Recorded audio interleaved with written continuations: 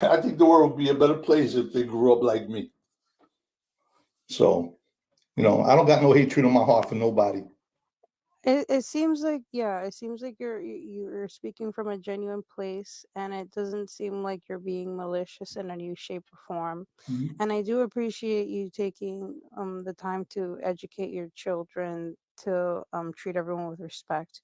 But these are all things that are what do I say? The basis of being a good human being. You see what I'm saying? Yeah, I do. So for black people, when we see white people doing things like that, it's like, okay, you have done the first thing, which is basic for being a kind and good human being, right? From that is where we need to start to say, okay, now where is the action? Mhm. Are you actively doing anything that is trying to uplift the voices of black and brown people who are suffering under these racial this systematic racism? Because ultimately that is where we start to see the disenfranchised of black people continue and the cycle continue, right? Right. So I understand that, and I hear that you have embraced black culture, which is, great for you.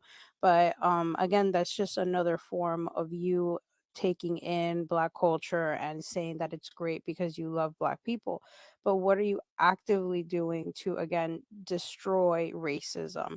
Like, it could be from where you spend your money, how you vote, again, what organizations you've aligned yourself with and are constantly um you know trying to promote, because these are people who are actively doing the work to destroy these different systems. Do you see what I'm saying? Well, what I can say is this, okay? Now, I am a retired New York correction officer, okay? Okay. When I worked in the jails, okay, I've done a lot of good things for Black people, Hispanic people, that needed help when they needed it. I had I had an inmate challenge me to fight him, and I went into the cell and I told him, do what you got to do. And he looked at me like I was crazy. This was an African American young man, right? And he looked at me and says, "Yo, what's wrong with you, man? You really want to fight?" I said, You don't want to wants to fight, I said, "What do you want to do?" So he said, "No, man." And I walked away. And then when I came back, he says, "Mr. S, can I talk to you?" I said, "Yeah, you could talk to me." He goes, "You know, I'm I'm leaving tomorrow. I got no place to go." I said, well, why didn't you go down to law library, go to programs, speak to somebody? And he says, Nobody told me." I said, "You leaving tomorrow?" He goes, "Yeah." I said, "So you trying to catch a charge so you could stay?" So then I said to him, "Stay here." I went and I got the officer and I said, get him down to programs and and get him going, right? And I do this for all inmates that need my help. And I've been out in the street, and this gentleman got out the next day, right? And they put him in a halfway house, right? And got him a job in a church. And I ran into this gentleman on 125th Street and Lexington Avenue, and he saw me and came up to me and gave me a hug and said, "Thank you, Mr. S." You know, that's what I try to do. I try to help people. Okay, G Money, I think I might destroy your paradigm of reality. So I hope that you can join me on this ride for just a quick What's moment, up, okay? And I guys? hope It's that you Quandale Dingle here. understand I have been what I'm arrested for saying. multiple crimes, Cool boy, can you including please battery on mute or drop, because this is not what we're doing right now. Okay, All right, G Money, you just said that you were a correctional officer. right.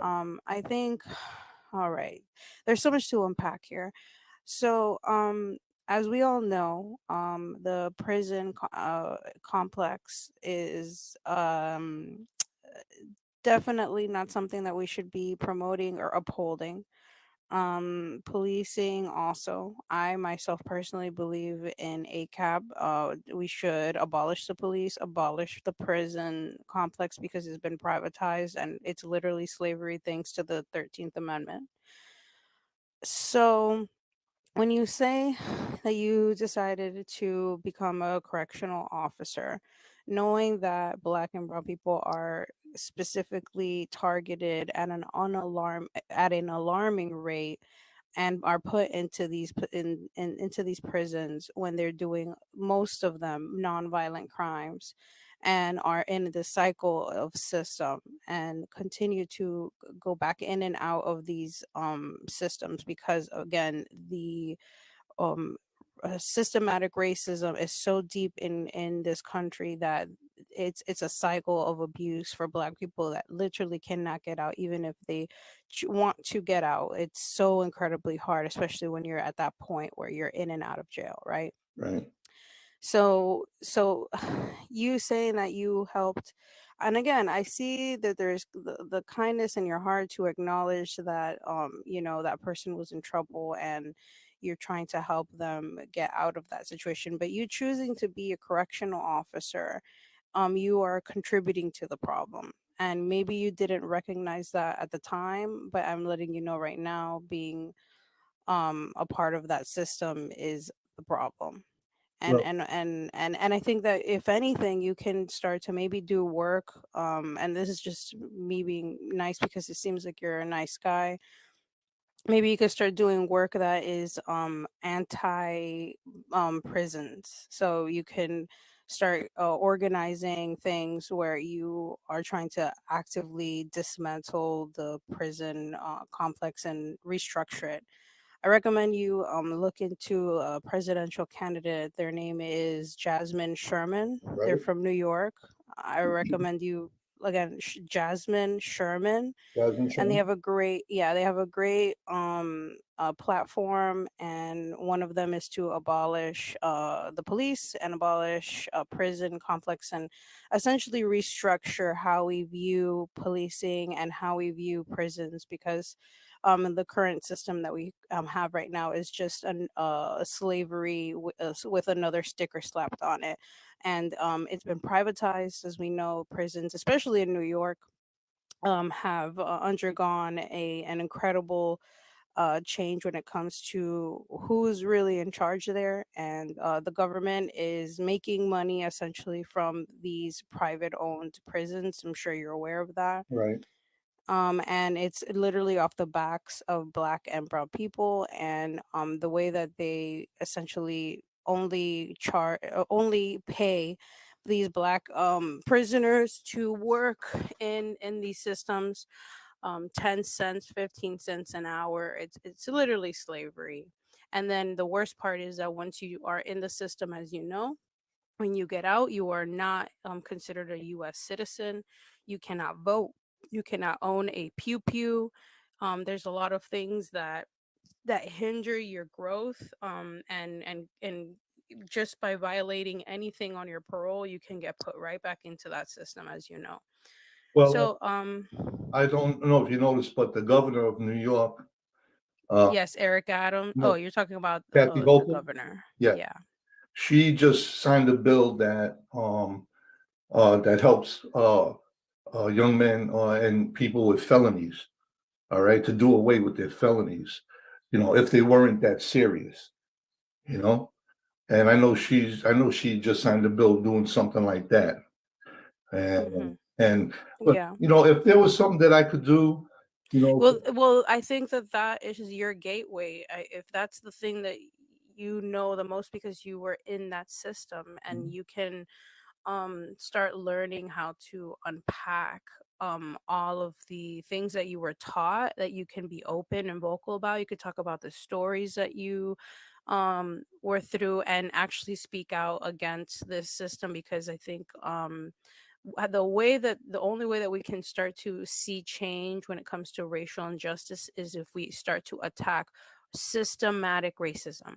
We already know interpersonal racism is a individual's job that has to be coming from that said individual, right, and that's going to be nearly impossible because of the simple reason that white people have privilege. So a lot of them, because of that said privilege, are not going to want to let it go, right? I got So you. the only way that we can actually see real change in real time is to dismantle um systematic racism. I hear you. Systematic racism, and prisons, the police, these are all systems that white people benefit from, and that's what needs to be destroyed. White people have to actively try to destroy those systems. That's when we start to see real change. That's when we start to see Mhm. again things happening in our lifetime. All right. Well, Ashley, I appreciate you. Thank you very much. You know, I'm definitely, can you give me the name of that person again that you just told me about? Yeah, it's Jasmine Jasmine Sherman. Sherman. Okay. All right. Sherman, and I recommend everybody listening. They're running for president. They've done this before the last election, and we're very excited because they are going to be a part of the presidential debate on February 29th. I recommend everybody to tune in. Their platform is definitely something that we should all be striving for. If you're an actual progressive, that's what I see myself, and actually want to see real change in real time. So Well, thank you, Ashley. I appreciate the time. Thank you. yeah, and thank you for being receptive in the conversation. Not enough white people are, so I appreciate it. I appreciate you. Have a good day. You too. Wait, no, Yeah. G-Money, I need you to stay up here for a quick second. Yeah, go ahead. We're gonna rewind about the last, 10 minutes? You said your son's a rapper? My son is, yes, he's a rapper. Is he a white man? He's a white man. Yeah. And he's very good. What? Yeah. Okay, my first question is why? Because he loves the music. All right. He believes in the music. He puts his heart into it. Why is So there he wanted to, is there something wrong with that? he wanted to colonize it, okay. Hmm. You said No, I'm listening to you. I'm trying. What did you say? Bambi. Hello? nothing. All right. I don't think that was Bambi. I think that's the host Brittany who's speaking to you. Oh, Brittany, I'm sorry. Okay. Yeah, my son raps, he's very good, and he's, like I said, he has a bunch of his friends come over and they all do it. Yeah, that wasn't me. Yeah. That was the host. But I mean, let's be for real. If we get on people from rapping, we gotta get on people for singing country music too. So it's all That's musical instruments fair. are good people. Mm-hmm. No, you're right, that's fair. Okay, All right. that's it then. Okay. Well, guys, listen, God bless you all. Have a great night, and thanks for the feedback. I appreciate that. All right, you take care. All right. Bye-bye. Bye. Because we can't be out here letting Taylor Swift do Taylor Swift. And let's be for real. And those are Let's talk about country music for a second, because do y'all remember when Beyonce made from her Lemonade album Daddy Issues, I think it's called, and she was supposed to she got nominated, and then they dropped her nomination from the Country Music Awards, and then the Dixie Chicks brought her up, and when the camera panned over to the audience, and they were all so mad that Beyonce was up there singing with them. And guess what white people did? They basically removed the Dixie Chicks from being. They started saying that their name is racist, and it holds up white Confederate ideology. I mean, they're not wrong, but they had no problem prior to that whole thing, which I thought was really funny. Mm-hmm. Sir, I'm not calling you sir. Can I get your name, age, race, and pronouns? My name's Sam. I'm 22 and he/him. I'm sorry, what was that? My name's Sam. I'm 22 and I'm he/him. wait, Okay, what the sorry you said? Did you say you were East Asian? Is that what you said? I said I'm he/him. She asked for my pronouns. What's your race? Asian. Okay. And if you want me to go more in depth, I do have, my father is white. My mother is Japanese. My father is white. Okay, you're still Asian. Yes, So I know. you're I so just you're didn't know if you guys- okay, so you're biracial Asian. Yes. You're Asian biracial, actually. Okay. All right. What are your thoughts? Well, I just kind of wanted to address those real quick. So I appreciate Ashley even trying to explain kind of like the double standard that you just raised. And I just don't understand this. Why were you addressing that man so aggressively just because his son raps? Are you trying to claim that only African Americans can participate in rap? I mean, I just don't understand that. I don't think I was being aggressive. Well, I I mean, just you asked said a question. well, you accused him of saying how his son was trying to colonize it when in reality his son probably just I mean, I'm not sure, but I'm pretty sure his son just is maybe good at it or enjoys it. I just found it ignorant that you would claim that just because his son likes rap. That was pretty messed up. If I'll be honest with you, I feel like because all the other genres of music that black people have created have been colonized and have been overtaken, and to the point where black people are not What allowed to other use spaces, types that of is music? country. Stop interrupting, please. Also, Bambi, if you R&B. could come closer to the mic, you're a little Oh, I'm low. sorry. Can you hear It's me now? okay. Yeah, you're better, but don't interrupt. Tweaking. Okay, yeah. Almost every genre black people have created. Hip hop, R&B, country, rock, jazz. List goes on. So what are you talking about? I think the problem lies that black people are kicked out of spaces, especially like for example country music, and so the only genre that basically black people have not been kicked out of as of yet is rap music, and I think that's what the host is trying to get at. So wait, hold on. I'm so sorry. I'm just asking to make sure. Yeah. You said that folk music or country music was colonized? I said that how black people created country music, and they're not even allowed to they're not even safe inside country music spaces. Oh, so you're saying that okay, blacks aren't safe within okay, I got it. Why is that? And they're not taken seriously as an artist. Why is that? There's this thing called racism. So I don't know if you haven't noticed. But the average person does not know that country music was created by black people. That's actually really funny because country music is not even I'm gonna let you know this right now, it's not even from African Americans and or white people or Americans. It actually originates from the culture where out in Europe, people within the hill they would make country music, right? And then we just adopted that such form of folk music. Where's your source? It's called you learn this in history, you learn this in cultural history. No. I'm gonna need a source. Okay. Because we're not gonna. So I'll give you a just source say right now. things. No, I'm not saying anything. I'll give you the source right now. I want you to search up, right?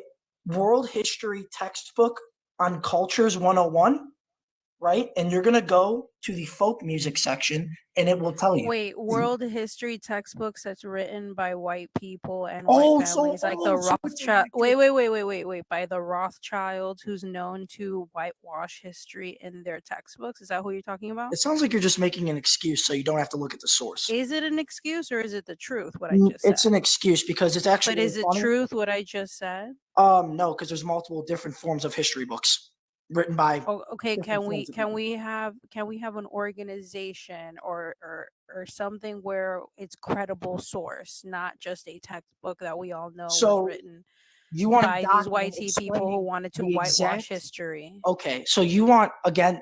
That's actually really dumb of you to say. No offense, because I'm explaining how it's not a white person thing and or a black person thing. It's not, and maybe if you'd listen. No. All you I'm would have heard saying that. is that white people have a history of taking history Oh, yeah. books and making them whitewashed and Mhm. giving it to children and Mhm. educating masses of generation and acting as if it was the truth. So I'm gonna need a credible Mhm. source instead of just saying history book.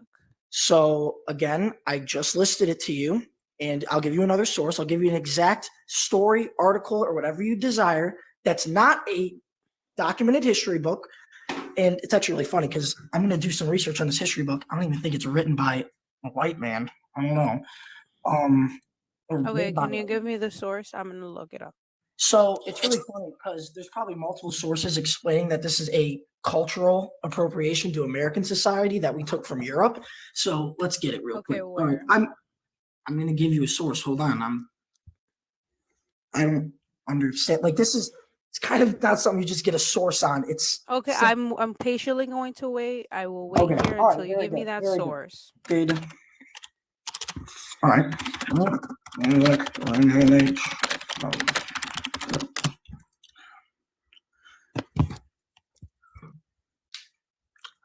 Traditional folk May music I and make a culture, comment? but- I'm new to the group. Oh, yeah, sure. While he's researching, may I make a comment because I'm new to the group? Mhm. Wait a second, Joe. We have to do an intro for you. Just give us a Oh, moment and no we'll problem. get Thank to you. I apologize. No problem. So we're going to give you an exact timeline. I'm reading it to you right now. So European folk music invented. Okay, so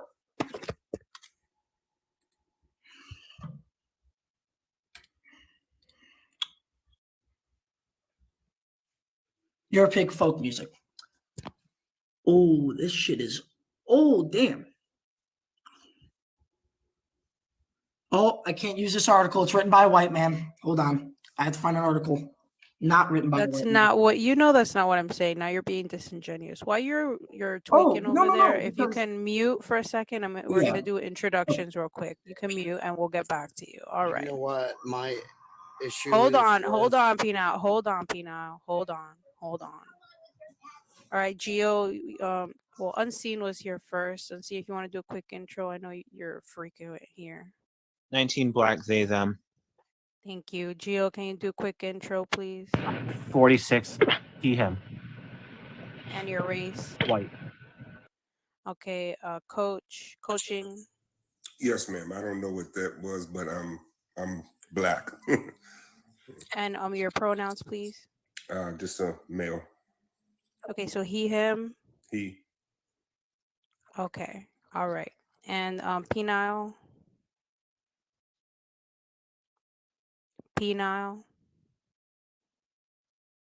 Are you still there? I am. We here? All right, can you give us an intro, please? 40 white. He him.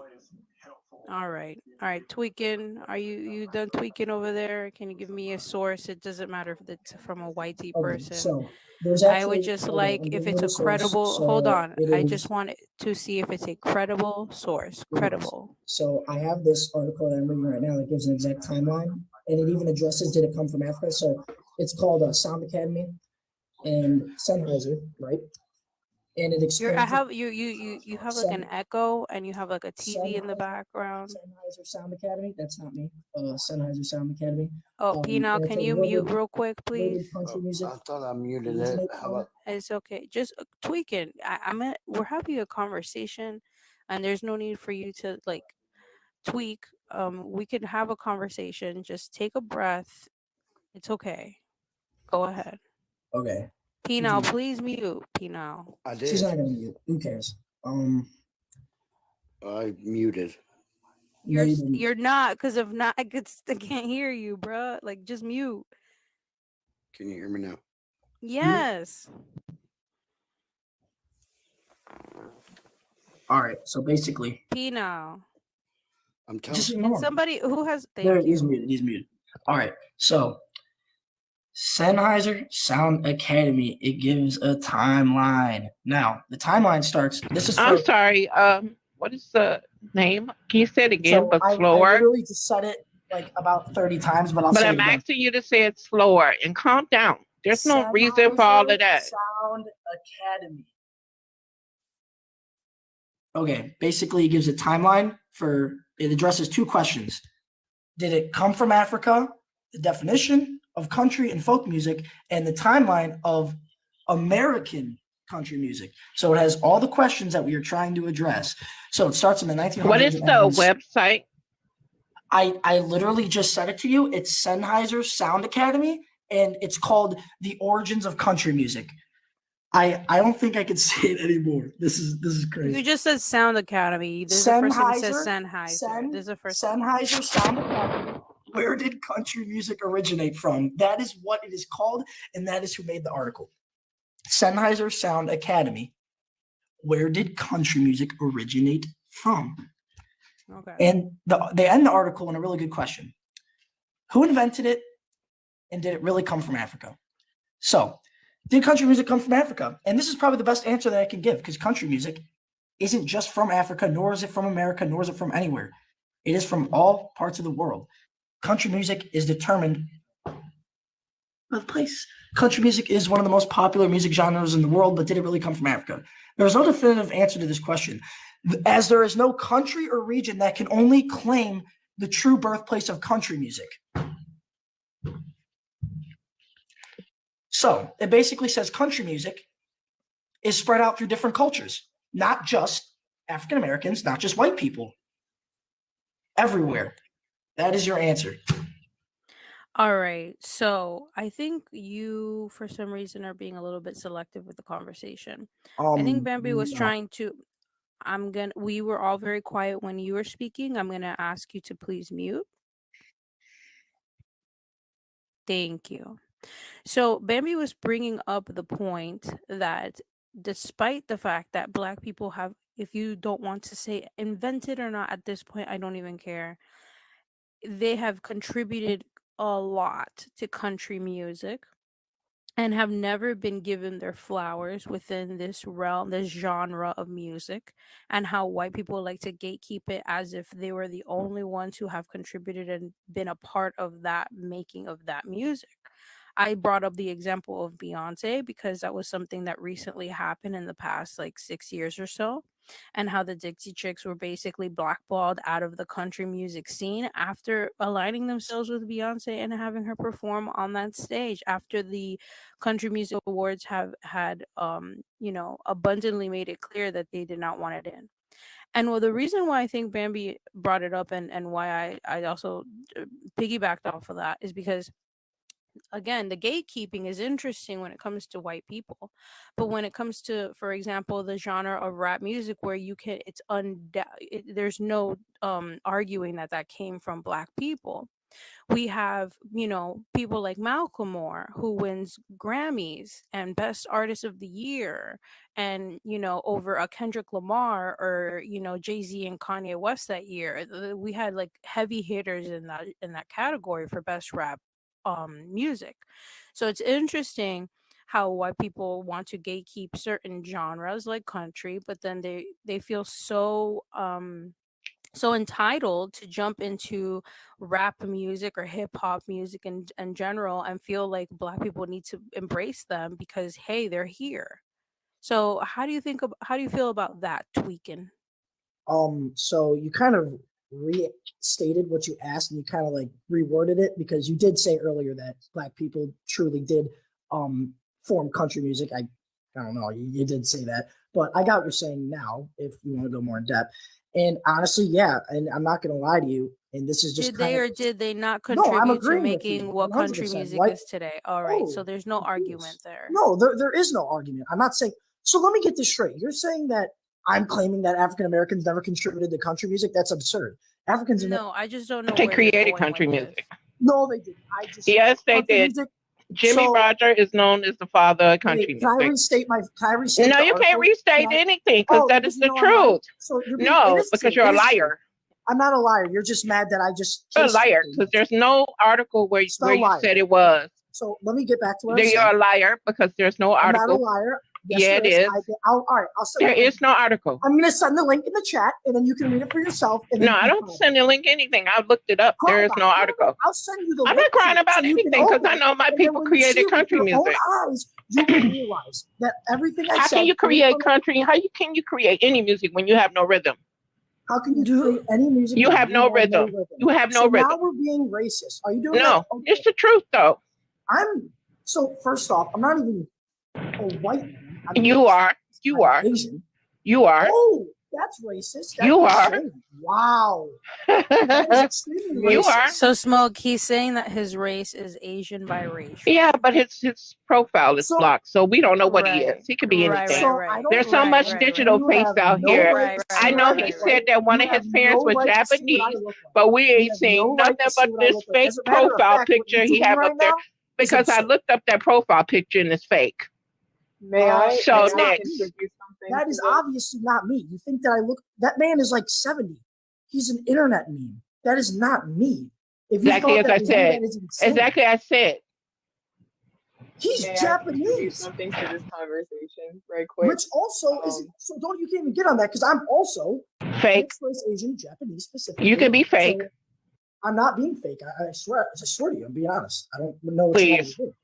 So, You haven't okay, been we're honest being this whole racist. conversation. You know what? I don't want. And you this haven't is- been honest this whole conversation. And how can you I create have- I've anything been when your honest the people have whole no time. rhythm? You've been They ignorant, have you have to been be rude, taught I have been rhythm, honest, I have sir. stated everything. Please. You are being racist. Save it. You are being racist. Please. That's not racism, sir. Thank So you, Ashley. she is getting on my case for being an Asian man. Okay, but that's not racist. So it's not Asian racist for- man. Oh, Please. that's extremely messed up. Okay, What part of Japan are your family from? my mom was born in America. Yeah, what part of Japan though? Is your family What from? exact part of Japan? Yeah. I have no clue. Okay, thank you. Because my great grandparents, right? My Thank you. grandparents, when they Thank were you here, very much. they I were close my actually case. put into I close my camps case. by Thank the you. U.S. military. I close my case. Tweaking, I'm gonna need you to put a mute on it real quick. We're gonna introduce Vic, who's been. No, hold on. I'm being No, racist. I'm gonna need No, you to she's mute, being and we could racist. jump Why right. are we letting this happen? All right, I'm glad you feel that way. Mute for a second, please. Thank you very much. Mute. You're cooked. Mute. Thank you. Hi, Vic. Hi, Hi. Vic. All right. If you could do a quick intro real quick. Thank you. Yeah. My name is Vic. I go by any pronoun. I don't really care what anyone wants to address me as. I'm biracial. I'm half black and I'm half white. And I'm 23. I don't know if that was necessary. Okay. Vic, I'm gonna go ahead and say that you're black biracial. Is that okay? Yeah. All right, cool. I just wanted to add to the conversation in terms specifically with country music, and again to add on to the point as to why people are bringing up why Black people aren't getting their due diligence. So like one of the more used instruments when it comes to country is like a banjo, or at least when like it started at the very least, right? And banjos actually do originate based off of a specific instrument that was native to a specific African tribe. So even something like that, it's never really taught and it's never really attributed to Black people. And while yes, country does arrive from different places, it is more nowadays notoriously known for just kind of being a white thing. Now, in recent years, there have been a few people who have been trying to break out into country. I remember there was specifically one country girl band. They were Black. They were on America's Got Talent or American Idol, one of those shows. They were phenomenal. Everyone loved them. But unfortunately, especially not too much in recent years, it's always been attributed as a white thing or white tea. I don't want to like get anyone banned or anything. It's always been attributed to something that is YT only. And so this is where the conversation of Black people kind of just never really get contributed for a lot of the music genres that either inspired it or quite literally paved the way for it. Oh, that was all. I'm sorry. Okay, thank you for your contribution, Vic. Do we want to go back to Smoke? Or Tweet, Smoke, how do you feel? Or we can move on. I I don't feel know. great because I know my people. I know my people Right. created country. That I feel like we win always because we created everything. Oh, So that's the way I feel. There's no way she's real right now. Oh my God. No, get out of here. So Listen, that's I feel great. pretty good. Wait, I guess feel who good created about my country? people. I Guess who feel really created good about my country? Guess who people created what because you write on? Guess who created what they you write on? are Guess. great and amazing, and they Guess. create Guess who everything. created what you write on? Guess who created what you write on? And there are people who in this created world what who you wish write they on? could create things, but they have no rhythm Guess who and created what you you know, receive your welfare check with? and Guess who things like created that. Oh, created that? pause. Okay, Yeah. may I make We're this? gonna May I need say to something? drop. No, you can't, Tweet. Gia. Okay, no. We need to drop. My drop him. tweaking. Even though Bye. white women receive Monkey white alert, women monkey receive the alert. most Throw the motor. EBT. Hey, Are you $10 not embarrassed? Tweaking. hung by a Is fishing Brittany rod. there? Are you Maybe not you can lose some weight with embarrassed? that shit. Where's Are the you not mod? embarrassed for Hey, yourself? let's get the banana hanging with the fishing rod. Are And you- then maybe we'll put that shit on the Oh treadmill my and you will God. run You're like racist. Are you not embarrassed, sir? You're Are you so mad because she racist. can't dance and you have no rhythm? Like, what is that about? That really irked him. I They're know. Yeah, because he gone. know he can't dance. Mm-mm-mm. Wow. All right. Well, Unseen, you're next. Go ahead.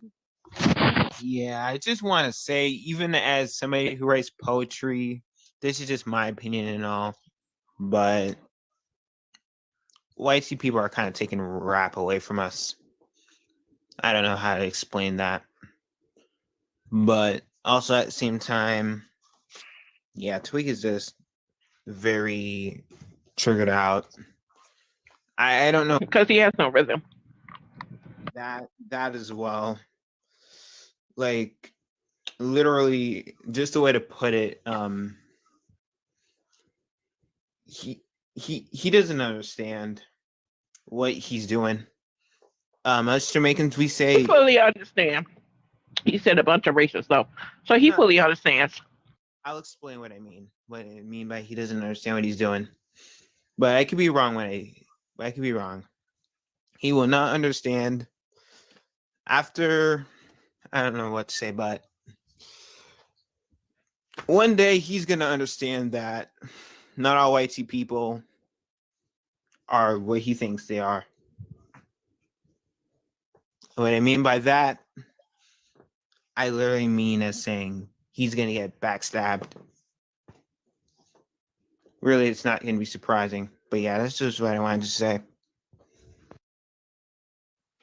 Okay, Farrell, can you do a quick introduction and then we're gonna go down to coaching? What's going on? My name is Farrell Ramsey. Age 35, pronouns he, him. Age, race, black. And black as fuck. Blackity black, black. Happy Black History Month to all my beautiful people on this panel. Thank you so much. Happy Black History Month to you. Coaching, any thoughts? Oh my goodness, I got on because of your topic, and then the conversation you guys was having. I was trying to listen to it, so I kind of got unfocused. So my original thought, I really lost kind of focus. I'm sorry about that. But I would just say this to the topic of Black History Month. If I would ask any white person, would they? And I have asked this question, or YT, whatever the new word is for public.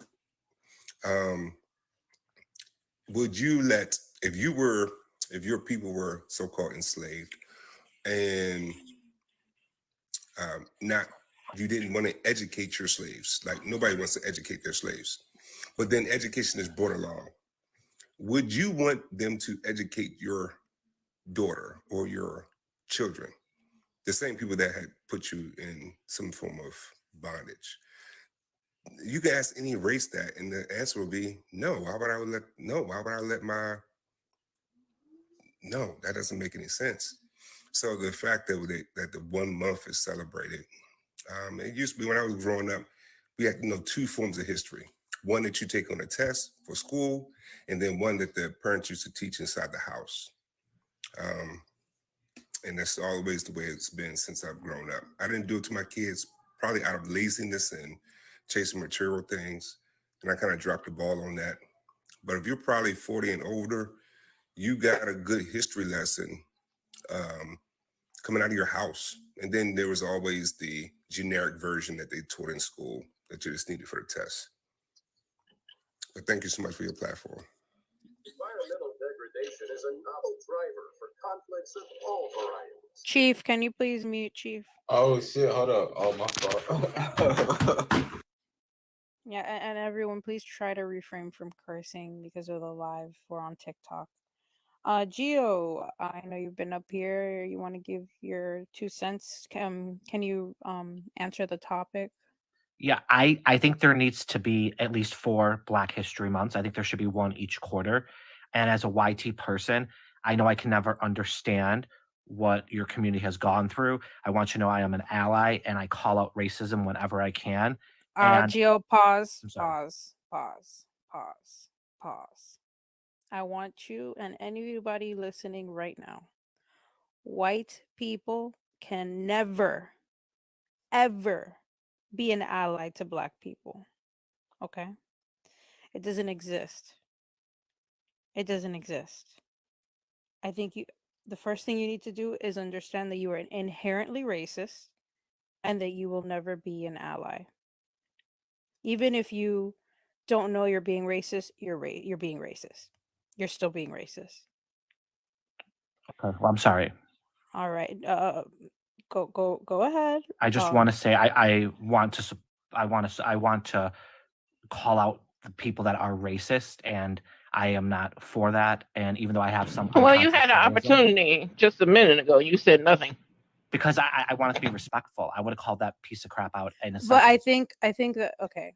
Once again, white people, when you come on these platforms, especially, where you see predominantly Black people here, instead of addressing how you love Black people and that you're an ally and all that other stuff, we don't want to hear it. Okay, I'm We don't sorry. want to hear it. I'm What we sorry. want to hear is you address white people and white people only. Okay, I apologize. Next time if another YT person is on here, I will call him out. I was just being respectful and I didn't want to Right, but the interrupt. moment you unmuted, you could have given your 2 cents about the individual who was just here and said plethora of racial slurs. Okay, well, I think he's a piece of shit. I think that he doesn't show his I face. said, please refrain from Oh, I'm sorry. cursing, please. I think he's a horrible person. I think he is a troll. I don't think he shows his face, and I think he is a nasty, disgusting, not even a human.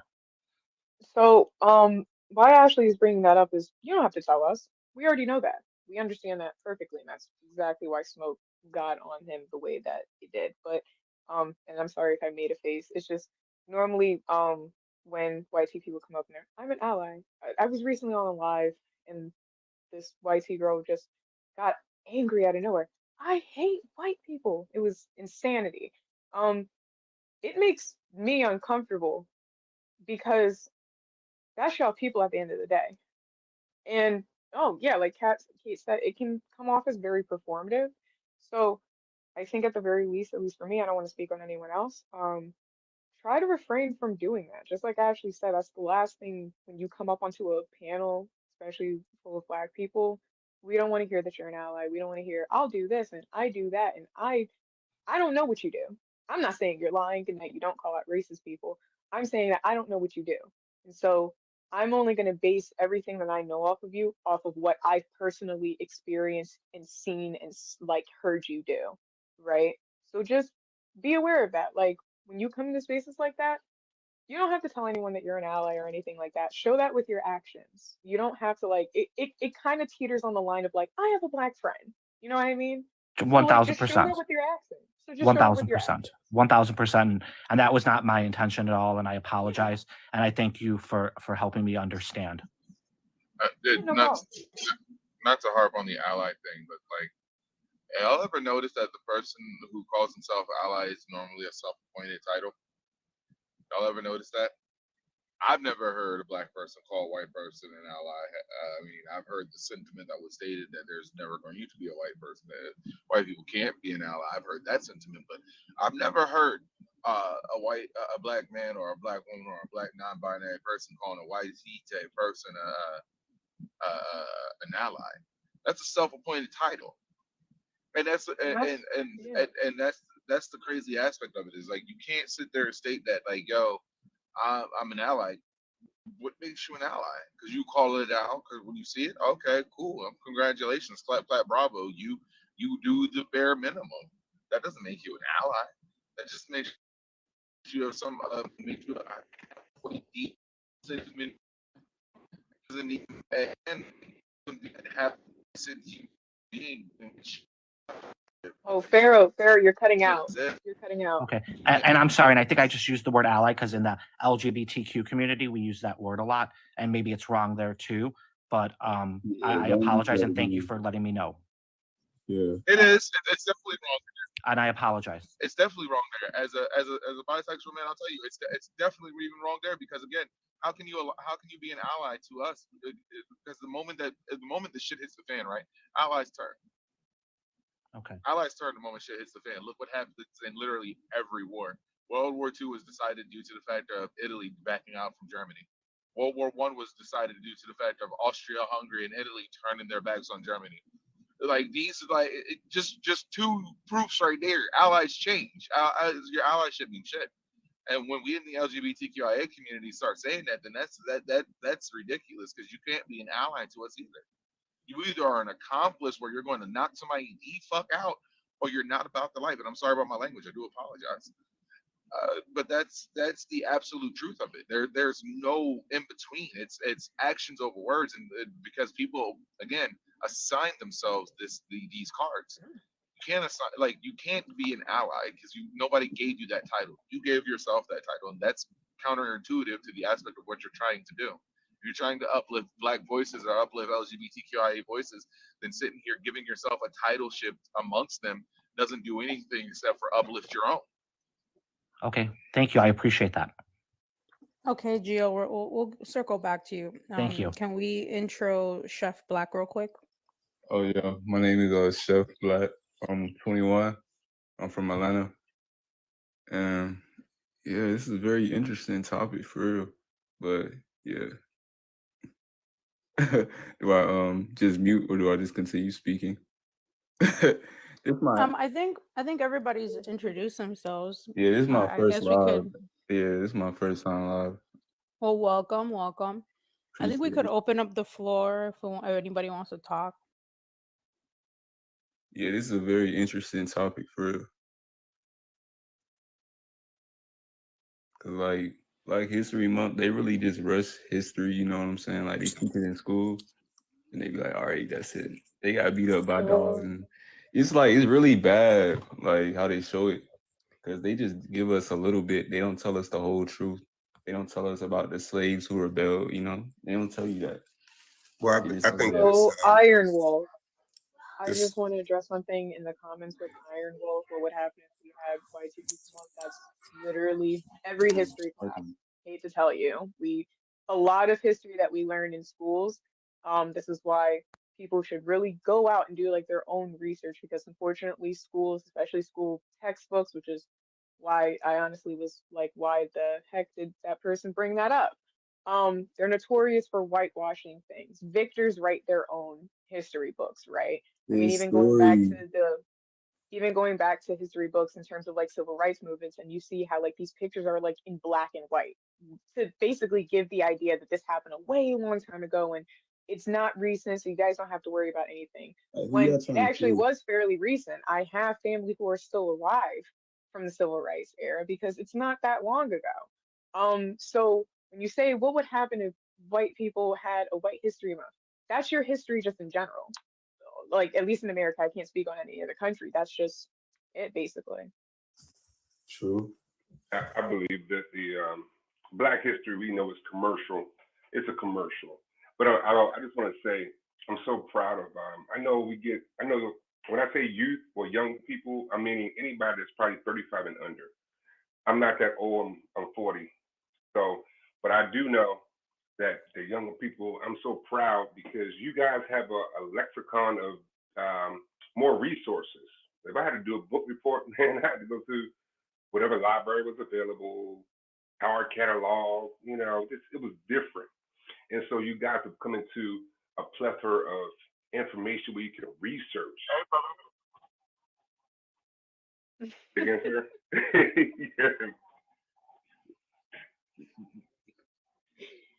Yeah.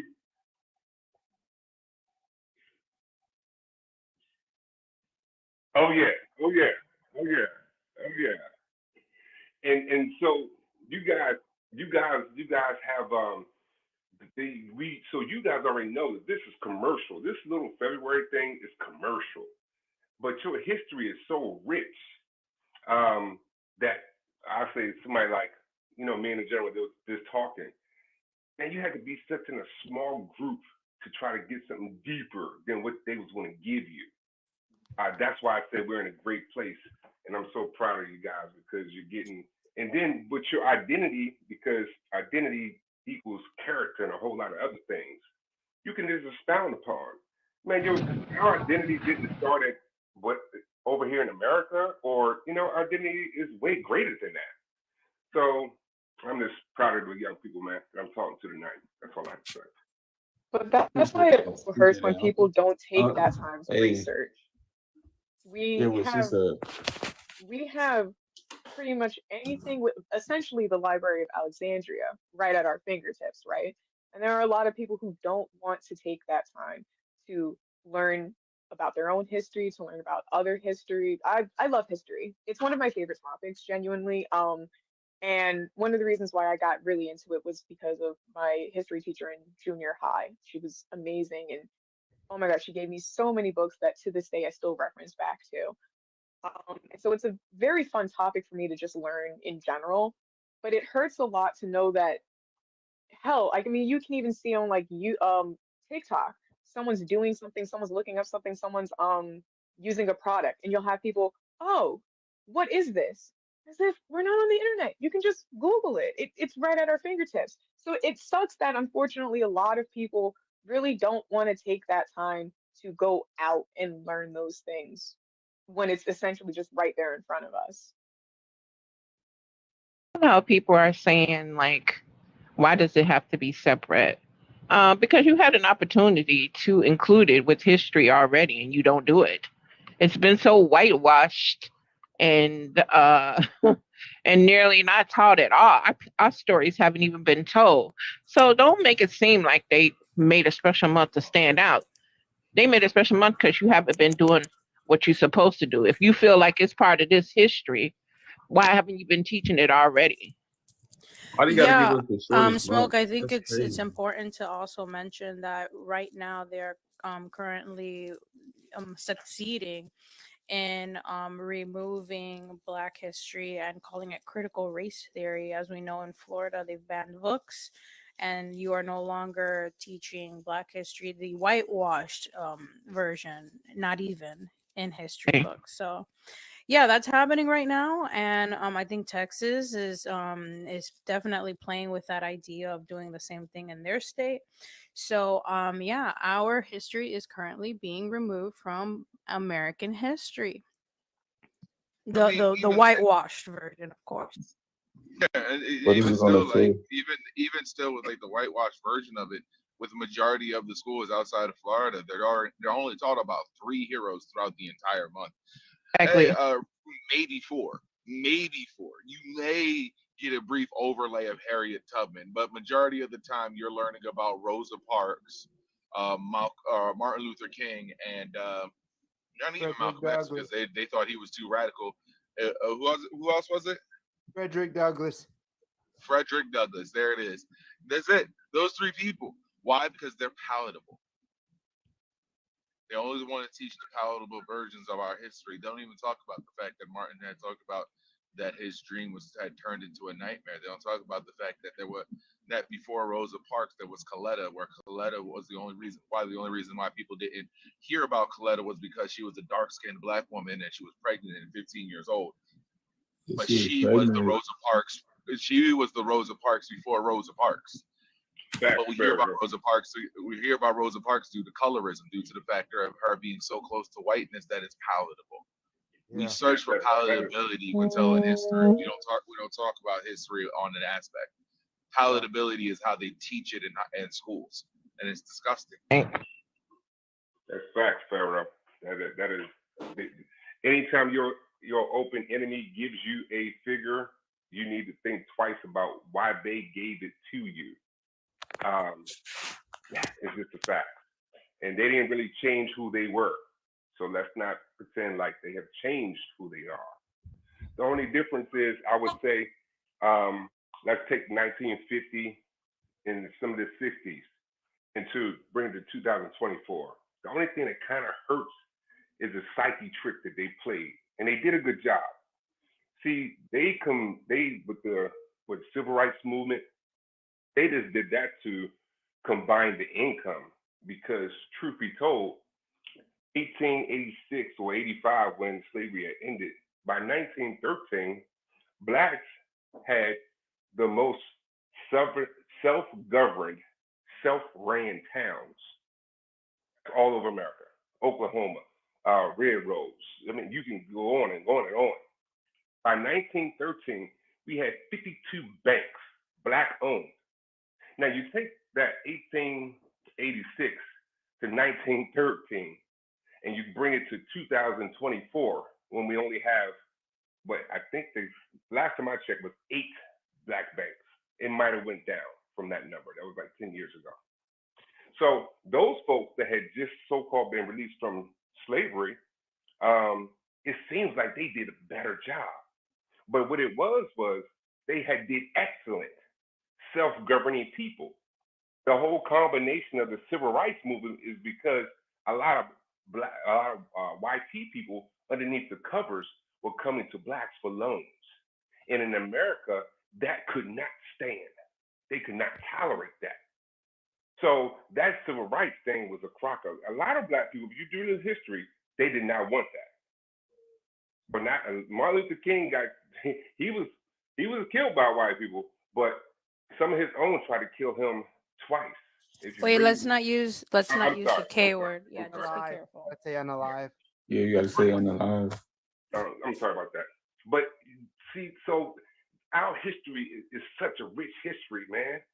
And so if you remember how they used to show on the TV where the dogs would get sick on you or the water hoses, what really made them stop doing that tactic is because the Vatican was saying, dude, how can you be a world power, but you treating your own people or your own citizens like that? How you gonna go around the world telling other people how they should do something when you are the TV messed the white people up in America, the IT people up in America, because they look inhumane. So they said, ooh, we gotta back up because we starting to look real stupid. Now, bring today, they try to make acts look inhumane. When in reality, about 60 to 65 years ago, they were the ones looking real inhumane. And trust me, 65 years ain't long enough for somebody to change their colors or who they are. I'm a firm Real believer quick, that sorry, is anybody willing to drop for Ray? Ray's in the request. Oh, I can drop. Okay, I was about to say thank I you. can drop soon because I'm about to leave anyway. But no, And Ed is new to the box too, Ashley.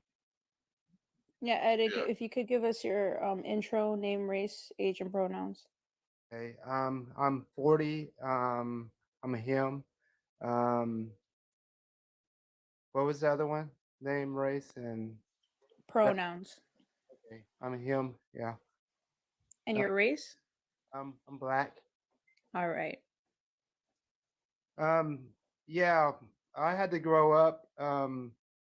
I think they don't teach Black history enough in school, but I was blessed because I was taught some at home through my grandparents and then my mother and stuff, and they taught me. They taught me stuff and stuff, and I'm also was blessed that I had family that lived in Tulsa that was part of the Tulsa riots and all that stuff. So I know about the Greenwood the district and all that stuff.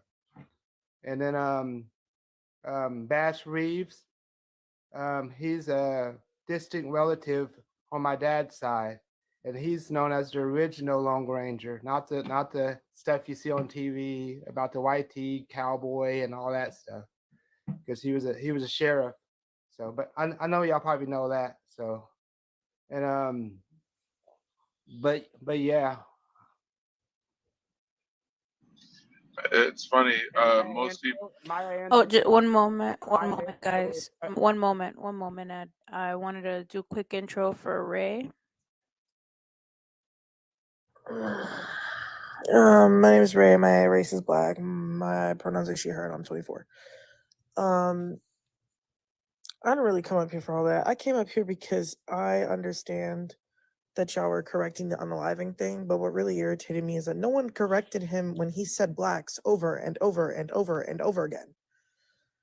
Like, that needs to be corrected as well. How are we black and dehumanizing our own people? That was making my whole ass itch. Like, no one corrected that. And I love y'all down, I really do, but no one corrected that. And I heard it over and over and over again, and it was pissing me off. Like we're I didn't even catch that. I'm not even gonna I lie. didn't catch it. I figured that's why I came up here and said something because I Yeah. So coaching, why did you refer to black people as blacks? Like why? because it's probably the most common thing that we all know. And when you get, No. well, what's the new? Well, okay, Wait, that's coaching. That could have been an opportunity of you understanding that you have inherent racism by referring to your own people as blacks, like not even as people. That's well, not not good. That's inherent not well. racism. It's just anti-blackness. It wouldn't be racial. Yeah, Black people, yeah, racism. you're correct. Anti-blackness. It is 100%. okay.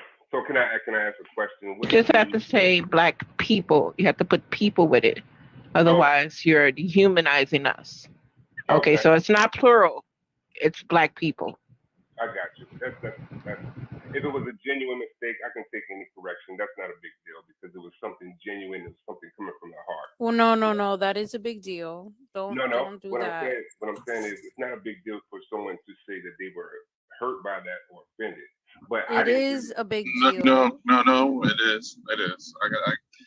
I'm sorry. Do you mind, Ashley? I do. Hold on, Go but right ahead. you're cutting my thought off because when I'm saying Hold on, coaching. I need you to mute because right now is a teaching moment and I need you to mute and people are going to speak to you. I hope you're receptive. Because here's the thing, it is kind of a big deal. The dehumanization that we suffer from the outside doesn't need to be on the inside. When we are sitting here referring to ourselves, we need to refer to ourselves in the most humanizing way possible because unfortunately, we keep being dehumanized by every other person in this world. There's even words in other languages that are of the BIPOC community that are negative descriptors of us. So we are literally the least common denominator. Dehumanization within our own is the smack in the face to our own because again, we're already being dehumanized by everybody. So it's the aspect of being able to realize and recognize that while you may not see it as a big deal, it is a big deal because of of our history and how we are continuously just told that this is it. We're just A through Z and nothing more, nothing less. The humanization of people needs to always be at the end of the term black when describing us. Because at the end of the day, that's who we are. It is a big deal.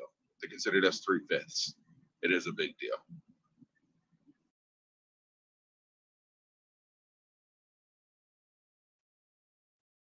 And even if you were gonna, talk about IT people, like I'm a firm believer just because people are bigots and did shitty things to me, I'm not gonna copy their behaviors, right? So no one should be a plural statement when you're talking about anybody.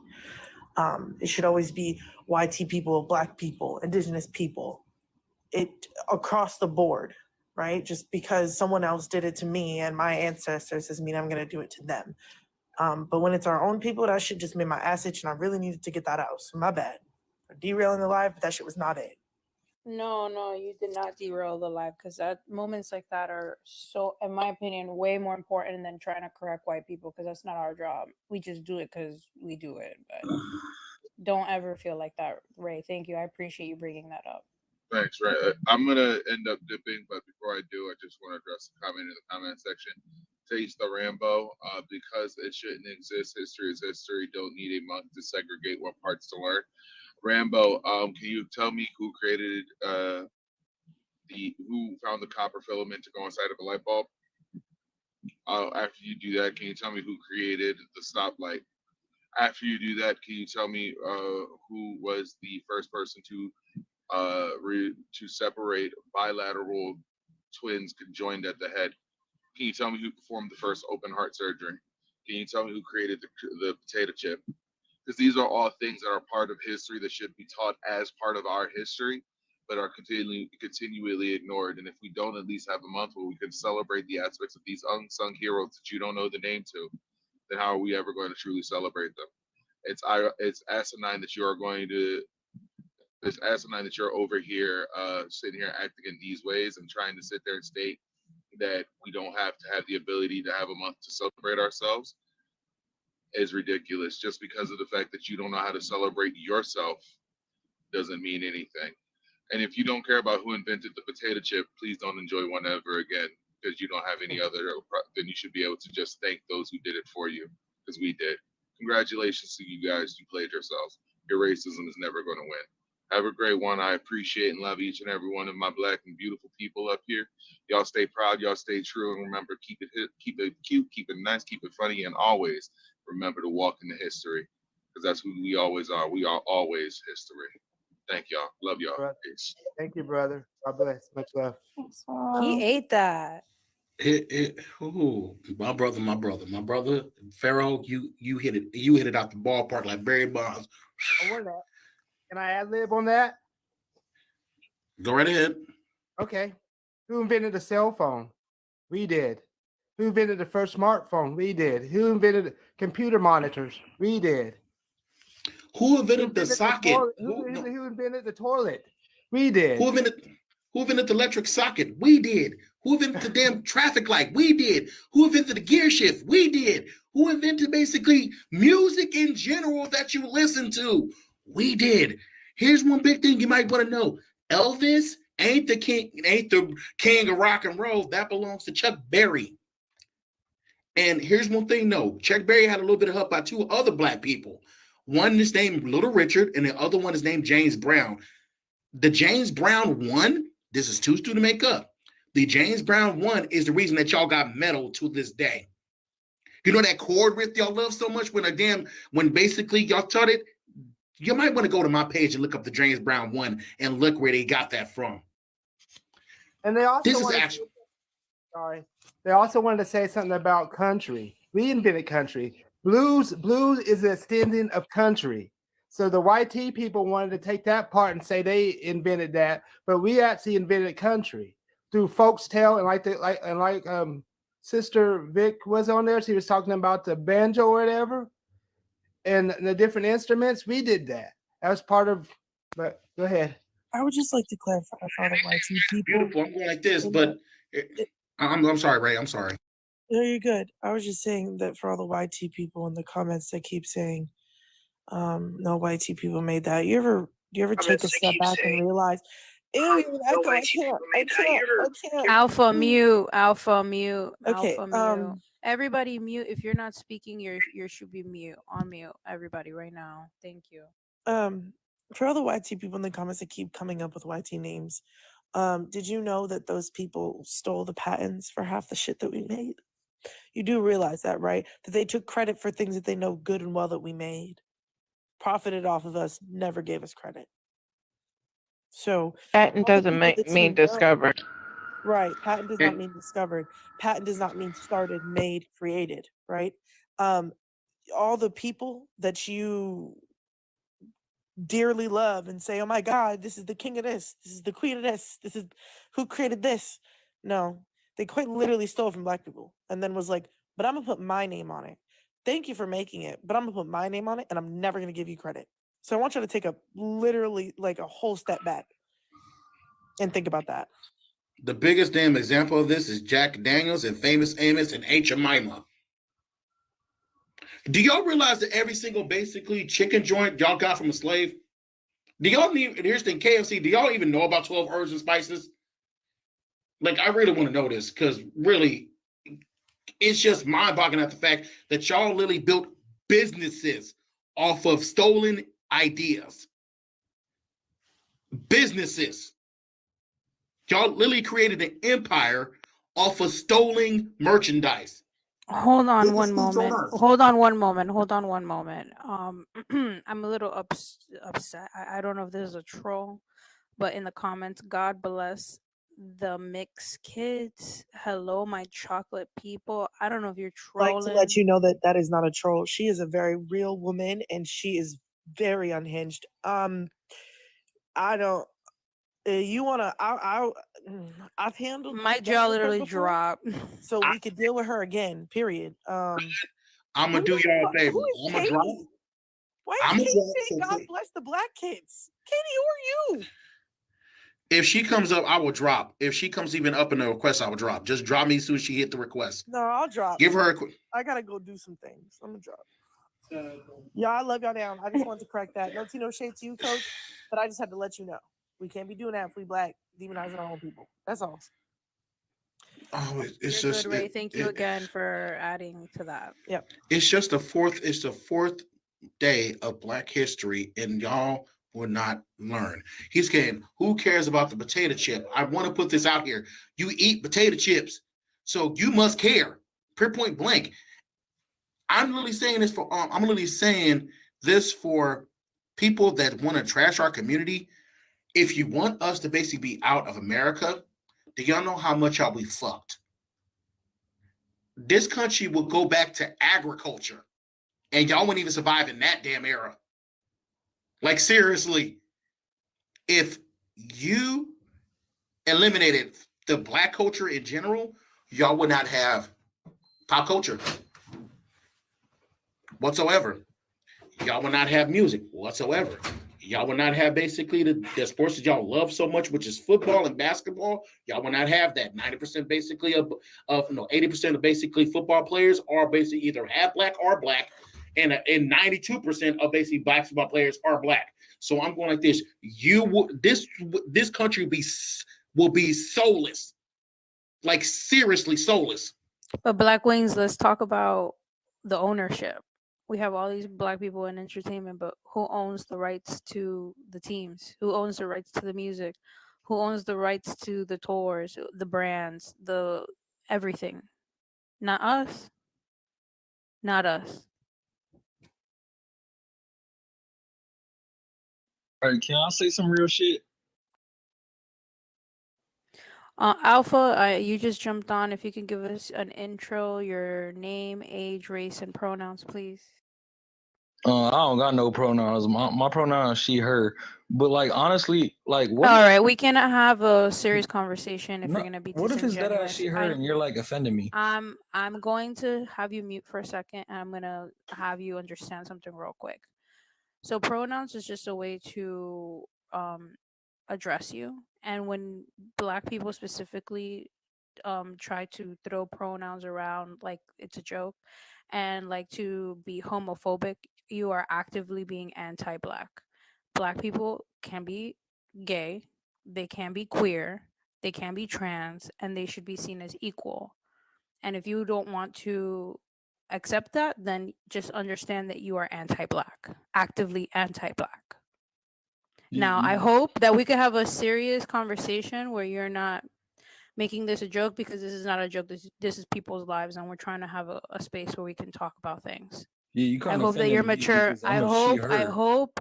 I hope that you can have a situation, a conversation without you being disingenuous. Go Yeah, ahead. if you're being Yeah, I'm disingenuous, serious. if I'm you're a being she, her. if you're being disingenuous, I'm gonna drag you, and I'm gonna drag you badly. Yeah, I'm a she, her. You offended me. You heard me, So right? If you're being disingenuous, I'm gonna drag you. why are you guys getting upset? I'm I should gonna be going drag upset. you badly. All right, so what I was going, so can I go with what I was going to say? Can you please do your intro? If not, we're not What going to intro? entertain Like, is this. this like supposed to be a movie or something? So what I was going to say is, what have Black people invented besides the cotton gin and the peanut butter? Like the peanut butter for real. Alpha, you're a white man is what you're giving me right now. If not, you're a straight up coon. I don't know what's going on exactly. He said, "What do we have in it other than peanut butter?" Yeah, that sounds like a Look at coon his to me, or teeth. white Like teeth. what? Okay. Anyways, Here's the thing, I got one. If you look up Dr. Dan Hale Williams, we wouldn't have a medical industry to this day if it wasn't for Dr. Dan Hale Williams. We wouldn't have. Here's the thing, if it wasn't for basically three black women that basically made the damn the calculations of getting us to the moon on Apollo 1. Guess what? We wouldn't have the internet to this day, because satellites would not be hover around space to this day. If we wouldn't have a doctor, I can't pronounce his name because it's I think it's Nigerian. We wouldn't have the 5G speed that we have to this day. We'd be still on dial-up. So I'm going like this: we wouldn't have lights, no sound, no energy, no nothing. We'd be soulless. Like seriously. And every time basically we say this shit, every time we say this shit, we get Conesians like this fool to say we didn't do shit. Yeah. We gotta slow down on the cussing. We don't want to lose the platform. Please. Brittany, can I ad lib on that? Are you there? Okay. Did y'all know George Washington Carver wasn't just known for peanut butter?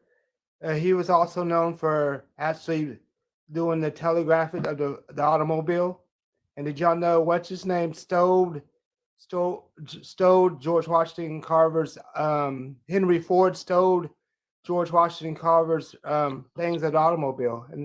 And also, did you know this probably doesn't have to do with African American history, but to African Americans, but blacks were the first ones that also invented the airplane. Just said We not to just say went blacks. over this. I'm We sorry. just- What are you doing? Black What is people. going Okay, black on? people.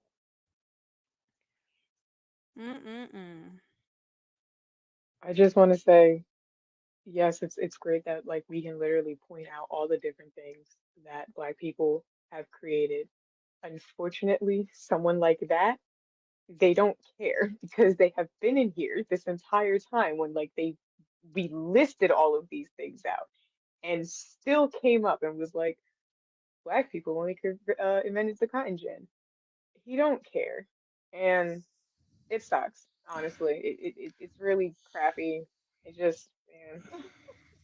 No, here's the thing. We didn't invent the cotton gin. We invented the cotton pick. We invented the automatic cotton picker. But still, we had to pick cotton by hand because guess why? And this is too stew to make up. Hand-picked cotton is more valuable than machine-picked cotton to this day. Do you know there's still people that's buying hand-picked products to this day? So that means they're still using slave labor, sharecropping labor to this day in this country. Like just hand-cut sugarcane. Hand-cut sugarcane. Who you think is cutting it? Hand-picked cotton. Who you think is picking it? Hand-rolled and damn picked and dried tobacco. Who you think's picking it? What about this discrimination? Nothing that is happening on this live, nothing about the topic is discriminatory to anyone. So what exactly is discrimination? My fault. Wayne, I didn't mean to cut you off. No, I'm good. I'm just going like this, right? Because let me just say this. For people that's in the chat right now that basically don't think that Black history should exist, I want you to basically realize one thing. Y'all wouldn't have a fucking country. Hell, we built the White House. We built the Senate. We built the House of Congress. We built every university in this country. On everything that you basically use to this day, especially anything that's in your house, the faucet, the sink, the toilet, the refrigerator, the stove, the microwave, your color television, your PlayStation, Xbox, or a damn Nintendo. Hell, your bed frame, your bed box, your table, your sofa, your shoes. Everything that I just named, we created. And for putting it out there, for Black people to popularize something, you wouldn't even have TikTok. And I'm being brutally honest. TikTok had to pass through Black people to get their approval. The same Instagram and the same thing with Facebook. Y'all can prove me wrong on this. There's something called the Black approval. We're pop culture. If Black people were not on this app, guess what? Y'all wouldn't be here either. I just wanted to address something that I saw in the comments, but I think like one of the mods got it. Someone made a comment about my hair that I have to, I don't know, I guess cut it in order to talk professionally. One, we are on TikTok. Nothing professional about this. I'm sorry if I come off as someone who tries to be smarter than what I am or try to be Your professional. hair I don't is beautiful and glorious. Thank you. But this is a prime example of why these types of panels exist and why these types of educations exist. Because you will sit here all day.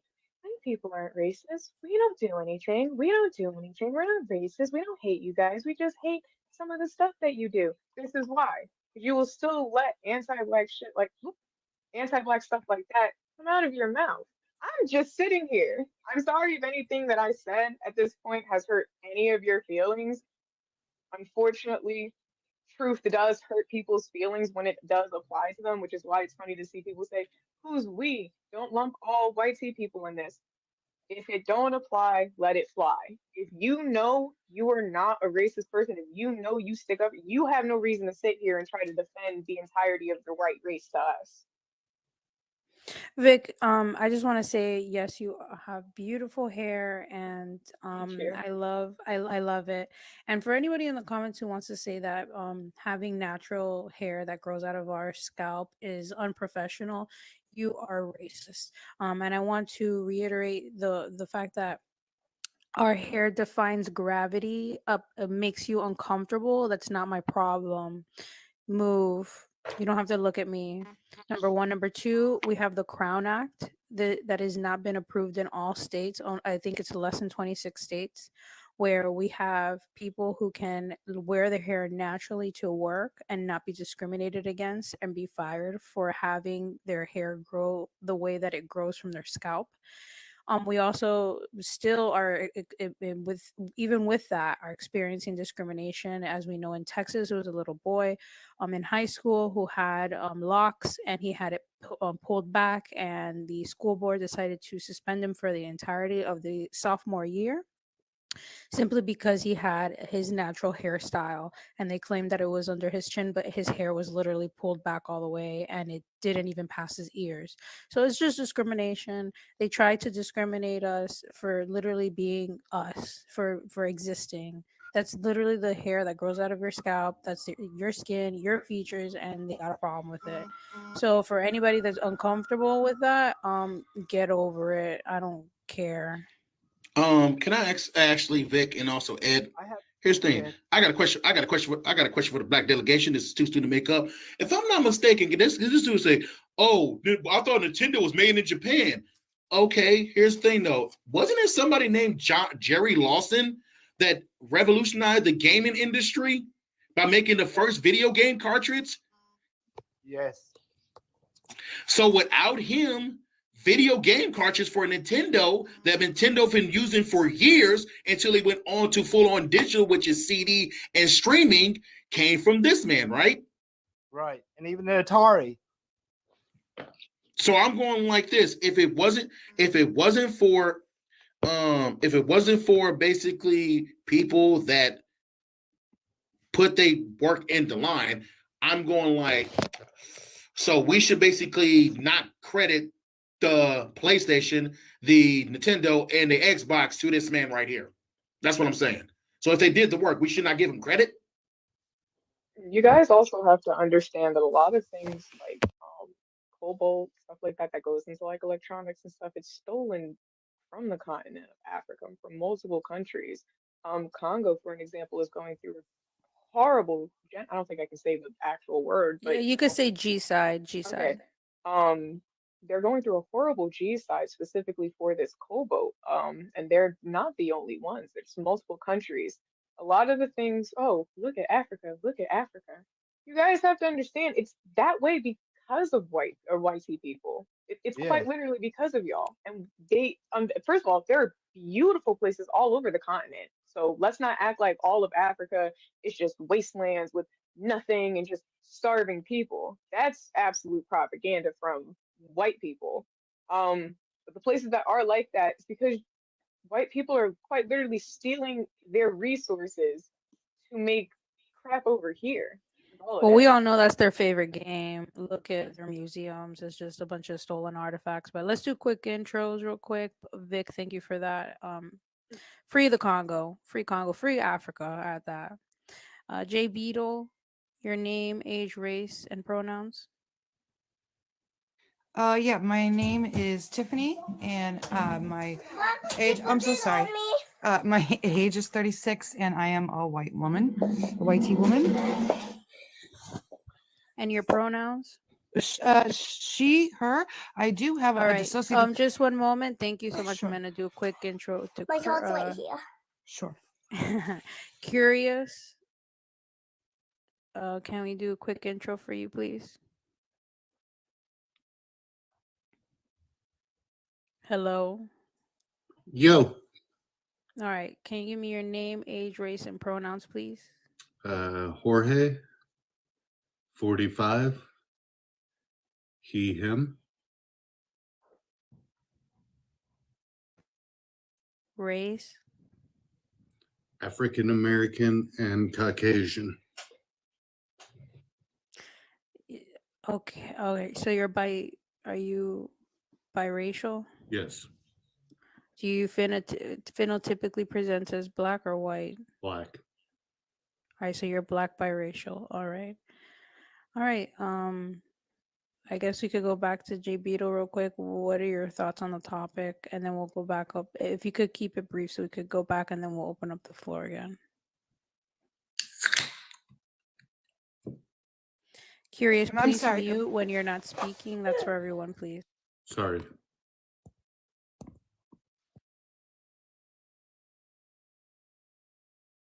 Go ahead, Jay Okay. Beetle. I mean, Okay, Tiffany. thank you. Sorry.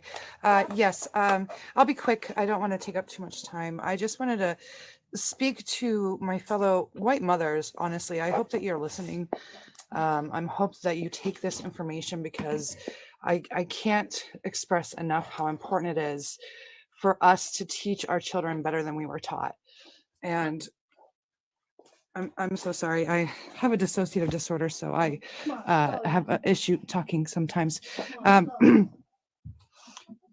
that being said, I just I'm enjoying listening, and I think it's important for white mothers especially to have, like coaching was saying before, how they had school education and at home education, and that still needs to continue, especially in not especially but in the white home as well. And you know, I don't know everything. I'm still learning, but as I learn, it's important to teach children. And I guess I'll be quiet after this. One last statement is the most important thing to do is to listen to Black women, to listen to women of color, to listen to Indigenous women, to listen to their voices, okay? Because we, as a YT woman, I understand that I don't have the experience. So therefore, I could be blind to things that I don't understand. I haven't that experience. That's why it's so important to listen to everything that these people are saying, and take it to your children and teach them better. And that's all I got. Thank you, Tiffany. Oh my gosh. Wow, you did it. The first white person to come up here and do what they're supposed to do, address other white people and then listen. Thank you, Tiffany. Those are the only two things that we expect out of you guys. And obviously to be respectful and not be racist, but that's like, you know, being human. Learn from Tiffany, everyone. If you're white, that's what if you're gonna come up here, do that and leave. And thank you so much for your contribution, Tiffany. Keep correcting those white people. Yes. Okay, Curious.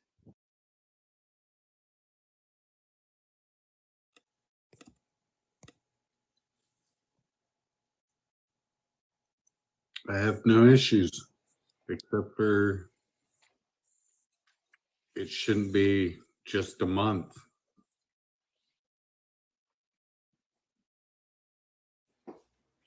I'm sorry, what? I was speaking on the topic on the host page.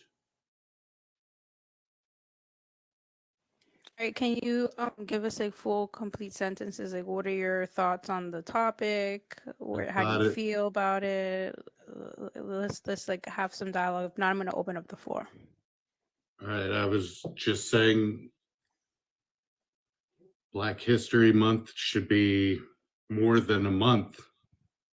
It should be, we shouldn't have had to get here where it was, you know, Negro Week or Black History Month. It should have been taught from the jump. All right. All right.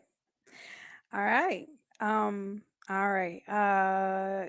Kate, I think that's how you say it. Can you give us your age, name, race, and pronouns, please? And then we'll open up for everybody. Hi, I'm Kate.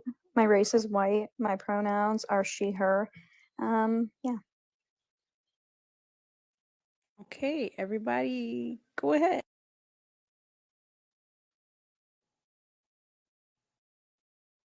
I just wanted to say that I feel like every single person who's getting on here is parroting the same sentence over and over again. I want to help, I want to learn, I want to do this. And then they come on, and as soon as you try to tell them anything or try to disagree with them at all, it turns into slurs every single time. And so they're all lying. They're all fake. I don't know why they're even watching. I just don't get it.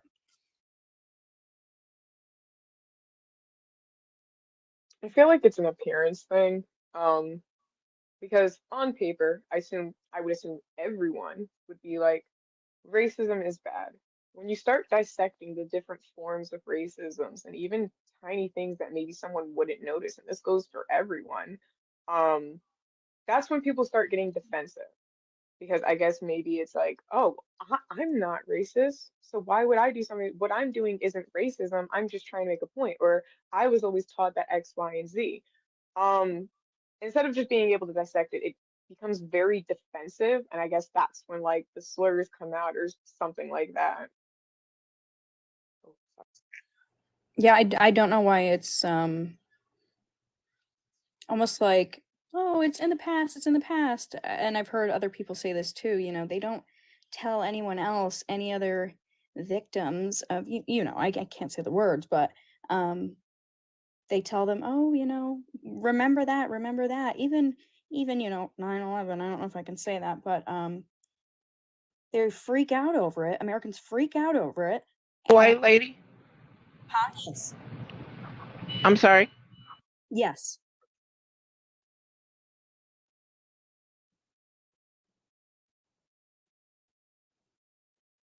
Okay, because it seems like you're othering yourself from white people. I don't know how to phrase it. I don't know if I could say we or You should say we. Okay. You should say we. Okay. I kind of lost my train of thought, but I was just going to say that we as Americans, everybody's really crazy about that one incident, but then tells everyone else, any black people, As white people. yeah, Say white people. as white people. Yeah. Yeah, I'm just saying that basically, we tell every other ethnicity or race that has gone through any kind of trauma to never forget it. We'll never let it happen again, except when it comes to slavery and black people. So, that's all I Kate, can may I say. ask you a question? Yeah, Are you inherently racist? of course, yes. Are you actively doing things to unpack your racism? Not anti, but just your racism. Yes. But I also think, when you do ask people that question, especially me, even trying to unpack it as first was like, I didn't want to hear what people were saying. Like I was offended by it almost. Right, that's your white fragility. Yeah. Yeah, I was offended by it. And so I really didn't listen, because once, we get offended by something, it's almost like that's all that, we're worried about. We're offended by this or that. So I had to try and get past that being offended by everything, because I knew, this is our problem to fix. Right. So I had to get over that, oh, well, if they say all white people are racist, then I feel bad. But until I realized, if I feel like what you're saying, if that doesn't apply to me, if I'm not doing that, then you're not talking to me. Like, you're not saying that, okay, well, this person specifically is doing this. You know what I mean? It's Right. like, If it doesn't apply, let it fly. Just one moment, Kate. We're gonna intro Tajane or Tajana. Sorry if I mispronounced your name. Quick name, age, race, and pronouns, please. You was almost right. It's Tajane, like Taj Mahal. Oh, Tajane. Thank you. Yeah. So this question up on the panel is for Black women too, or Black people.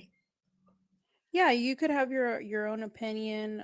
Everyone's perspective is obviously going to be different. If you could give us a quick intro of who you are to address you, your pronouns, you said you were Black, and you already said your name. So just your age and your pronouns, please. Oh, I am she, her. They sometimes I got split personalities, I think. No, I'm just playing, and I am 22. Just turned 22 on the 13th of January. All right.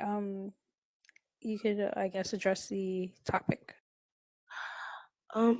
Yeah, so what is the issue? I feel like the issue with me is that they just gave us the shortest month. And I get it, it's by somebody's birthday, whatever it is, that and the third. But like, I feel like that was kind of slap in the face. Like, y'all would give us the shortest month, the only month they got 28 days. I don't care, I'm petty. And then also, like, I feel like it's no problem. Like, we should have had a year, Black History Year or something. I don't know. But then again, like, I'm like two-sided with it because I don't even like really like the history that they shared with us. Like, I try to look into like more history of like what things that we really did and achieve and things that we have in it. Like, we don't really get a lot of recognition, and that's okay. But I just, yeah, I think there's nothing wrong with it. It's no issue. I think we need more recognition, actually. And to be honest, they should have made Black History Month in the summertime so we could have barbecued and ate watermelon. But yeah. So unfortunately, the thing is, this is also kind of why I hate people constantly bringing up the Morgan Freeman video, because a lot of times when they bring it up, they kind of miss his entire point. His point wasn't that we just don't need a Black History Month. It was that this should just be taught in general. So this is where even like the Black History Year, it should just be integrated within regular history that we're taught in school. Unfortunately, we don't live in a world like that, so we have to regulate it for a month because that's as much as anyone's willing to give us, or at the very least, that's as long as anyone's willing to listen, if that makes sense. More people seem to be a lot more inclined to listen about Black struggles, Black community, Black history when it's regulated into like a nationally recognized month instead of just wanting to learn the history because it's quite literally just part Right. of American history. Right. And then I hate how they like only show like the bad part. Like they don't really show the good. Like, yeah, they showed Rosa Parks. She sat on the front of the bus, and you know the regulars that they taught us and that we know, but we need so much more that they don't talk about, and that's what irritates me. Kind of like it gets under my skin a little bit, and it's not too many things that do, but it's just the fact that they don't give us recognition for the things that we really should be getting the attention for. Like, it's just like, it don't, okay, yeah, it's like all we were and represent is slaves. Oh, we got out of slavery. I hate that. Like, we was so much more than that. And this thing where they brought us here in a boat, that's bullshit. Don't believe that. It's just so many things that was hidden or just not talked about, or you know, stuff like that. And I think it's crazy. But it's And gonna continue. It's gonna oh no, go ahead. continue. Because if you see now in the United States, I don't know, y'all, are you guys in the United States, right? Mm-hmm. Yeah. If you look at all the higher up people that's really in charge, it is all older white racist men who was around during slavery and who parents owned slaves, and you know, so all these rules that was set in place and laws was literally made to make BOK people fail in life. Like, it was not set up for us. None of this was set up for us. It's only set up to benefit them.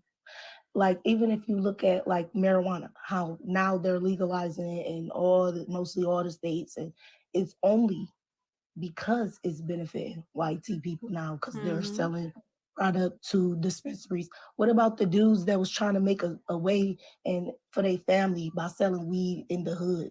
You know what I mean? Like, and they're doing years in jail right now, 20 plus years and all this. Like, okay, they got some states, I guess they're fighting to get the dudes out. No, they all need to get out.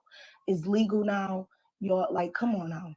Like, it's just, and things like that annoys me because they literally set things in play only if it benefits them. And it's going to continue until something changes. They like, people don't realize the president don't mean nothing. All that voting, the president is already the president before the election. You better believe it.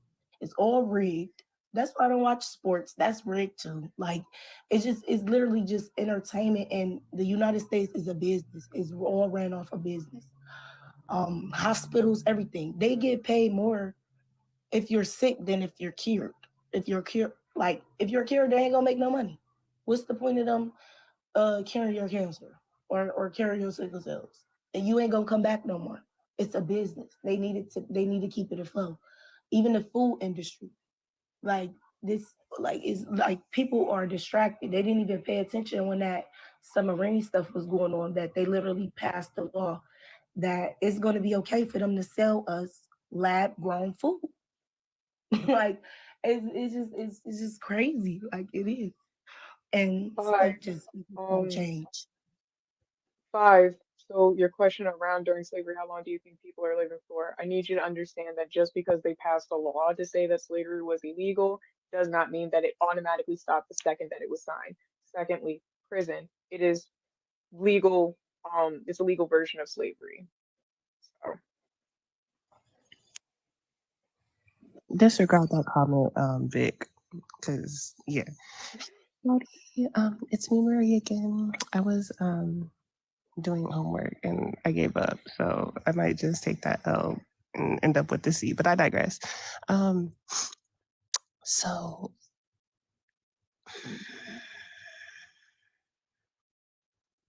I'm trying to think real quick. I'm trying to think. Which one do I address first? All right. Kate, are you? Oh. Okay, bye, Kate. Where'd she go? I was going to talk to her about trying to come up here and get some cookies or something. Okay. Oh, she's calling the cookie company now. She's calling the cookie. She's calling Otis Buckmeyer. Okay, period. All right.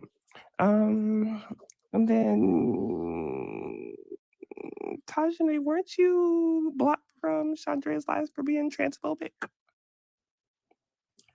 I'm not transphobic. It's just that was people's view on me, I guess, who don't even know me. I have trans friends, and They no problem. Tokenize. That's wild. They don't have no problem when I accidentally call them by, like, he, or just be like, because that's not everybody else. And again, stop tokenizing your friends. I'm not doing it to be malicious or like it's all about your intentions. So. But you were malicious just a second ago, right? Because again, I love y'all dearly, and I feel like y'all are not hearing half the people that are talking on this live tonight. And I love y'all so much, but y'all keep not clocking shit.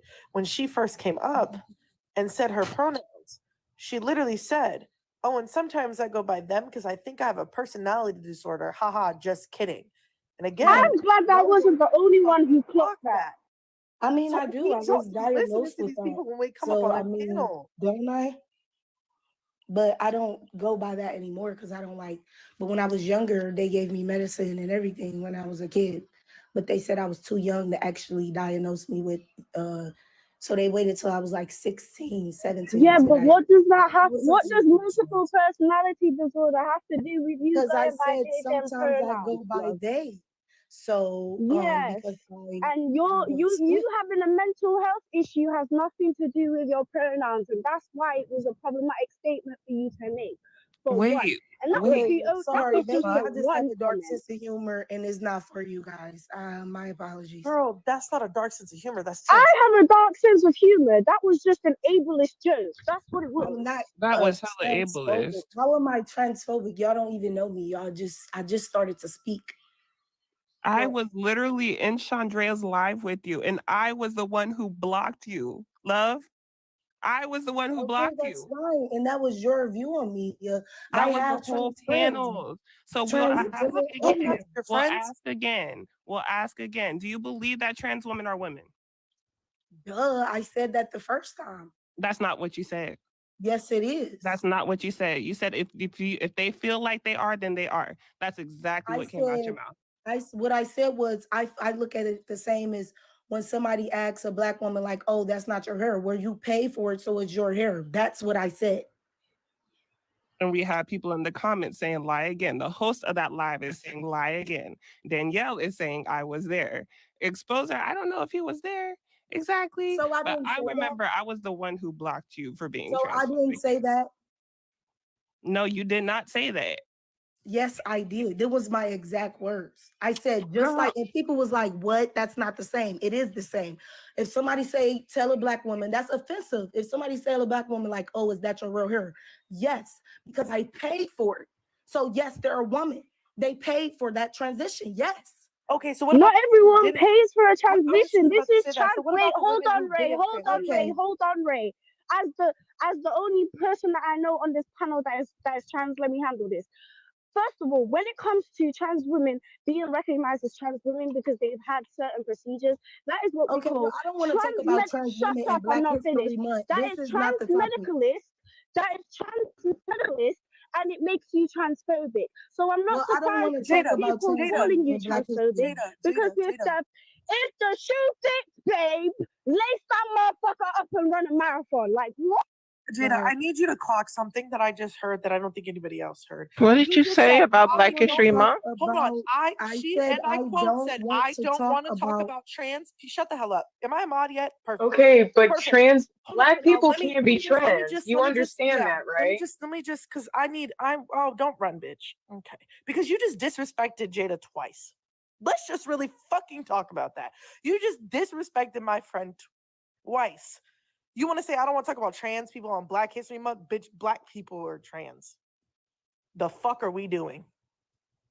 You big scared. That's why you ran. Because you big scared. Now I'm gonna let Jada eat you the fuck. Nobody, I'm not about to keep being muted. I'm not about to keep being muted, and you guys are. Stop talking over people. Overtalk anybody. You're not about to I'm overtalk gonna anybody. So defend you can myself. put yourself on mute and have a conversation like a I'm grown gonna ass adult, defend like you myself. claim you are. Just like you're interrupting now, I'm gonna keep muting you. Okay, Put yourself on See, mute until that's you the finish thing. talking. When you get accused of Cosmic. being a bigot and you have to defend yourself against the accusations, at that point, you're a bigot. You're just a bigot. You're a transmedicalist. You're transphobic. You're anti-black because clearly you don't support black trans people, which is wild to me, considering black trans people are the crux and the foundation of why most black people have civil rights to fucking begin with. So the fact that you can even fix your mouth to say you don't care about trans people when trans people are the reason you have these many fucking rights is astronomically ridiculous to me. Get out And the you know fucking what? It comment. shows you don't know your fucking history, you dumb bitch. And I will leave it at that because if I say anything else, I'm gonna get this live taken down. So I'm just gonna First of go on all, mute for a you're second. very upset. You need to heal, Buki. And I never disrespected nobody. You're not You talking to my guys friend are like that. calling me- You need to guys are educate calling me- yourself, You're not Buki. talking to my friend like that. You're not talking to my Educate friend like that. yourself, Buki. Talking about fucking heal, bitch. You need to heal. The fuck. I need to. Tajana, okay, so I just want to say Can first I and speak? foremost, No. Like, No, you can't. I'm talking. Like, that's rude. No, I need I you to haven't mute for a second because disrespected anybody I've been on at mute, so all. I'm gonna need Not you to once. mute. I'm being called out my name. That's fine. Tajani, Y'all just hurt mute for for a what? second. Just mute, please. You don't have to swear to be disrespectful, boo. And you call me out of my name, Pookie. So I if you want said to I play didn't that care game, about with trans. I said Dr. I don't want to talk about we trans in can Black do that. History Month. How That's the not fuck? the I'm topic. sorry, Jada. I don't want to speak. Trans. That's what I I was never literally said I gonna don't say. care What the about fuck trans. are I you said I don't talking want to about? talk You don't about want that. to That's sit not here the and talk topic. on Black History Month about Black trans people. People are trans that are Black. I said I don't want to talk about it because that's not the topic. That's what I said. I never said I. But they are the topic because they're The black. trans community is a part of the Black community, baby. We had a whole movement as a part of a fucking history moment. What the fuck are you talking about? And Okay, well, as I I don't just said know, I it seems like you are. It seems like you're a don't give a cis fuck what woman. you don't So want I to talk think about, that, and bitch. as a black cis woman, I think you should listen to people that are telling you that, especially black people that are telling you that what you're saying is hurtful. What you're doing is That's their feelings. I don't not. give a fuck. No, but Deal you know with it. why Pray it's about it. ridiculous. How You know about we what's don't give a fuck ridiculous? about your Hold on, feelings? but Nah, because I'm you know, gonna get disrespectful in a you know, but you know what's Real you disrespect. know what's harmful is the fact that you not caring about trans I'll women talk calling me on actually my name, correlates. so I Let don't me care. finish. Let me finish. It correlates back to you. You know why? So Because that I match energy. right now, I can match energy black too. You What's can't up? match cis mine woman, or right Marie's now, or black Jada's. cis I'll do women that. are being unalived because they are being confused for trans women, because in the intersection of being a black woman, we are given the features of we are masculine, we are manly. Have you not heard that before, especially as a monoracial woman? So for you to sit up here and act as if trans people don't affect you directly is abundantly ignorant. And the fact that you just sat up here and just dug yourself in a deeper hole, I feel ashamed for not have clocked you from the beginning. I honestly didn't even know how to react to that, because I didn't know if you were actually, you have that, what, a mental illness. Like, I don't know, but I should have clocked it because you were giving some pushback on that pronouns. But I'm glad that somebody else did. You should apologize to Jada, and you should apologize to everyone for being so willfully ignorant right now. I Um, don't. I'll be real. That's not even the only Like I said, clockable I have moment because friends that have that's not passed even the from only clock. getting Shut up, bruv. That's not even the only clockable thing that needs to be clocked because being I need disrespected. to ask I'm the gonna rest keep of. Shut talking. up. I'm speaking. Your sentence doesn't start in the middle of mine. Now, as I was saying, I needed to be clocked like how I clocked it. That she said black people didn't come to the Americas on boats. I need that rewind, Yeah, that's what rerun I'm upon. saying. I We need didn't this to hear be reloaded. we didn't hear. You just gonna erase Native Americans, indigenous We people? taught They I mean, I'm gardening, so I'm a little slow. No, what the fuck? we taught motherfuckers how to wash their ass. But shut the fuck up. Why are you sitting here erasing indigenous people? You're disrespecting trans people. You Oh a my whole God. bigot, God bro. bless y'all. God bless your dumbass, bitch. Actually, don't Your Don't God mama. celebrate Black You mad. History Month when you have white God can supremacist suck my dick. ideologies. Don't celebrate Black History Month when you have white supremacist ideologies.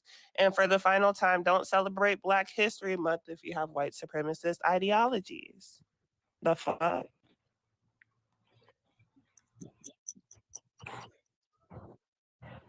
What the hell?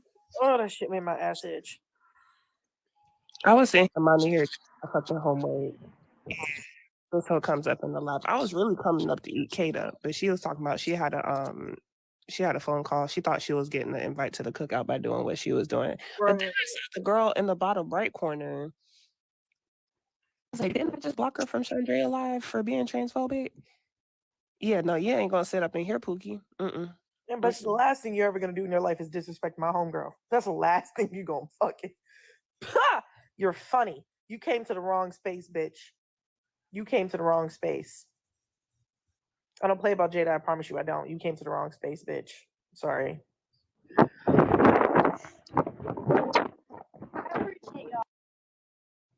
Love you down, girly.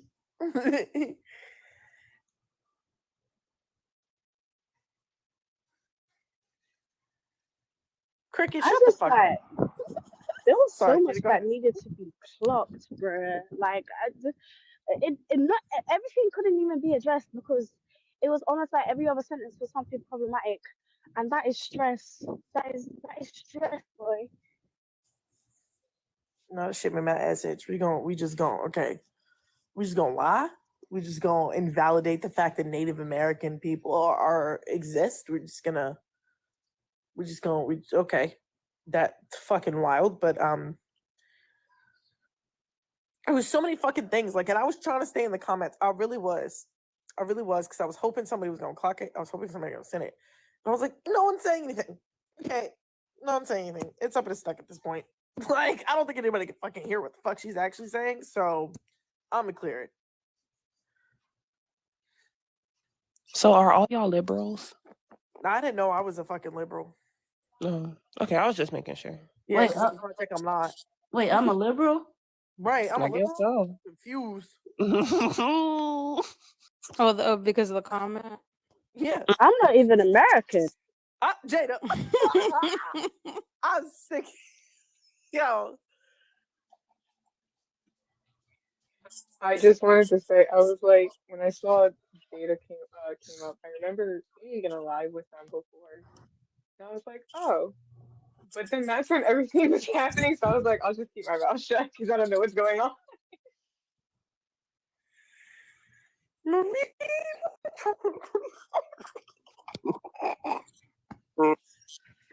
Stop. You know, There was I'm a guy who surprised the came up election thing hasn't yesterday come up and said yet. that his pronouns are USA. Oh well, Jess and Courtney are scared of me and Marie, so that's why they be waiting till we leave. They always run away when you come in. Cause they know we're gonna eat them up every time. Every I saw them time. earlier. and I Yeah, think me they too. I saw ran. them in the comments acting a fool. But I need some of my views. I'm trying to get reparations. Chandria, you know what? Stop. I can't be mad at you for that. I can't even. You're right. It's Black History Month. Reparations. I can't even be mad. Ooh. I don't know why I'm sneezing. Fuck. No, the racists have been out tonight. I warned you. No Tino shade. I You told sure did. I told Marie this, Brittany, but no Tino shade. It's literally because you're white. They think they have a safe space here. I just gotta be honest with you. Do you see they never Right. come to our spaces? They never come to our spaces in this mass amount Mm-hmm. because you're white. And they're like, ooh, she's just trolling. She's not being for real. We have a safe space. What the fuck? Trump Biden for prison. I mean, period. Nichols be wild. You thought you ate that, huh? No, you thought that. I didn't even see that. I thought you were making fun of the Trump Biden thing. Y'all be Honestly, it's bugging. so much. It's so much at the same time. It's like you always have to be on high alert with these people, like at all times.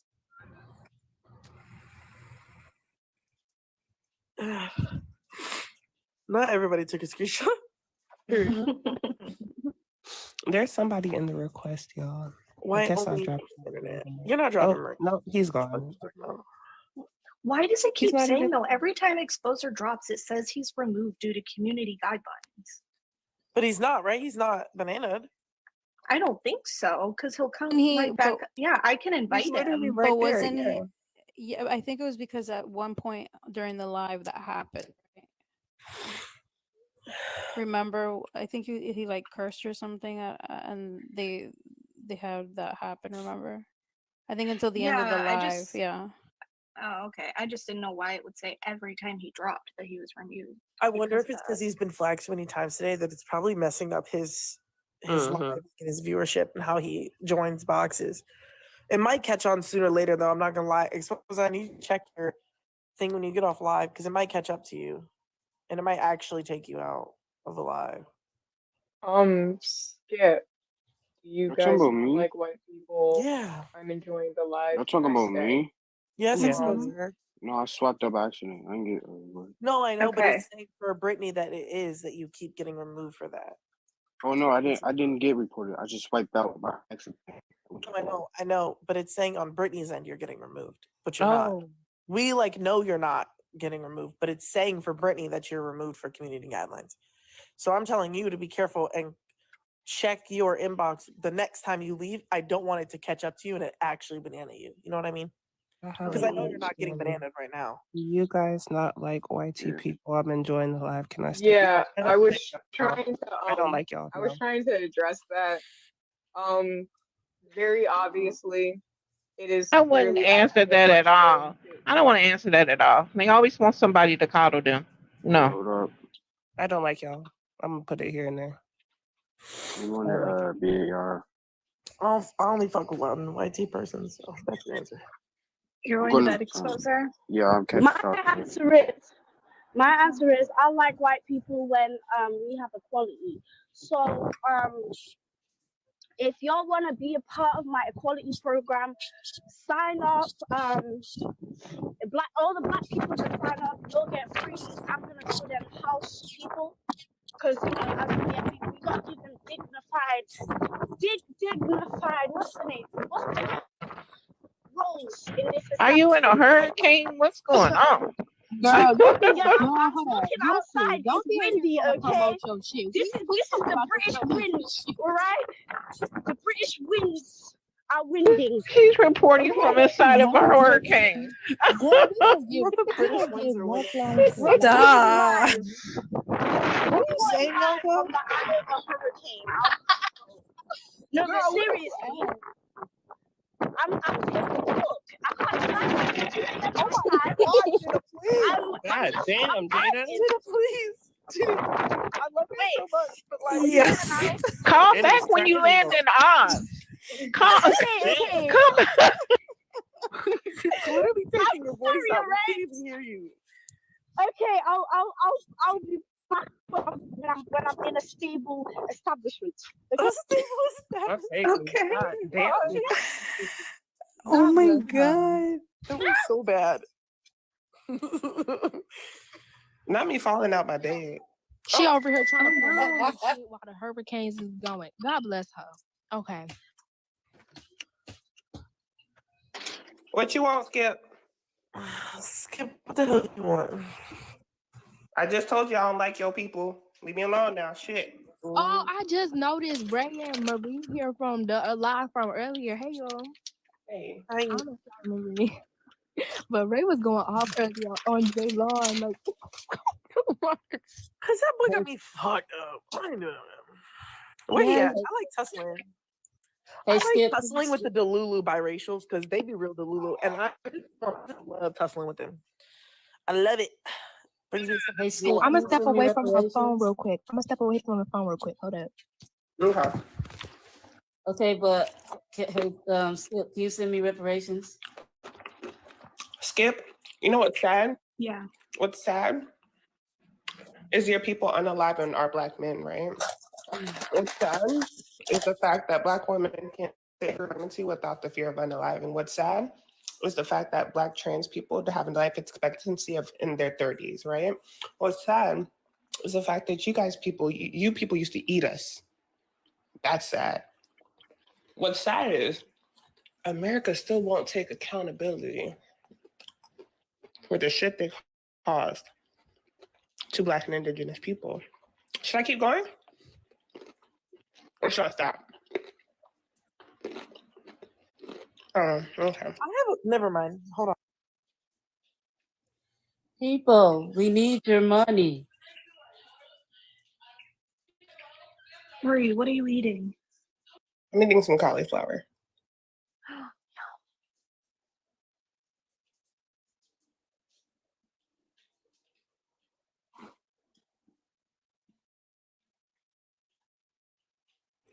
There goes that right fragility, Skip. Uh-oh. I haven't done anything to you, but people, the shit that your people have done to us, you benefit off that shit. Mm-hmm.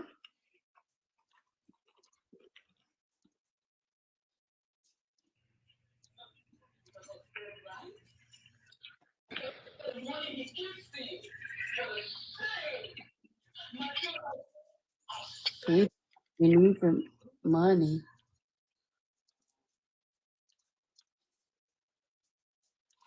There's 77 people in here. How are we only still at 23.9K likes? Yeah, that's crazy. Who said something that I wanted to talk about? So sad. Yeah, it is sad.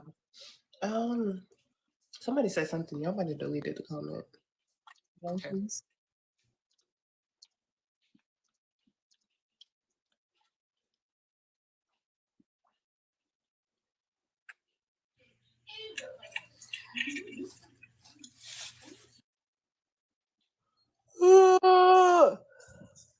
Don't do that.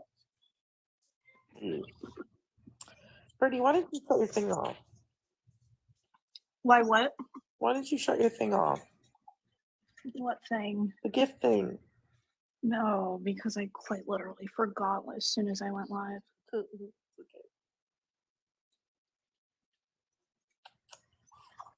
Yeah, if you want to gift anybody on this panel, do so via Cash App. Thank you.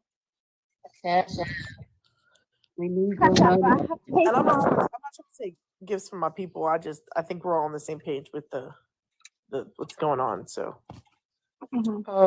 Caitlin, as a white person in a family with one mixed child, how do I make sure he learns his ancestry? Is the person I'm assuming the mix is black, or well, even not, is that she got person of 5 that followers. Don't even ancestry? answer. No. That's crazy to me that she's tokenizing that person. No, we're Yeah. not doing that. They have 5 fucking followers. We're Wait, not who are we entertaining talking that bullshit. about? We're not What are we entertaining talking that about? fucking tokenizing ass shit. Not doing it. Does Skip have enough to come up? She finna piss me off. Right? Yeah, she does. Okay, invite. Ooh. You can't make change by hate. Oh, damn. Can't invite her. Why?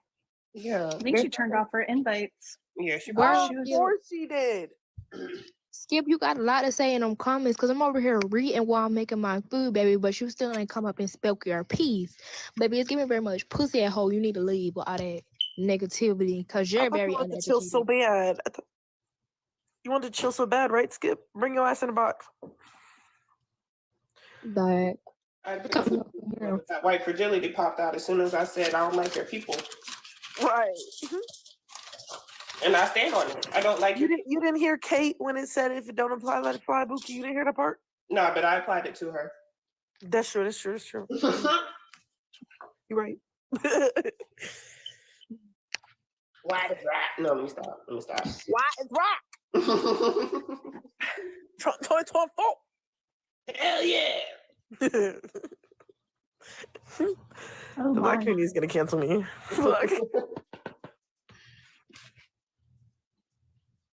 Then come up. Stop raising your fucking hand. You finna piss me off and get blocked. Somebody said I can tell you're unemployed. Is Chris? I'm about to turn into exposer and start screaming on your ass.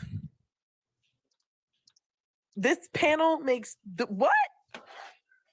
Why are you talking about my mutual, bitch? Oh no, you're getting dropped for that. Wait, who? You're getting dropped for that. This panel, the panel making dark skin and light skin beef. I'm screenshotting that shit. Hold on. I'm screaming.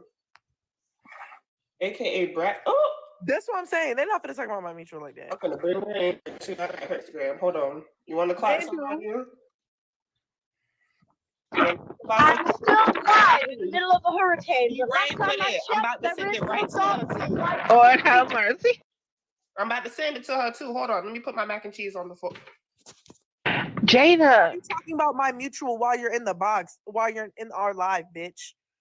Why are you talking about my mutual? They're probably a barb. They're probably a barb. It's Gibbs Barb. I invited them to fucking request. Get the fuck up here.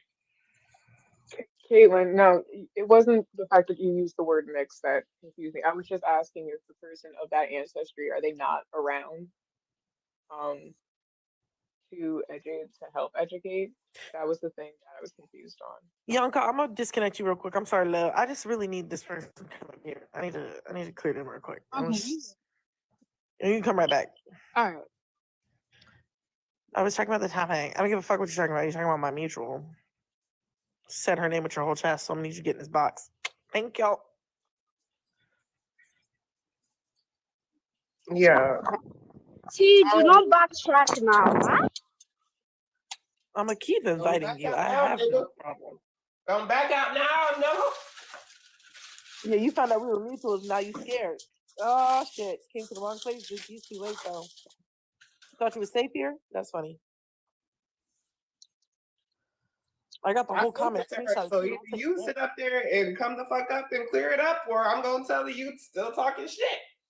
Which one? Did you send her the screenshot of the comment? Sure did. Period. So you might want to come up here and clear it up so I can tell her what the fuck is going on. Mm-hmm. I got the other comment too. Did you see her other live? Got that one.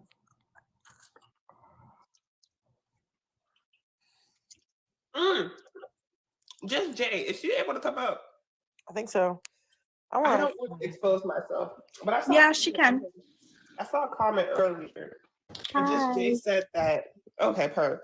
I saw a comment earlier where you said that white tea kids are the most in foster care. That is correct. Yes, ma'am. No, not correct. Not at all. So if you know that, I'm not sure if you heard this creator. His name is Carlos. He actually is in We a know Carlos. Carlos is my mutual, and I promise you, if I bring him up here, I know 10 so down that so he he's say the that. one who actually taught me that there was more white children in the Are you foster sure care about? Let system. me go get Carlos. Yeah, Cause y'all Carlos be Out your fucking ass. Carlos Dillard. Just so you know, I am in foster care child. Like I I grew am up too. in. I was in kinship care. Yo, okay. Anyways, I know for a fact Carlos didn't say that shit. I Carlos know Dillard. damn well he doesn't Let me say go that. get him because I know damn well Okay, he would I never would say love some that. shit like that. I would love that. 'Cause you I'm about gonna to be look real. stupid speaking on my I'm mutual, dude. still reporting live from a hurricane, right? But my thing is, and this happens oftentimes when it comes to white people joining lives and spaces with black people, y'all don't fully listen to the words that are actually said. So I don't think that Carlos said that white people are in the foster care system That is more. actually incorrect. Like I I just shared the don't live think that's to what him. was said. I think that's I what you did. no What no. you I just gathered shared the from live what to was him for said. him to I hit for him to come clarify because we were actually talking about last night in his live that I was on. Someone was saying statements that black people need to go take care of their kids, and he caught them and he addressed that there's more white children in the foster care system due to white parents not taking care of their children than Nope. the, See, that's not. No. okay. Well, I just shared it, so he's more than welcome to come. And Girl, I don't know who the fuck you think. Just Jay, just because you have proximity to blackness from your black child and your husband or boyfriend, does not make you the expert on black issues. I promise you, I've been friends way longer than him with you, Buki. You would Oh, Jesus. table ever. I don't know what made you think you were so close to him that you could have a seat at his motherfucking table, bitch, because you Oh, don't. interesting. Look at this. It says the foster care statistics. Oh no, this is just in Georgia. Hold on. There's 163,000 white children in foster care, and only about 83. I Sorry, also would like to 80,000 point out, children Jay, that that are. you probably misconstrued the fuck out of what he was saying, and that's why I wanted to come up here because I know that's not what he meant by that. He was That's trying what to I'm be saying. a fucking racist by trying to say black people need That's to what take care I of their said to kids. someone in the comment as well. That's what in the But comment that's someone said not that no. But you saying that he taught you that, I know he didn't teach you that shit No. because he knows damn well that's not true. Right. Because we are forced to be there, not because we don't take care of our children, not because black mothers don't take care of their children, right? It's because they take us out of our fucking homes instead of I helping. completely agree. I completely Girl, agree. I don't care what you agree with, because you spoke on my mutual's name and tried to say some harmful ass shit and try to play that he said it, and I'm not rocking with that. So I'm gonna need him to get the fuck in here, because you about to piss me the fuck off. Using my mutual, a black man, tokenizing him and misconstruing what the fuck he said ain't gonna sit right with me. And I'm not gonna lie, from the way that the statistics sounded, testing, I'm no longer in a hurricane. Hope you can hear me correctly. From the way that it sounded when you said the statistics, it was giving not per capita, it was giving in the population as a whole. And if we know anything about the population of Western society, including the Americas and England, it is mostly populated by white people. So we have to factor in the population percentage of each group as to how much of each demographic it makes up. So if there are 100,000 white children in America, but only, let's say, 25,000 are in the foster care system, but there's 25,000 black children in America, but 20,000 of them statistics, are in right? the foster care system. Jada, and you're right? If we think about population purposes, right? Obviously, there's more white people than there is black people, right? We understand that. So obviously, by number wise, sure, there might be more white children in foster care, right?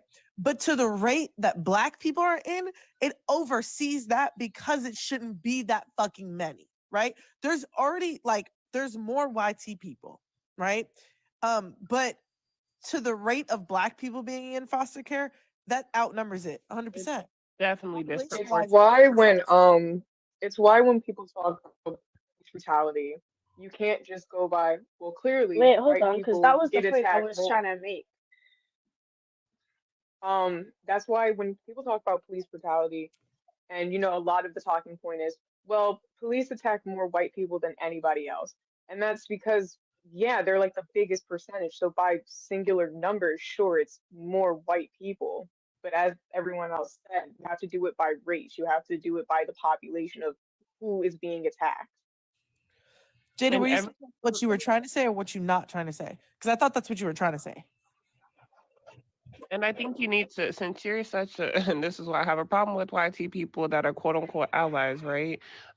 If you're going to make that statistic, you also have to acknowledge the fact that Black kids, which I'm looking at right here, multiple sources saying that Black kids are disproportionately affected and taken into the foster care system. I'm looking at that one too. But what were you saying, Jada? You had the bars for a second.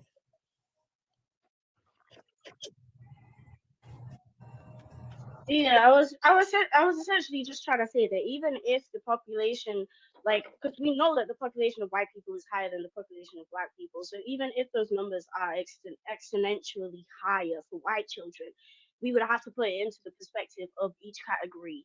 Because again, if there are 100, if there's 200,000 white people and 100,000 white children are in foster care, oh yeah, that's sad. But if there's 20,000 black children and 18,000 of those black children are in foster care, there's more black children in foster care than white children, Exactly. even though that number is technically lower.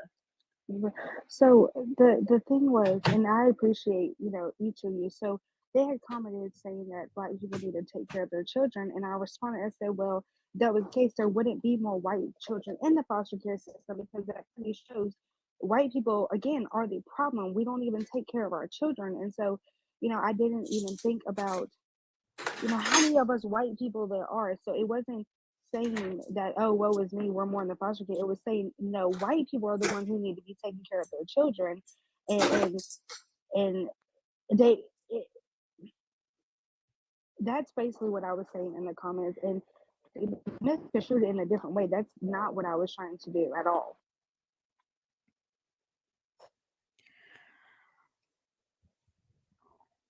I don't know.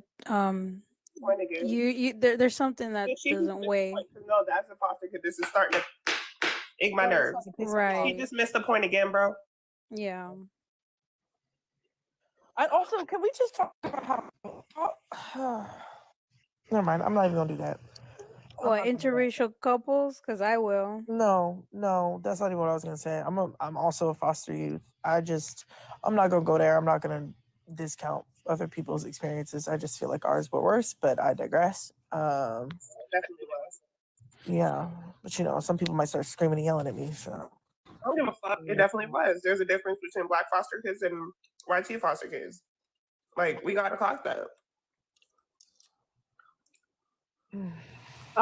I think any foster child of a minority race would have a harder time within the foster care system than a white child, regardless of what race that is. Like, obviously, we can look at certain statistics and gathered information that for certain children it will be harder than others, but it will definitely be harder for children of color than any white child ever. I'll be real. And let's not talk about the prices, because for some reason, I know in the UK they don't do this, but in the United States they have a price for depending on the race and the sex of the child. Yeah, that's adoption. Yep. And Yeah, I can't lie. That threw me off. They don't sell kids over here. Yeah. They do. Yeah, they do. Of course they do. This is America. Everything has a price tag here. Yeah, isn't it like illegal in the UK or something? Like you can't do. Yeah, I think it's free in the UK. Like you're not supposed Yeah, to like charge. it's illegal to even pay someone for surrogacy. Like, don't get me wrong, they find ways around it. And like, if you want to put an oven, if you need an oven for your bun, I'm happy to provide one, right? But like, technically that's you can't pay someone to have your kid, you can't pay someone to give you a kid, you can't pay to adopt a kid. Like it all has to go through like the system, and or like you have to get a surrogate that's like willing to like give the child away and what have you. But all of that is like free stuff. The only way you would have to pay to have a kid is if you're doing like IVF or what have you, and that's just because that procedure is expensive.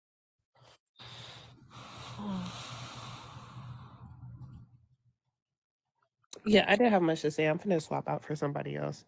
There's how many people in the request? 3. Just how many white women? I mean, how many white children have you? None, because adoption is slavery.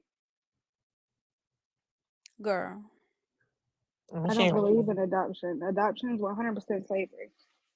Do you just like listen to Carlos's lives and repeat what he be saying? No, actually, I started learning about the adoption system, I want to say about a month ago now, and it was a wake up call. I didn't even know that I didn't one know that there was anything about different prices. I didn't know how adoption worked to begin with, like at all. So about a month ago, I started trying to educate myself. Who dropped Marie? Because Marie was dead in the middle of talking. Y'all know how I feel about Marie. Why would y'all do it?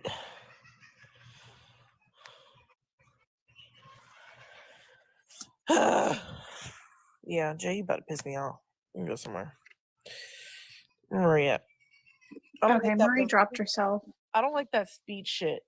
Oh, you dropped yourself? Okay, I'm sorry, Marie. Yeah. I'm sorry being interrupted. I was literally saying goodbye and I'm about to drop for Dog Mom, but I couldn't even get that sentence out, bro. So I'm good. I don't want to get this live in. I'm just fucking irritated because like I just want to know, like, what was the point of her coming up to tell the world that YT people need to take care of their kids? Like, to be very realistic, I'm pretty sure that we all know the history of how much YT people didn't take care of their kids and Black people had to take care of their kids. And then even all the way up to like, we've all seen the help. Like, yeah, we already know that information. So I'm just like, did we need to like have that conversation here today? no, my ass is just itching because I don't like when people copy my mutuals, especially my Black mutuals verbatim. Like if that's gonna make you sound better. I just that shit just pisses me off. That shit makes my fucking ass itch.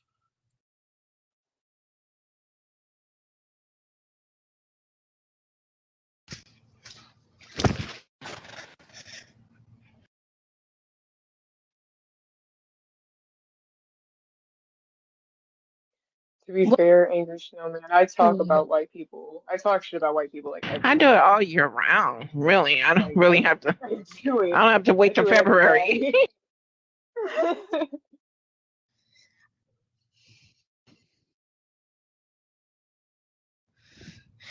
Why do you think?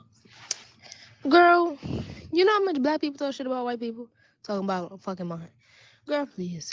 Like,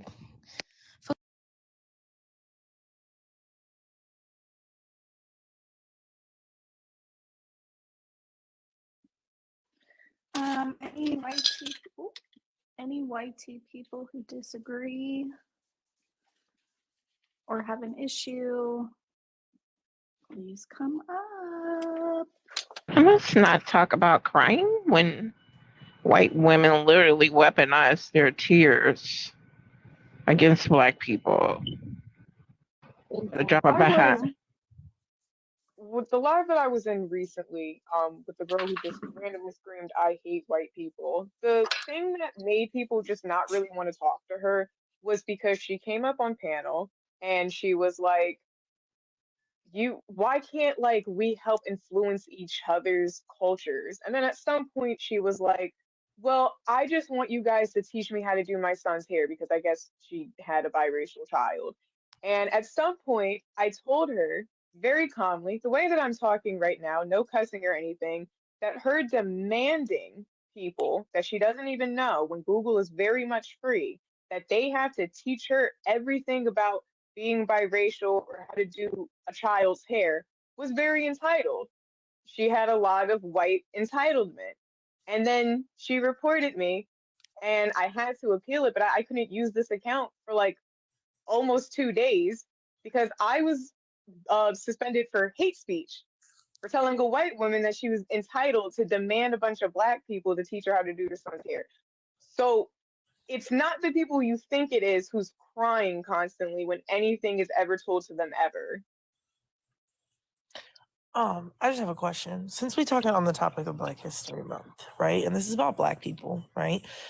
We've clearly taken it away from white people for a second, and I need it to happen as well. So white people, y'all can stay the fuck around. About, I don't know, however long this conversation takes.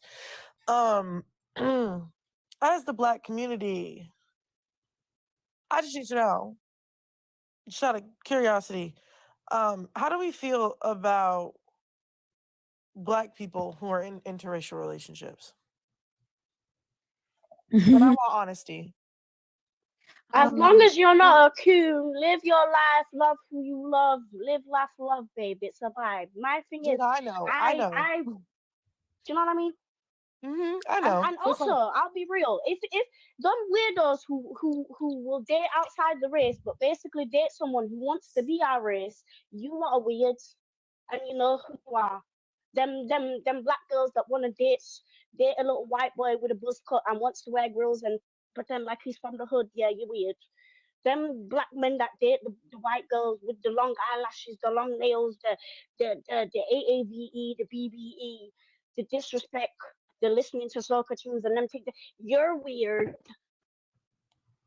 But that's just me. For me, I don't don't think really interracial relationships are inherently a problem. I think a lot of people can agree it's not inherently a problem. I think when it becomes an issue is how much someone will allow their partner to say or do towards them or to other people. Whether that's because they're say something to them or what. I think at the very least you should have enough self-respect to not be with that person, mostly. But if you feel like you want to be with someone like that, at the very least try to educate. I feel like if maybe they're saying stuff like that though, maybe they don't want to be educated. I don't know. I feel like it's just enough that you have to have some kind of like self-awareness or some form of respect for yourself to not want to put up with someone who's entirely racist in an interracial relationship. I don't know if that makes sense. So personally, sorry, you were gonna say something, Ray? Nope, go ahead. So personally, I do not subscribe to interracial relationships. People who decide to do so as Black people, I just want you to know that as much as you love us, you don't love us enough. I know that some people like to say love is love and all that stuff. I think that that's something that white people taught us to believe, that love is love, and that was to make us believe that they actually do care about us, and they don't. It's like, in my opinion, Stockholm syndrome at this point, because there hasn't been anything that white people have done to dismantle any system, anything, especially here in the United States with Virginia versus Love, that happened in the late 1960s. Nothing has come out of interracial relationships that has benefited the Black community, full stop. So I personally don't subscribe to it. And those who decide to, I'm always going to tell you, at the end of the day, you're not pro-Black, and that's something you have to live with. And that's okay. That's you. Love is love. Girl, what the fuck is you? Wait a minute. Wait a minute. I don't want anyone to comment for a minute.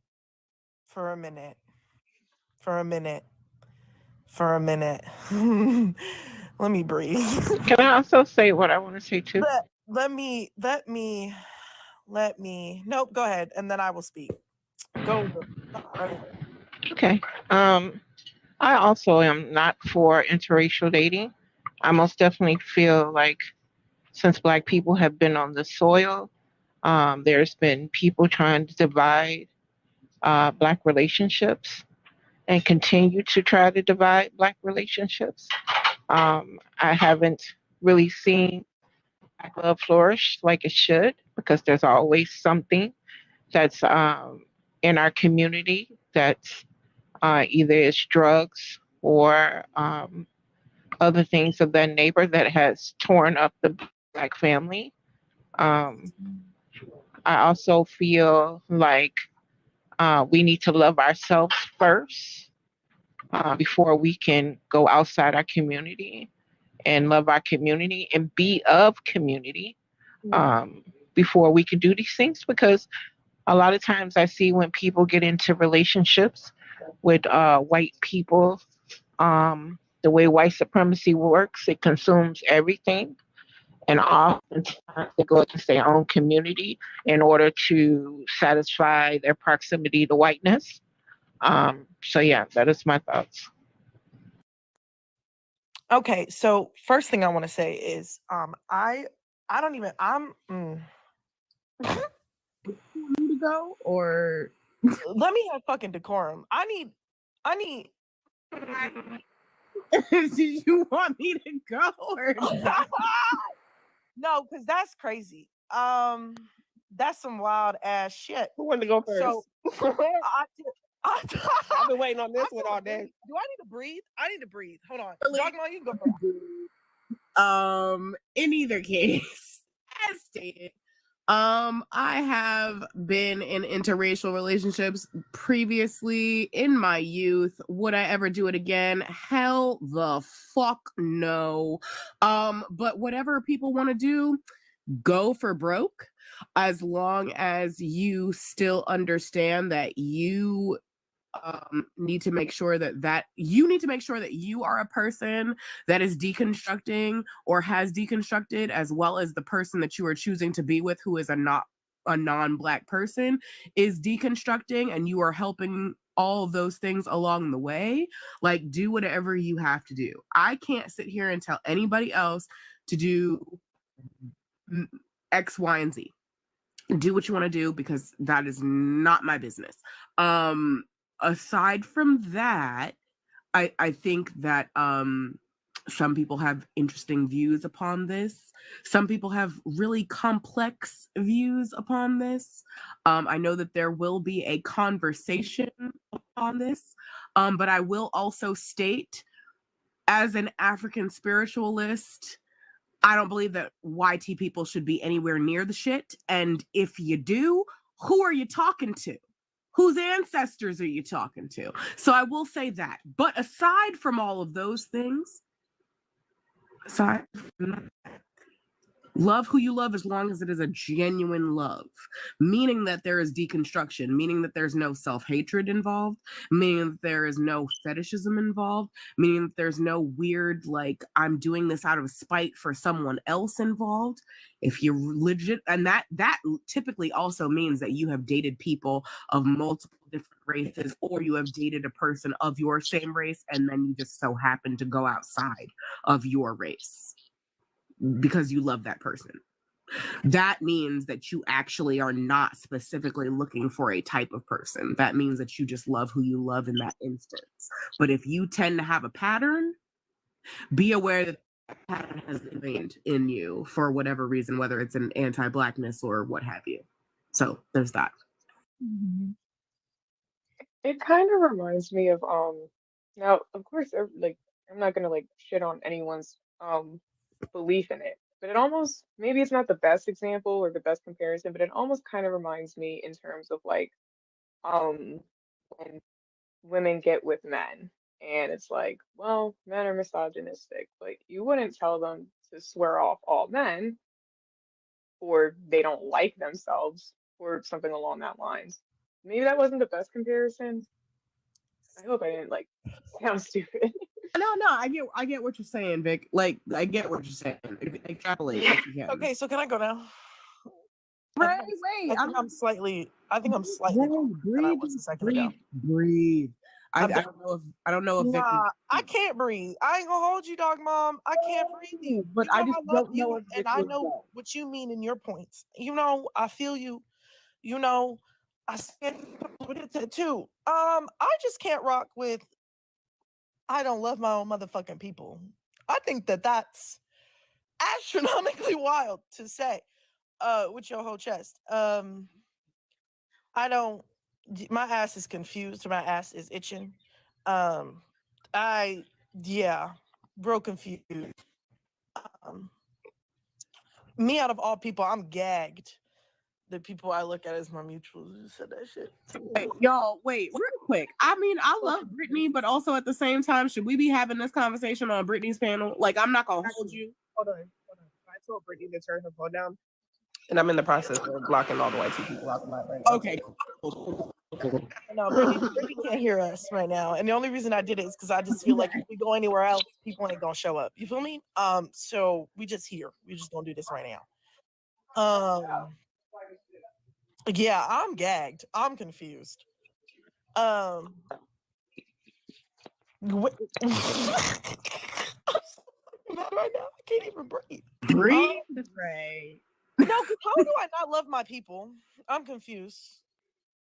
Well, reiterating what I said that people who choose to be in interracial relationships who are Black don't love our people enough. How? Simply by not being pro-Black. How is that not Girl, being you sound pro-Black? dumb as hell. Because where in the definition of pro-Black, I'll pull it up. I have an iPad. Where in the Well, definition of being pro-Black pro-Black is means saying you have that to date inside your race? There's no. definitions of it actually, and some people actually take it to the if you do not support the upliftment of the Black family, and that's what it gets into whether people actually prescribe to the concept of you have a Black child, da da da da da. So there are multiple definitions, and that's where it becomes very, very sticky.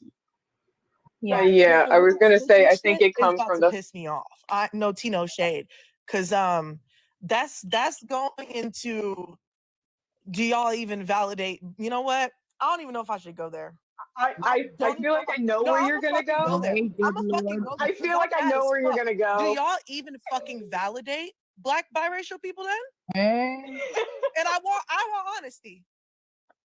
Of course. This is not a fucking race, right? Of course, yeah, right. Right.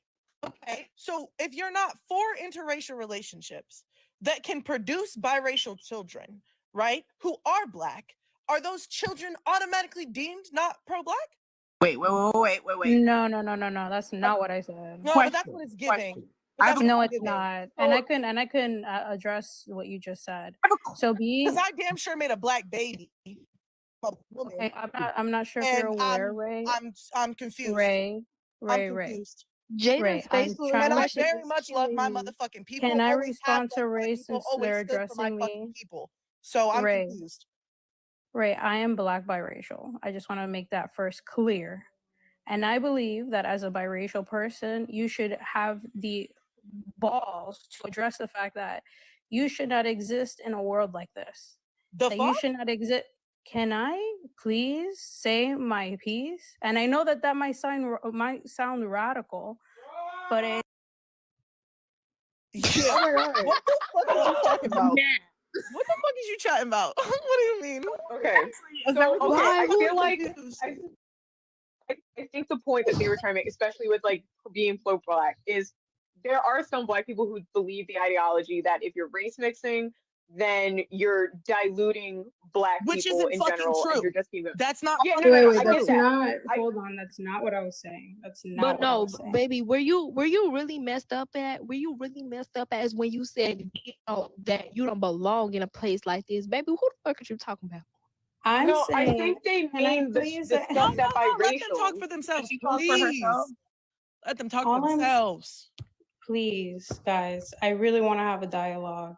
What I'm saying is because we live in a world that exists in this racial construct, the simple existence of biracial people, two people who are coming together to procreate a biracial person, knowing the world that we exist and live in, I am very much well aware of the problems and the connotations that come with it. There and that's should why I be say no that we can I finish? Go ahead. And the reason why I say that it should not exist is the simple fact that because of racial injustices towards Black people, It's weird and strange knowing the history of being raped by white people, how people still want to sit and procreate with them.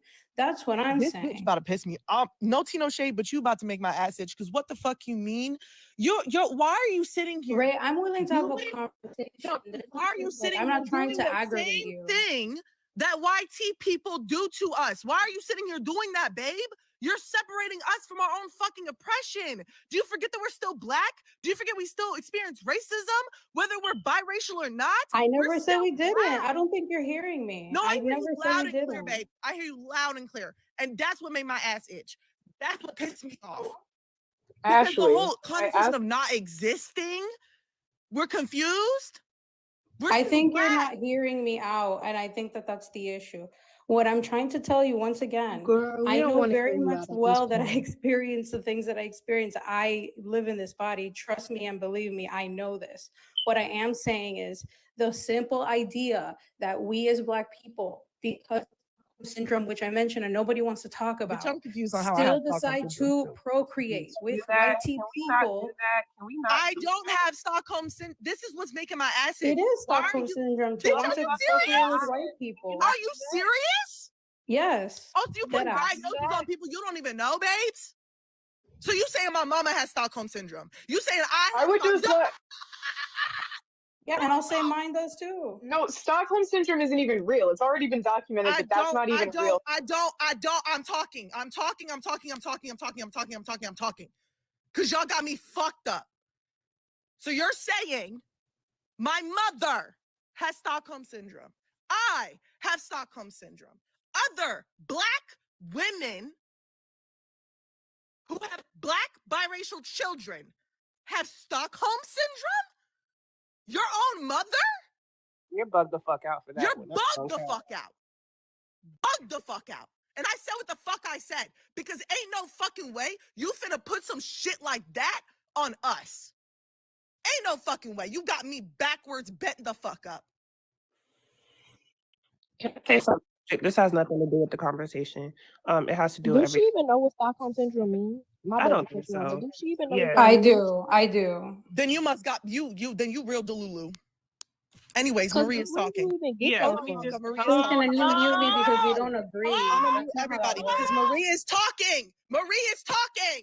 But you kept muting me. That's all I wanted to say. And I don't care. And you're gonna stay muted while Marie is talking. Thank you. Sorry, Jada, for screaming. I'm so sorry. I'm so sorry. I'm so sorry. I'm so sorry. I'm sorry. I see I overstimulated you, but people keep fucking interrupting me, and that shit's pissing me the fuck off, bro. Anyways, okay. White people, y'all need to leave at this point. Y'all need to leave. Y'all need to leave. Brittany has her phone down, so she can't hear exactly what the fuck is happening. I texted her, make sure she can't hear. But white people, exit. Exit immediately. Prison nurse, you need to go, because not you calling Exposer a fucking inmate. Anyways, y'all can continue. I'm doing another Jada check-in. You good? Okay, are you sure? All right. Stockholm syndrome is fucking wild, bro. Like, I just wanted to say that in terms with the Stockholm syndrome thing, that already was kind of documented and I used to be real, but I won't get into the history of that. Let's for a second act like it is real. That's a terrible thing to say. Honestly, it's a really bad thing to say. I'm not gonna go into any more detail than that.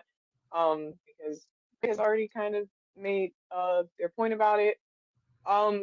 The thing that, and this is why I brought up my point earlier, you wouldn't tell a straight woman that if she dates a man, then she does not love herself, that she has internalized misogyny, that she does not care about women enough.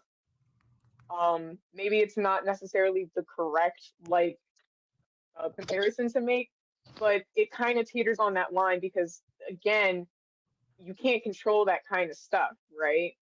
And so by pushing the narrative, I don't want to say pushing, but having the narrative that when a Black person dates a white person, they have Stockholm syndrome or that they don't love their people enough. It's almost like you're saying that Black people are either subscribing or they're pushing the same things that white people as a community have done to our people. which is kind of really like messed up. And sure, I can understand. I think I understand the point you were trying to make in terms of it's maybe I'm assuming it's that it's maybe not fair that as biracial people we exist in a world where things are already as discriminate as it is. So then you're also placed into like this weird like animorph purgatory thing because in certain cases you can't be good enough for either side, I guess I'm assuming. But that doesn't mean we shouldn't exist. That kind of borderlines eugenics, if that makes sense. Can we let Brax up? I'm just a little fucking irritated because I'm still stuck on the Stockholm syndrome shit. Because bitch, what? What? Exactly. We saying that shit with our whole chest?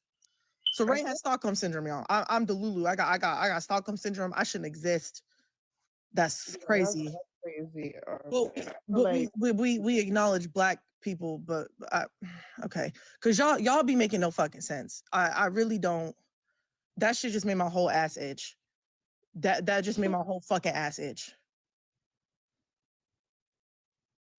Why I asked it. This is literally why I said that maybe we shouldn't be having this on this platform, because I'm seeing random people in the comments and I'm like, are you fucking not, like, you should not be here?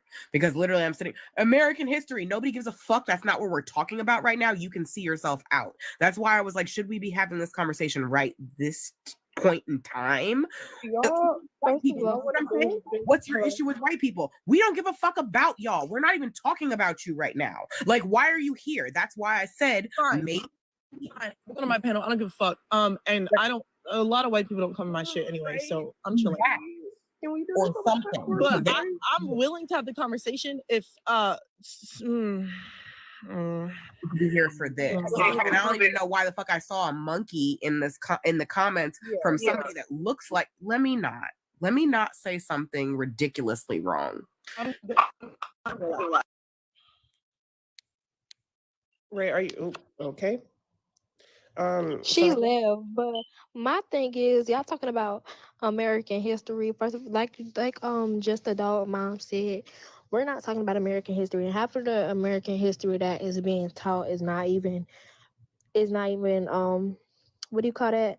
It's not even for real. So they teaching half of y'all fake history.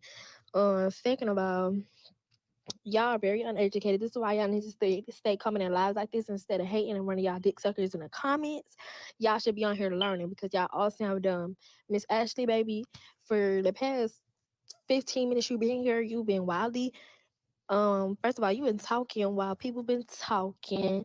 Then you try to get smart with my baby Ray. I don't know, baby, because half the whole time you been sounding dumb as hell.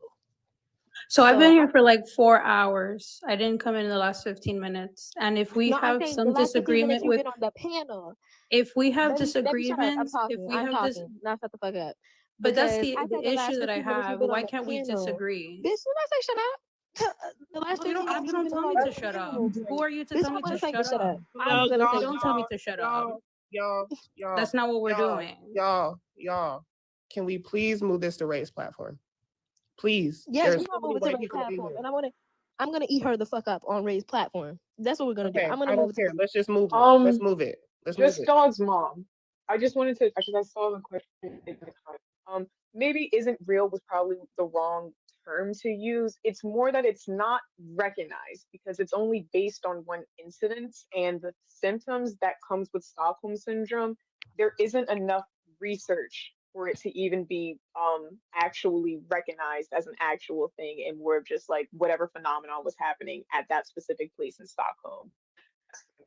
Okay, so on that note, can we pause it right there and please move to Ray's live? There's too many racist white people in here and I can't keep up. Exactly. Thank you so much. Yeah, I was about to say Ray is currently live right now, so come let me go to her space and we can have that conversation in the back. Moving on. And I'm okay, y'all. I was just a little bit overstimmy, but I'm good. Sorry about that, Jada. I don't. Real quick, Yanka, you got flagged, so I just wanted to make you aware. Who got I had to drop you. Okay, so Marie let me know that everybody is leaving. That's fine. Yeah. Wait, Brittany, who did you say got flagged? Yanka did. Okay. Got Everybody tag Mr. Jones. Tag his ass. Good on you for breastfeeding the kid, and then there's a very, very Hey, I'll stay on extra for this shit. Let's get this shit I cracking, want y'all man. to understand Hey, me. because them are serious I want fucking y'all to charges, man. understand me. Them are serious I fucking want y'all to charges, and understand the me. man need to come defend that. Because holy shit, man. You didn't block. You're not welcome here, and then blocked him. No one should be doing that shit, man. I Now, thought this stuff you was. know what? Listen, For I those thought who this shit claim- was voluntary. Y'all- I had no y'all idea claim, they trying to we cancel people over respect this shit. veterans. We respect veterans, but you can pull that stunt.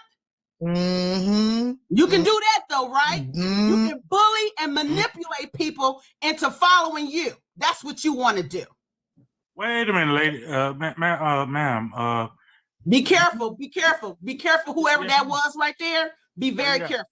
Yes, ma'am. I don't have a lot of followers. Hey, I really don't. Hey, but while we got this, hey man, hey dude, I'm gonna drop you though, man, because this is some other shit going on right now, man. Thanks for coming on, man. Yeah. All right, we're gonna keep this amongst content creators we know and shit, and that's not the conversation for you guys. Here's So, the thing. You go ahead, you get that platform. Here's the thing. What y'all don't know is we have targets on our back. Straight up. I want you to understand because we stand for what's right.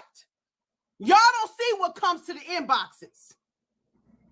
You don't see when we get death threats.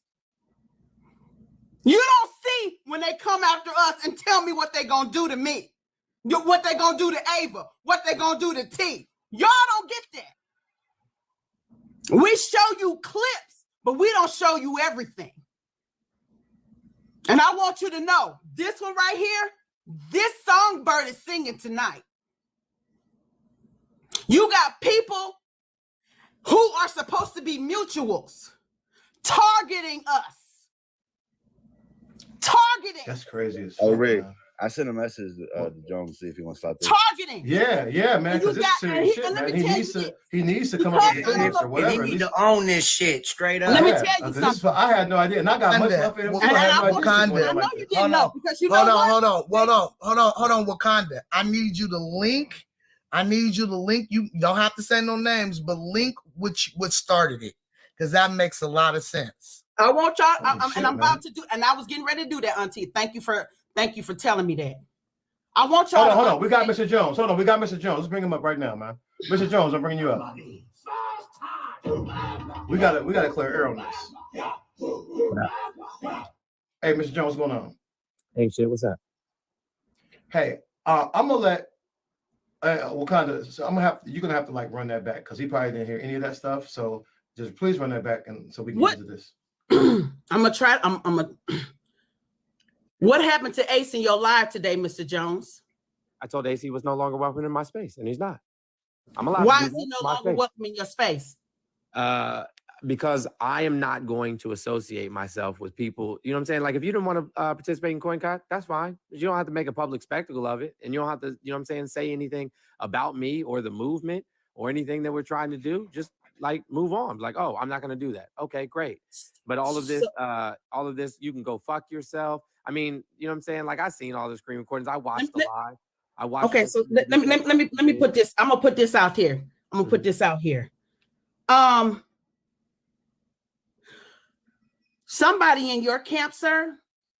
My camp. I don't have a In camp. your We're not camp, in yes, chil- sir. we're not children. Yes, sir. In your camp, because I see them on your panel. That doesn't So mean yes, I'm that doesn't mean saying that your they camp. belong to me. They're their own I'm individual beings. I'm saying your camp, sir, because what we got here is somebody who is no longer welcome in our camp is stirring up mess. The statement was made that T doesn't respect Black women. He doesn't support Black women. I don't Did know I what you say think that? I am. Did I say that? I'm putting it out here. He don't respect Black women.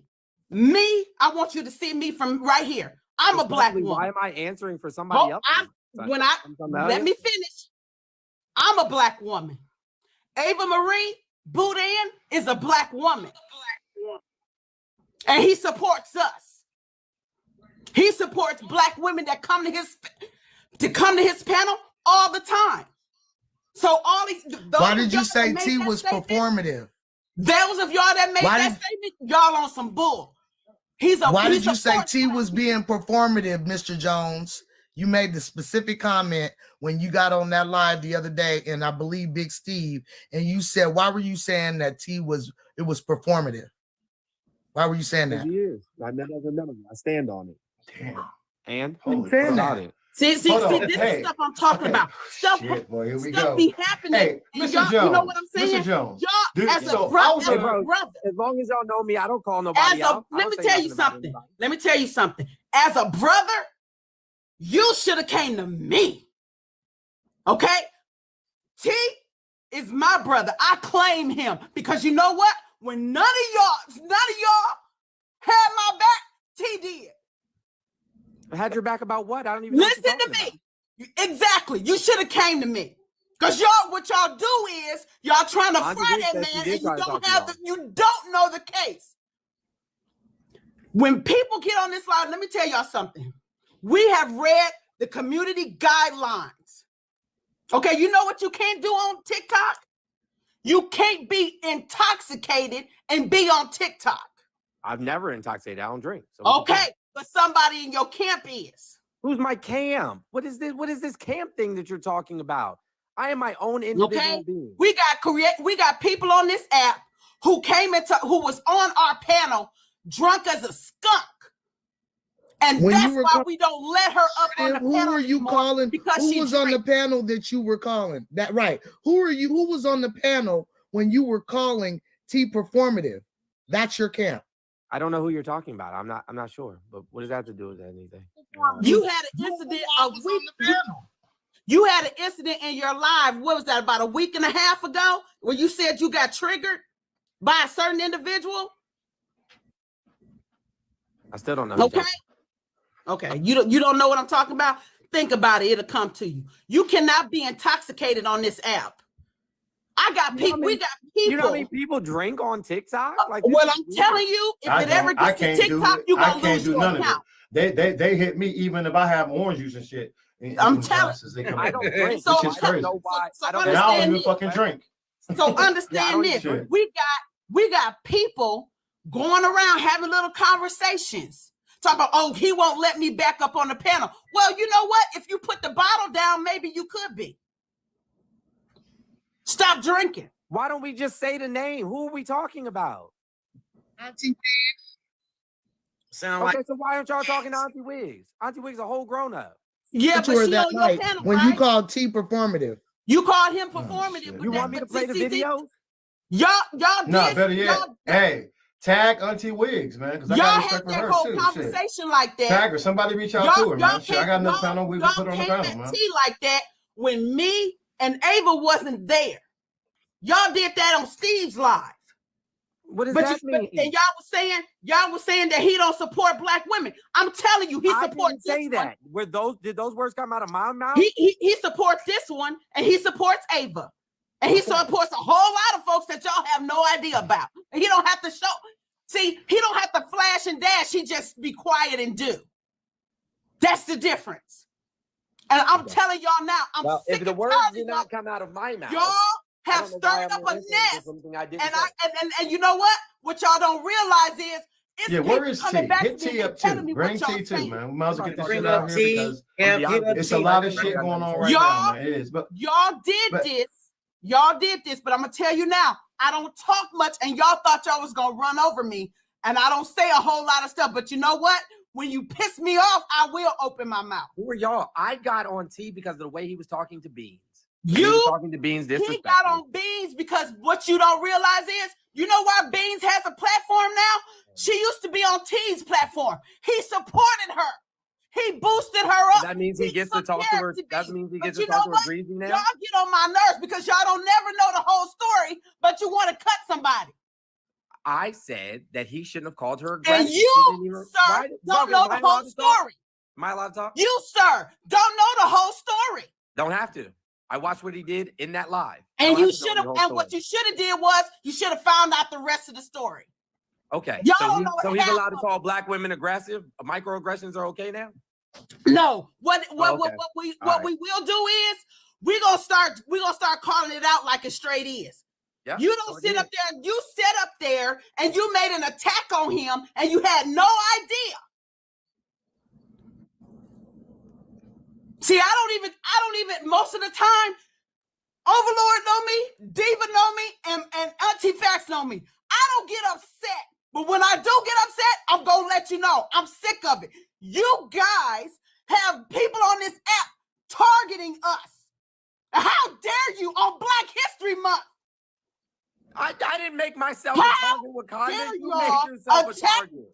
How dare y'all come after 2 Black women on Black History Month? Month? After you? Did I ever mention your name? Y'all got people. It's people. I'm in places where my name is being thrown around.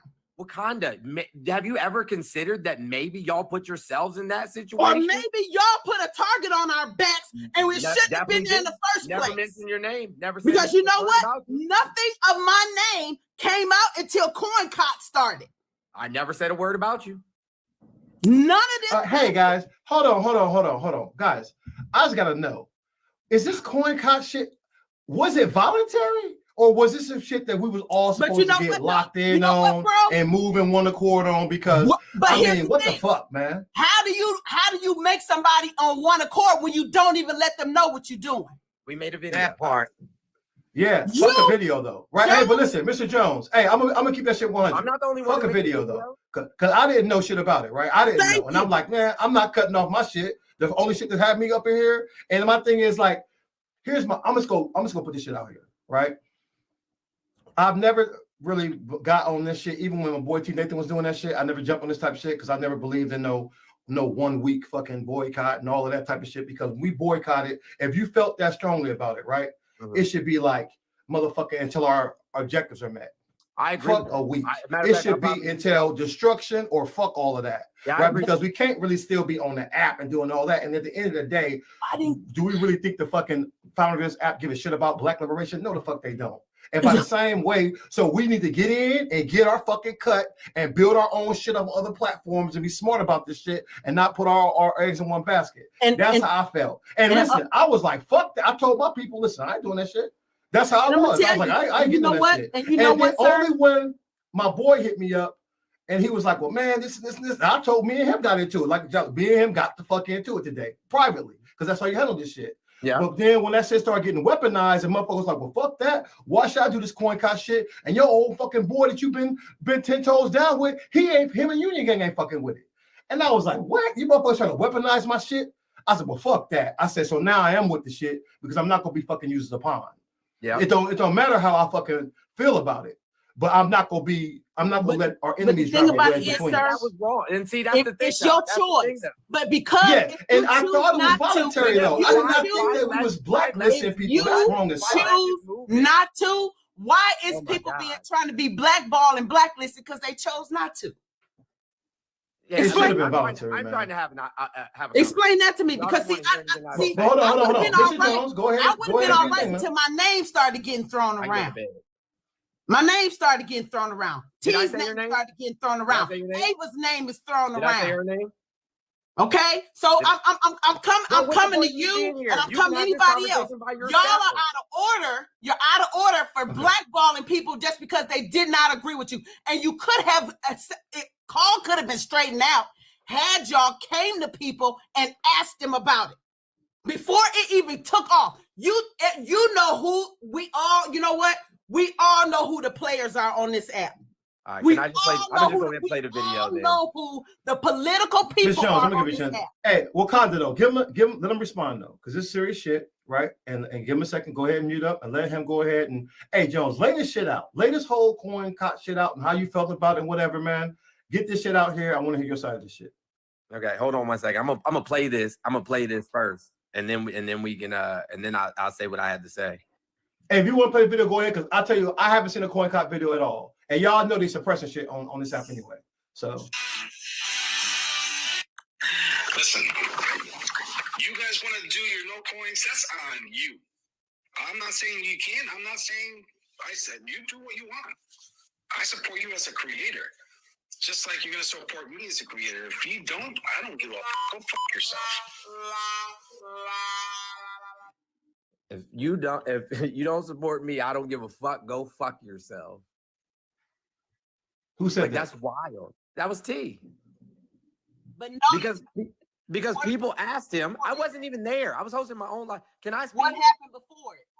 Jesus Christ. Hold on. Yeah. Hold on. Wakanda, let him talk. Go ahead, man. Do your thing, dude. Go ahead and cook, dude. So I wasn't even there. So apparently, you know what I'm saying? Like, I'm hosting my own live. Apparently, people went in there and was like, hey, yo, somebody had already sent him a text message. Multiple people had sent him a text message.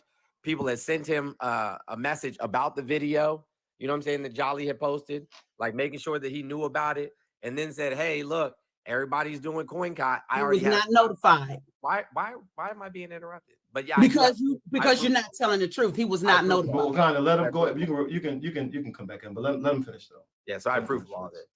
So letting him know, you know what I'm saying, that, and this was days before, this was a couple days before it even started, right? Letting him know that, you know what I'm saying, there was going to be CoinCot or whatever. So then people, I guess, were tagging CoinCot in the messages, like, or in the comment section, you know what I'm saying, letting him know about it. And then what's the other video? Oh, if people aren't watching your content, maybe it's because your content sucks. Maybe you should go get a job and shit like that. Like, those are the things that he said. So I mean, and people sat on the panel with him while he was doing it. So I mean, to be honest with you, Mr. Jones, hey, real quick though, what is the actual purpose of CoinCot? This shit that's going from like the 2nd to the 9th. What is the purpose of it, and why like, as a Black creator, why should I have a buy-in in it? Please explain it to me. Because there's a significant amount of Black people, you know what I'm saying, on this account who, and you know, this Union Gang has happened to you, who constantly are getting banned, constantly having their content suppressed, constantly are and when people say wild shit to us, call us the N-word, call us boy, say all time, threaten us, you know what I'm saying, in the comment section, threaten us on our videos, and we report this stuff. No violation found, no violation found, no violation found. But anytime we sneeze, you know what I'm saying, too loud, they take our accounts away from us, or they, you know what I'm saying, they suppress our content, so on and so forth. The way that they make the most amount of money on TikTok is through people buying coins and sending coins to somebody. So if you want them to hear you, you got to hit them in the pockets. I mean, I literally make a significant amount of money via coins. But if my supporters really support me, they'll have no problem sending me money directly via Venmo, Cash App, PayPal, as opposed to buying fucking coins and me only seeing 40% of it. Why wouldn't I rather them send me the whole thing instead of buying a Galaxy that costs them like $20 and me getting, you know what I'm saying, $6? It makes more sense for them to send us the money directly anyway. So I see both sides of it. I do. This should have been a no-brainer. But I told people from the beginning, I never spend my own money on this shit because I would never buy it. I just break off 10% of what I have and throw it to other people. You had to do CoinCot to be able to put your Cash App up. You had to do CoinCot to be able to put your Cash App up. No. So anytime you do a live, you could have just said, if you have anything to send to me, send it to Cash App. It's kind of not the point. It's kind of encourage other people to participate, like your followers, other people. But what I'm saying is and see, here's where I have the issue. We got certain people on this app asking people to pay $200, anywhere from $40 to $200 to drop somebody out the box to their Cash App. I don't do that. So why are we talking to me about that? But again, this is what I'm saying that's going on in the CoinCot movement.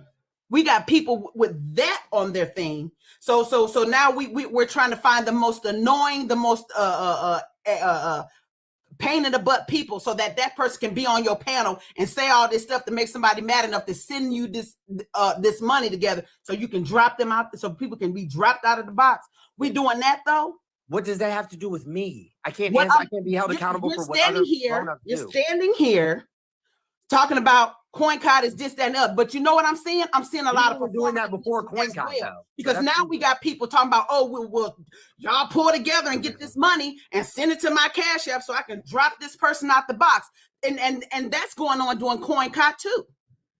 Okay, so that was going on before CoinCot. You want support of the movement, but then we got corny stuff going on as well. That was going on before CoinCot.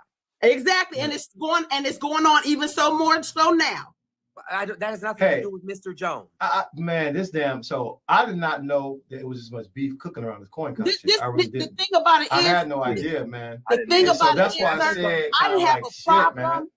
I didn't have a problem with none of this. No problem. And for the person in the comments that said T was blocking people when people were trying to tell them about it, we were blocking. You know when we were doing it? Today. We block people today. Y'all sitting up there in the comments. But what I'm telling y'all is that I didn't have a problem with nobody on this app. Not one single person until it started being my name being dragged around on this app. And it didn't start until CoinCot started. My name being dragged, Ava's name being dragged, and T's name being dragged. And my thing is, how dare y'all, because people didn't want to go along with what you guys planned. People didn't want to go along with what was planned without us, and nobody consulted us. Hey, so we all down for the Black Liberation Movement, right?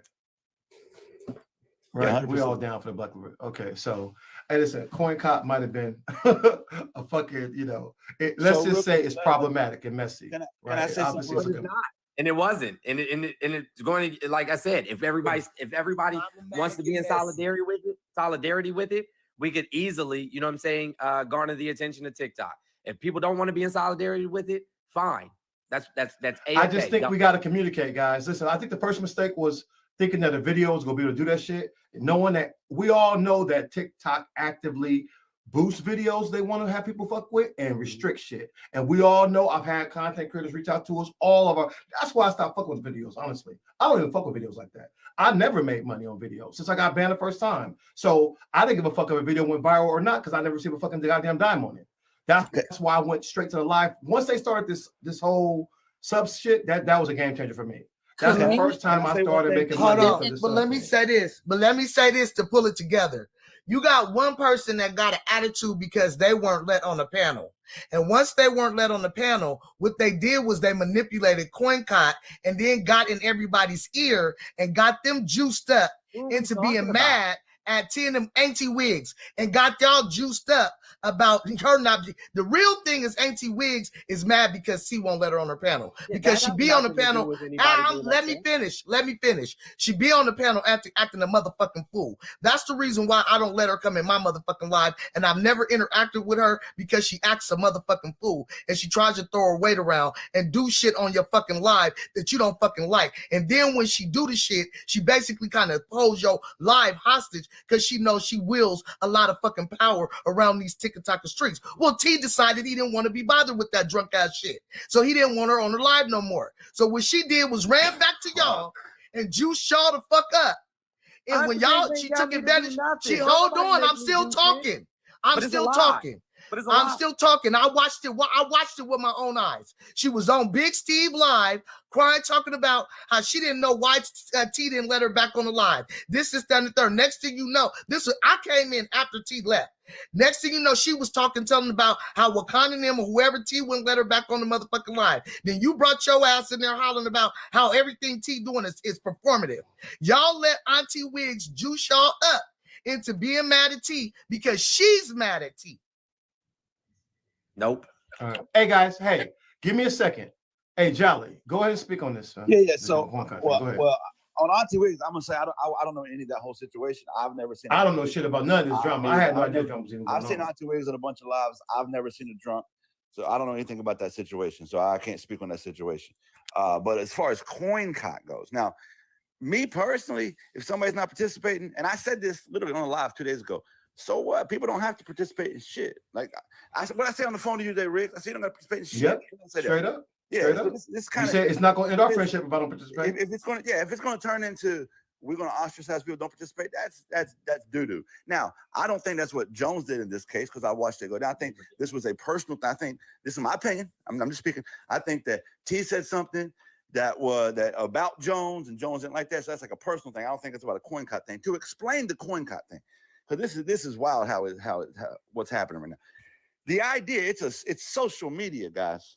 So a video and a hashtag and then you see if it catches, if it goes viral, if people follow it and they participate, it works. If people don't follow and don't participate, then it don't work. And then you do something else. You know, I've participated in a ton of protests in my life that maybe didn't get anywhere. I've signed petitions that didn't work. I've done a lot of shit. Not everything is going to work, but it's crazy that it's becoming anything besides what the fuck it was meant to be. A caveat on it. Let me put this caveat on it. This morning when T was on, I said in the comments, I said, ain't nobody asked Union Gang to do no coin cot nothing. No, and then all of a sudden, hold on, right.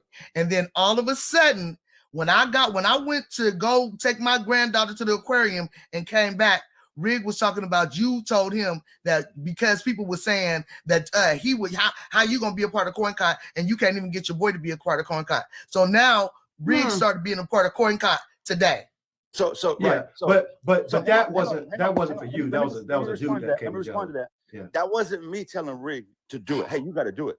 Nope, that wasn't. I was just talking to my friend on my phone like I do on a very random basis, telling him some shit that happened on TikTok. That's all I was doing. Rig said, well, I don't like that, so I'm gonna join. I said, hey, if you do, you do. You don't, you don't. That's what I told him. Now, and to his credit, he did not ask me. Right. Yeah. I did not. He didn't ask me. I said, fuck that. Because of this other dude, our enemies tried to weaponize that shit against him. I said, I'm gonna support you anyway in this shit. That's why I signed on. And my opinion has not changed. And after he said that, I said, Rick, you don't have to, bro. But now he did. Now, after that, when he's talking about we got in a debate, the debate, don't misunderstand it. The debate wasn't about whether or not he participated. The debate we got into, he was like, but bro, do you think this shit's gonna work? And then we got into the debate that we're having right now, which was, hey, it'll work or it won't. That was my take on it. It'll work or it won't, right? That was all our take. That's where our debate came in. It wasn't about whether or not he participated. I don't believe in this. And the other day, when I first heard, hey, somebody was talking shit about CoinCon, I told it, what did I say? I was on live when I got told this information. Go back and watch that live. I said, I don't care. But then they said, well, they said you're not participating, Jolly. I said, well, that's corny because Jolly is obviously participating. Obviously, what the fuck? What would it look like if I was part of the video about the guy that think I don't participate? So that's all I said. I said that ain't true. Jolly is participating now. And then when I told Rig, so all I'm saying, this is high school shit. But nonetheless, when it comes to the actual movement or the CoinCot hashtag, the idea, there's a creator on this app. Their name is Peach. It was their idea. I thought it was a great idea. They presented it to me. They said, hey, would you be interested in helping put together a video to launch this? I said, I absolutely would. I got with other content creators who also said, you know what? I'd be down too. Together, we made a video. We launched it. That was it. And then from there, it's in social media's hands.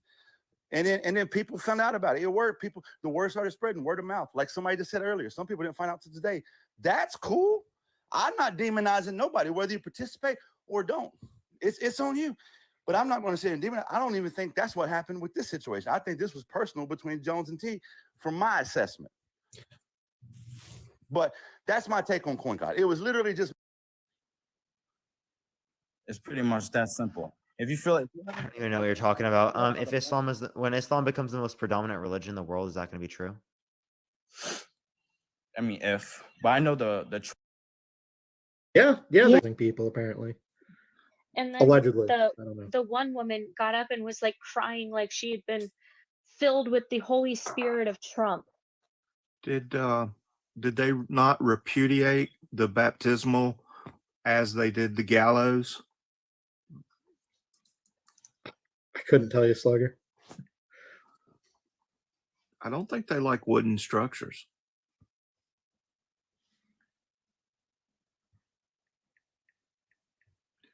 I just remember seeing that and being like, that is nuts. And then I kept scrolling. Were they playing Down to the River to Pray by Alison Krauss when they were doing genealogy and lineage of Canaan? Just like the Capitol, they go down there, and save the country, and they get there, and it's nothing. It's nothing. But right. Go ahead, Queen. And then they have to have the nerve to complain about gas. Right. And eggs. Don't forget the eggs. It's gas and eggs. Right. Eggs and gas. Look at all the eggs. Look at all the gas. And but they have like 20 Trump hats, 20 MAGA hats at $25 a pop. And they're talking about gas and eggs. Right. Come on, And then man. that's why I didn't understand that as well. Talking about some gas prices high, but you burning gas to go where? To do what? Must not be 1,800 that hard. miles. Must not be that hard. It's talking about there's gonna be 700,000 trucks, and we're going 700,000 truck convoy, and we're going down to the southern border to save America. And when they get down there, they realize there's really nothing to save. That's why I asked this question. Aside from the border, MAGA, what is your greatest concern? Because let's not talk about that boogeyman. That boogeyman is not a boogeyman. Honestly, let me say this: their biggest complaint.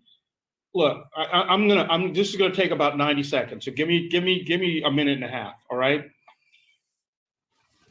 15th century, Portuguese go into Africa.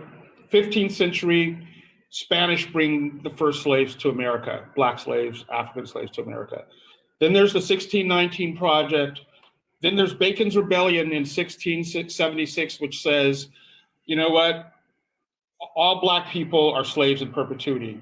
Hence, that came from the rich white tea Virginia landowners, right? So that lasted until 1865. You had Reconstruction, and then you had Jim Crow until the legislation was passed in 1964, 1965. Then you had Lee Atwater and Richard Nixon using code because you realized they just couldn't use the N-word anymore, right? Then you had, to just basically do away with black prosperity in this country.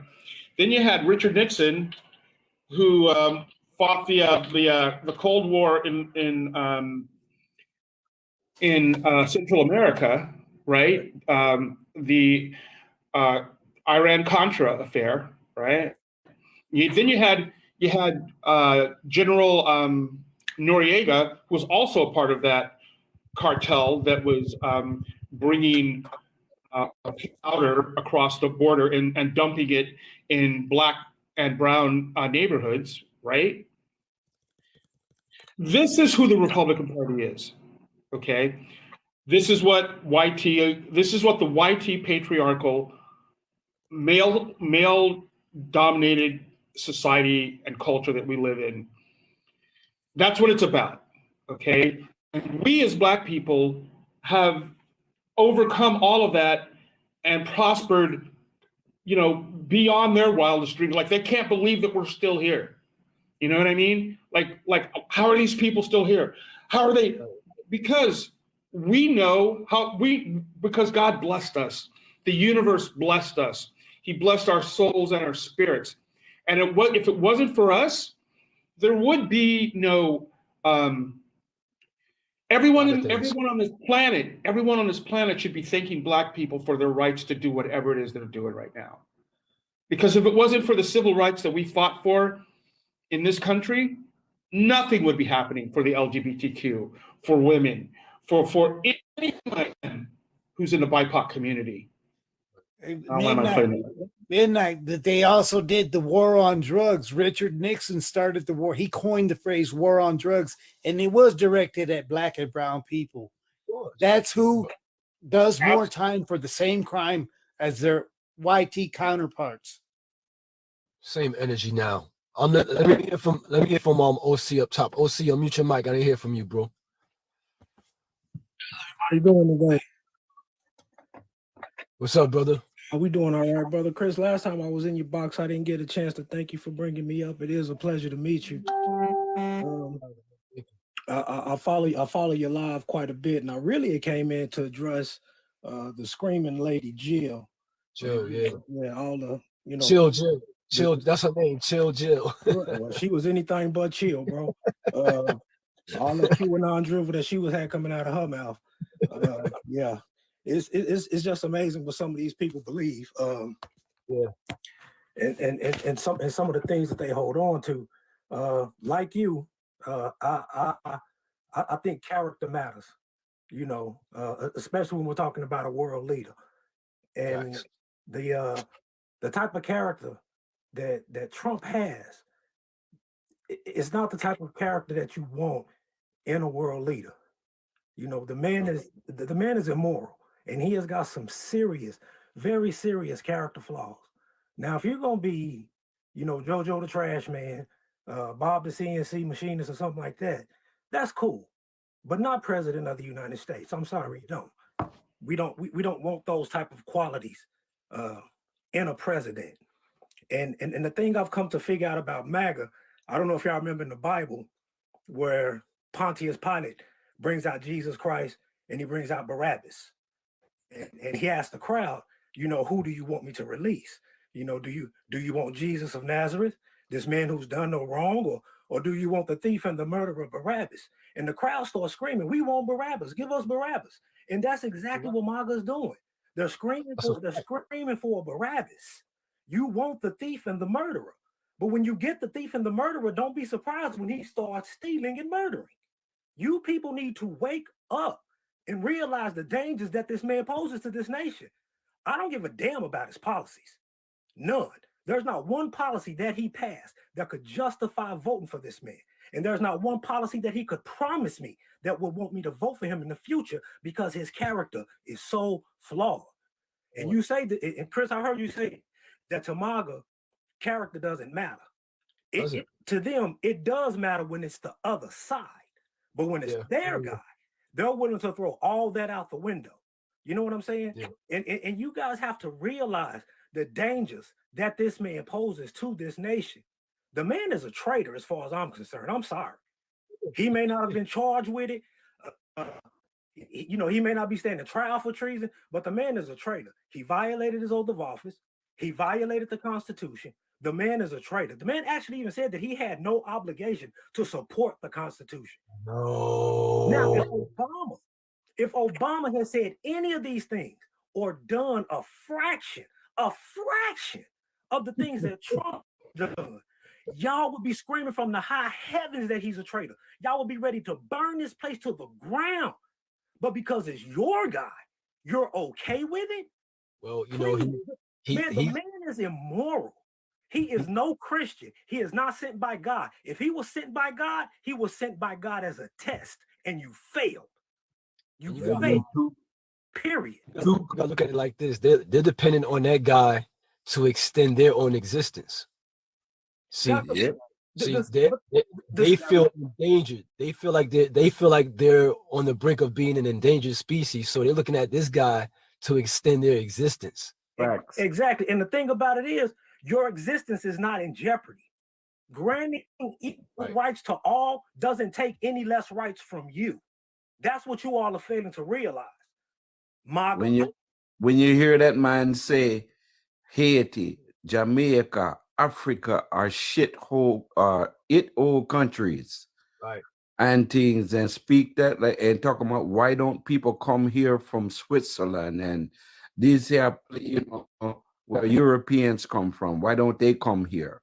See, those are the code words. He's doing the work for those neo-Nazis and white supremacists. See, you gotta say Yahtzees. You gotta say Yahtzees, brother. Yahtzees Yeah, and things. So this whole thing, when you look at the whole background of this thing, man, this is about us.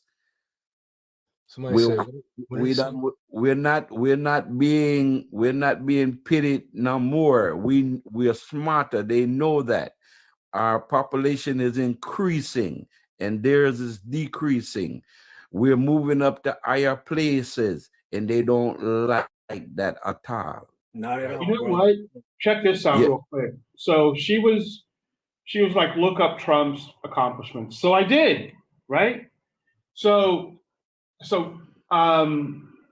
they always, they're like, Trump's a businessman. He knows how to negotiate trade deals and blah, blah, blah, blah, blah. So under President Trump, the trade retaliation and tariffs, that part of his negotiation strategy was not such a good thing, because what it does in the end is it hurts the global economy as well as the domestic economy in the long run. Like, it does no one any good in the long run, okay? And I'm just going to read these off really quick. The global supply chain disruptions, we found that out over the last 3 or 4 years, right? Economic uncertainty. How much did he run up the tab for? And was $8 trillion? $8 trillion. 39% of the okay. Okay. Impact on international relations. I mean, the potential. These are all bad things. I mean, if I read them to you, it's mind blowing. Potential for economic isolation. Domestic economic adjustment. While, I mean, negotiating all this stuff, you've got to know what you're doing. Like on a geo-economic and geopolitical, from a geo-economic or from a geopolitical standpoint, right? And this was all set up to to enrich his friends, to enrich all of his buddies. People were getting paid under Trump, but it wasn't us. I'll just put it like that. Yep. The man getting tax money back from China. Right. And other countries as well. Economic accomplishments were riding on the coattails of President Obama. And then they don't want to admit that Obama created more jobs in his last 36 months than Trump did in his first 36 months, because we're going to let him make it on that COVID. And Obama did more. And they were talking that he was the greatest. He wasn't. Obama's last 3 years were better than his first 3 years. And we're not counting COVID because that was a disaster. And he was the biggest failure of that. He let it go for what, months before he did anything. He died. Convinced people with lives. He convinced people that it didn't exist. So they had a lackluster response to it, if any response at all. Yep. And I watched it play out. I remember before COVID hit these shores, they were showing us what was going on in China. And I remember seeing people fall out in the streets. I remember seeing people just fainting everywhere. And I'm like, okay, that's coming to America. We got their heads up. So when it got here, he was like, it was only 15 people. He's like, it was only 15 people. They're fine. We got them under control. Yeah. This was his rhetoric. First, it was a hoax, folks. It's a hoax. He's doing that first, right? He started doing it. It's a hoax shit. And then he started, well, there's only 15 people and it's going to be good. It's going to be fine. And then it got to 100 and something. He's like, it's going to disappear miraculously by this spring, by Easter. It'll be all gone, they say. If you rewind his anytime he addressed America, if you listen to what he's saying, he's always talking about what somebody else say. Well, there are people saying, well, he was relying off of conspiracy theories. People would recite conspiracy theories to him. He goes, well, people say there's no way I could have lost this election. People said that. I'm like, what kind of president is this? Trust me, bro. He also dismantled Obama's pandemic response team and caused that to be a disaster. He ruined it because he dismantled the pandemic response team. Right. Dude, you can't make this up, dude. You can't make this stuff up. I mean, this stuff is real. I mean, let me put it like this. It's, if you're white in this country, you've had 400 years of enjoyment. I mean, you can't sit here and tell me my family was poor. Dude, you were born in America as a white man or a white woman. And I'm not trying to be mean, and this is for educational purposes only, just to let you know. But you just can't, what you've done, what white people did to not just Black people and indigenous people, but what they did to people who are from Poland, who are from Bulgaria, Romania, Czechoslovakia, Yugoslavia, all these Eastern Bloc countries, they turned you into white people. They co-opted you into whiteness, and you bought it. You bought it hook, line, and sinker. And now you think this guy, this orange messiah, is going to save your ass. You couldn't be so wrong, man. Dude, I've said this 1,000 times. I'll say it 1,000 more. He does not care about you. He's never cared about you and will never care about you. And until you get that, okay, if you're not making over $200,000 a year, forget about it. It doesn't matter. If you're making $50,000, $60,000 a year living in Kentucky or somewhere in Indiana or Missouri, you're gonna be living the same life you are now if Trump becomes president for the next 4 years. Nothing's gonna change for you. Nothing. Not a damn thing. I don't know why they think that. Because they're like, well, it was the PPP checks. The PPP checks, those checks got their heads gassed. They're like, we got PPP checks, and the PPP checks just it gassed their heads. And everything MTG took the money and she never paid it back. Margie Taylor Greene, she never paid it back, and she was against the checks in the first place. Right. Think about all the stuff that they voted against that they're benefiting off now. Right? All the bills their constituents and taking credit for something that they were totally against. The hypocrisy. That part. What in the hell? We watch. They doing this in front of us. You could Google the fuck up. Excuse me. You could Google the flubs. You could actually Google the flubs. Okay, it's not like you can't research it. And they're doing it in our face. That's how bold they are. And still, MAGA's like, you guys are making this up. Because their constituents don't have the intellectual acuity to understand what's going on. They just don't understand it. So they're going to buy their word, sign and sinker, and forget everybody else. But not deal. Not deal. You know what I would do as a black man? If I had the chance, I would stand in front of, I'm just going to say this, my white brothers and sisters in this country, and I would explain to them how none of this is going to benefit you. None of it. None of it, dude. How can you allow yourself to be conned into paying this freaking art bills? How can you allow yourself to be conned into going to his universities or working for this or just doing anything for Donald Trump at this point? He doesn't represent American people the way they think, especially white American people, the way they think that he does. This is a power grab, land grab, money grab, anything he can grab. That's all it's about. And when it comes to power, he doesn't care about, hey, YT people, I'm just going to tell you this. He does not care about you. I'm going to say it again. He does not care about you.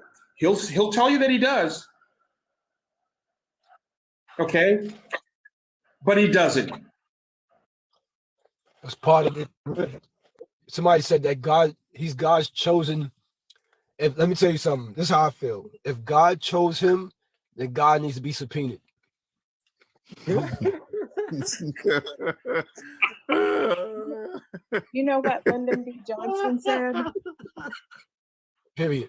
What'd you say, Queen? Do you know what Lyndon B. Johnson said? What did he say specifically, Queen? He said, if you can convince the lowest white man he's better than the best colored man, he won't notice you're picking his pocket. Hell, he'll give him somebody to look down on, and he'll empty his pockets for you. So that's I seen that recent. But the evidence is there. That's why, look, I had to take a break for a few days because it was exhausting me, because the evidence is in their face.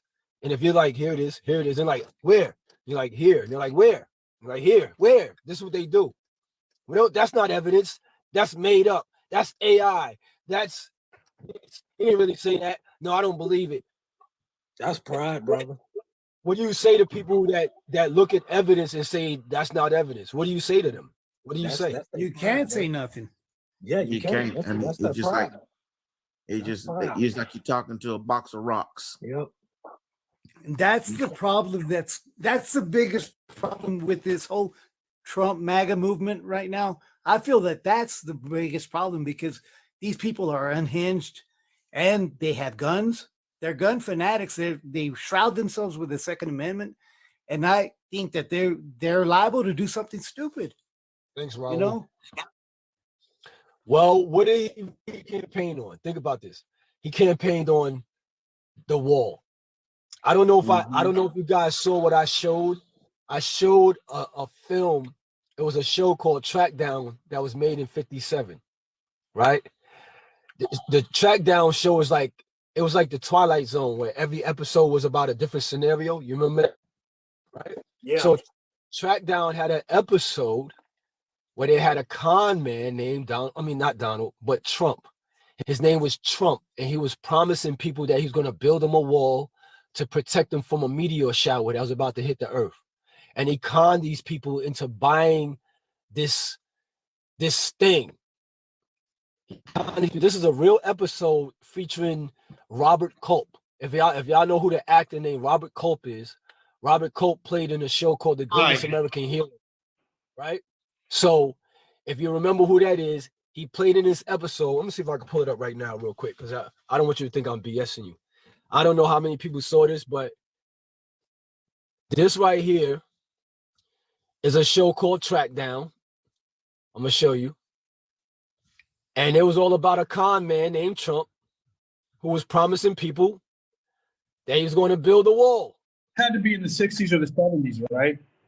1957. Let's see if we can see this. Hold on. Let me see if I can get it at a good angle. We can see it. Hold on. You know, is this the host? Hold on. Let me see. You know, your live is Pop, the creator, will be back soon. All right. Hold on. All right. Listen. A message few of you will be able to believe.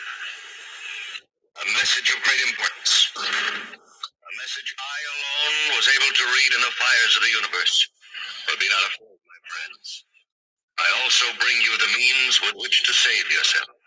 Save us from the end of the world, friend.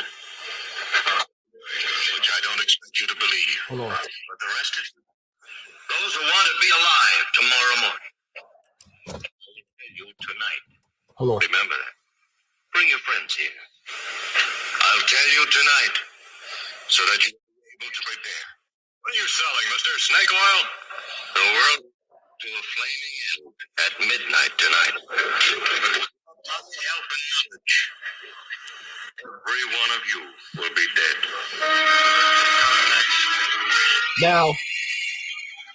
Now look, that's just the beginning of it. You got to watch the episode. It's called The End of the World from a show called Track Down.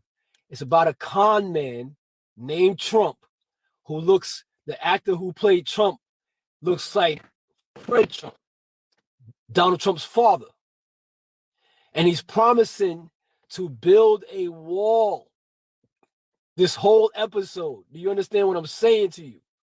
And his name is Trump, and he's known as a con man in this specific episode that was made in 1957. This is a real show. I thought it was BS when I first saw it. I'm like, somebody doctored it Hey, out. did you notice he said that I alone could fix it? I'm telling you, the verbiage and Trump everything. says. I'm the only one. I'm the only one. I'm smarter than everybody. You know, he speaks in hyperbole. It was the greatest. It was the most. It was the least. It was the coldest and the hottest. He speaks in hyperbole all the time. Brother Chris, I just want to say your Trump impersonation is spot on, bro. You killing it with the Trump impersonation. Dude, Chris be killing it over here. I'm sorry. You're gonna laugh over here. Now, look, we're from the same area. Like, first of all, I got the accent. That's what it is, and then I could just do his thing. But yeah, this thing is about him. Hold on. Yeah, I want you to look at this. It's called Track Down. Write it down, y'all. Track Down. And it's called The End of the World. Watch that episode. It's on YouTube for free. You'll see what I'm talking about. The way this guy, character Trump, speaks in this film is exactly the words that Donald Trump uses. The exact words. I'm the only one. I'm the only one. We're going to build a wall. But he didn't say Mexico's going to pay for it. But I was saying he ran on that and didn't deliver. He ran on replacing Obamacare or another plan and didn't deliver. He ran on those two things the most. The most. That's what he talked about the most, the wall and replacing Obamacare. And he didn't deliver on neither one, and they still have confidence in him, which is what con man means. Confidence man. The man who wins the confidence of the people. That is what the con man is. So how coincidental is it that they have an episode that was created in 1957 with a guy named Trump? Hold on. I want you to hear his name. Hold on. Watch this. By means of a force repeller. You sell these force repellers? You have a very suspicious mind, sir. All right, Sheriff, how long are you going to put up with this? What do you mean? How long are you going to let this con man walk around town? Be careful, son, I can sue you. How about it, Sheriff? When are you going to put the lid on? What for? Stealing is stealing, whether you do it with a gun or a mouthful of mealy words. I don't intend to sit here and be insulted, Sheriff. If your people don't want my help, I can go elsewhere. Wait a minute, Mr. Trump. You don't talk for the rest of us. Did you hear that? Did you hear him say, hold a minute, Mr. Trump? Did you hear that just now? Anybody? Yeah, I heard it, and I just looked at it on YouTube. Look it up. Everybody in the comments. Yeah, it's real. It's real. It's a real episode. People in It the says comments. 1958 episode of Trackdown featured a character named Trump who wanted to build a wall.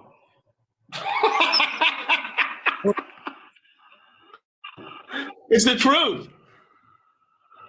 Come Wow, on, this man. world is crazy, If you watch the episode and you listen to the things that this guy Trump is saying, it's like Trump watched it himself. It was like, wow, I'm gonna say that. You understand what I'm saying? Right. Period. Period. Stop it. Get some help. These are breadcrumbs. This ain't nobody picking on Trump, man. Like this, it's an episode of what? It's called Trackdown. Trackdown. The show is called Trackdown, and it's an episode called The End of the World, where a con man named Trump was promising to build a wall to protect people from a meteor shower. All right? This is real.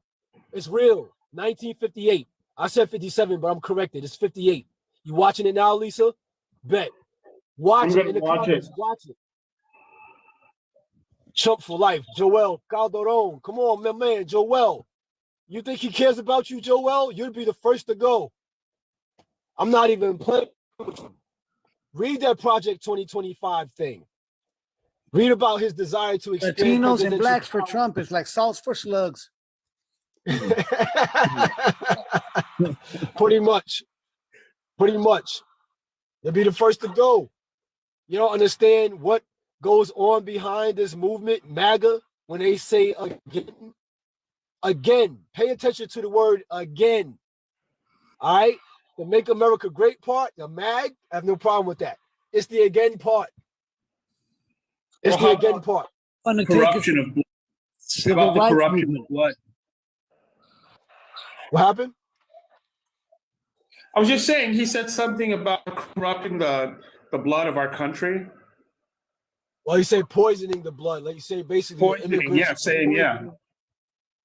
Poisoning the blood of the country. That was a quote from Mein Kampf. So he knows what he's doing because his niece, Mary Trump, she's been holding an interview. She got one on 60 Minutes. She's got a podcast, and she's telling everybody about her uncle. She's telling everybody about her grandfather, Fred Trump, and her grandmother, and how Fred Trump is basically molded Donald to be the way he is. None of his other brothers had the kind of character and personality that entrusted his father to leave the business to him or to invest in him monetarily. So he looked at Donald, told Donald not to have empathy, no apologies. These are the things he taught Donald Trump. Don't have empathy. Don't admit you're wrong, even if you're wrong. Don't apologize. That comes off as weak. These are the things that he taught his son. This is why he is. Even in his father's passing, he's still trying to please the legacy of his father. He's still trying to please that legacy. This is why he holds fast and holds true to the teachings of his father, Fred Trump, who the guy in that show Track Down resembles. The actor resembles Trump's father. You can't tell me Trump didn't see that. Because if you watch the episode and you listen to the verbiage, you listen to the dialogue, you listen to what's being said in the episode, it's like Trump was like, wow, I'm going to say exactly that. And that's what he did. Well, I mean, we know that they take what's not theirs. I mean, his wife stole former First Lady Michelle Obama's entire speech. So we are aware that they look at stuff and just steal it as if it's theirs. We are aware of that. And It's evidence. Trump stole his brother's inheritance too. Right. That happened too. She talked about it. They didn't even go to his funeral. They didn't go see him on his bed. None of that. She said the family was pretty much dysfunctional. The Trump household was dysfunctional. He grew up in dysfunction. He didn't grow up. She said she didn't realize how much money they had until later in her life, because it was just regular life. She said on Christmas, they used to give each other re-gift each other with shit they didn't even want. You understand? Like it was cheap. She didn't realize how much money they had because of the way they lived. They was just cheap. But the house was dysfunctional. The relationships were dysfunctional. He came from that. You can't tell that guy came from dysfunction. Trump came from dysfunction. That's why he's dysfunctional. That's why drama, scandal, and mayhem will always follow him through his days. That's the energy he has. Period. You know why I think he didn't want to release his taxes? Because he ain't really a billionaire. I don't really think he is. And he would have been revealed as a fraud. If he would have released his taxes, we would have known how much money he was worth for real. And he couldn't have that. And still to this day, he won't allow people in there. Well, we don't even need to see his taxes now. You know why? Because what's going to reveal it are these civil penalties. These civil penalties that he's going through in court. Yeah, that's going to reveal his monetarily in his life. Facts. They're going to start liquidating Trump Tower, Mar-a-Lago, Bedminster. All those things are going to go away. When they start liquidating those assets, that's what's going to make people see, oh, he's not a billionaire. That's the premise of him being elected, that he was a successful businessman. And that's the lie. That's a facade. It's crazy, man. This one person that think talking about something. Why only Trump have to release his taxes and no one else? Well, it's because everybody else has already done it. Like every other past president. Release their tax. I'm some confusion. Your point of clarity. So that doesn't make sense what you're talking about, Mike. Y'all, MAGA, y'all, sometimes y'all make people's heads hurt with the stuff y'all be saying. Like, I know you make your own head hurt too. And you gotta, you probably got like a little jar of buffering next to you or whatever. To, because you can't think like this. We're trying to help you. Like, there's no hate. They're doing mental gymnastics to justify all their positions. Phoenix, what's up? Make it make sense. Please. James, up top. James, how you doing? Unmute your mic. Hey, express yourself. Where's the background? Huh? Who? Yeah, I don't see the background.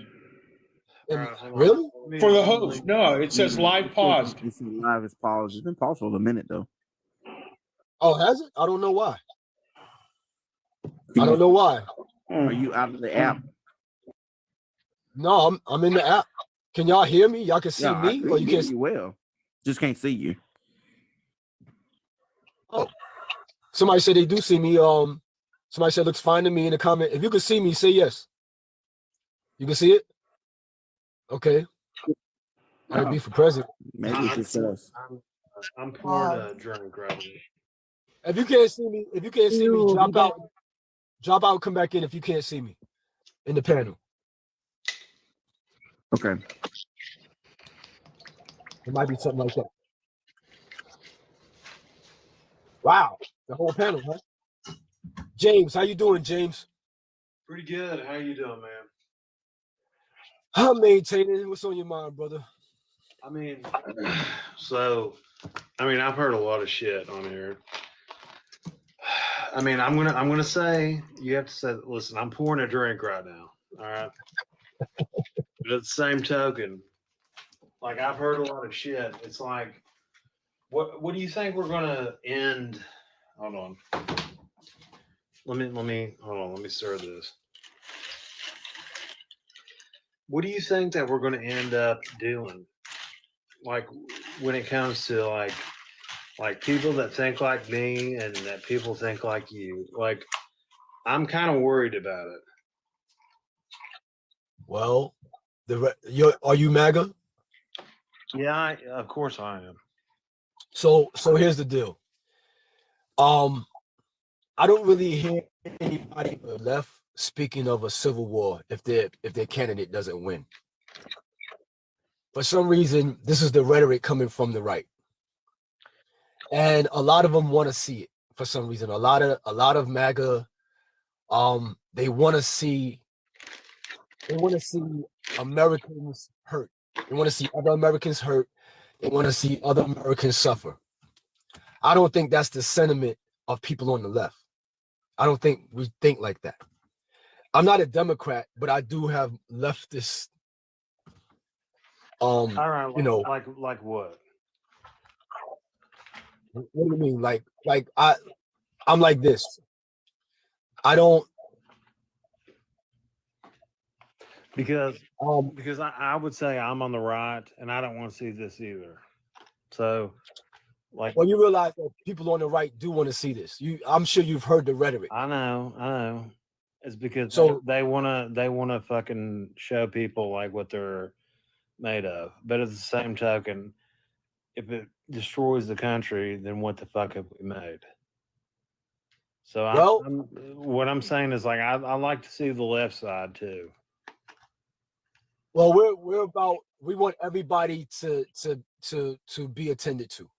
So basically, we're saying we're American people, right? And we're citizens. My sentiment is this: I don't care if you don't like me. You have the right to live in comfort. I don't care if you don't agree with me. In this country, you should be able to live in comfort too. You should be able to live not in fear, not in ignorance, and not in hate. I agree that you should not live in fear to live in this country. Like we have gotten to a point where we have to, like, what I'm saying is like we have to, and like I said, you're somebody who is on the left, and that's fine, and I don't begrudge you that. I'm on the right, but at the same token, I don't want a fucking civil war because we'd just destroy each other. Like that's not what I want. That's the rhetoric. That's the rhetoric of the right. And that's why we have to make it not be that way.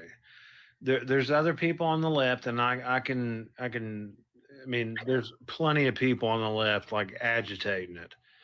But like they're getting to a point, like I can speak from the right, they're getting to a point where they're getting frustrated. It's like, you're fucking with our kids, you're fucking with all this stuff.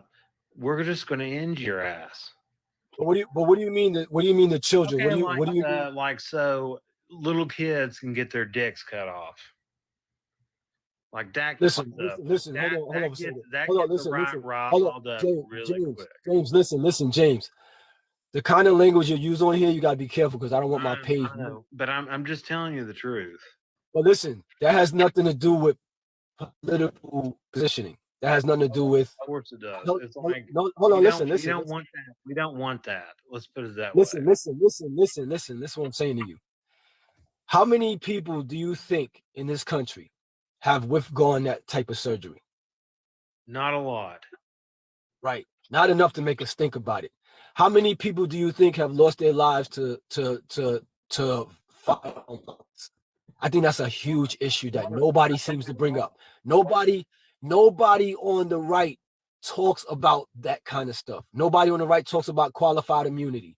Nobody on the right talks about gun violence. Well, All I you mean, talk all right, are you going to be honest? Let's talk about honesty. Okay, and I've been Let's do it. honest, and I've slammed my right side of the political thing. Who do you think are the most people killing each other? Oh, you gotta say unaliving. Or excuse me, I'm sorry, unalived. Well, it depends on. Here it is. YT people kill unalive YT people, and black people unalive black people, because we're talking about vicinity. It's a vicinity related situation. So whoever's in your vicinity, there's no such thing as black on black crime. I know what you're about to say, or black people kill unalive black people. I'm not. Listen, and I want you to understand that. That's not. Listen, and I'm here for MAGA, and I'm trying to spread the news that people could actually join MAGA and actually change these things. So what I'm saying is, I'm not trying to blame any of that stuff, but what I'm saying is, you have to understand, we've tried this for years, have we not? Left and right, Democrat, Republican. We've tried this for years. Has it worked? No. I could let me answer your question. Right? We have a new way to go. If you would join MAGA with us, we could do so much more things. If we had I'll be blatantly honest. If we had a black constituent that joined MAGA, we could change things in this country. You got him. His name is Tim Scott. We need a president. I can stop crying when I'm dying. You got him. Tim Scott. That's Trump's African. He's not. He doesn't have the cojones. Well, I'm gonna tell you this. You asked a question about who kills who, right? Excuse me, who unalives who, right? I'm gonna tell you, Americans unalive Americans. How's that? I don't believe that, because I think that, listen, what Americans I'm saying is, unalive. we're reaching it. MAGA is reaching out to you all, that you all could have power. You're not going to have power in the Democratic Party. You have to understand that.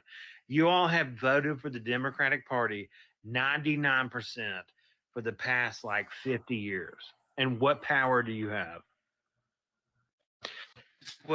Just like what Trump said, what the hell do you have to lose? Try something different. Now, see, you know why he said that? You know why he said? Why do you think he said that? Why do you think he chose those words? Because he was like, "What the hell do you have to lose? What do we have to lose?" You all have been doing this over and over and over and over. You don't have any more power. We've never had power. Where did you come with that one from? We've never had power. I will go to this to my grave. I am one of the adversaries for the MAGA movement. I'm telling you, come over to Jamaica, come over to us. We'll actually listen to you, because we've been persecuted when it comes to the political parties. So come over to us, and we'll let you must have had too many beers. Everybody mute. Everybody mute. If you do, everybody mute. We can't hear. Everybody mute. James, I'm a little confused. You said come over to you all because you all want to understand. I'm making sure I understand. You said want us to come over to MAGA because you all will get us. However, we will listen. We will actually listen to you and actually want to implement things that you want. Okay, so you saying when Colin Kaepernick took a knee and Donald Trump called him an SOB, that's when you listening to me? He was doing something that wouldn't get anybody shit. What do you mean? Well, he was sitting there. First of all, he got over there and he was not starting anymore. So therefore, he just wanted to be like, okay, well, I'm gonna wear socialist socks, and I'm gonna do this kind of stuff. Socialist. And then we're like, okay, well then whatever. If you want to go to socialism, go ahead. So, do you do realize? Hold on. Wait a minute. Did he not? Do you even know what a socialist is? Yes, First off, Because I don't think you do. Because if you did, you realize that a majority of the programs that were established after World War II are socialist-based programs. So do you So think that, like, let's use we're- use our okay. terminology correctly, sir. All right, Two, Colin Kaepernick was literally disrespected for taking a stance. 'cause he's a The man made millions of dollars a year, and has people he- like how has yourself. okay, let me ask you this: how has he progressed the black movement? What is the black movement? what- Jay? Right. I would like for What are you you talking to about? explain it to me so we can implement You just asked me how did he No, I'm put just saying, he's like, a famous what is- okay. what is You want to different know what from- he did? He brought light to situations because of where he was at in the NFL. Guess how much that helped. Well, Actually, it helped a lot. I'm gonna tell you Oh, this. all right. I'm well, It may not. You may not think so in your If head. you think that he was like the Messiah, then go ahead. No, get off of that stuff. You're a MAGA person, so you already think Donald Trump is the Messiah. Let's not go there. Hold on, we can't overtalk each other now, TK. You know we got to The take only turns up in here Messiah was roasting. Jesus. James. First off, Don't accuse me of that. First off, as I was saying, since you wanted to talk over me, Colin Kaepernick brought light to the situations that were happening in the Black community that other people did not really pay attention to Like what? because of his stature. Like police brutality. I mean, I.e., were you all not like? Did you all not know that police were assholes? Like I know they're at. Listen, I've been arrested 3 times. Okay. Do not do that. First off, stop right there, James. Stop right there. You are not going to compare yourself to Black people because I guarantee you, at the end of the day, between you and another Black person, that Black person probably won't walk away from the situation alive. Okay. So do not do that. Do not compare yourself and your situations to other Black people. Because there have been plenty of times. Let me make a point. No, wait, hold on, James. I'm 6'4", James. 280 pounds. Watch your mouth. I'm a big boy. Okay. So when I get pulled over, they immediately. Some of the things I agree with you saying, but everybody keeps saying come over to MAGA, but you guys don't. You guys fail to realize that you can't come over see to Jamaica. out of a person of color. MAGA is so much more better. Like, but this is the tactic of MAGA. This is the tactic of MAGA. They want to try to sue. Hold on, we can. I will get All right, down wait a on my- minute, ladies and gentlemen, because obviously we can't really hear up in here. So I'm sorry. let's kind of like not talk over each other. So striking, what were you saying? No, this is the MO that the MAGA supporters are pushing, is this MO to try to bring people to their side, to bring left wing people over to their side by coming to the lives, by doing this whole soothing, oh, you should be a part of us. We have all the power over here. And we also have the power to keep him out of office as well. That's what you're not saying. All right. I understand what you're saying, but Jay- at the same token, I want Jay- to like where our focus is to break the system of the 2-party system. Like that's what you have to understand. Like, You're not going. Trump is not going to break the 2-party system. oh, he will. No, he won't. No, he won't. Hold on. Have you read Agenda 47? I've read Agenda 2030. Is that what you're talking about? I don't know nothing about no 2030 unless that's something new that's been posted over the past 5 days. But I'm talking about Agenda 47 that he has posted on his website and other media outlets that have picked it up. Are you talking about that like when it comes to the United Bro, Nations? how about you just go read it? Because obviously you don't. How can you be a supporter of someone you don't even know what they're talking about? You're going by your own thoughts and feelings of it. You're projecting what you want this man to do, what you think he's going to do, but he's literally said what he's going to do. The Republican Party that he's running with has literally said what they're going to do. That's Project 2025. So, again, you're supporting someone that is not going to break up the 2-party system. Okay. Period. I get what you're saying. And listen, like I will say this, like, because I really want you all to actually like listen to what I'm saying. But you understand first what have you're to saying. be I first understand you what you're have to saying. be I understand. uninebriated so we can understand what you're saying and have some strong talking points so we can respond to what you're saying. First of Right. all, James, if you're gonna come in here and if you're going to defend Donald Trump, you must have substantial and empirical information that we can stand on and that we can go and research, sir. You can't come in here with your inebriated talks thinking that you're going to soothe us No, into coming it's to not. the It's not MAGA that. side. It's something that I actually am passionate about. And I didn't mean to cut you off, but I do want to say that it's not. I'm inebriated. Like I'm somebody who actually knows what they're talking about. Do you know what inebriated means? Yes, it means you're drunk. So that's what you sound like. All right. So listen, striking was I quite apologize. right that you sound I like you apologize, about but 3 I'm sheets telling to the you, we're wind. getting Can I to speak the for point a where second, we're not please? going to be able to talk to each other, and that's why I get into a point where I would like to talk to you all because James, can you just hold off for a second and listen yes, for a I second? will. I will. I was listening to exactly everything you say. Now, the pitch that you're trying to get is recruiting people to be over in MAGA.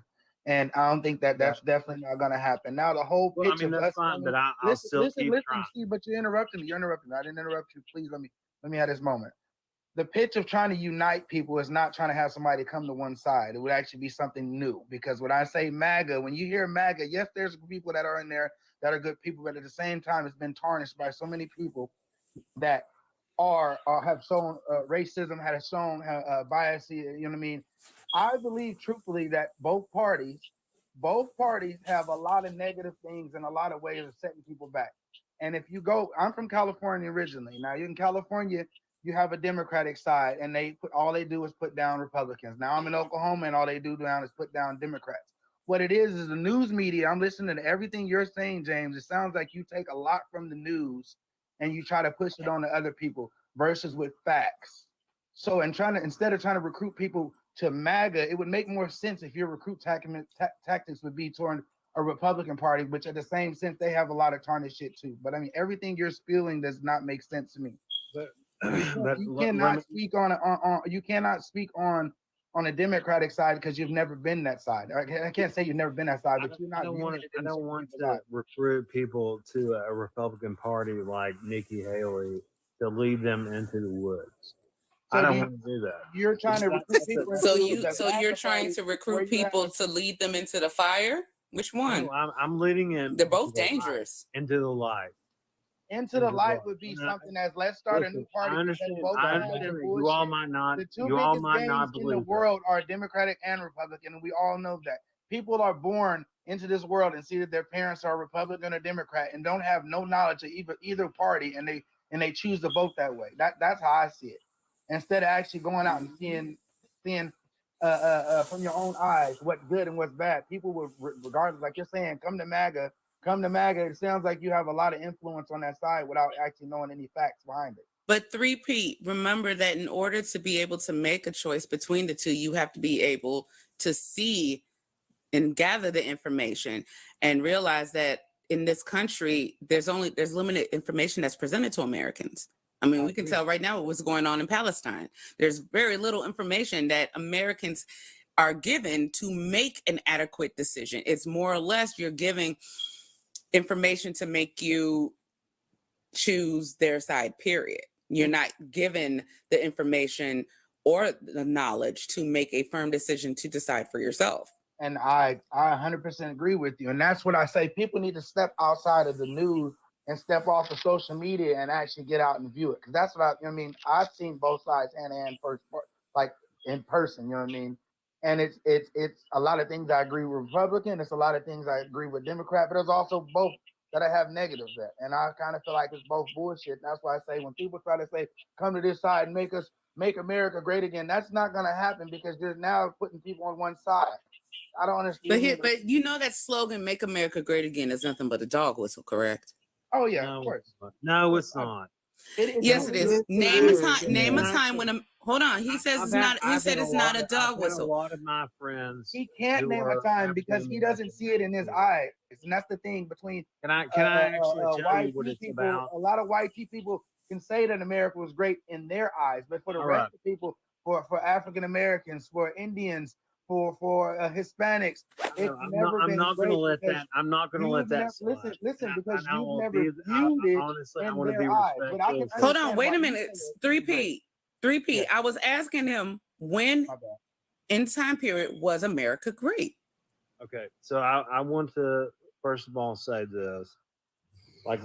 Like I have had so many of my African American. That's not answering the question, There bro. we go. I don't want to hear about your token friends, because if that's the case, we got token friends too. I have friends that are white. I have friends that are this and that. No, I asked you a specific question, sir. When at what period of time was America great? When they made things. Like you have to understand, like when this is When they unalive. Hold on, let him finish. Let him finish. Let him finish. Let him finish. 3P. All right, let me do this, and this is going to be like something that might offend you. Okay, so why did Black people go to Detroit? Why did they go to Cleveland? Why did they go to let's see, where else? You're talking about the Great Migration from the South. Yeah. Yes. So that was a good thing because we started making things. And guess what? A lot of Black people from the South got out of their oppression and went to Detroit. They went to Cleveland. They went to all and these went to places in the North where there was still a different type of oppression. Just because they didn't have slavery in the North doesn't mean there was no oppression. There was oppression in the northern states. Like we made things. That's what. Stop saying right, make things. Right, because let's get down to the nitty gritty. All right, so right. Like, you think that you have been having a good thing like the past 20 fucking years? Make America Great is about making things here in America again. It's not about racial shit.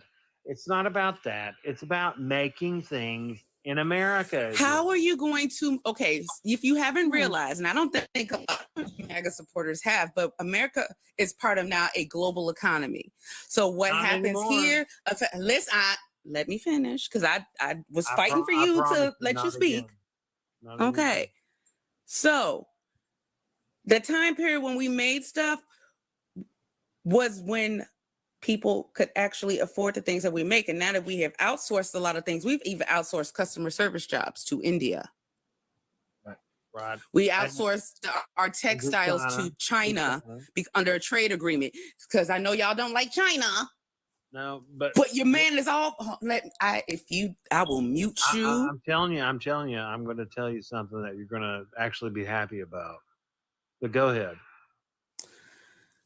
America, from the standpoint of certain cultures, certain people, was not great. You may think it was great because we made stuff. That doesn't make a country great. Well, no. Making things does not make a country great. What makes a country great is how you treat your citizens, is how you stand up for other people. This country has not been great for those that call it home, that were born here, that are descendants of people that were brought here, that are descendants of people whose land they stole or purchased from other people who stole it. Tap up the likes, y'all. We are low on the likes. We only at 54. What?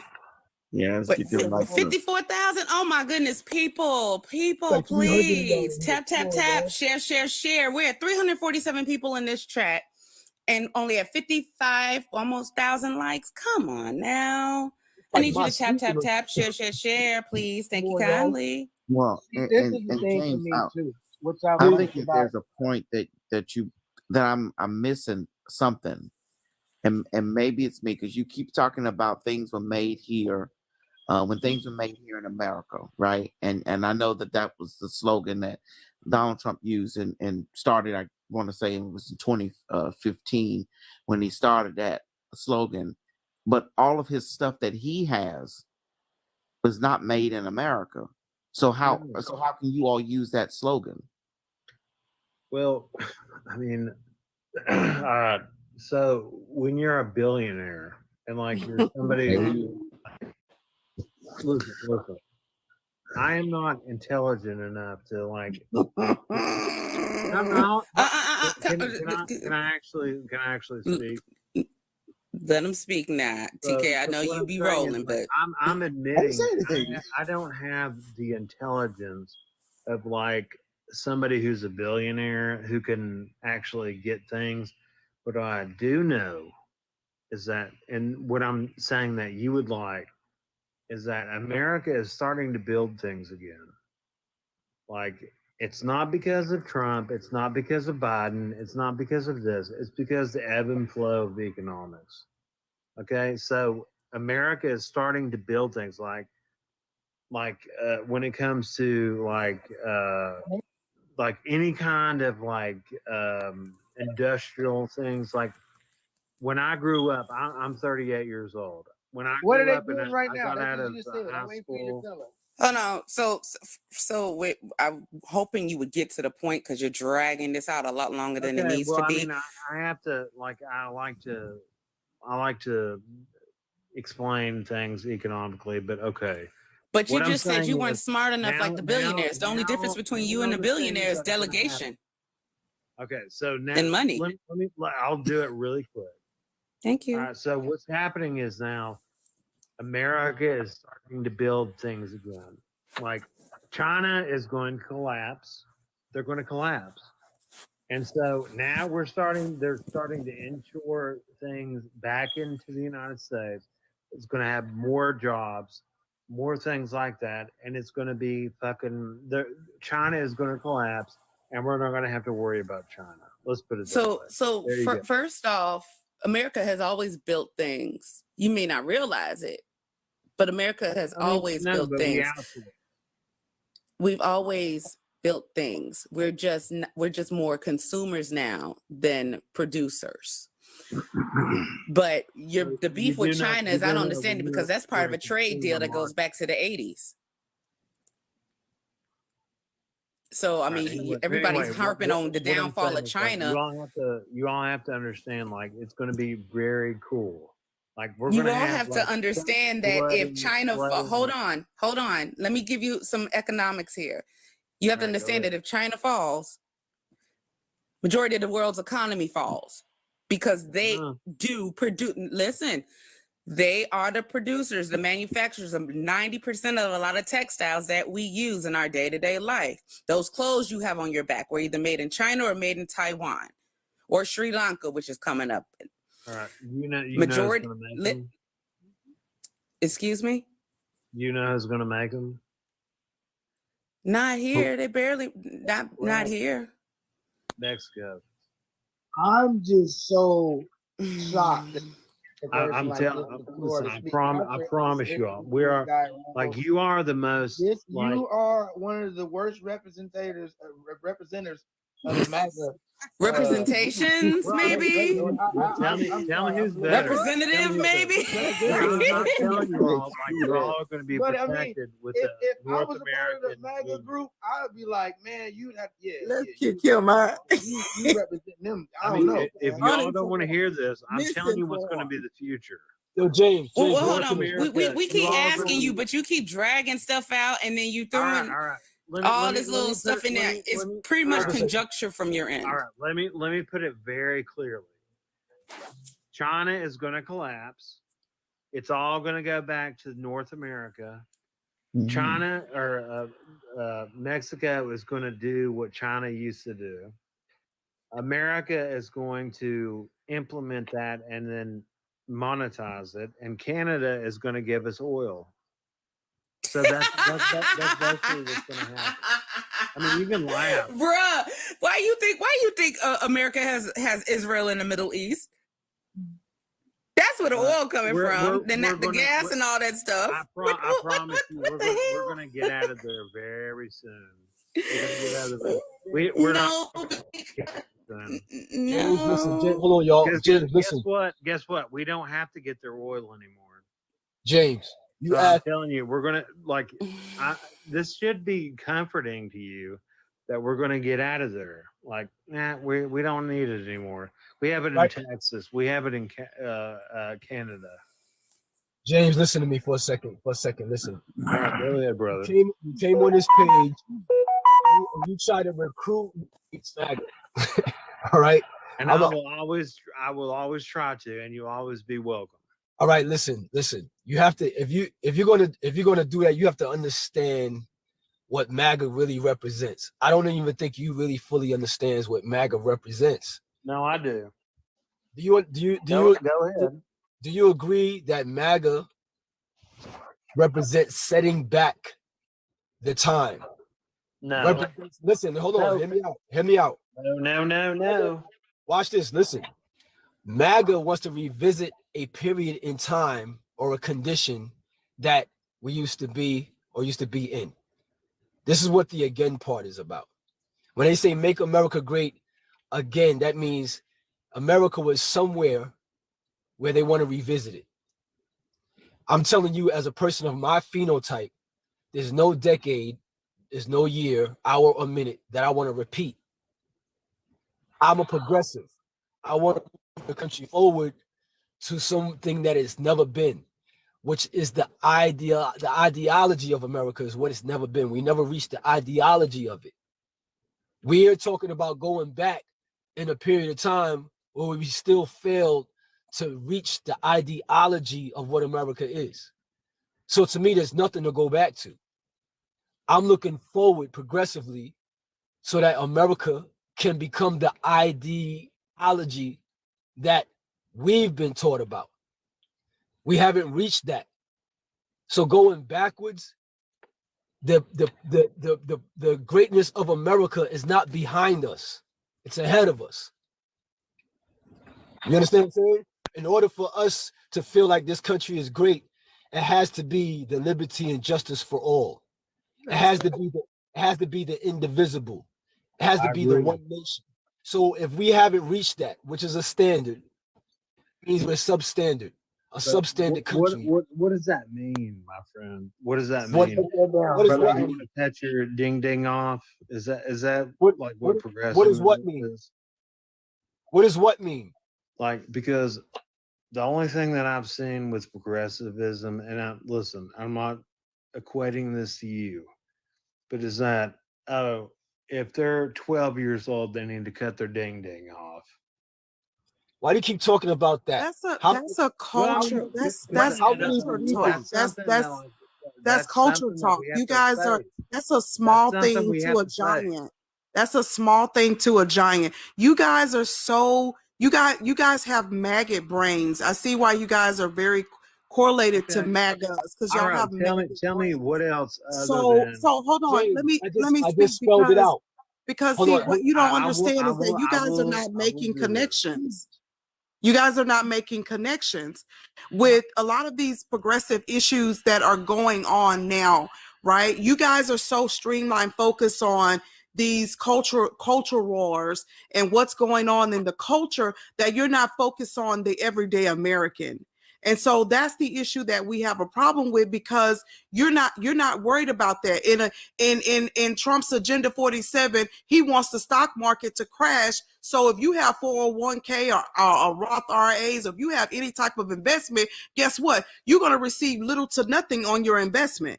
Okay. You're talking about removing program. Hold on, James, because I think your brain is so it's not functioning on a full scale that you have to really understand what you're saying. You have to really understand what you're saying. You're talking about removing. But do you honestly think that that's what Trump wants?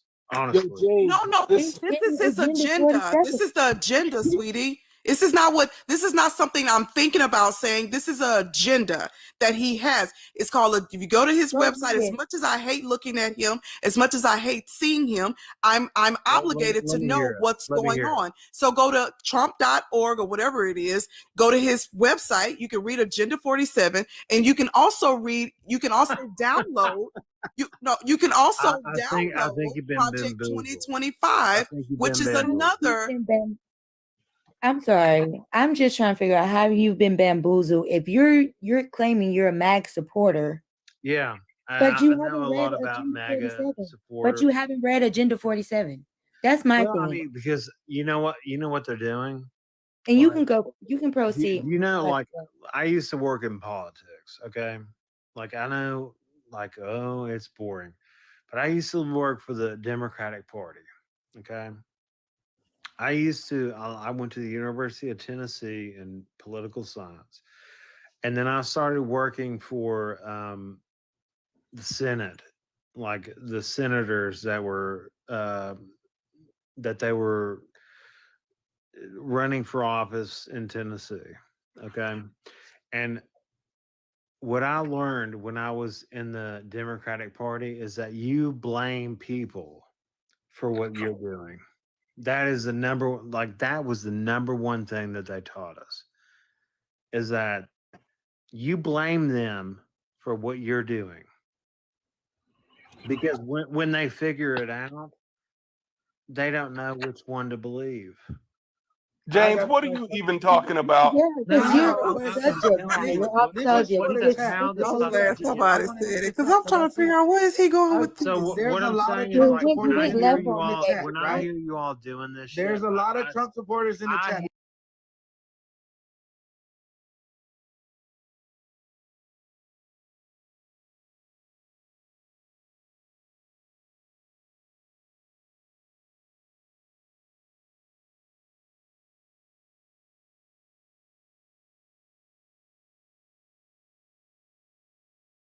Fentanyl, heroin, meth, and other lethal drugs are pouring across our wide open border, stealing hundreds of thousands of beautiful American lives. And it's happening like never before in our history.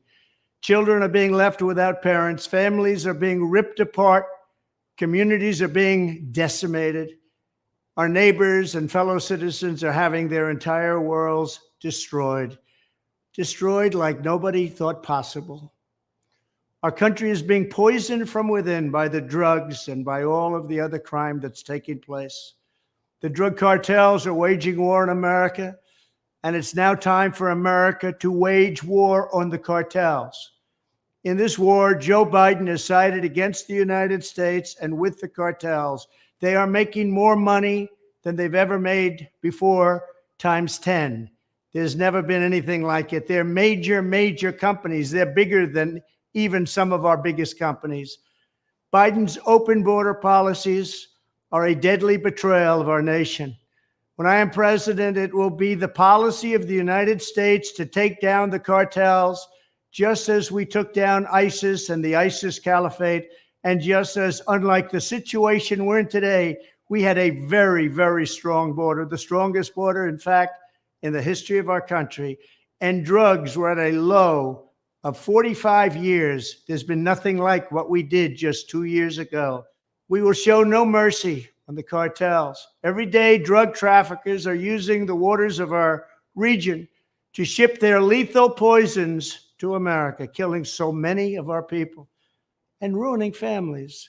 In addition to restoring strong border security, I will deploy all necessary military assets, including the U.S. Navy, to impose the full naval embargo on the cartels. I did that before, and it worked. What we did was incredible. We will guarantee that the waters of the Western Hemisphere are not used to traffic illicit drugs to our country. Furthermore, I will order the Department of Defense to make appropriate use of special forces, cyber warfare, and other overt and covert actions to inflict maximum damage on cartel leadership, infrastructure, and operations. I will designate the major cartels as foreign terrorist organizations. We will sever their access to global financial systems. I will also work to forge an unprecedented partnership with neighboring governments in our region, just like I did in Mexico. And remember, in Mexico alone, an estimated 100,000 civilians have been tragically murdered or gone missing at the hands of these cartels. The Mexican government, run by a very fine man, the president, is really working hard, but it's not working out. These cartels are vicious and they're violent, and they have Mexico for now stymied. But we have to help Mexico, and we have to stymie the cartels. Either we will get the full cooperation of other governments to stop this menace, or we will expose every bribe, every kickback, every payoff, and every bit of corruption that is allowing the cartels to preserve their brutal reign. And it is indeed brutal. Finally, as I have said before, I will ask Congress to pass legislation ensuring that drug smugglers and human traffickers receive the death penalty. The drug cartels and their allies in the Biden administration have the blood of countless millions on their hands. Millions and millions of families and people are being destroyed. When I'm back in the White House, the drug kingpins and vicious traffickers will never sleep soundly again. We did it once, and we did it better than anybody else. There's never been a better border than we had just 2 years ago. It was strong, it was powerful, and it was respected all over the world. And now we're laughed at all over the world. And we're not going to let that happen much longer. We have to take over. We have to be tough. We have to be smart. We have to be fair. But if we don't do something immediately, our country is gone.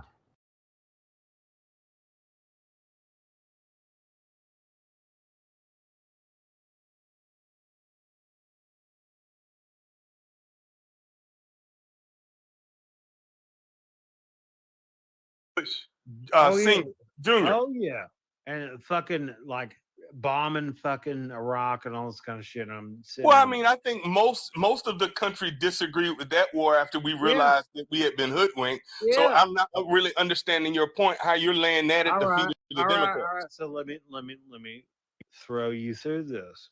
So then therefore I was like, well, goddamn, I can't do this anymore. I love the Democrats. I've grown up as a Democrat. I loved Slick Willie.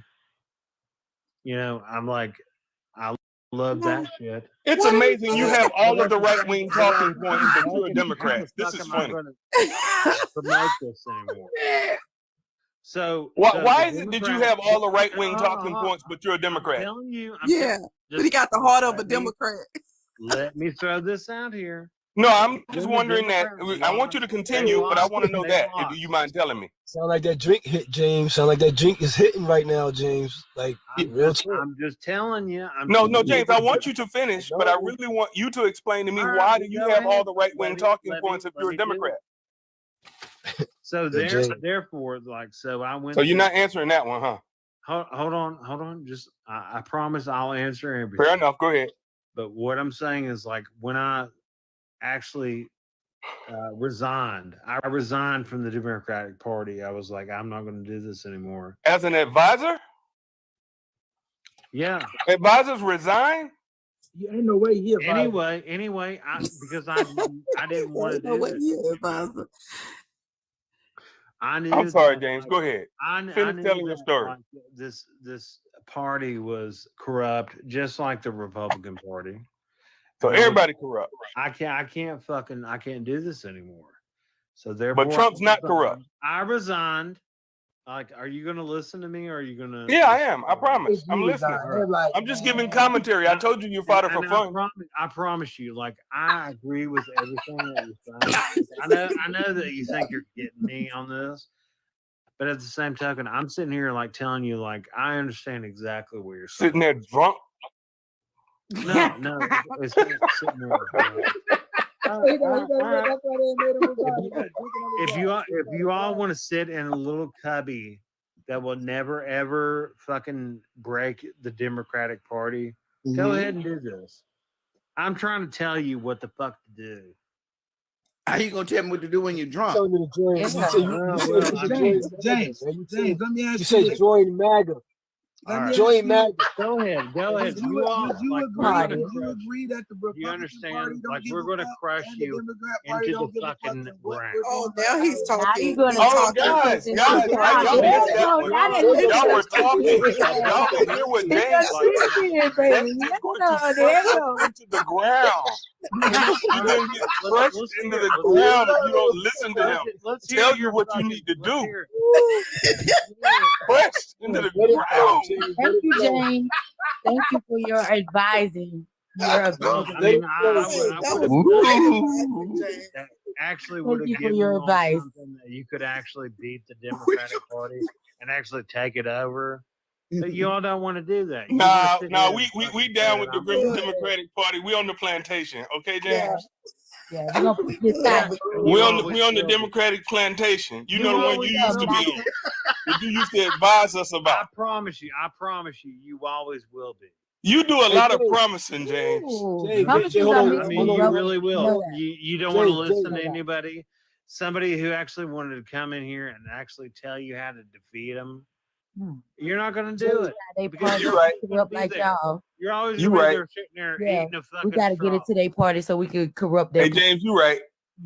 What? Right, nah, James. James, It not James, not like listen. we didn't win 81 million votes in 2020, so it's No, not you like we didn't. need No, some you advice. didn't. And we're gonna fucking destroy you. Hey, you do know Republicans have lost 7 of the last 8 popular votes of the people, right? James, James, did you know that? Man, Republicans have lost 7 of the last 8 I'm popular sorry, votes of the people. I I couldn't gotta hear get you my because signal. you're a little cackle. Oh, I said that Republicans have lost 7 of the last 8 popular votes of the people. Your last Republican president was George W. Bush to win the popular vote. That's it, buddy. Right. So what Do are you you talking think? about? Why we need All to right. listen to So you, who is a what former I'm saying Democrat is, who jumped off a do winning you team think to that jump on a do you losing think team? that we're gonna sit here and let you win it again? No, you're not gonna let us win it. We're just gonna beat you like the drums you are. Yeah. Oh, yeah, because you're Into the ground, like you said. 12% of the population. We're gonna beat you into the ground. So James, 12% of the population. Irate motherfucking white population. Do you think that you're gonna win? Yeah, because you don't understand. They're rational white people who vote Democrat. Did you know that, James? Oh, Did you know that? doesn't happen anymore. James, hold on. What did you just say? Oh, I said, do you think 12% of the black population is going to win against an irate You tried white it. population? I see now, You're getting too now slick James, at the I tone. like that alcohol is seeping in your veins. I, mean, like that. See, I like you this. can sit there and do that There's all more you want. percents out there that's Listen, not gonna listen, vote for your side. James, We're going to crush listen to me. you. Do you understand? James, listen to me. Listen to me. Y'all 1%. A lot of I I think would a love lot to of listen. MAGA. I if- think a if lot of people MAGA. don't. Y'all know what's coming. That's why y'all are in such an upheaval. Y'all know what's coming. Y'all know that. You know that Trump What's is coming? What's coming, asshole? Oh wow! Now the host is an asshole. Now, James, Damn, calm James. yourself, James. Yes, See James. ya, see ya. Hope you you remove have a yourself. good life. James, you fucked up. James, I'm go. sorry, man. You're not gonna call me no asshole and stay You on the was about to panel. say, you black.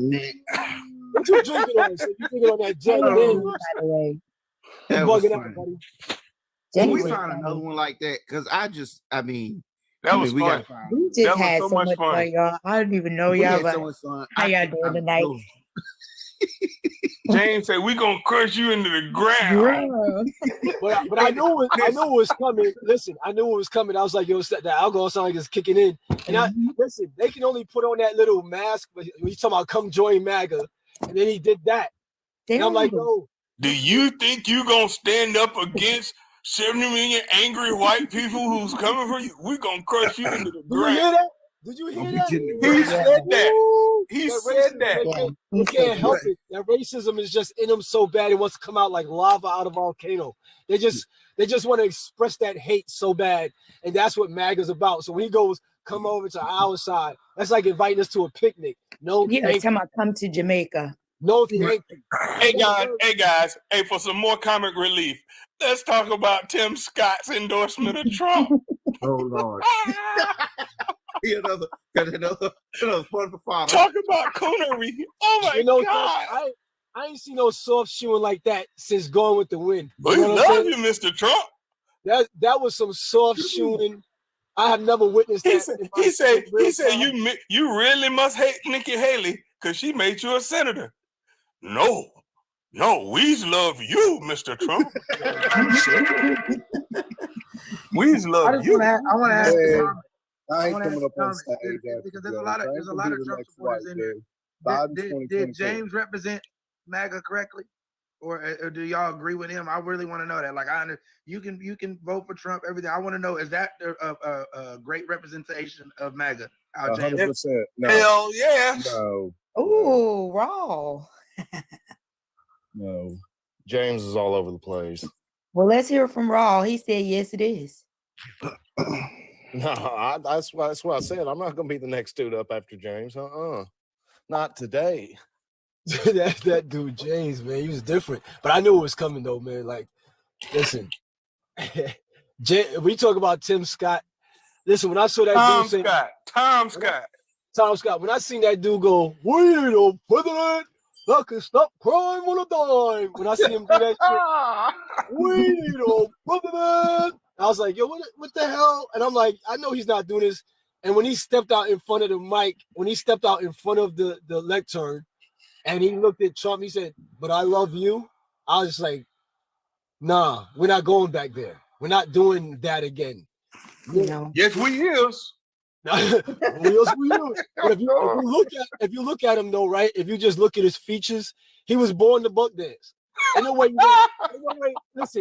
you're gonna go through 9 months of gestation, all through this whole organic process, and to put you together to look like that and come out the womb looking like that, and you're not born to buck dance. Hey, I do want to let all of you know that is not an act. That's that man. I told you I know that man for real, for real, for real. You did tell me that, but he was born to buck this is not play. I know that man. We were in Charleston, South Carolina. We were in an insurance class together to become agents. We were recruited to the Republican Party. Trust me, I speak better than that man. I look 10 times better than that man. My mouthpiece is better. If I wanted the bag to be a Republican, I could get the bag in South Carolina. I would never. That was some boy dancing. Oh my God. A disgrace. And then Trump was like, "Wow, I have my African American." He's right there with it. You know what I'm saying? Hey, who's worse, him or Herschel? That was Tim. No, Tim Scott. Tim Scott. You got Tim where? Okay. Hey, because he got the look. He got the look to match, and he got the voice. Yeah, at least Herschel was a world champion football player. I mean, Tim is a slug. Let me ask y'all this. Now, how do y'all feel about Biden all of a sudden showing up to the hood and going to, you know what I mean, on that black campaign, trying to win the black vote? Why would you say that's all of a sudden? I mean, I wouldn't say all of a sudden, but you know how that go. Let's understand, 91% of black people vote Democrat. Mm-hmm. That's what Democrats do. They court the black vote. Look at his cabinet. I mean, look at the Speaker of the House. That's my fraternity brother, Hakeem Jeffries. So this idea that conservatives and a lot of black people now are selling, which is really starting to piss me off, about, well, the Democrats don't do nothing for us, neither, and the Republicans don't do nothing for us. Why are we going to vote for them? It's like you ain't paying no attention to politics if you can say that out your mouth. That's real, man. I'm a veteran. I got a few benefits from this administration. I didn't think I was ever going to see as a veteran. But if you live in a red state as a black person and you're wondering why the Democratic Party doesn't ever do anything for you, blame your red state governor. Mm-hmm. The ACA would be a classic example of that. Now, South Carolina, unlike a lot of these places, did take some of the subsidies, but most red states didn't take the subsidies. So your insurance oftentimes doubled and quadrupled simply because you don't have a subsidy that's available to you that your governor doesn't want you to get so that you don't vote Democrat. That's it. That's the Republican states for you. The Republicans got schemes and scams, man. But see, they don't really realize that that's the scheme that they're doing. They're wondering why crime is not high in Republican states. They're wondering why, like you say, the subsidies are not there in Republican states. It's because these Republicans are refusing to accept these subsidies to help people, right? And so you're talking about Democratic cities versus Republican cities, but you're talking about a city that is more diverse than a Republican city. right? I would dare go to a Republican city thinking that I can get something or experience something different when I know that they don't have the necessary subsidies available to me. And see, that's where a lot of people go wrong, is they think that they have what we have, and that's the unequivocalness about it. People thinking, well, this city, Democrat cities are overran and they're high in crime and they're this and they're that. But you have to also realize Republican cities haven't even taken on the idea to be a city that's open to expanding first and foremost. Okay, so one thing that I've noticed specifically today, the last 4 hours listening to these fucking dumbass strags run their mouth like they know something, you know, these fucking angry, aggressive black women who are fucking bullying and strong-arming white women into getting down on their knees and kissing their fucking feet. Is every time they mention something as far as policy, it's always about what am I getting? And it's not what am I getting as far as things that are going to benefit the country's economy as a whole, or the country's education as a whole, or, you know, just the country's anything as a whole. It's always about what am I going to get monetarily? I mean, we just listened to it just now. This woman, and I use the word woman loosely, literally just said, why would I come to a Republican city that is turning down subsidies and federal aid? What am I going to get? Why would I go to a Republican city that has nothing to offer me, that has nothing to give me? Why does someone have to give you anything, for one?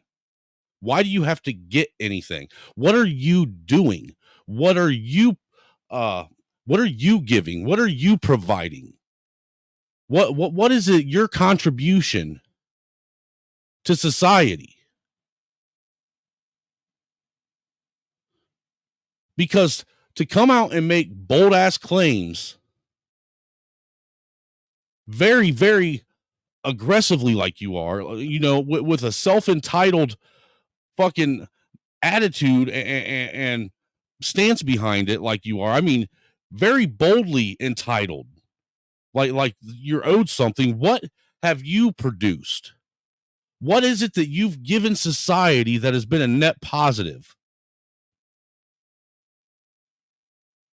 Because every time I sit and listen to one of you fucking angry black female quote unquote politicians or civil rights leaders, or, you know, whatever the fuck you want to label yourself as, all I ever hear is me, I. I never hear America. I never hear the country. I never hear Americans. It's me, I. What you do hear is a pseudo understanding of family and community, because you will say black family, you will state the black community, but you want to know what? There's something else that I noticed and observed today. When you fucking angry black witches are talking about family and community, you never involve the black man or a husband in that.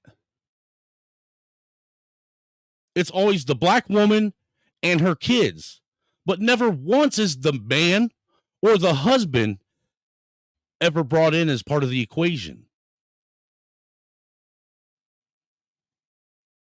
You know, and I think that that's why you guys are becoming so fucking aggressive as of late, even more so aggressive, because there's people like me that are starting to pay attention and see that shit that used to be hidden. that you used to be able to keep cloaked to where nobody understood what was really going on. You used to be able to convince white people, specifically white men, that there was something wrong with black men, that they were the ones that were angry and aggressive. You know, I'm starting to wonder if you bitches aren't the ones that started the whole thug idea, the thug mentality, the gangster shit.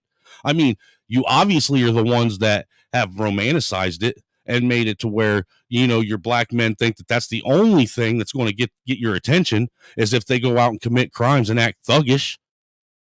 So why wouldn't it make sense that you're the one to push that whole idea out there on the world, to where the rest of the world thought that that's just how all your men were, when really what it is it's a you problem. You fucking bitches you're sick. You're sick. You're delusional. You're evil as fuck.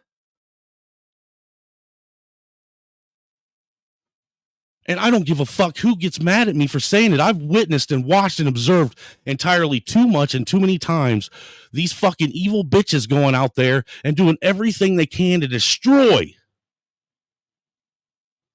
Everything you touch, you destroy. Everything. Including your men.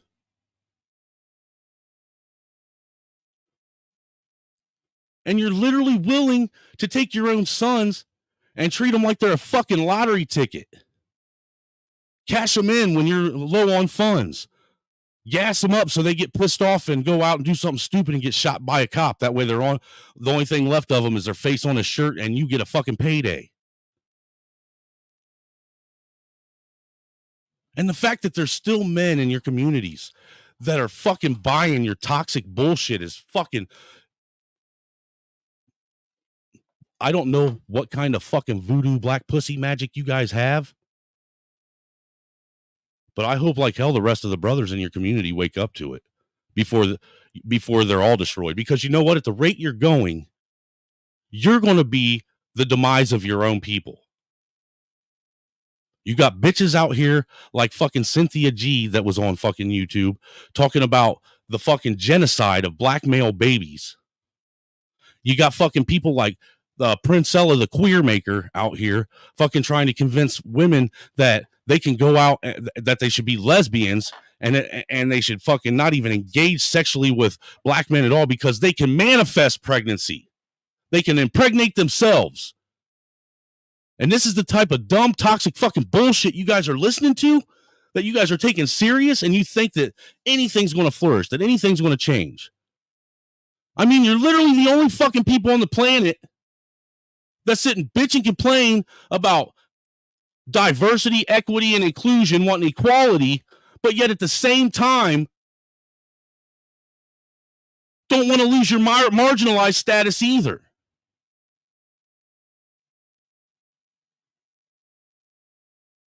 You can't be a victim and a victor all at the same time. That's not the way it works. That's how I know when Dirty Folks says that women don't know how to count. Well, for sure, black women don't.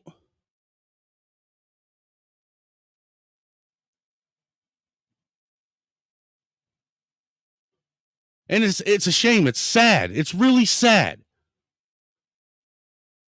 Because you have a lot of men out here who love you bitches to death.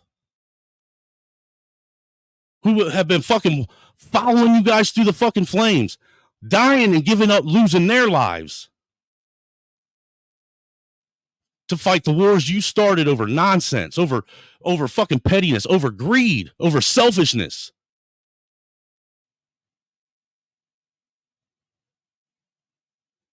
And you wonder why the world is fucking irritated like fuck with you. You wonder why you are the least desired people on the fucking planet right now. Because every guy's in a hurry to fucking go lay down in bed and sleep next to the fucking bully that fucking bullied him in school. Because every guy wants to go and lay down in bed next to the fucking dickhead boss. You guys act like fucking dudes. You sit and force your will on everybody. You expect absolutely outrageous. You have outrageous fucking demands. You walk around with this fucking superiority complex while you try and say that you're the least protected class in the fucking country. Please give me a fucking break. Give me a fucking break. The least protected my ass.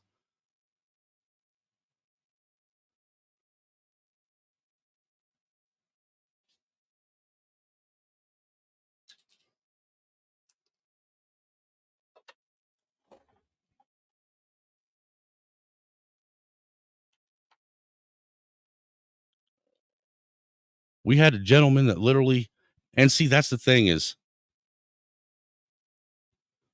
there's people, specifically white folks, reaching out in droves right now to the black community. All but getting down on their hands and knees and begging them, please, especially men like myself begging other black men, please don't listen to what the fuck's going on. I'm here telling you that what they're saying is bullshit.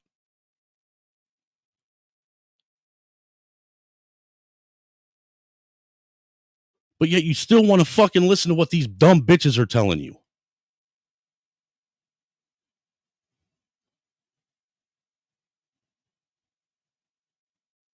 You're still listening to what the fucking TV's telling you. How long do you think white America, specifically white men in America, are going to continue to put their hand out and have it smacked away and told that they're a fucking piece of shit, an oppressor, and a fucking racist before they just fucking do what you call them? How long do you think you can continue to call a man a fucking racist and a piece of shit and a colonizer before he does the very things and becomes the very person that you keep labeling him as?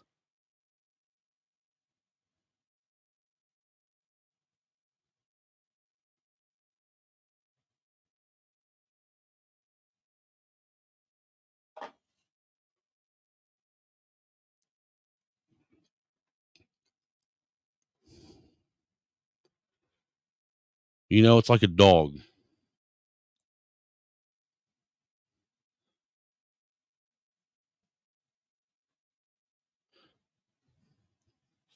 A dog will be the most loyal creature on the planet. You women know that. I mean, come on. That you guys, the only thing you guys have that sticks around that's loyal to you because you don't know how to show loyalty to anybody else is your dog. Every fucking single bitch past her fucking 30s that I know has a fucking dog that sleeps in bed with her, that kisses her in her fucking mouth, probably cleans the cobwebs out of the fucking gutters for her. Even a dog, you smack the motherfucker one too many times with a stick, no matter how loyal they feel to you, is going to fucking they're going to retaliate. They're going to say fuck you. How long, Black America, the black community, how long are you going to continue to use excuses that don't exist anymore when you actively have white men reaching out to you in numbers like never before? How long are you going to continue to tell them no? How long are you going to continue to tell them that they're racist and that you can't trust them? I mean, what the fuck is it going to take? Let's be real here. Let's actually have the discussion. What the fuck is it going to take?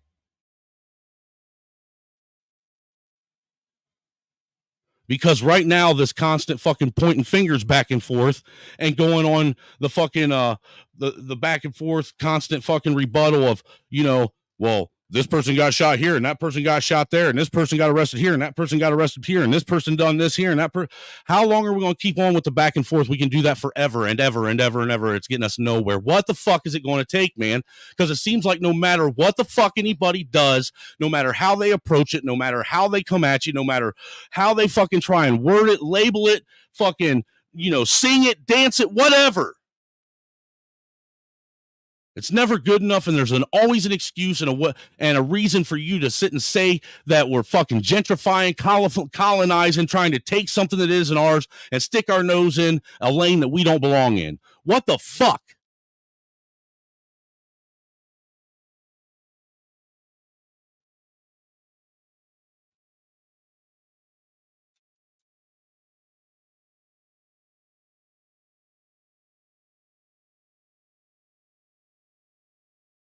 You think we have forever?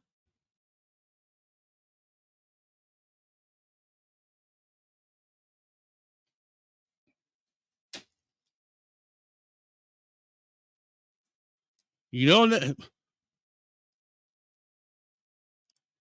I literally sit and listen to self-entitled little melanated pricks all day long online run their fucking mouths about people that look like me. And you want to know what's crazy is it's never about any of the shit that any of us have done personally.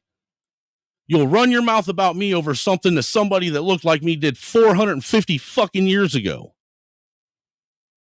250 fucking years ago. Fuck, you want my opinion? 30 fucking years ago is too far back. A year ago. The fact that it wasn't me is fucked up.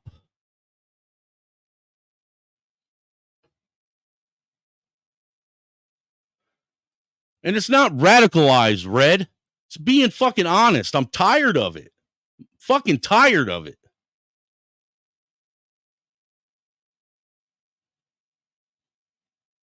You know, this whole fucking... We can run around and we can say whatever the fuck we want about anybody else, but God forbid if anybody criticize or point out anything we did wrong. How dare you? What right do you have to point out, you know, what black dishonesty I did, or you know what fucking crime I broke, or what bad service I give as a black person? What right do you have to judge me and point shit out? You don't know what it's like to go at my fucking you don't know what it's like to deal with the shit my fucking ancestors had to deal with, you fucking white racist cracker. How dare you, black man? You knowing what our people went through. How dare you criticize us? How the fuck is anybody supposed to get better if nobody ever fucking criticizes you and tells you when you're doing something wrong?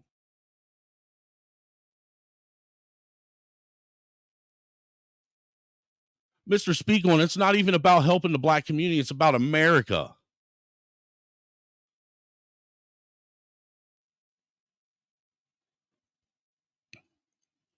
How can you sit and bitch about feeling like you're not part of something when people ask you to be part of something? You tell them, fuck you. No, you're racist.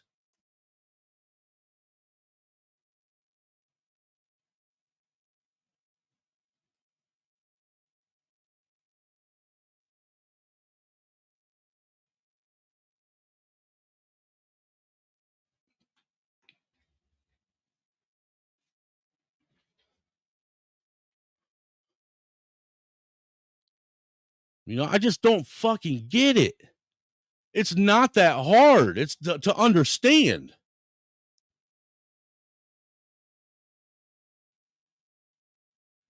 If you want people to be a certain way with you, and then they try to be a certain way with you, and then you tell them it ain't good enough, fuck you,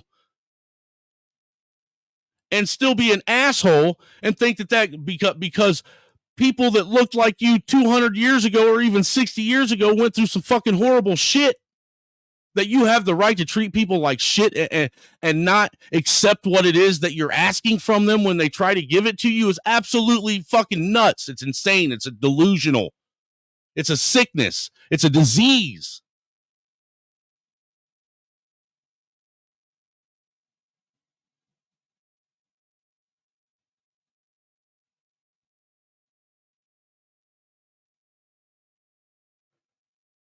You know, I've dropped the link several times, man. If you guys want to call in and talk about it, call in and talk about it.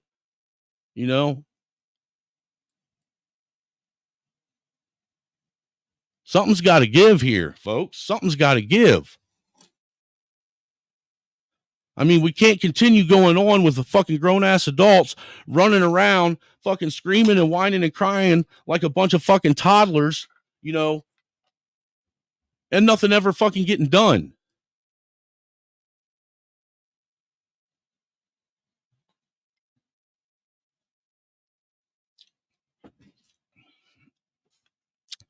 It's not racist or bigoted to point out when somebody is doing something wrong.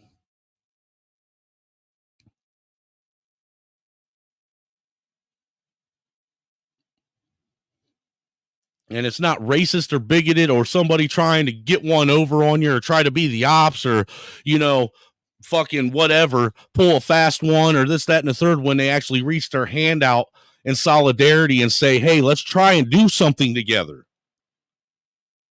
How dare you as people put out, even say or even suggest that white people do anything different than what they've ever done and try and work to where the black community could work together with the white community if you're not going to follow through with it.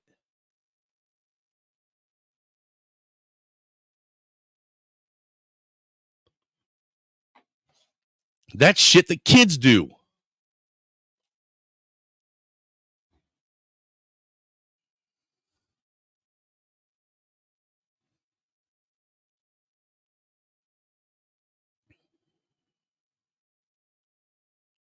You know, I love all of my brothers and sisters of all races and cultures that have grown to congregate over here and have discussions over here with us.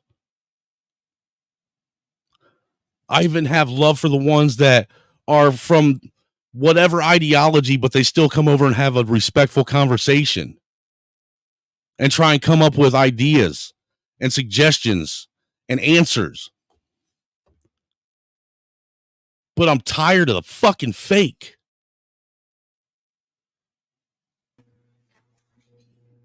Shout out to Mayo Monkey with the $5 super sticker, man. I greatly appreciate you, brother. What's up, Mandrell? What's up, man? What you up here yelling about? Just fucking tired of dumbass people, dude. Dumb. I'm tired of the fucking... dude, you heard me. You heard what I was saying. You know what I'm yelling about. No, I don't actually. I just came with good hearts and support you. You know what I'm saying? Show my support and everything before I go to bed. You know, I'm just tired of fucking the whole fucking... I'm tired of fucking... Look, dude, I'm tired of fucking all the disingenuousness altogether. I guess is the way to put it. I'm tired of people being asked to do things, and then when people try to reciprocate and actually reach out and do things, that you know, their efforts being told it ain't good enough, and it continuing us down this perpetual, endless fucking spiral to fucking complete and total madness. I'm over with, you know. Maybe it'd help if you got a bit more specific. Because I hear what you're saying, and I feel you. You know what I'm saying? I do. That's why I've taken to find another shit to keep my mind occupied, man. Not this shit. No. Well, look, just to be fucking completely blunt and frank with you, Mandrell, I've sat here for the last 4 hours. I was listening to 3 different TikTok streams. Oh, God. On all 3 of these TikTok streams, it's fucking people going in on it's a bunch of black people going in on white people, treating them like dog shit. You know, on these panels, white people come up, try and have a discussion, constantly treating them like dog shit. You know, and you just hear all this fucking shit, all this nonsense, all this noise. You know, you have white guys going up and trying to engage with black men, and then a black man will sit there and they'll be having a discussion and fucking let these fucking angry ass fucking ignorant black bitches up on the fucking panel, and as soon as they do, the fucking conversation ends. That they're up there fucking interrupting this, that, and the third, projecting, saying this, saying that, doing everything they fucking can to keep seeds of fucking division, dissension, and hate sown. Now, I mean, even when motherfuckers can sit, when white people can sit and say, okay, whatever, I will concede and I will give you that. Let's move past that now and go work on this direction. That still isn't good enough. Nothing is ever fucking good enough. Nothing. Here's the thing. Yeah, here's the thing you have to look at and understand. And and a lot of people, including black people, don't take it into consideration. Okay, is it fair? Absolutely not. Is it right? That's debatable.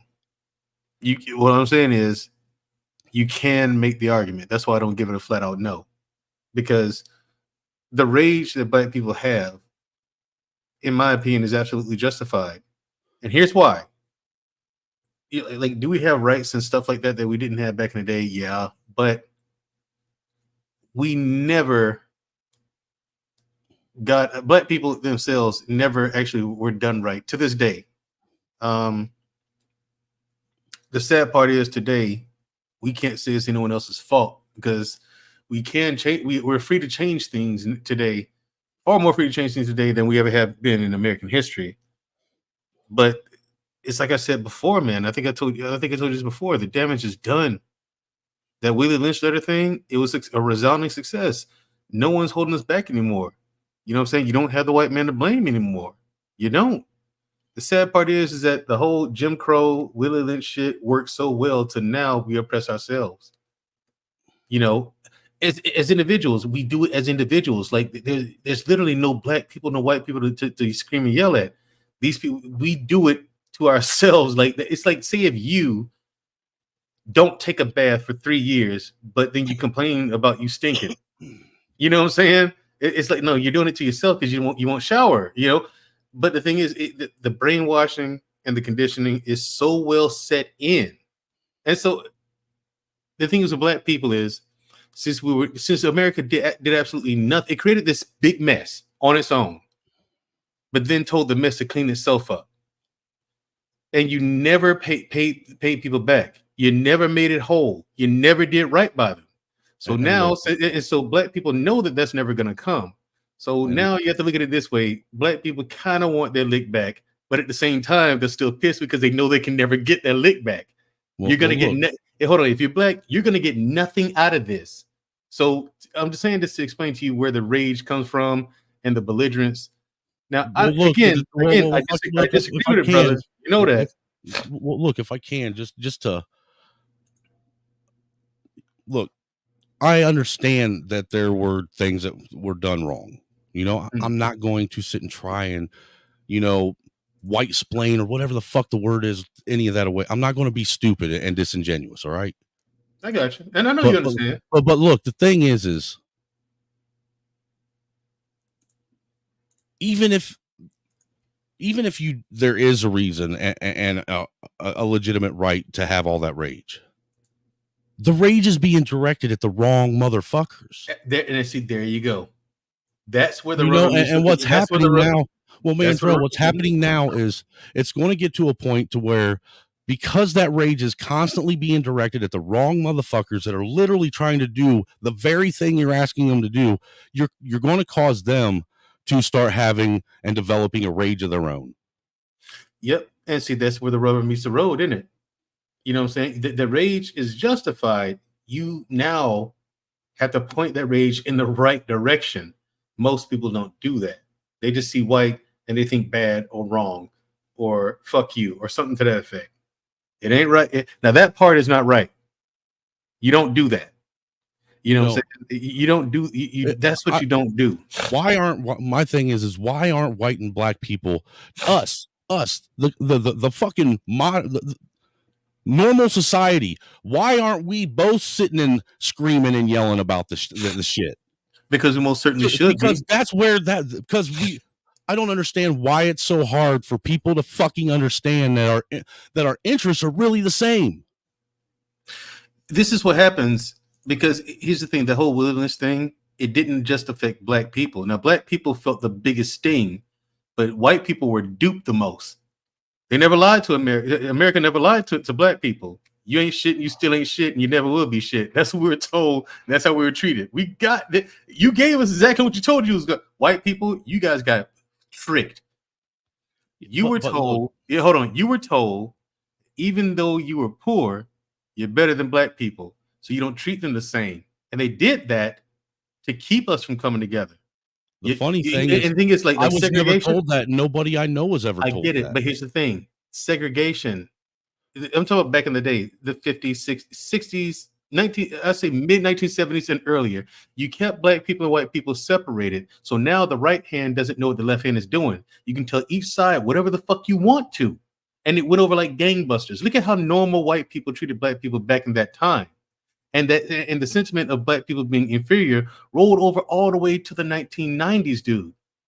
So this is not a long time ago. This is very young still. Unfortunately, you and I happen to be alive in a time where it affects you and I both. And you and I both see, and you see the injustice in it. Look, you don't like it. But Mandrell, the thing is none of that shit matters if when people try to do things to right wrongs, put their hands out in solidarity. I mean, look, dude, my generation, my age group, people, men from our age group are we're literally the first fucking men in America to actually do what black men have asked white men to do. Literally, to put all the fucking differences aside, see each other as men, as equals, have that equal, respect for one another. And basically be told, go fuck yourself. What the fuck? I mean, seriously, what the fuck? How can you ask a person to do something and then when they actually do it, look at them and say, hey, go fuck you? That's because there's, dude, I'm not trying to, I'm not, his thing, and I'm not, for it. I'm not making excuses for it at all here when I say this. All right. So I'm just saying this just to brace, so you can brace yourself. All right, man. Here's the thing. That person is either a total fucking retard. I'm talking about the black person in this scenario. They're either a total fucking retard or there's a black people who just doesn't trust white people. And that has to be learned and trained. So someone throughout the course of that kid's life, that person's life, taught him to not trust white people. I was told that growing up too. Work with them, play with them, be friends with them, but never trust them. You know who taught me? Me as a kid. No, hold on to that. You guys had someone that was a family. You want to know who taught me not to trust black people? Black people. Black people. They taught me that. Yeah. But unfortunately, I still try and give each individual the benefit of the doubt. No matter how many times I've been wronged or been fucking, had the wool pulled over my eyes or somebody be just fucking, trying to find out as much information as they can on me. That way they can fucking rob me or whatever. No matter how many times. And I still do it. And the thing is there's a lot of white dudes and a lot of white people in general that are just like me. That's tried to put all that shit aside, after hearing all this shit about, that what's the history of white people? That's the history of your people. They come in, they stick their nose in, they act like they're here to help, and then the next thing you know, they're fucking taking shit over and blah blah blah. Well, my history is actually lived history, and every the history that I've had is every time I've gotten close with a black person, they've done something to me, taken from me, done me wrong. But yet I still don't put that moniker on every fucking black person. I've still went out of my way to try and fucking put my hand out and say, hey, look, I understand that there's differences between us and we've had, our past shows that we've had issues, but I can put that aside and sit here and meet in the middle with you as a man and realize that, yes, we have the same interests. We have the same enemy, why can't you? Why? What's so fucking hard about it? What, if I can sit and trust you, even though there's people that look like you that actually did shit to me, to give me a reason not to trust you, why the fuck can't you trust me when most of what you get is all just stories of what other people went through? You've never actually had to deal with a white person actually doing you wrong, stealing from you, robbing you, putting a gun to your head. Well, the thing is, you understand, you did. Most people are dumb. Most people are dumb. And when you grow up and you're raised by dumb people, this is the result you get, man. It's unfortunate. Well, how long are people going to co-sign the stupidity? I don't. Until the country completely falls? Yeah. And the country's not going to fall because of that. It's just people don't. It's insignificant. And the more divided we are, the more advantageous it is for them. Understand that. You know what I mean? Look at how much wrong was done while we were at each other, while we were separated. You know what I mean? Now that we're together, we separate ourselves. Like I said, it's well set in. The brainwashing is well set in, and it's being taught to generation. You and I won't teach our kids that because we know better. We know it's stupid. You know what I mean? I've been spitting. I remember being in second grade, a grown ass man spit in my face and told me his kid's not going to hang around niggas. We were on school property. We were in front of the school. I was in second grade, elementary school kid, a grown man, white man, spit in my face, called me a nigga. See, and look, dude, you've actually experienced the shit that other people fucking just cry about. And look, you're still up here having a discussion and talking with someone like me. Exactly. You know, and see, that's my point, Mandrell, is it's always because you didn't do it. Right. That asshole did, but you didn't. So why would I be pissed at you? Just because you're white. So what? But you notice it's only people that have actually dealt with the shit. It's men that's dealt with the shit that actually they don't fucking actually blame everyone else and lump everyone else together. You get what I'm saying? Like generally someone that's actually dealt with some dumb shit out of another culture or another race, they don't condemnate the whole fucking culture and race. Yeah, it's weird how that works. But people that have only been told stories and never had to actually deal with some shit other than maybe someone dropping the hard R or some shit, because that's what people do. You know, people like to go out and offend.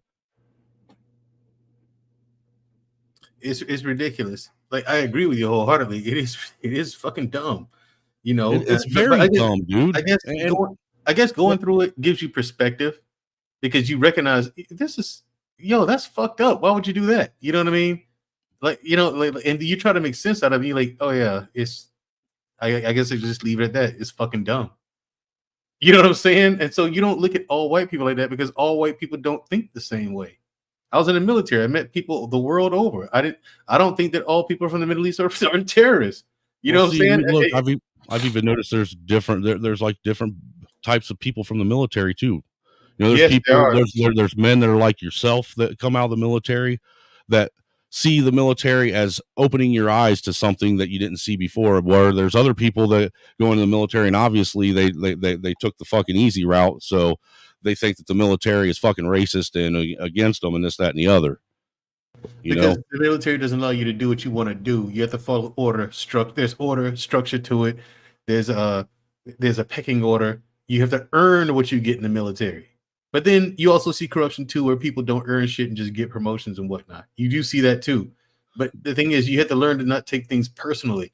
That's just not personal against you. Okay, they're clicked up. So fucking what? I took it this kind of shit as a challenge. Okay, fuck you. I'm gonna excel anyway. Mm-hmm. And then I look at myself. I'm like, okay, I got a college degree. He doesn't. You know, and I'm like, I'm more accomplished than this guy. I'm a better shooter than him. Far better at hand to hand than he is. Kicks his ass all the time. You know what I'm saying? So it's like, okay, I got things going for myself. Why would I let that? I want to get promoted, yeah, but why would I let that fucking drag me down? And look, dude, Mandrell, I'm gonna tell you the biggest problem that I keep seeing in all of this, all of these problems, all these issues, it's fucking angry black women.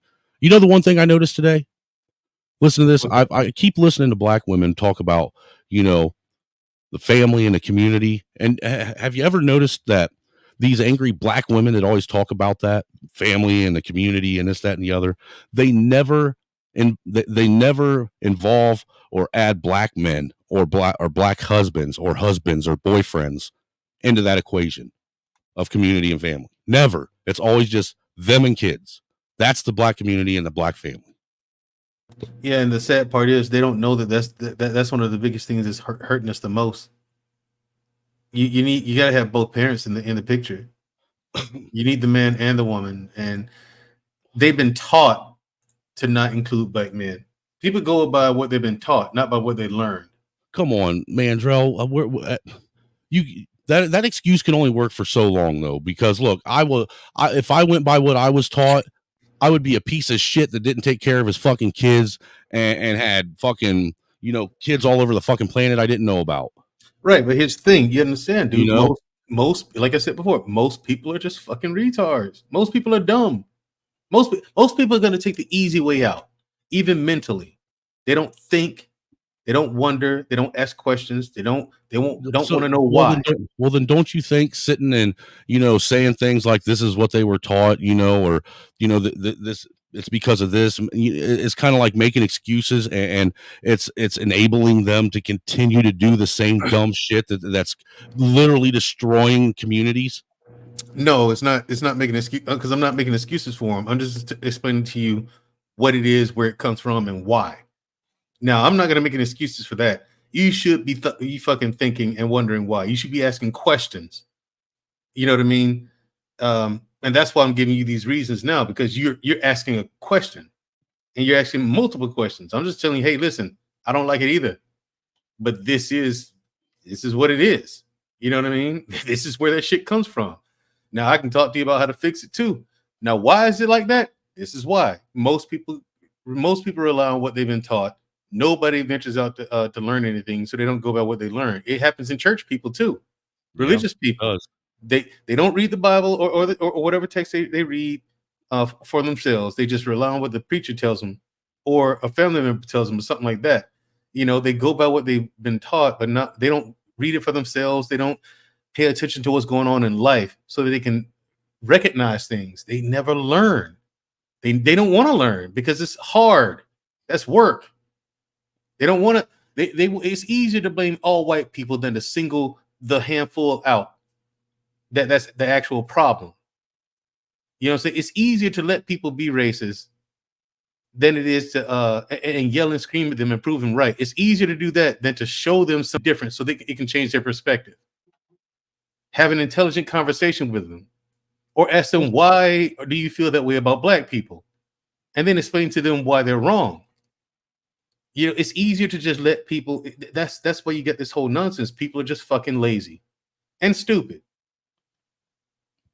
That's what it is, dude. I mean, that's what I chalk it up to. It's laziness and stupidity. Is what it boils down to. Hand over fist. It's disappointing to see because it is disappointing. It's disappointing. It's very man. fucking disappointing. That's why you see me going to only certain like a handful of panels and a handful of YouTube channels. Like, yeah, and you know what? To be honest, knowing that, be honest with you, Mandrell, knowing that mine's one of them that you stopped by, I actually do feel a little bit privileged by that. So I do appreciate it, man, because I know you are selective. Yeah, I am. I'm very selective as to who I actually have a conversation with, man, because my time is valuable. Right. I should be asleep right now. I'm getting up at 4:30 in the morning. You know what I'm saying? But right. I saw you online, saw you talking about something. Say, hey, let me check him out. Let me have a conversation here real quick. No, dude, I was literally I was going off because I'm getting frustrated to no end seeing the lack of awareness and the lack of accountability with anybody in this country on what's going on anymore, and people just sitting back and pointing fingers one way or the other, and we all know what the fucking problem is. We literally all know what the real fucking problem is. It's just nobody wants to fucking do anything about it. There you go. Because the root cause ain't really us. We were engineered to be this way with each other, man. And people, here's the weirdest part. When you meet people who know, they know. Right. And they still behave that way anyway. It's like, wait. So you know this? Yeah. Then why the fuck do you act like that? Cause man, fuck that, man. Fuck that white man, or what? Fuck that Negro, or what? Right? Is it what? That's the part that really tripped me out. When I meet people like that, I'm like, okay, cool. We have nothing more to talk about. I mean, I know it ain't really him, but fuck him. Right. You teach your kids that you want your kids to follow you because you're some kind of moral leader, but look at how you treated another human being for no fucking reason. It just fucking you're a piece of shit. And it's like you talking about this stuff, like you treating white people who want to help or willing to help. You treat them like shit for no reason, knowing you're gonna need their help. Right. You know you need their help, but you treat them like an asshole. Self-sabotage, bro. It's fucking it is. It's fucking crazy, and it seems like the root cause of a lot of this, as far as the common man. Because look, I'm gonna keep it a buck. I don't even really equate women in conversations anymore when I'm talking about getting things done or finding solutions, because women ain't gonna find a solution. It's gonna be men that do.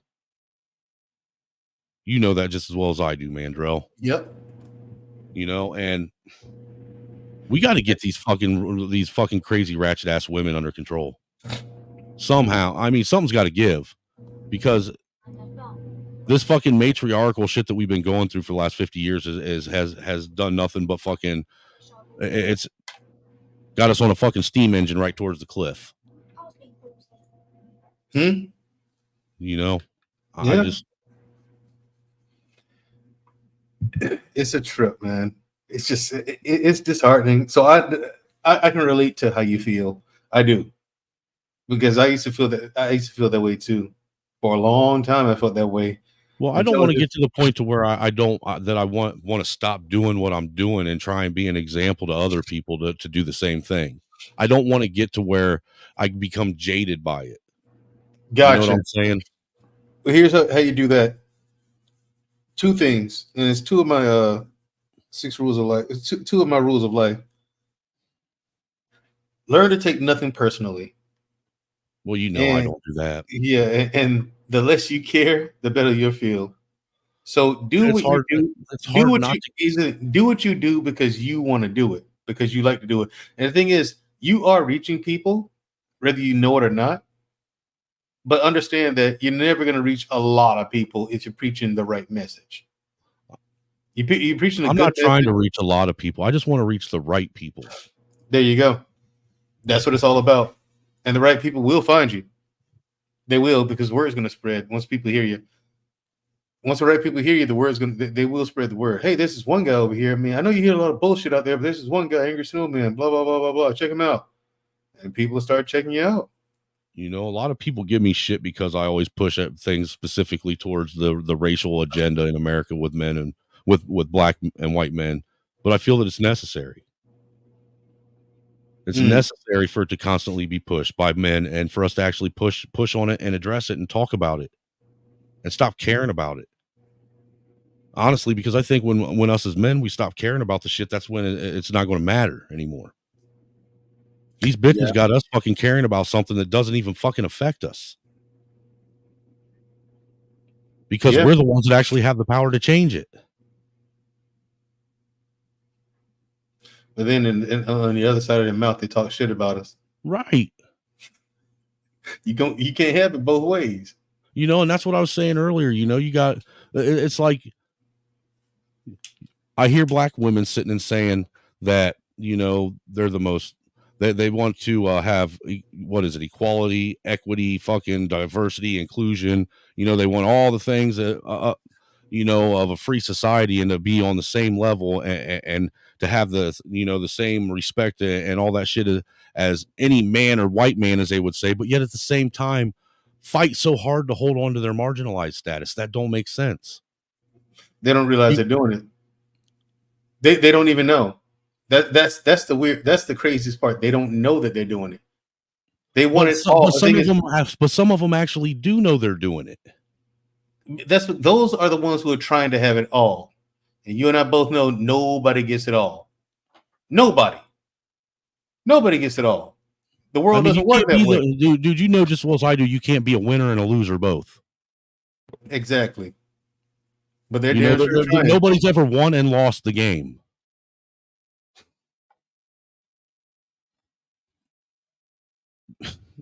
And just that sheer idea that that's what you would want, that's what you talk about, shows that you don't even have an understanding of what you want. Exactly. They don't know what they want. They just know they want it.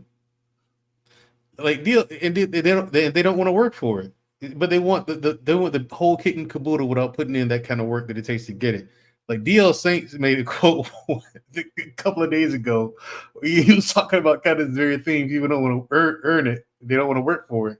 He's like, that's like saying, I want to be quarterback for the Cincinnati Bengals, but I don't want to play football. Like, but how do that don't work? You know what I'm saying? that doesn't work. No. I want to be starting quarterback for the Cincinnati Bengals, but I don't want to play football. Right. What the fuck? How you gonna work that out? But that's the mentality of people. And what I found is that a lot of people don't even know that that's their mentality. They don't know that they're thinking in that fashion. They don't. That's the amazing part. They don't know. And so what you have to do is let people, for the most part, we just have to let people like that live and die by their own stupid ideas. I get what you're saying, but right now there's entirely too many people that are fucking coddling folks like this and ideology like this to where it's actually literally breeding more and more of this fucking ignorance, dude. And I look, you know just as well as I do, this nation can't take any more fucking retarded people. It's damn sure gonna try. You know, I mean, the amount of people that don't have that are incapable of independent thought, that are incapable of having actual, you know, real cognitive understanding, that know how to fucking read and comprehend what they're reading or comprehend what they're hearing in a discussion, that know how to shut up long enough to listen to what someone has to say. That way they can actually have a real discussion. You know, it's dwindling and it's dwindling fast. And you know, the disassociative nature of society, but yet the overwhelming abundance of people wanting to speak at the top of their lungs on their soapbox about nothing is insane. I have something to say. I have a right to say something. You should listen to me. Why? Why should we listen to you? Who are you? It doesn't matter. You should listen to me. I have a voice. You know, and you know what, Mandrell? The shit with, and this shit always picks. You ever notice the fucking shit always starts ramping up every year in February? Black, you know, because for some reason you got all these fucking radical fucking blackies out here that think that the month of February gives them an extra special fucking ability to be able to just trash white people to you know, to the ends of the earth during the month of February. This is Trash Whitey month. What? Oh, Black History Month. Got it. Well, that's what it's become. You know that it isn't about Black history. It's about Trash Whitey now. That's all it is. Is it? Dude, all they teach kids in school about is Martin Luther King, Frederick Douglass, and freaking what's her name, Rosa Parks. That's it. Let's be real. And Rosa Parks wasn't even the chick who did that. Like she wasn't even the first chick who did that. That was an interesting story. They don't actually teach them about somebody that you know. I think Malcolm X was more influential than fucking Martin Luther King was. He was. And here's the interesting part. By the end, Martin realized that Malcolm was right and he was wrong. You know, and you know the thing is, what I respect about fucking Malcolm is, look, he hated white people, and even after he went to Mecca and came back, and he had that, you know, that fucking epiphany, he still hated white people, but he gave them respect, and I can respect that. Yeah, and the thing is, he actually had a reason to. You know, I can respect that. Right. He wasn't someone who fucking just, you know, tried to play nice, you know, in front of you and talk shit. He openly said that he didn't like the cracker at all. He didn't like the liberal or the conservative. He didn't like he just didn't like white people, but he still respected white men and that you had to do business with them and you had to give a man a certain level of respect to do that. And that I respect. Yeah, you know, because I don't have to like you. And the thing is, do business with you and have a mutual level of respect for you. His thing about the liberals and the conservatives is like, because he was right about this too. They're all the same. Don't be fooled by the white liberals, because back then white liberals like, yeah, give black people their rights. A few of them were like that. You know what I mean? He's like, those who are like that, yeah, don't trust them either. But here's the thing: he was right. Back then, you really couldn't trust white liberals, and you still can't trust them today. Because, you know, I don't call them white liberals; just liberals. Period. That liberal, you can't trust liberals. They're up to the same bullshit as the conservatives that are in politics. You know what I'm saying? You just can't trust a politician. Period. At all. You know, know, you can't. That's the overall message. The overall message is you cannot trust a politician. No. You're not supposed to. You're supposed to constantly keep them in check. You're supposed to constantly question them. You know, that's another reason why we gotten where we are, man. As Americans have gotten so complacent that they think real patriotism is to not question your government and just let them run roughshod over you. Trust your politicians. No, you voted for them, so it's like you said. It's my job to keep them in check and make sure they stay on the course. You know, in accordance to the reason why I voted for them. Make sure you do what you say what you told me you were going to do when I voted for you. That's what it's supposed to do. And it's even, to me, it's even more of a slap in your face to folks like you that actually went and served and fought, like legitimately went and fought in their motherfucking wars over this shit. Yeah, and to come back and you basically get spat on. You know, so it's a whole nother level of disrespect when it comes to a veteran. Yeah, basically, because you come back and you get shit. Like I said, it trips me out. Like you got people who drive, who are truck drivers in the army, and come back out and go take the test to get a CDL. Like why? No, he has one. Look at what he did in the army. You know what I'm saying? Why does he have to come out and take a test to get a CDL? Why do he have to come out and take license exams for trades that he's been doing for years, and he got qualified by the U.S. government? The U.S. government qualified this person to do this trade. Why does he have to come out as a civilian and have to do the same training as everyone else? Why does it not translate? You get, like I said, and it seems like when you get out, it seems like none of that time mattered. None of it counted. That's the way it seems. Well, for me, the biggest fuck you is the fact that when you guys come back after once you decide that you don't want to re-enlist and you want to become a civilian, once you become a civilian, you're labeled a fucking terrorist. Pretty much. Because simply because of what they taught you. You know, I don't think, look, it's a hard, I'm going to be 45 this year. Okay. Mm-hmm. And I've watched the world change so fucking drastically. And the last 35 years that I can remember, it's night and day different, Mandrell. You know that. Yeah. And you're what, 30? No, I'm 45. Oh, for some reason I thought you were a little bit younger than me. Maybe it's just because you fucking brothers age like fine wine. Us white guys, we age like spoiled milk. But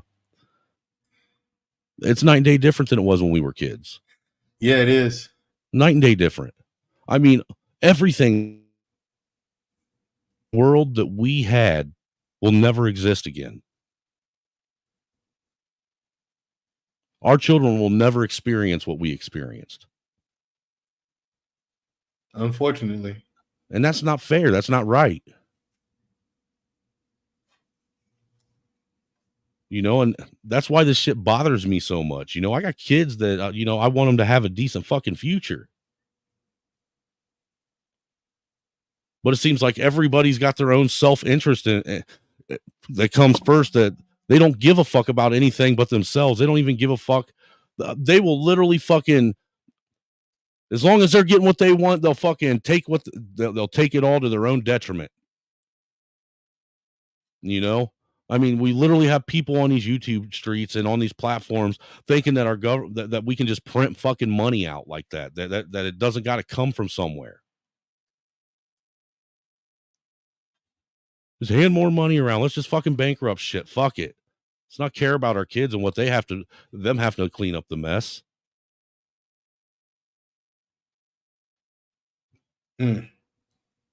Like I said, America's really good at creating problems, but absolutely shit at fixing them. When it comes to domestic issues, like we could cure cancer, AIDS, and we could the homelessness situation. We could fix that. And we could do it damn near overnight. Mandro, we are never going to fix any of that shit until we fix this. They don't want that's to. The truth of the matter of it. Is it they don't want to, or is it we don't want to? Well, a bit of both, to be honest. Well, not a bit, a lot of both. Because like I said, I know there's a lot of people out there that do want to, but it's getting to the point now where people are going to get tired of having, other people turn their back on them and basically tell them fuck off to, like I said, it's getting to the point where you're going to cause people to be the way you don't want them to be. And it's not right. It's not right. But you can only kick a lion dog so much before he gets up and fucking bites your goddamn arm off.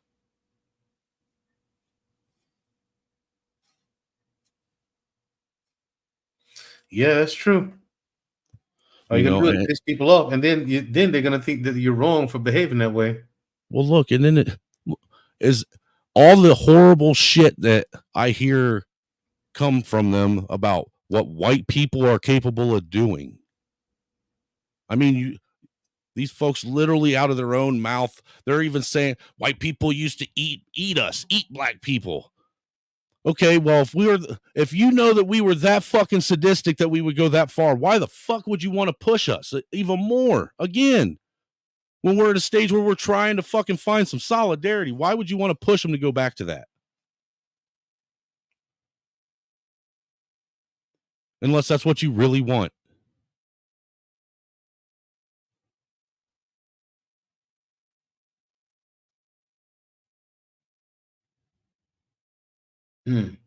People aren't thinking, man. That's what it is.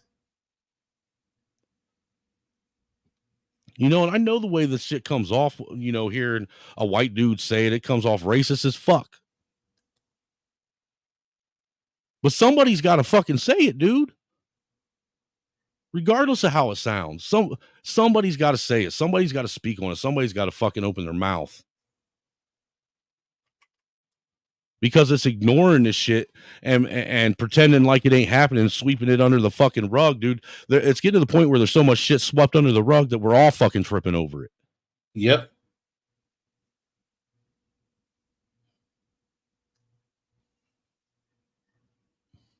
What's up, Speak? What's going on? Man, trying not to lose my fucking noodle. I think I'm having a fucking emotional breakdown today. I mean, I get it. I get it. I hear your. Here's another one. Here's one right here. What are you talking about? A soul brother. You one of them. You're one of those. You're making assumptions now because I haven't even said shit. No, I like Speak. Speak's a good dude. Yeah, but you're black, so that means you're automatically that doesn't mean one of those. It does. You hate white people. I don't hate white people. What are you talking about? Then you're a liar then. Well, all black people hate white people. Yeah, right. All black people hate white people. Well, that means you hate white people then too. Then no, see. Well, yeah, I know Mandrell hates me. He just does it respectfully. Well, no, I'm different. See, I'm different. Not me. You know what I'm saying? Oh, so you can just put labels on me then as soon as I come up here and haven't even said a word. The rest of y'all, y'all ain't shit. You're all liars and killers and y'all steal, riding down the street with your fucking. You know what, Mandrell just likes to instigate shit. I do. I ain't gonna pay me to speak. Pay me no attention when I'm like this, man. Please don't. Please don't. You know what? Speak tomorrow. He'll hop up and he'll fucking look at me and tell me I'm a racist cracker and I deserve everything the black people give me.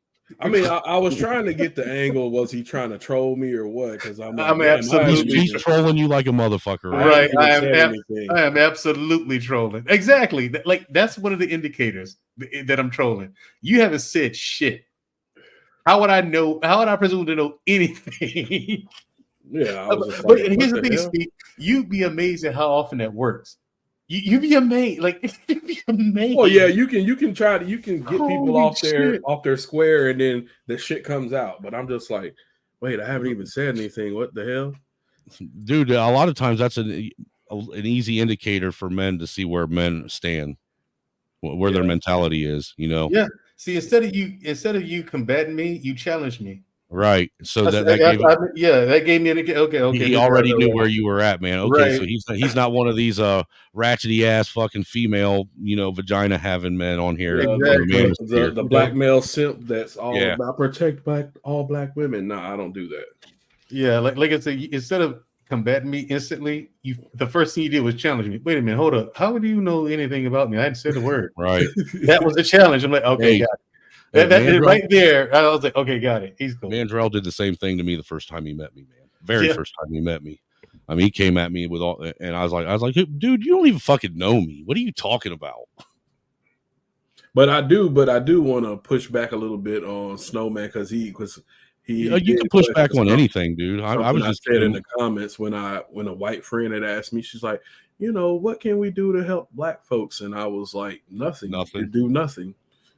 I'm like, if somebody is telling you that, they're telling you they want your help, but at the same time showing you that they don't help them.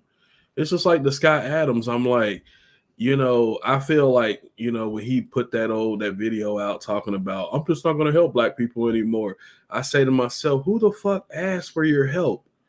Right. Like, who are you asking? Like, I mean, I'm like, the black people out here that are worth the salt ain't worried about y'all or your handouts. We're trying to do our own shit. We're trying to live just like everybody fucking else. And, trying to do what we need to do to survive. So I'm like, that's why I told her, I was like, don't help those people because those people are beyond reach. The thing is these small little minorities of both sides of this issue are causing a serious problem in this country now, though. Well, is it though? Because I feel like a lot of it's a narrative being pushed. Because, like, what you're saying, I see like on the opposite ends with certain white people, like me and I don't know if you know him on Twitter. His name is Anthony Cumia. He's a fucking loser, fucking comedian. But every fucking day he's posting negative shit about black people, and he's got a pretty huge following on Twitter. Right.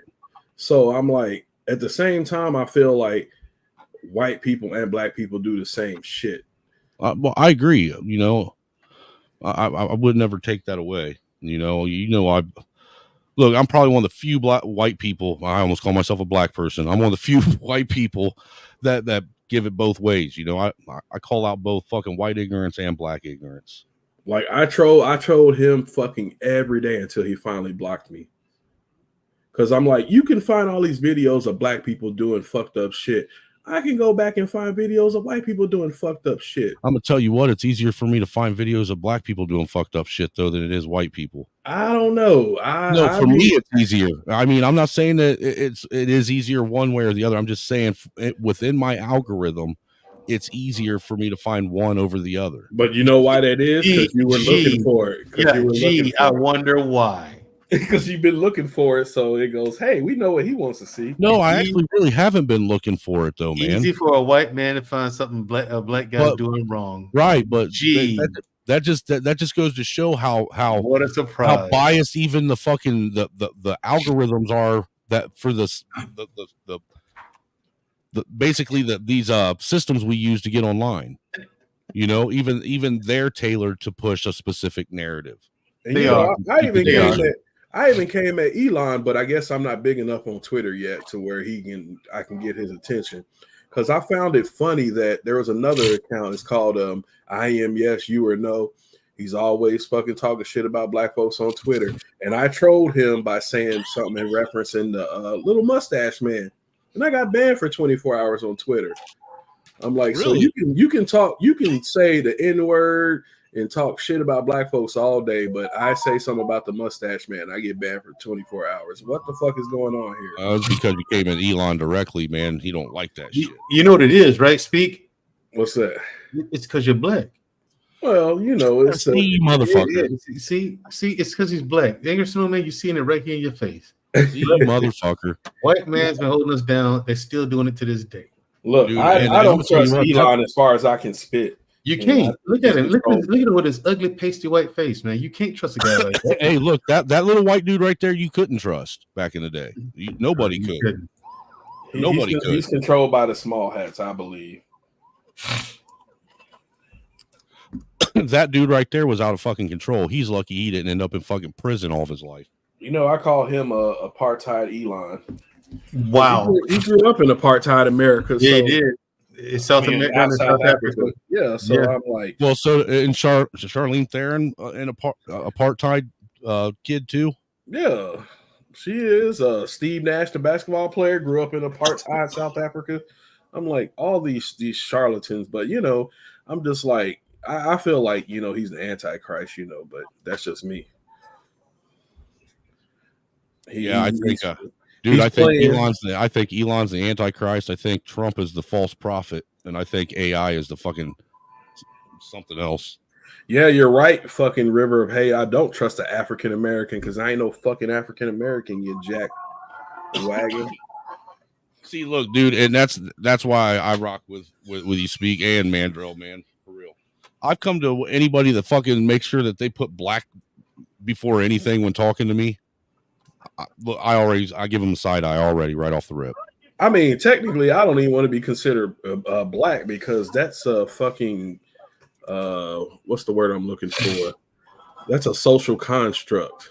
No, what it is it's a fucking color in a crayon box. That's what it is. And I'm not white, dude, because I've yet to find the white crayon that matches my skin tone. Even the darkest black person you find is actually a variation of the color brown. So we all are, dude. Even the whitest person you find is still a variation of the color brown. I don't know. Maybe an Irish person is pretty close to that white Crayola in the crayon box. The albino is like my wife. She does have really fair porcelain type skin to where she almost is that color. You know, because I got a fetish for it. You know, it's a white guy thing. But for the most part, those are women that are that white or people that are that white are rare, to be honest with you, anymore. Yeah, but I was listening a little bit to the TikTok shit you were playing, and I was just like, I had to turn it off because I'm like, geez, dude, it's ratchet as fuck.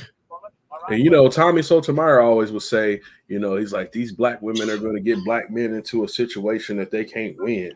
And he's not lying about it. It's like they're pushing a fucking civil war, a race war, some shit, man. It's weird. Well, I used to be kind of worried about that, but I think the whole illegals, and let's call them what they are, fucking illegals, that ought to be the biggest thing you worry about now because, like I said, River of Hate did say something that I agree with. The illegals have pretty much pushed blacks out of California, at least Southern Cali anyway.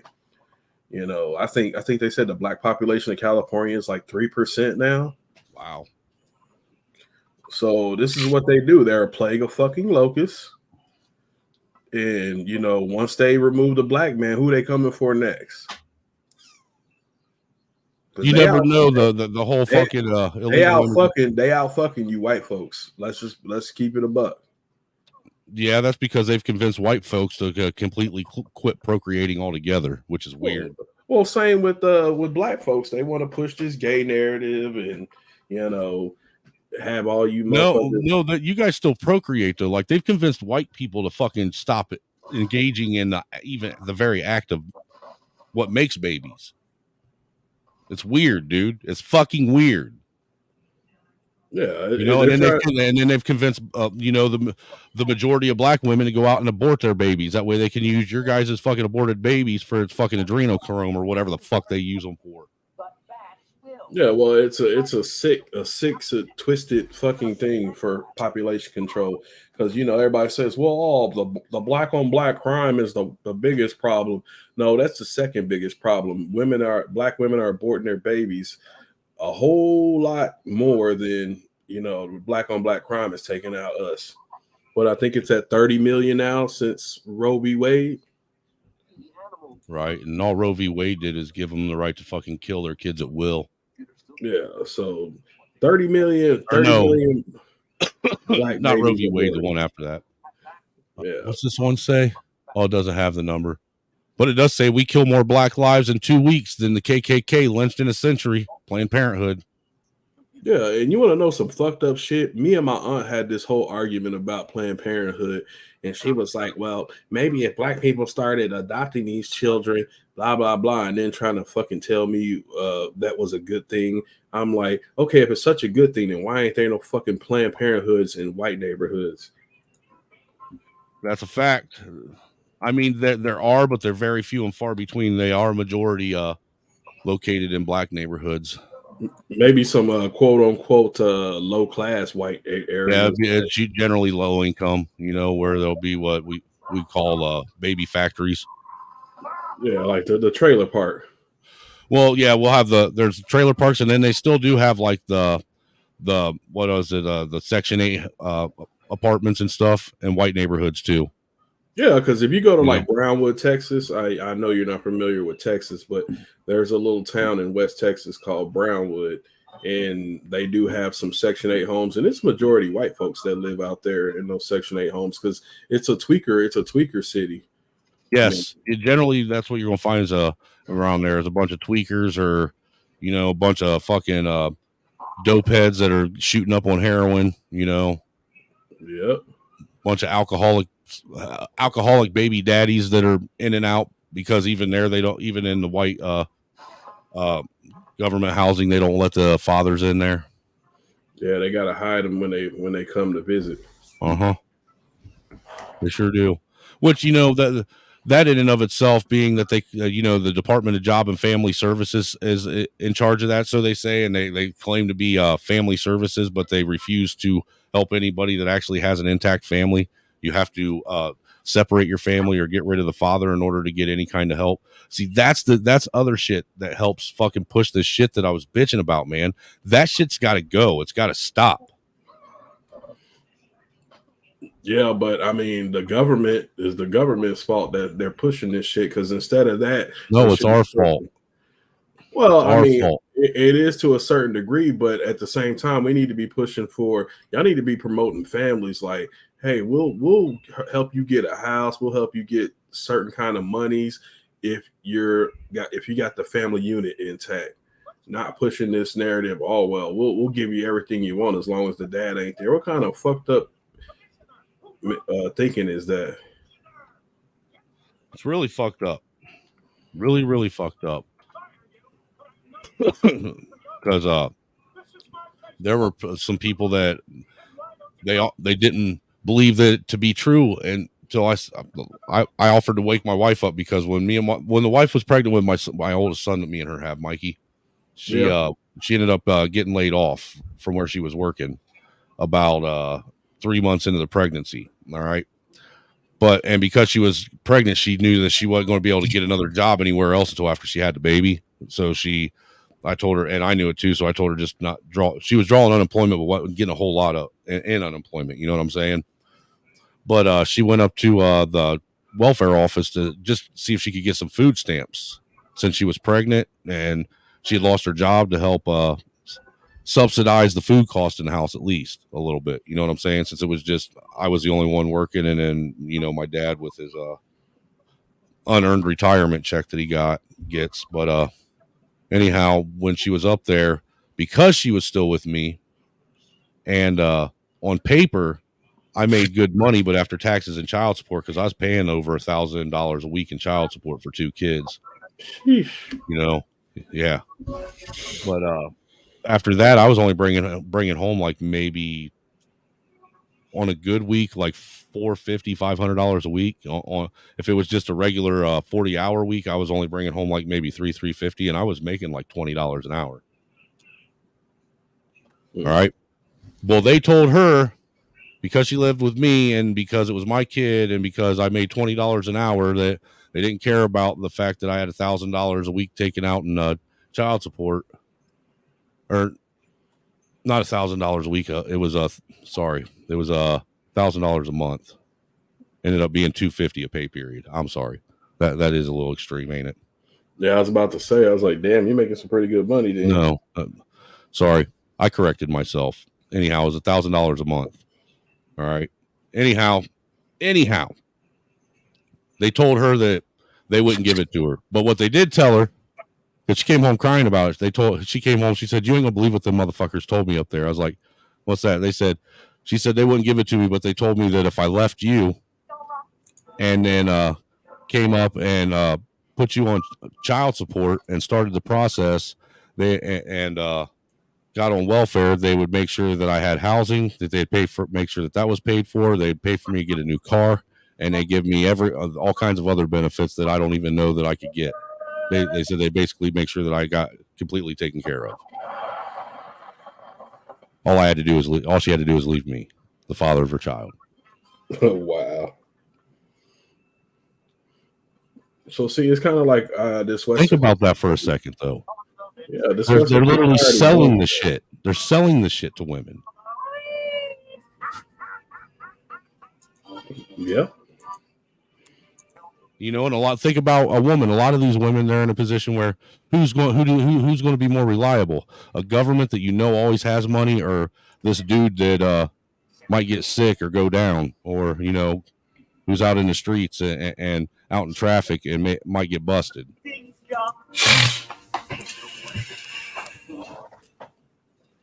You know what I'm saying?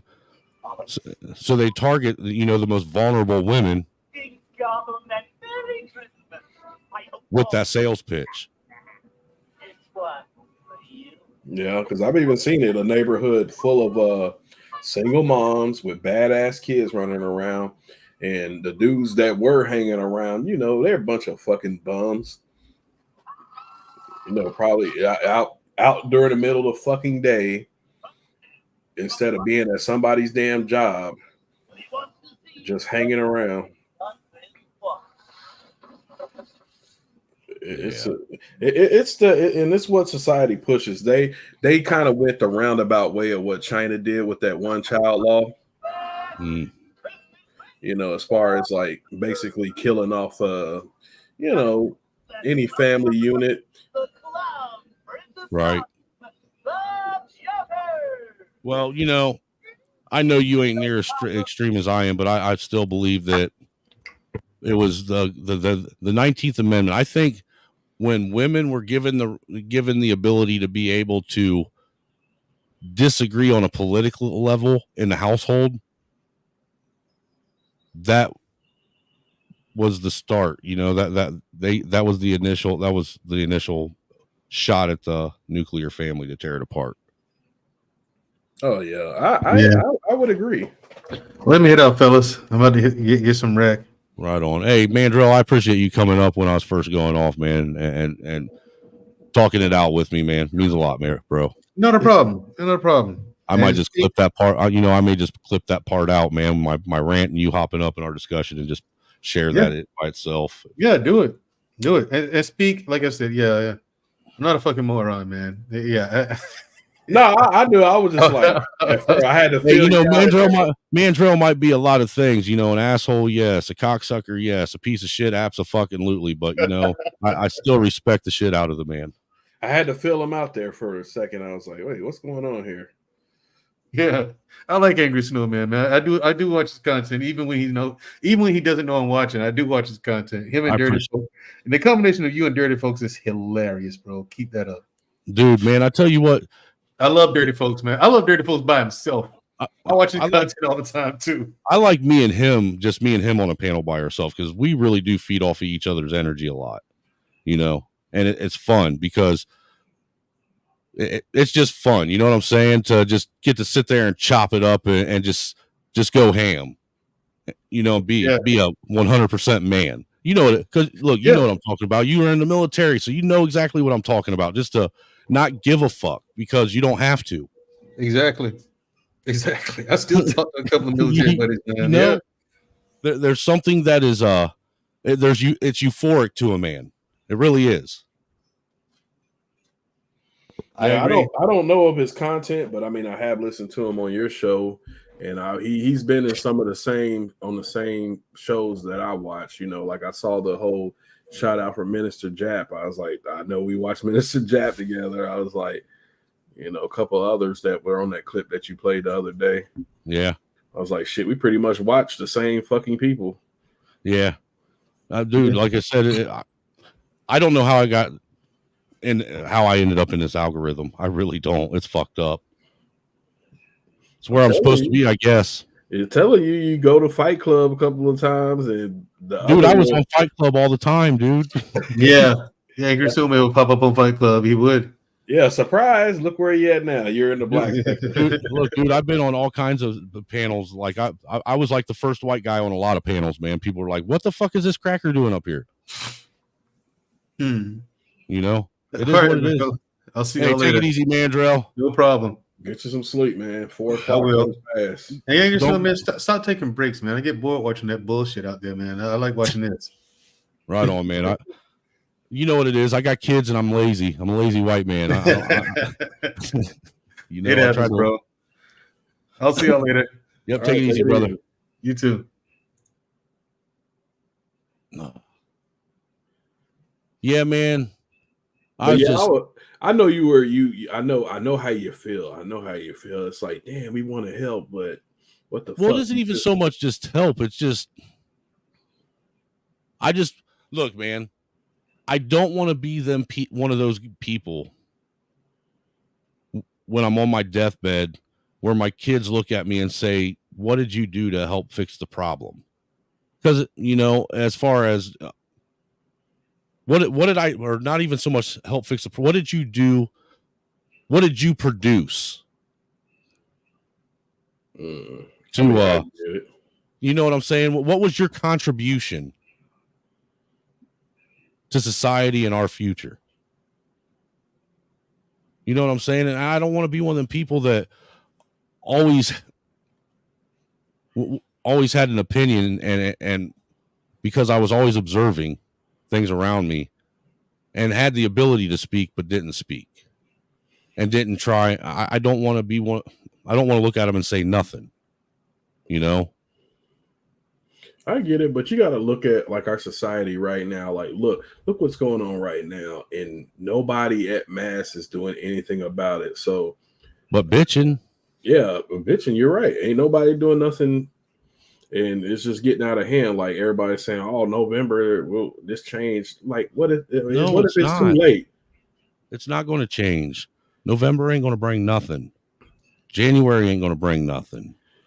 You know, I think it's beyond repair at this point. Like we should have already done what Iceland did a few years back when they literally got all these sons of bitches, all them corrupt sons of bitches out of office by force.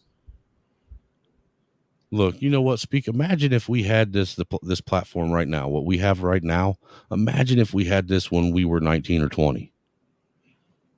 Oh, you know what I'm saying? Imagine as Gen Xers and earlier, or you know, older millennials. Imagine if we had this technology then, and we're able to, dude. I think that we would have been able to fucking change a whole lot of shit. We would have utilized it different. Yeah, because I'm gonna be honest with you. Me growing up, I never thought I would have seen this country in the state that it is now. Never, dude. Never. It's dude, it's so hateful and evil and immoral. I mean, I never thought that I would see the day in my lifetime to where it was unpopular that you were considered, you know, some kind of, you know, fringe whatever just because you believed in God. Yeah. I mean, I remember back in school when we used to pray. Yeah, and we used to play like, because you know, like I said, I grew up as a military brat, so shit was a little bit different for me. You know, I didn't have that quote unquote whole blackie experience growing up. You know, we were in school, we stood up for the national anthem, put our hand on our heart, and you know, salute the flag, that type of deal. Like, you don't even see that type of stuff anymore. They still do the Pledge of Allegiance where my son goes to school. See, I think that's a rarity because a lot of schools probably don't do it anymore. You know, I mean, literally living on base, what you have to do, I think it's at 8 in the morning. It might be 7, but I think it's 8 in the morning and at 5 in the afternoon. If you're outside, on the loudspeakers, the national anthem will start playing. And whatever you're doing, if you're outside, you're supposed to stop and you stand at attention and salute while that national anthem plays. And then you go on about your business. Yep. Even at the base movie theaters, when you're sitting in there watching a movie, before the movie starts, the national anthem plays and you stand up and you do your thing. Then bam, you sit back down and then the movie trailer start playing. Like, I have a whole different experience. Like, you know, I lived in Chocolate City when it was still Chocolate City, DC, as a kid, but I lived on base, so I had the experience of, you know, pretty much being around everybody. And, you know, us. You had a different upbringing. There was order and yeah, us military brats really didn't see color in things. Like we saw, yeah, this is a white guy or this is a black guy, but that was like fucking like the last thing we really even cared about. I was a military brat until I think I was about 6. That's when my dad got out. But I don't remember a whole lot of it, but I do remember that, you know, I had a lot of friends that were of different, you know, races and cultures as a young kid because my dad lived on post too. I was born in Fort Campbell. You know, I was literally born on base. I'm gonna be honest with you. I didn't know what a Mexican was until I moved back to Texas. Well, that's why my dad was down there. I don't know what base is down by Lufkin, Texas, but Yeah, I'm not sure. That's where he was at, was down around that area. I know Lufkin is I think like maybe 30-40 miles north of Houston. Okay. Yeah, because my dad at Andrews, you know, that's where the president flies out of. But I don't know. Maybe that's why I've never had an issue with people from different races, though. You know, because I was around it at an early age. You know, I just saw people for people. Yeah. And don't get me wrong, like my first experience with like actual racism is like coming back to Texas, visiting my cousin. And, you know, you got some white kids, you know, me and my dad and my cousin are going to my girl cousin's basketball game. And, you know, we're running because we're late and we're running across the field and we hear these white guys saying something, but me and my cousin are kind of blabbing and stuff. My dad's like, hey, y'all shut up. I'm trying to hear what they're saying. And they're like, run, N-word, run. And my dad starts cussing them out and shit. I'm like, why are they saying this? Like, you know, I didn't understand it at the time, Right. but I'm like, you know, that shit just didn't happen when we lived up in D.C. Right.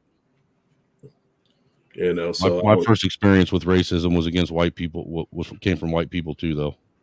Honestly, because look, I'll be honest, man. I've been treated worse, honestly, by people that look like me. Oh, I can say the same thing. You know, I grew up. You've heard me tell you. You know, I grew up in a all German Catholic town, like, and it was a small little farm town. It was like I think it was like maybe literally like a mile by a mile. You know what I'm saying? My graduating class, there was only like 87 kids. So you had one stoplight in town? 2. Oh, 2. Yeah. There's a few more now, but the ones that they put in are blinking lights now. But when I was a kid, there was only 2. Wow. You know, there's one right down the like, and you would think there'd be one as you came in on both ends, but the one coming from one side of town, there was no stoplight coming in. Oh wait, no, there was 3. There was one coming in at there at that street where by the school, and then if you went down, once you got to the middle of town where Main Street was, there was a stoplight there, and then going out of town on the other side, there's a stoplight. So there's 3 stoplights in the entire town. Yeah, I don't think people grasp the concept of a 1 light or 2 light town. Like you literally blink and you're out of it. Right, you know, but in that town, you know, like I said, that they were all German Catholic, and it was a very wealthy town. Very wealthy town. Like it was like people would come there and said it was one of the cleanest towns that they'd ever been in. You know, it was that type of town. I grew up I grew up in a town where they were out at, you know, in the morning or in the evening before they go to bed, you'd see old men out hosing their driveways down, you know, to get all the dirt and shit off of them. That type of town. That sounds like this town over in here in West Texas called Carbon. Right. Everybody out there. Holy I mean, shit. You blink and you passed it, but everybody there owns like farms and shit. Dude, we just jumped up to like almost 60 people watching us. Wait, what? Yeah. That's crazy. Shout out to everybody that just came in. I was gonna say, damn, did you get rated? But this ain't Twitch. No, she said Flo just sent us, so I think Flo did just have me rated. Yeah, you got rated on YouTube. Crazy. Hey, I appreciate it, man. I appreciate it. But yeah, man, in that town though, they were all Catholic, all right, and the public school all the way up to high school, from grade school, like kindergarten, all the way up to 7th grade, it was actually a Catholic public school, like sat right by the Catholic church, and that was there in town, right by the rectory and everything. And So I went to a Catholic public school, and I'm not Catholic, man. I'm Baptist. You know, actually, we grew up borderline Pentecostal. You know. Oh, so you were in church all day? No. While the thing is when starting out at a young age, man, like in a Catholic, if you've been to a Catholic school, in a Catholic school, they like the priest would still say the prayer every morning over the announcements, but they also go to religion, you know, once a week. And usually there it was on Tuesdays is when they went to religion class, and then they would have confession once a week. There it was Wednesdays they did confession, and then Thursdays they had mass, and they actually did all that stuff during school hours. And I was the only one that wasn't going to that stuff. You know what I'm saying? Well, it was me, my sister, and like I think there's like 2 other kids that weren't Catholic. So I had that going. Plus my mom. Plus to top it off, my mom was divorced, and we had a stepdad. But basically, my mom was one. I was one of the only families in town whose mom was divorced, and I had a stepdad. You know, my dad wasn't in her life, and she was poor on top of it. So me and my sister were one of 3 kids that were on the free school lunch program. All right. And there at that one, dude, this is how fucking crazy they were when I was in school. They didn't give a shit, you know, about kids' self-esteem. Like for the free lunches, they made sure that my lunch ticket was a different color than everyone else's lunch ticket that paid for their lunches. So when I went up, anyone that was standing before me or behind me, and the lady, everybody knew that I was getting a free lunch, you know. And yeah, so you definitely got shit for that, huh? Oh, dude, basically I was the exact opposite of everybody in that town. You know what I'm saying? So I got shit on left and right, dude. Left and right. I mean, it was, as a kid, I hated it. I absolutely hated it. You know, started fighting. I mean, I was constantly in and out of getting put on in detentions and suspend. I was getting suspended and stuff all the time for fighting. You know, it's just it is what it was. Helped mold me into who I am today, though. You know what I'm saying? But kids, man, and white people are they are racist to their own, and I think most people in general they're more racist to their own people. You know what I'm saying? And maybe it's just because they expect more out of them, so they go harder on them. I don't know. Yeah, they like shit on people like Be Brave. Well, Be Brave is a fucking piece of shit, dude. He deserves to be a dude. If he didn't have that 2x4 on his side, I would think that he was the one that's being held captive. But I want to know what's in that basement underneath him. I told somebody in the chat, I was like, he got a monster hide in there. It's like a deformed family member. Like old boy from what's that show? That movie, The Goonies. He looks like what's his name? They call him Chunk. Sloth. Yeah, Sloth. Chunk was the fact. Hey, guys. Baby. That's who he's got hiding behind that door. Yeah. Dude, I'll be honest with you. That fucking TikTok shit was annoying me. And listening to I've been for like 4 hours listening to these fucking angry black women try and tell everybody else how they have to be. Like everybody. And it's starting to annoy me. No, I listened to about 20 minutes of it, and I was like, sound like a bunch of bitch babble to me. But see, the thing is white folks really haven't been exposed to that, and they need to understand that that's what's going on. And that's why there's problems in the black communities. That's why there are no black communities. That's why the white communities are starting to fall apart, because that same kind of mentality is starting to seep over into them. You know, because you got these fucking ratchet ass angry black women now fucking inspiring and emboldening white girls to go home and be that way with their fucking kids as dad. Well, I think it's more of the feminist movement has like just sunk its fucking roots deep into all women, and there's no reason for the feminist movement. What rights do men have that women don't? No, there isn't. And the only reason why it exists is because men allow it to. I mean, this shit's fucking nuts. I don't get it, you know? And like I said, I really don't want to see it get to a point to where, because look, you know, I got kids that are, my oldest she's 26 now, I think, 27. She's pushing 30. Damn, that's crazy. I got a kid pushing 30. But you know, it's getting to the point now to where what's going to happen when the older, you know, like my older kids that are in their 20s and 30s, when they start getting fed up with the shit. You know what I'm saying? I don't want to see it get to that. I really don't. You know what, Snowman? I'm just gonna tell you like this. That shit's like trying to stop the sun from shining. It's gonna be what it's gonna be. I've come to the realization, and maybe that's why people say I'm a pessimist, but I think I'm more of a realist. Hey, it's gonna be what it's gonna be. I just sit back and enjoy the show. It's not even an enjoyable show to watch anymore, though. No, it's a total shit show, but I'm just gonna sit back and, you know, waiting for the asteroid to come. Man, you a motherfucker waiting on the asteroid to come. Hey, this shit's beyond repair. And look, and you want to give me shit because I don't want to live any older than 70.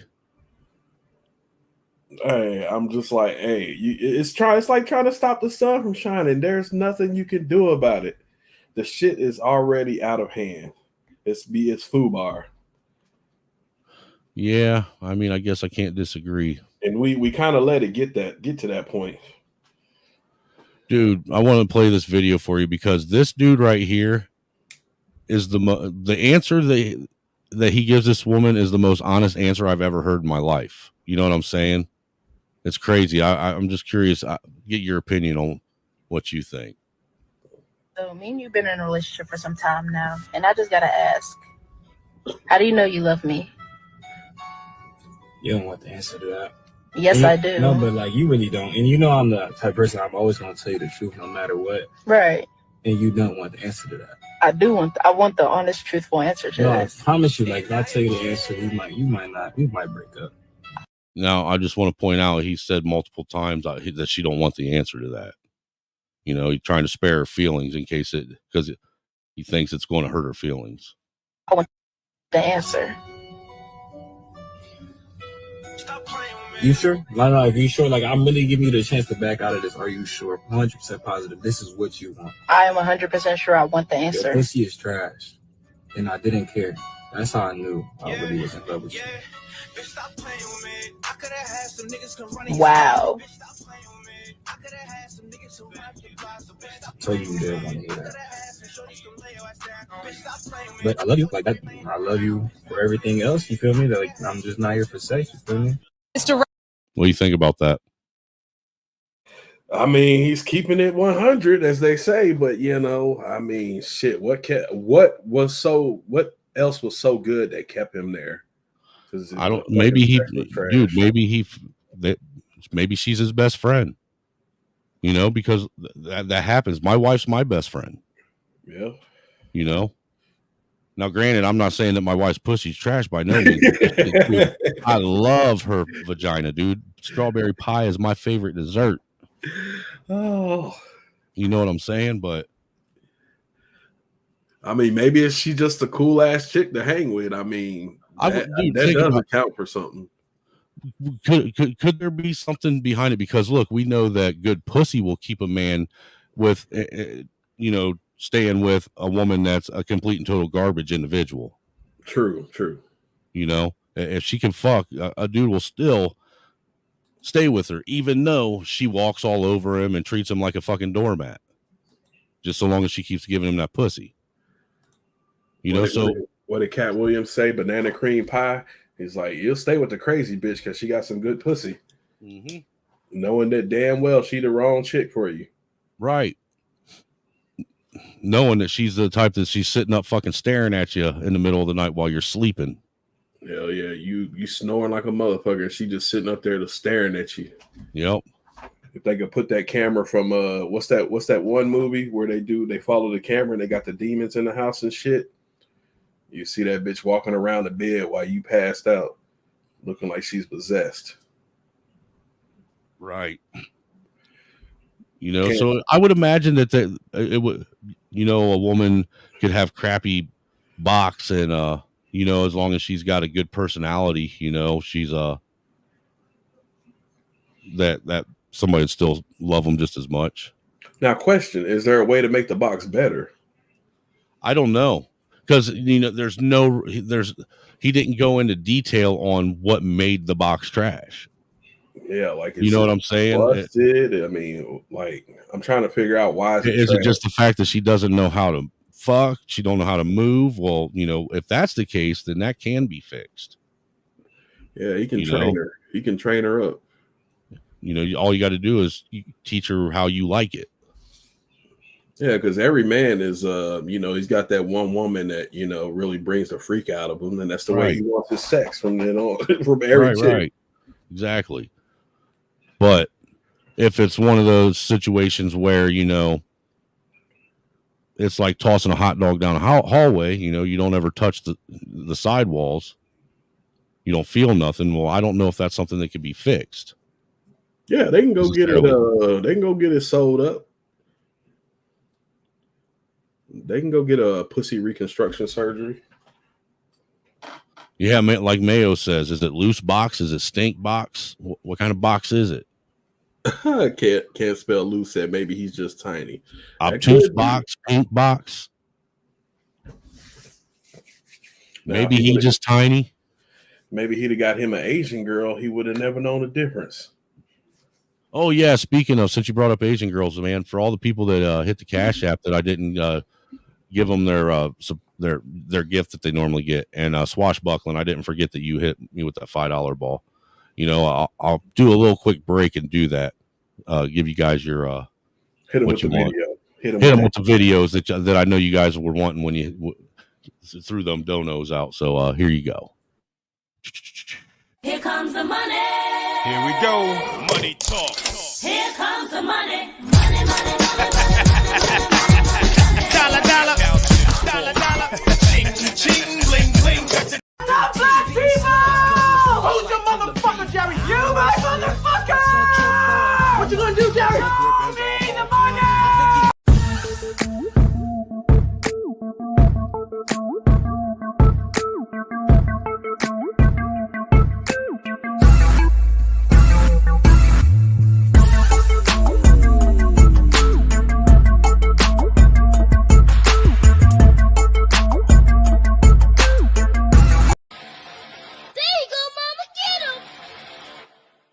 Ready. Fight! The baby needs you! You're supposed to be daycare this month! Excuses! You missed your son's birthday! Excuses! Oh my God! Wait, you can't do that! Fort! Oh, you bitch! Fort! Oh, you bitch!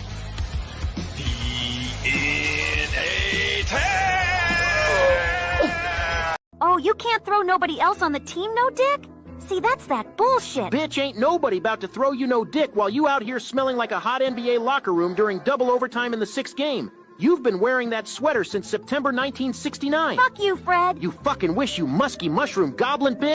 You ugly and your breath stink, your credit all fucked up, your pussy smell like a fish tank, you done lost your edges, your wig sitting this way, your head sitting that way, you look like a whore that used to be on Backpage. Every time I wake up to you, it be a sad day. Every time I wake up to you, I have a bad day. One time I fucked you, I thought it was my last day. Thank God the doctor told me that I'd be okay. Yeah, shout out to all you guys. Abiola with that $2. Deacon Dave hit me with that $3 super sticker. Green Lord hit me with that $5 super sticker earlier. Mayo Monkey with that $5 ball, and we had Swashing with that $5 ball. And I'm assuming LFG means let's fucking go. Appreciate all you guys, man. Also, if you want to dono, the Cash App and the PayPal links are always pinned at the top of the chat, and I post it randomly throughout, because I'm a grifter and I openly admit that I'm up here trying to make money. I'm never going to lie about it. So I'm done with that. Speak. What's good? Well, I mean, YouTube is a business. It is, man. We're all up to sit up here and say you ain't trying to make money. You're lying to not only everyone else but yourself.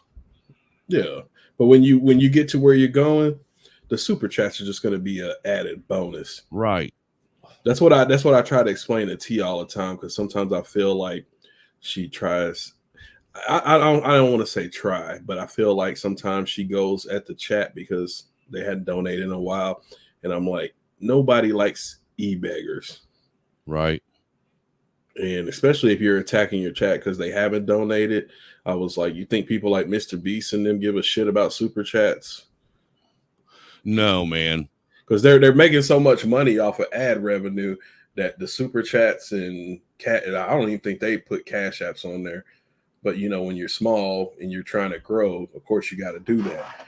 But to attack your people because they're not, you know, is one thing. So I just always try to tell her, I'm like, you got to be humble. The money will come. Yeah, absolutely, man. I mean, you don't force people because no matter how much you force them, people are going to donate whether they want to, you know, whether you want them to or not. Yeah, because I've seen, she was like, well, she was saying like black people don't like donating to their own. Fuck, they don't, dude. I don't know, man, because I've seen some black people, dude. I used to, you know how much I'm not pocket watching, but I've literally watched like, you know, Fight Club pulling some serious money, dude. You know, yeah. You know, I've seen Risky's super chats pulling some serious money. You know what I'm saying? Same with CT. So there's no way that you're going to tell anybody will ever say you want to know who's cheap? White people. White people don't like paying for this shit. Nah, that's not true either. Because that is, man. The white version of Fresh and Fit, the whatever podcast, man, them dudes be throwing out that money.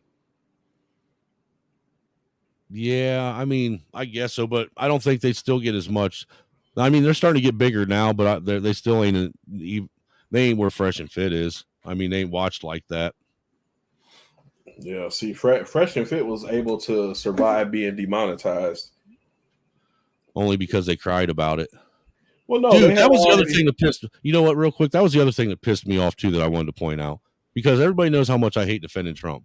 That bitch up there lying. Would you hear when she said something about Trump and the Agenda 20, the Agenda 45? How he's wanting to try and that's the fucking. I forget exactly what she said, but I think that's where I literally tuned out. Like I was like, I'm tired of this bitch babble. Now, let me see if I can find it. Just that part, what she said, because I pulled up the Agenda 25 or 45 that she was talking about. Went right to the page. Before you do that, though, well, while you're looking for it, I did want to share a video because I feel like this, you know, pretty much explains what's going on with the Black community and how, you know, where it is now and where it's going. You know, we were given every means to succeed, and we chose to destroy ourselves. So I don't know if you know the show Spartacus. Yeah, I've seen some of it. Well, this little speech right here before he kills Batiatus, and this is right before. This is in the first season, the very last episode, where you know basically the slave revolt starts. Right. But this part that he says right here, I say I equate this to the Black community because we're given every chance to succeed, and you know, it's the same means used to destroy us, basically. Let me see. Hopefully I'll have sound. All right, so yeah, here it goes. Hopefully it doesn't get you flagged. No, I'm good. You're good, man. I gave you everything. I gave you the means to accept your fate.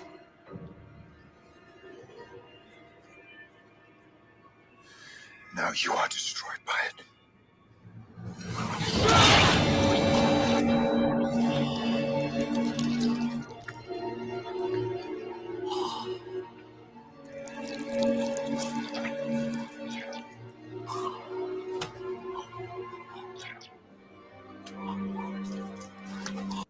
See what he said right there? I gave you the means to accept your fate. He said, now you are destroyed by it. You know, that's excuse me. It's almost like that's been a lesson that's been something that's been the downfall of nations and empires for forever. Yep. You know that you were given the chance to do great things, and instead you destroyed yourself by it. by being fucking stupid. True. By going against fucking natural fucking order of things. I mean, and that's what it is too, man. We all know what the natural, we know what, look, we all know that what's going on is wrong. We can feel it. There's something that feels unnatural and out of order about everything now. Yeah. You know, so nobody will convince me that this is just, it's being done intentionally, man. It's intentional. It's got to stop. I don't know. Maybe, look, you know, maybe there is no stopping it. Maybe it really is all the shit, you know, all the prophecies, you know, all the cultures, different religions and faiths. You know, maybe this is what they were talking about. Maybe it is. Maybe we are living through them days. Yeah, it literally says what good will be considered evil and vice versa. You know, the truth will be hated and a lie will be accepted. What if this is something that we do over and over again? Hey, you're right. I mean, think about that for a second. What if this is you know, this is where our civilization, you know, basically peaks off every fucking time. Yeah, it comes to this this end, and we destroy ourselves, and then it just starts all over again. Yeah, Like, basically, what if it's a vicious cycle? Right. What if there just always ends up being maybe a couple, you know, small soul survivors, you know, the proverbial Adam and Eve to carry on, you know, the human genome.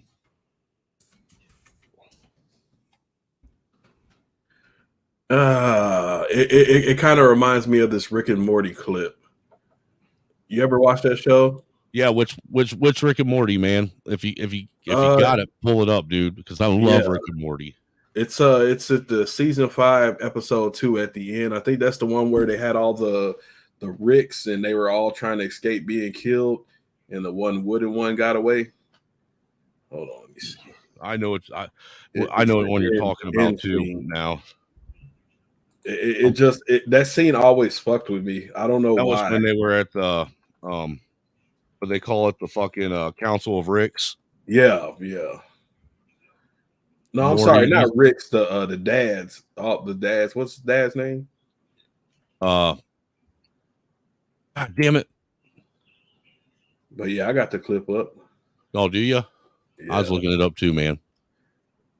Because I watched this scene countless times, and it just I don't know. It's kind of haunting to me just off of what you just said.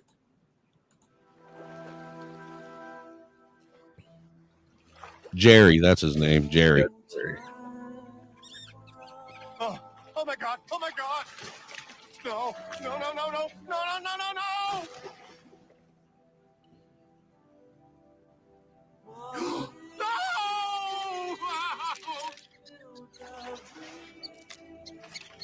Oh God! Yes, sweet Dad. Wait, cowboys?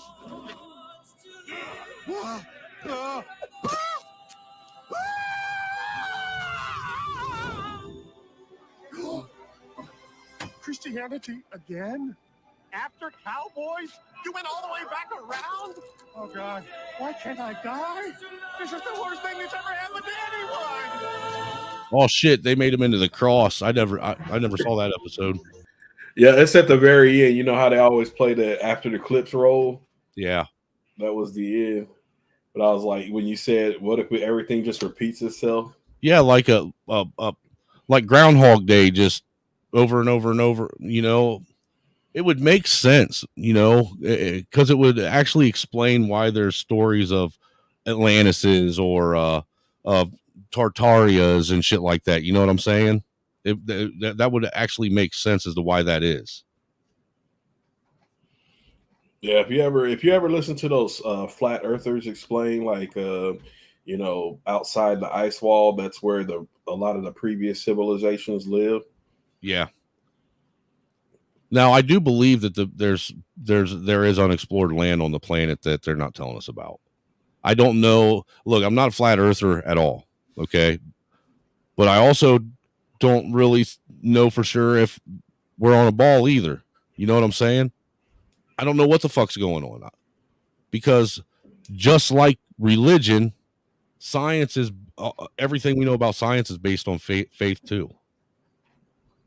That what they've taught us and told us with all this stuff and all these algorithms and all these equations that it's all real. Yeah, it's like you don't know until you experience it. So for somebody to sit there and say, well, science, I proved it by this theory. Again, it's a theory, so it could be wrong. I mean, I don't know. Both concepts, whether it's flat or a ball, they have their fallacies with me. Well, I know according to Neil deGrasse Tyson, everybody that says that they've seen the curve of the earth from an airplane is full of shit, because he said that you can't even see the curve of the earth from the ISS. Yeah, so I mean, that's why I wanted Bob when I guess on one of CT shows they were talking about that, and everybody's like, ask Bob, he's a pilot, and he was trying to say he could see it. I was like, Bob, you're fucking lying. I called him out. I was like, Bob, you're fucking a liar. You can't see the curve when you're up on a plane. Stop it. He said he is lying. I think when they go through all their pilot training, they tell them, yeah, don't. Or are you saying Neil deGrasse Tyson is lying? Because I don't know. I've been in an airplane and I've never seen the curve, and I sat right by the window both times. Yeah, you can see like the planes, like how it's all squared out. It kind of looks almost like it does on a map when you're up high enough, but you don't see any curvature. You would think that when you go out to the ocean, you should be able to see it too. He said Neil deGrasse Tyson is lying. When you have nothing but the ocean view and even in your peripheral, wouldn't you think that you'd be able to see it, the curve eventually in your peripheral? Yeah. I said Neil deGrasse thinks men can become women. I used to rock with Neil deGrasse Tyson. I did too. He's fucking so liberal now. Dude, you want to know who was a disappointment to me? When I got older and found out that what's his name, the bow tie wearing Bill Nye. Bill Nye wasn't a real scientist. That was a disappointment. But Mr. Wizard was still a real scientist. Oh, Mr. Wizard. You remember Mr. Wizard? Yeah, I missed that show. Dude, Mr. Wizard is directly responsible for some of the science projects that I took to school when I was in school. Damn, that's going back. I bet some of these people in the chat don't even know shit about Mr. Wizard. Yeah. Mr. Wizard was a shit, man. Actually, I'll see if I can find a clip. Mr. Wizard. Remember that show 3-2-1 Contact? No, I don't. You don't remember that? Wow. No, I sure don't.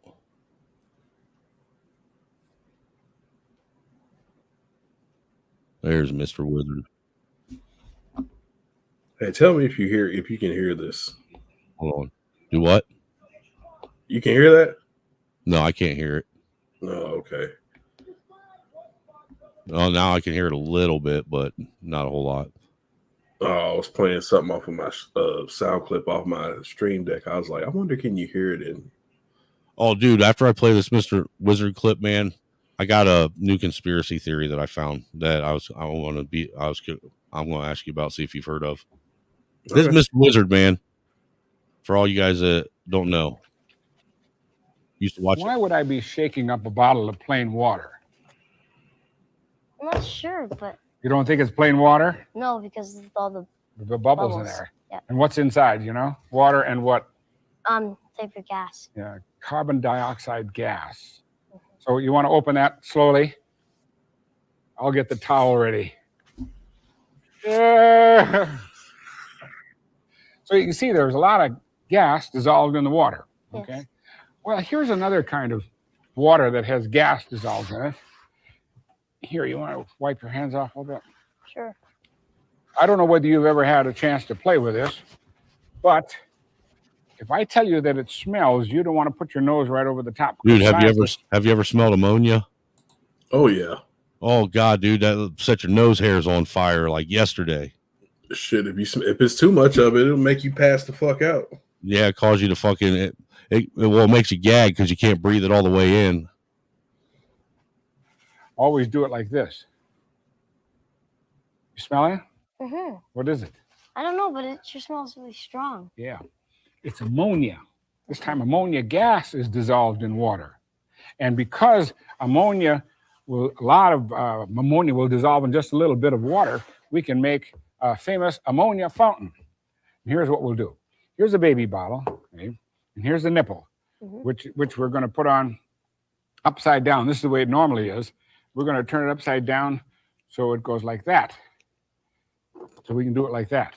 Okay. Then we're going to fill the bottle first with ammonia gas by taking the ammonia and putting it in this little frying pan, put some in the bottom, put the funnel on the top.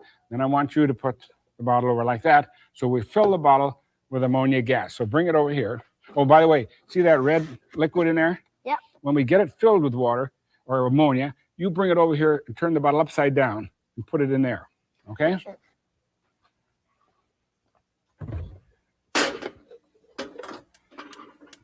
Okay. Add a little ammonia. Put the funnel in. Okay, you hold the bottle over the top. See, I have some tape on there, so that's sort of working as a pot holder. Okay, hold it nice and straight like that. I'll go get the baby nipple.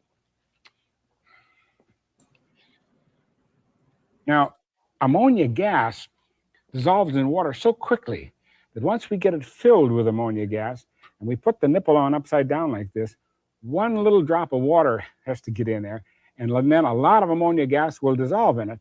That's going to lower the pressure here. And outside pressure on the liquid, that red liquid over there, is going to force it up inside. What's the matter? You keep turning away. The ammonia that gas. ammonia is sure strong, isn't it? Well, that means we're heating it and getting it out of the water in the little frying pan. Let's leave it on there to get a good supply of ammonia. Then anyway, once we get a little bit of water in there and the ammonia gas starts dissolving in there, outside air pressure is going to push up and force some of that red liquid up. Should go all the way to the top through that little hole. And then the more water you get in, the more gas, right? Yeah. Okay. You know what to do now. What are you going to do? You're going to take it off and you're going to put the nipple on, then put it over. Put it over there. Are you ready? Yep. Okay. Okay, go ahead. Sure. Okay, now no water is getting up in there yet, right? Yep. So if you tip it off to the side and I can squeeze it a little bit to get one little drop of water up in there.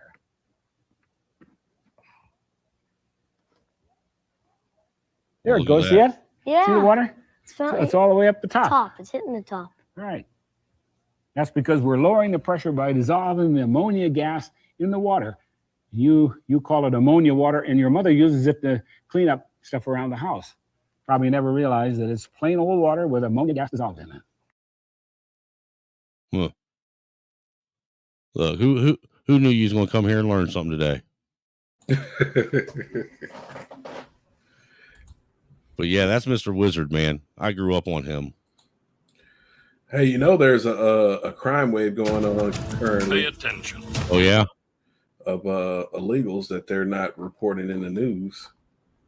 Yeah, I do.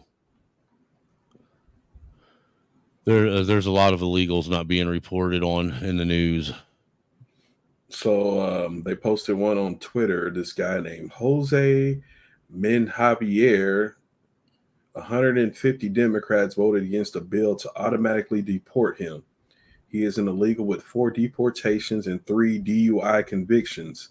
Last month, during his 3rd DUI incident, he killed Melissa Powell, 46, and her teenage son, Rio Den in Colorado, 16. He got off without jail 4 days before the crash. Damn. Killed him in a drunk driving accident, or driving under the influence, I should say. And you saw those guys that were flipping off the cameras after they beat up the police officers. Mm-hmm. And got out with no bail. Mm-hmm.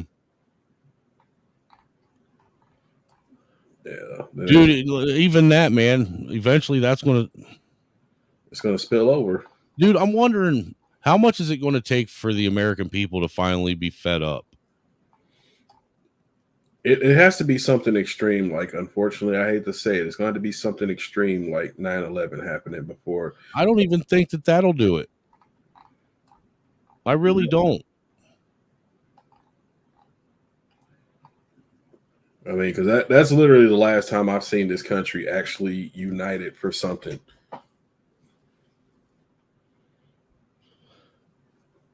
Yeah, but they were united against the wrong people even then. Yeah, well, they didn't know they were being played. But at the same time, even with that being the case, they were united against what they thought was a common foe. I just, like I said, I've been in the militia movement. I've been basically one of those guys that, kind of not a professional activist like some out there, but I've went out, I've done my share of 2A rallies and going out and doing rallies for other things. I don't, even with the group, like even around the militia people that, there's a lot of folks in America that seem to think that, they're these big paramilitary groups that are of white people, bunches of them that are ready to just fucking activate whenever, at Trump's beck and call, or whoever fucking is in charge's beck and call. Look, dude, most of these fucking white people out here, they ain't even willing to do anything. Yeah. Dude, they won't. Look, most people aren't willing to they won't miss a day of work. If we're too comfortable, it's going to take something, like I said, something major to shake up our comfortability. Dude, you would think that 2020 was that. I mean, really, you would. But did it really just like affect anybody other than like, where it really made you just totally uncomfortable? Because I mean, most people like fucking don't want to go to a job any goddamn way. No, just the sheer fact of what they were doing, the fact that, a lot of Americans really were, forced to stay at home. There were. Yeah. At least for the first month, everybody was kind of forced to stay at home unless, your job was one of the ones that were able to convince the government was essential, Yeah. And look, the for the year or 2 years that they tried to force the mask and the social distancing and the vax and all that shit on people, like literally pushing it, trying to, using scare tactics and everything, dude. Like the whole fucking, the death meters and the fucking, the death clock counter that they had on the TV forever for like 3 months. And then what was it? The fucking contact, the people you were in contact with, death, counter. And I mean, just all the shit that they did, all the lies that was told, and everything that was going on, you would think that right there, that moment, like, look, I ain't gonna lie to you. That's probably when I stopped watching TV because I got tired of seeing that shit. That's when I pretty much stopped watching TV for good. Like, wouldn't even sit in the living room and watch TV at all. Because I knew that's what they wanted everybody to do. That's why they had everybody at home. They wanted them at home, glued to the fucking TV, scared to fucking death. I remember my wife, like the first 2 weeks she was going to work, she was pregnant during that shit. All right. Like really pregnant. She gave birth during that whole deal, right in the height of it. And that was the other thing, like when she gave birth, we were at the hospital. Like there was literally nobody in the hospital. It was empty. Yeah. And they were trying to play like the hospitals were just full. Yeah, like inundated with people. But no, that's not the case. They were fucking empty. You know, I was hoping my job would let people go that didn't want to take the squirt. I was just hoping because, like, you know, they told us, oh, well, you'll get $50 if you can bring in proof that you went and got the jab. And I was like, $50? Come on, what do you think I am, stupid? Look, dude, yeah. See, I even forgot about that. Look, like Ohio, there were states that were giving having lotteries on that shit. You know, if you go out and you get the jab, you be you know, put in a raffle to win $1 million, and states paid that shit. They really did it, and people like they were fucking telling kids that, you know, if they took the jab at school, they give them $100 or $200, doing it behind their parents' back. What I mean, that shit was crazy. Mm-hmm. You know, even then, people still fucking. It's just, I don't know. Maybe I'm crazy. Am I? You know what I'm saying? Maybe I'm fucking crazy. No, you were one of the few that saw the bullshit. What you got back here, Speak? Oh yeah, oh, shit! I forgot I put that up there. Oh yeah, the migrant thing. Yeah, this is January 30th. China. China. China. A lot of Chinese. Ecuador. ¿Dónde vienes? China. Hi. Where are you coming from? ¿Dónde vienes? Russia. Okay. Where are you from? Kazakhstan. You? Georgian. Okay. Where are you from? Russian. Okay.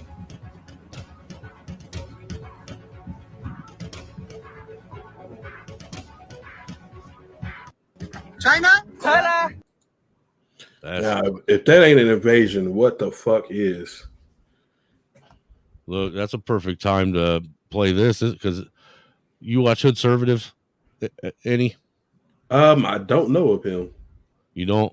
No. I'll drop his link, man. You gotta go. You'll have to go check him out, man. He puts out great content. But this was from I think it was yesterday or the day before yesterday's show. We were talking about the immigration. This is what he had to say. If they choose migrants over your kid's education, right? If your kid has to sacrifice one day of his education over a migrant, I call that treasonous and highly offensive. That is a flagrant constitutional foul. As a citizen, we deserve and demand better. And all I'm saying is if they choose migrants over your kid's education, what makes you think you're going to get a reparations check? If the migrants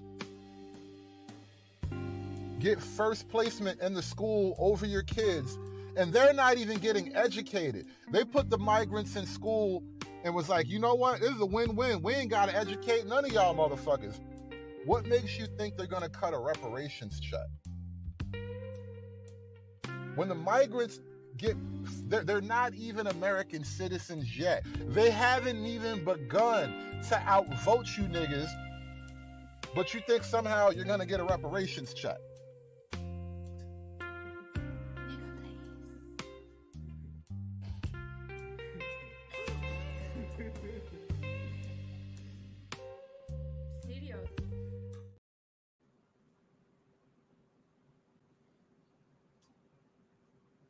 Crazy, I know. He makes sense. I mean, there never was a plan to give reparations out. But to even suggest it or even think that there's even a half of a slight bit of a chance now with all these illegal immigrants coming in. Yeah, they killed it. I mean, you're delusional. I mean, where do you think this is going to come from? Where's all this money coming from? Yeah, didn't you just hear they're gonna give these illegals credit cards with like some kind of credit card with like $2,000 limits on it to go buy shit? Yeah, but and I can't get a fucking a decent fucking income tax return like I used to, you know. And I got 2 more extra kids that I didn't have. Yeah, but my whole thing is like if you can fund this, how come you can't do reparations? Like if you can fund, the Ukraine war, if you can fund Israel fucking going over there doing what they're doing in the Gaza Strip, if you can fund all these damn immigrants, then how come you didn't have money for reparations? Like that's where the buck stops. Interesting. I find it funny. So, I told you before I played that other clip that there's this conspiracy theory that I ran across that I was going to see if you heard of, right? Mm-hmm. Have you heard the Bob Ross conspiracy theory? Oh, that he was a serial killer? Yeah. I just heard about it recently. I dug into it a little bit like a month ago because I ran across it. I was like, what the fuck? And what's crazy is he also lived in Muncie, Indiana, where I used to live. Okay. And apparently some of the shit took place. Dude, I'm not saying it is true, but I'm not saying it ain't true. I don't know if it's just like some dude was writing a fictional tale on Reddit or not, but it's a believable, plausible story. I saw that on Twitter one day. Because it's actually interesting, and the reason why they believe that is there's one painting in particular that he painted that's he gave it a very I can't remember the name of it, but he gave it a very interesting name, and simply because what he named it and the area that he painted looks exactly like a spot where they found 3 women's bodies buried beside a tree that looks just like the one that he painted. So he was trying to tell us in his painting what he had done. I don't know. I mean, and now I don't know if it could all be speculation. You know what I'm saying? Right now, it's just a conspiracy theory, but listen to this shit. This is crazy. From 1983 to 1994, Bob Ross hosted a public access painting show called The Joy of Painting. His smooth, calming voice would talk us through his incredible landscape art. His calm nature would have you think that this man was completely at peace. But what if I told you there is a really sadistic theory out there about the one and only Bob Ross? Bob Ross ran The Joy of Painting as a public access TV show where he earned little to no money for his amazing art. And he would say in multiple interviews that he never wanted to accept money for his art and that it felt wrong to charge someone for it. Over the 11 years he was on PBS, he would paint 1,143 pieces for filming. He would do 3 different paintings per episode. There would be one that aired, the template copy, and the one that he would use for his instruction materials. You know, when he died too, his son ended up not getting the rights to his business and stuff too. I think it was the 2 people that own the publishing company that published his show. They ended up taking his son to court, and they won the rights of all of his stuff. They have the rights to Bob Ross' name and everything.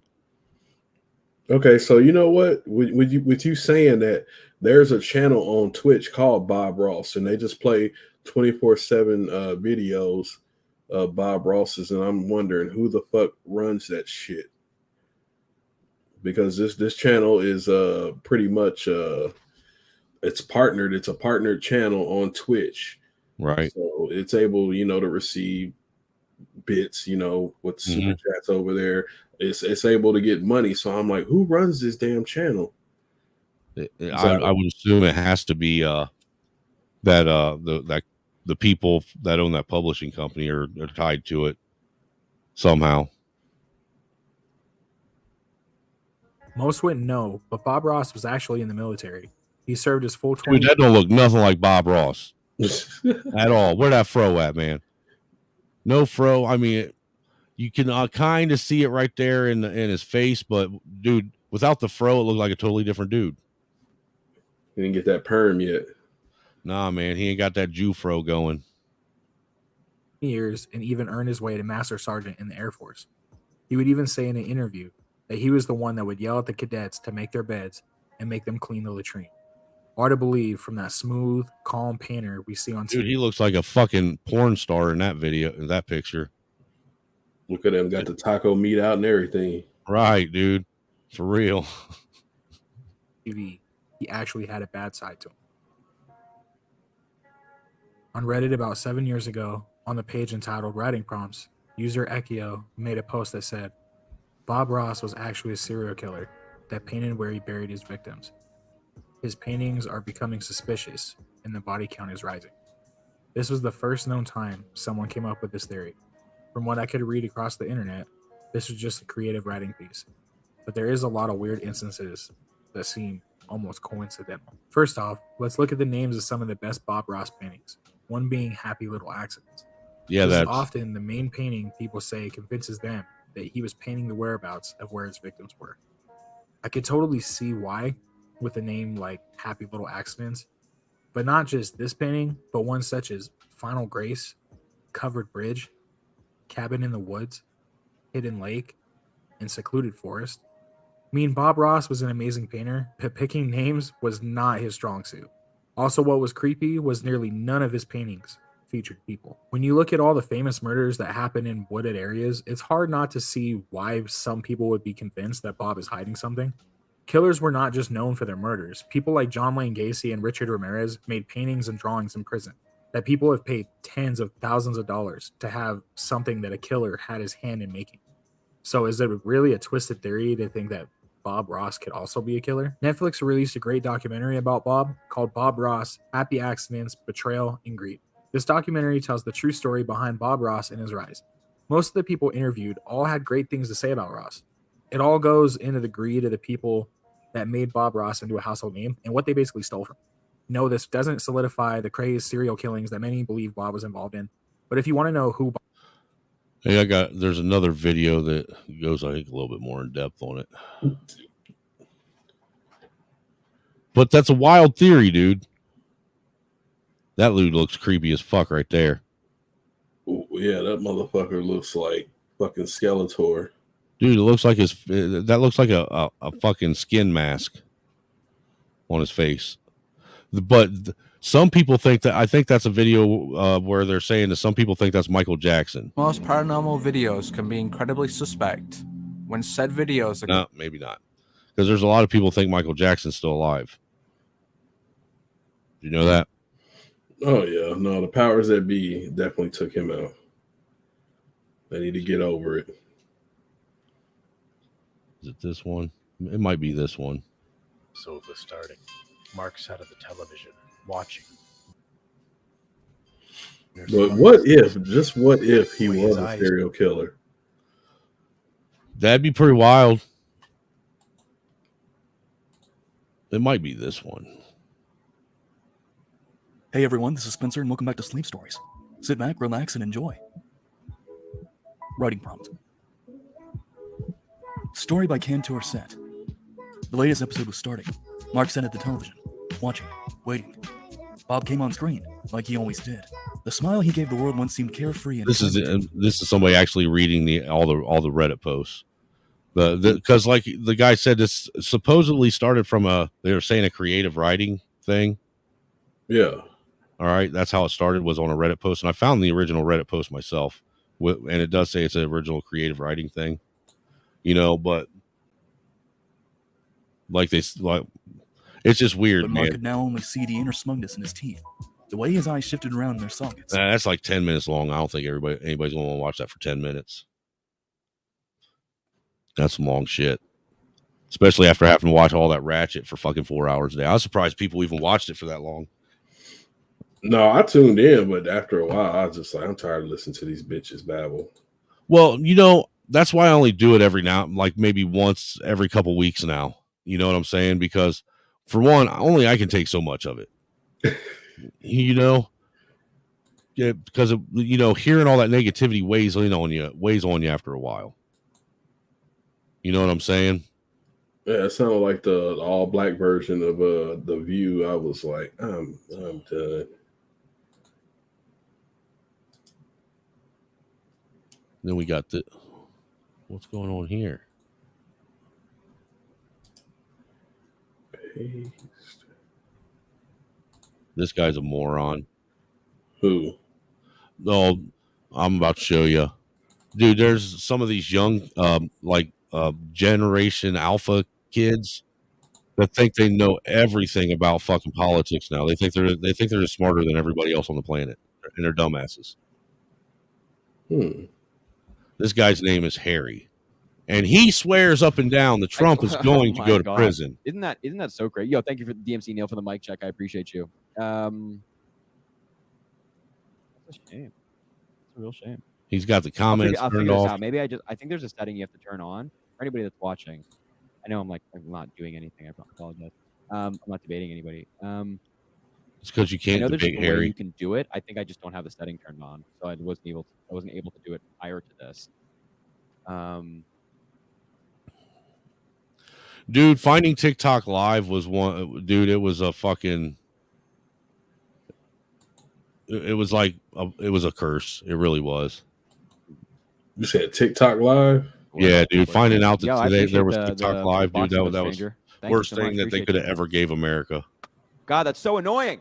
All right, I'll bring one more person up and then we'll call it and then we'll chat. I just I know never the could chat- get the into chat's just gonna have to TikTok. be disabled for now.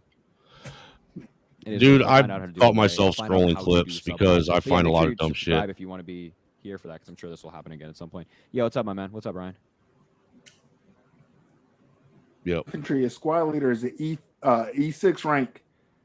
In legislature and With Taylor Swift, you get a reaction from Taylor Swift. That's the only problem I have with Taylor You're Swift. not in the NFL, so what do you care? Exactly. That's the only problem I have with it. Oh, But- I thought maybe you're mad because Taylor Swift was getting more people to vote for Democrats, like unlike Trump getting more That's her people to opinion. vote for him. That's her God-given right. You know what I mean? That's her God-given right. I don't care who she supports. You know? God's given rights. Did anyone tell the Republicans this?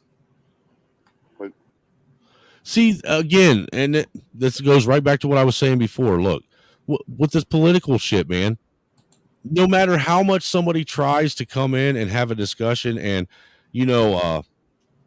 try and meet in the middle, you know what I'm saying? Yeah. Concede to whatever just to have the discussions. Motherfuckers are just self-righteous, disrespectful fucking assholes, man. They got to be fucking, they just got to. You know what I'm saying? Like it's like that. It's like they're compelled to fucking bitch about something. No matter, you know what I'm saying? No matter what, how nice you try to be or how respectful you try to be, they go out of their way to push you to be that fucking disrespectful piece of shit that you don't want to be. Oh yeah, I mean that's just the internet, though. I try not to let these things piss me off anymore. Well, it's not that it pisses me off. It's frustrating, man, because how can you sit and say that you're trying to do something and better anything when all you're doing is constantly giving pushback and finding any and every reason and excuse you can to be negative? Yeah. Parents were, my parent. I have two sets of parents. I have a biological family. I was adopted as well. So do you find? So you're part of a marginalized community, being an adoptee. Do you look into like the politics and intersectionality of like who's controlling the laws of people who are adopted and other marginalized groups around that, like foster care, people who are conceived as sperm donors? Do you look at like the lives of the people and how they're affected by laws made by Republicans and laws made by Democrats, or do you only vote on like one or two issues, like your pocketbook and your hatred of brown people, maybe? Did you say I have a hatred for brown people? Because you voted for Trump, so I'm assuming you might. See, it's that shit right there. You know, come I have a on. problem with that with you Democrats on this one. Trump was never called a racist. He was never called a racist until he became president. He is a racist. But hold on. No. He was called a racist in the 70s. Bullshit. Yes, he was. He was a racist in the 70s. Him and his dad both. Okay, and what's Biden? Biden's not racist? He just is the same man that gave eulogy to a man that was the head leader of the racism KKK. every day. What do you mean? Like, of course he is, but Trump's like a blatant violent, aggressive, racist. who, What? Like riles up other racists. What? And makes them feel like vindicated in their racism, and that's what's not okay about him. I don't. What is blatant, vile, and corrects his kerfuffle. what? Like old white people gonna be racist, but like there's two paths they can take with it.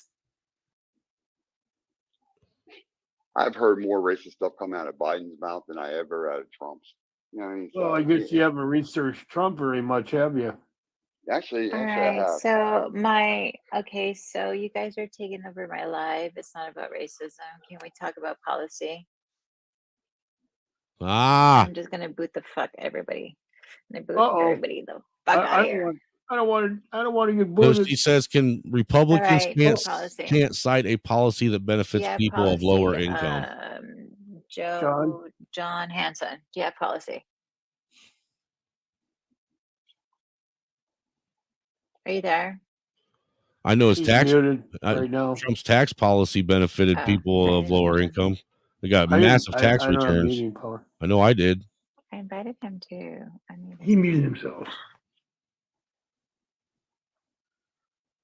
fuck my Mac. John, Yeah, what, yeah. what, And Hey, hey, so what, John, are you a Republican? what was the name of that policy for said yes. people that were in prison that he did Yeah, when he was in yes and office? no. Okay, so No, where he got those are you gonna people vote for out. Trump in Right. 2024? Oh shit, I don't remember the name of it.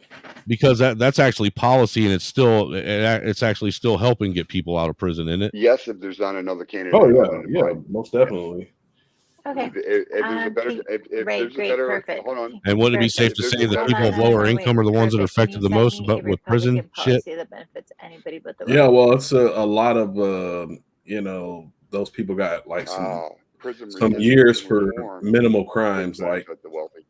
possessing a pound of weed. You got like The prison Right, ended up reform getting where you busted with change the laws fucking so a people couple that are ounces, black and people that got a are trafficking incarcerated, charge drug- or a minor distribution drug, charge for it. consequences Yeah. for years. He changed that.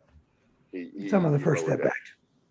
Act. Yes. See, that's Also, what I he was talked talking about. copyright First Step laws Act, that's what it's he called. also gave back, back with the with music writers that had their music stolen by rich white people. He reversed that too as well, and got that where they got their reparations or got their money back for those families, for those famous writers. What are you talking about? I'm talking about black writers of music back in the 20s, 30s, and 40s that had their music stolen by white people. He had that overturned, and those families were being And what policy was that? You got to forgive me if I don't remember exactly what policy that was, but I do remember reading that. Yeah, I don't know nothing about that policy either. Never heard of it.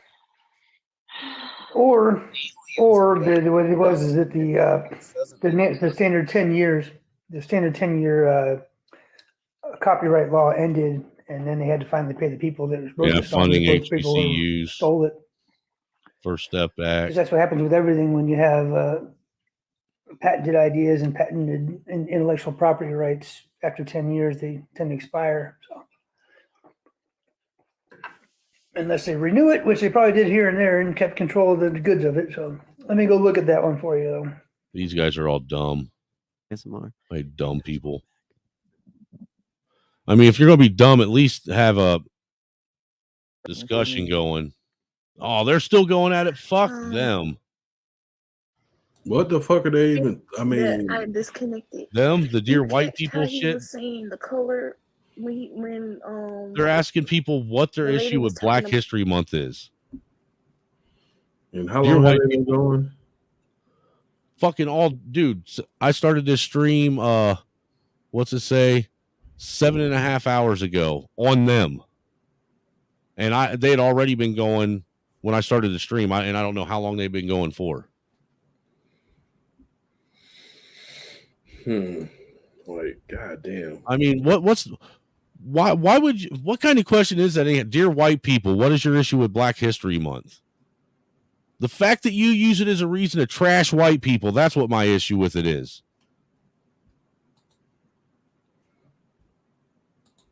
How about that? I mean, let's keep it a buck. Like I was telling Mandrell, when it comes to Black History Month, all they do is fucking teach about what? Martin Luther King, fucking Frederick Douglass, and fucking what's her nuts?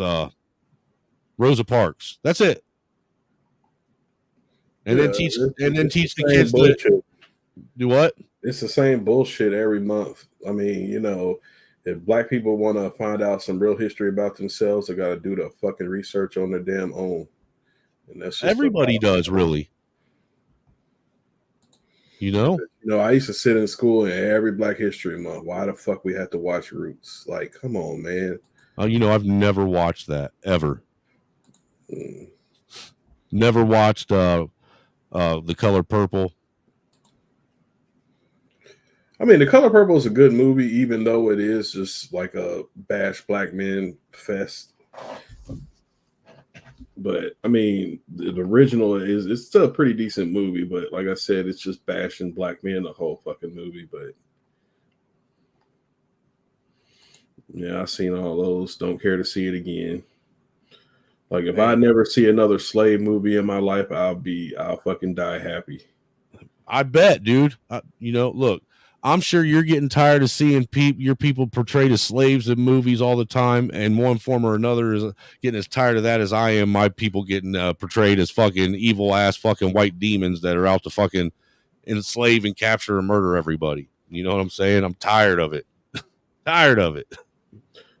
Now, what I will say that pisses me off with certain white people, I'm not gonna say all, is when they fucking complain about characters being switched. Like me and a guy were having an argument about the whole Little Mermaid movie, and he was like, that's because of the black, they took a Ariel and made her a black chick. I'm like, that's not the problem I have with the fucking movie. The problem I have with it is they took a classic and they fucking ruined it.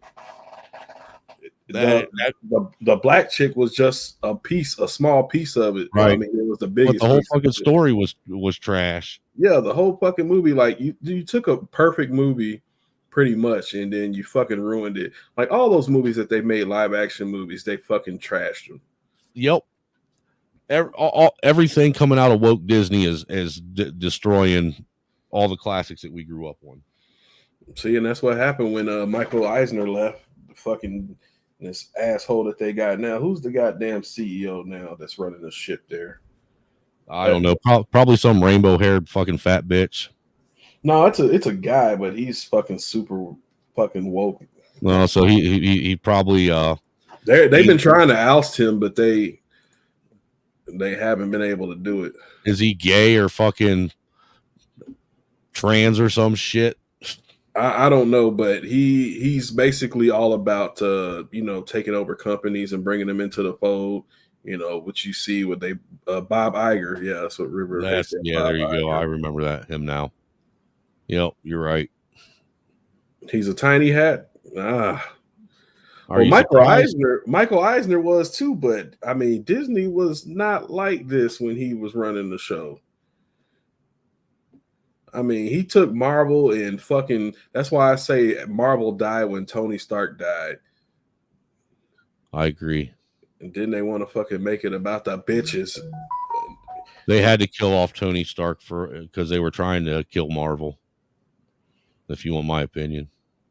Like, I think the last thing I've seen good that Marvel put out was Werewolf by Midnight or something like that. I think that's what it was. It was like a short movie, Werewolf by Midnight. Mm-hmm. And everything else I haven't watched. Because I see the agenda that they're trying to push with the fucking movies. It's just like they killed Star Wars. Yeah, they did it. Well, let's be honest. The fucking the prequel trilogy was, you could tell that they were going in a woke direction with that. Yeah, I think when they started in prequels, it had already been bought, right? You know, well, I'm talking about the trilogy where they were telling the Anakin story. Yeah, but I mean, I think what's his name had already sold it at that point too. Did George Lucas sell it? I think he might. I think you might be right that he did sell it by the time they got to the third one, episode 3. Red Illusion said the prequels were great. Get the fuck out of here. Yeah, when they came back with the director's cut editions of it, they were better. But that one where they took out Jar Jar Binks because that son of a bitch was fucking annoying. Dude, he was hilarious. What are you talking about? How you gonna talk shit about Jar Jar like that? No, that motherfucker was annoying. I was so glad in the other movies that he was like the least talking person on there. So have you seen this shit where they're trying to pull out Eminem's old racist rap tapes again? Oh yeah, I saw that the other day. Did you? Yeah. Benzino looks like a whole fucking half-breed bitch, dude. I don't understand what he's trying to prove. He's not even black. But these are old clips. Like, why are they like pulling this up again? I don't know, dude. That's the thing that I noticed too, is that it's old clips from back in 2000, like 2001, 2002. No, I mean, I'm talking about these clips with Benzino and Nick Cannon, because that one from Nick Cannon was when him and Eminem were beefing. So that was like fucking years ago. Yeah, him and Eminem were beefing, and I think one of the clips that they're using from Nick Cannon too doesn't even have anything to do with Eminem. It would because that was when him and Mises was beefing too. Because Mises is just some white underground, rapper from down in Florida. I am glad though that Eminem basically killed Machine Gun Kelly's fucking rap career and made him go to fucking rock music or whatever. Machine Gun Kelly's coming back to the rap career. No, he needs to stay where he's at, because if anybody, I would say that dude was a culture vulture. Dude, Machine Gun. Well, look, when Machine Gun Kelly first got found by Bone, he wasn't bad. Because Bone's the one that signed him. You know that, right? No, I didn't know that. Yeah. I just never, I don't know. It's like certain white people that do rap, I'm kind of like, Like Tom McDonald? Yeah. I like, don't get me wrong, Tom McDonald has got a few songs that actually hit pretty hard that I like. But for the most part, all of his shit's corny ass fucking like Will Smith style backpack rap. Yeah, but I even like old school Will Smith, because I'm like, you can say what you want about it. Oh, he was clean cut, whatever. But the dude could flow. I like Kid and Play more than I liked Will Smith. And they were corny too. River of Hate. I hate this fucking guy. You got Sexy Red to say rap. No, they single-handedly are destroying it. You hate River of Hate? Yeah, because he's just talking shit in the goddamn chat. I like River. He's funny. I like him. Look, him and Not Lost are they're necessary out there, man. Can't keep an echo chamber in the chat. No, I get it, but I'm just like, are you fucking serious right now? Sexy Red, fucking Cardi B, fucking Meg Thee Stallion, all those are the reason why amongst these fucking mumble rappers and these fucking people like Slim Jesus and fucking these Slim Jesus, Little Peep, and these motherfuckers doing the rap. That's why fucking hip hop sucks ass now, dude. That fucking trap rap and fucking mumble rap destroyed it. Yeah, it really did. Hey, Red Illusion's right though. I would rather listen to Sexy Red than Tom McDonald. Unfortunately, yeah, same here. Hey, dude, tell me if you've heard this. I mean, what this is from a movie. I think this is when the speech that he gave in one of the Scream movies, but I could be wrong. But what he says is pretty indicative to what's going on. All men are pigs. All men are dogs. All men are scum. And they talk their little asses off about what monsters we are. But they don't understand that they're the very ones that created the Frankensteins they abhor. Laugh all you want, but I'm serious. Every womanizer, every player, every guy juggling 3 broads at the same time is only doing so out of fear. Fear of being crushed by a woman. Because one day, back in the day, they weren't a player. They liked one girl, just one. And they gave it up to her, didn't they? Gave it up to her, that's right. They gave it up to her because they're little romantics back then, and they gave it up to the girl they love. And what happened? They got rocked, or they got crushed, or they got destroyed, they got cheated on, or laughed at, or something. And when they're finished picking up the little pieces of what was once their heart, you know what they said? Every single one of them made a vow. Never to give it up again. That's right, never to give it up again. But now we're talking about the real bastards here, the guys that break hearts occupationally. Because believe it or not, originally those cats were the most beautiful and the most romantic of all. And you know what happened? They're the ones that got hurt worst of all. They say, oh. What thoughts? I mean, what is there to say about that? I mean, he ain't lying.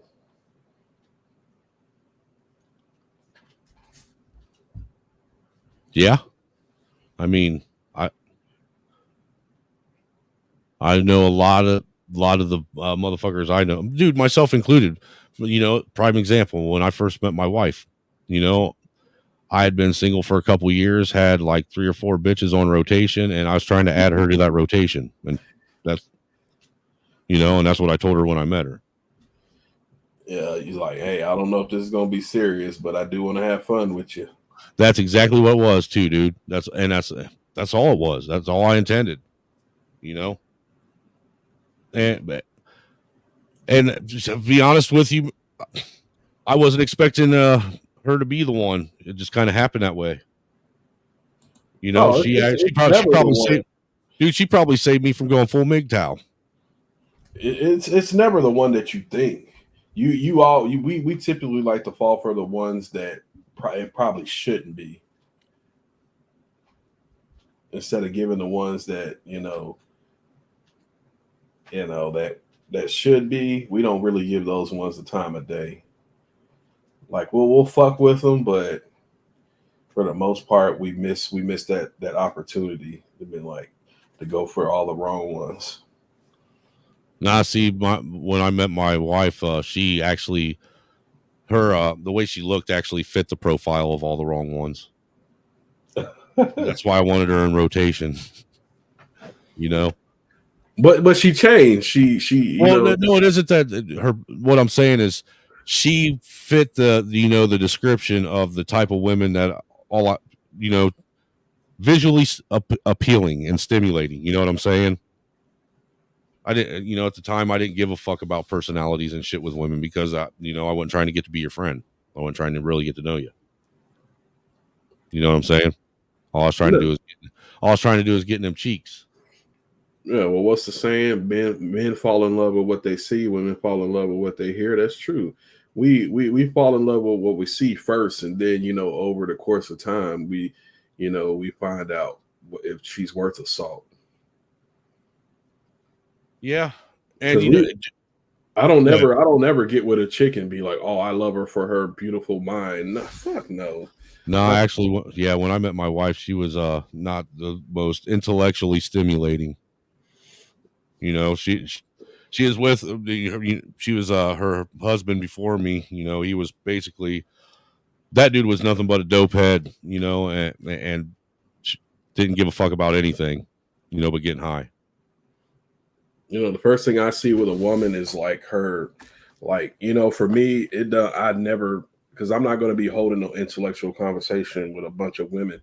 But, the first thing I see if a woman that I'm interested in is like her body type. Like I'm intrigued with a woman's body, like from the stand. I like to look at all the curves, I mean, like, look at the titties. Man. Like that's how you're like me. You like to explore a new body on a woman. Yeah. Find out how it works and ticks and all that stuff. What happens when I push this button here? Okay, what happens when I touch that button there? Look at the ass on that bitch. Look at the titties. So I get you, dude. This clip is funny as hell. You gotta listen to this. This shit had me dying when I watched her. Order a skank code like you told me. Oh, did it freeze up? So what should I do next, though? Oh, no, never mind. Put that ET looking bitch in her place. Use it, damn savage, little man. Fuck. Oh shit, dude! I ran across that. I was like, "Damn, that is great." Hey, I got a video of a chick that I think you would definitely find attractive. Oh yeah. Yes, sir.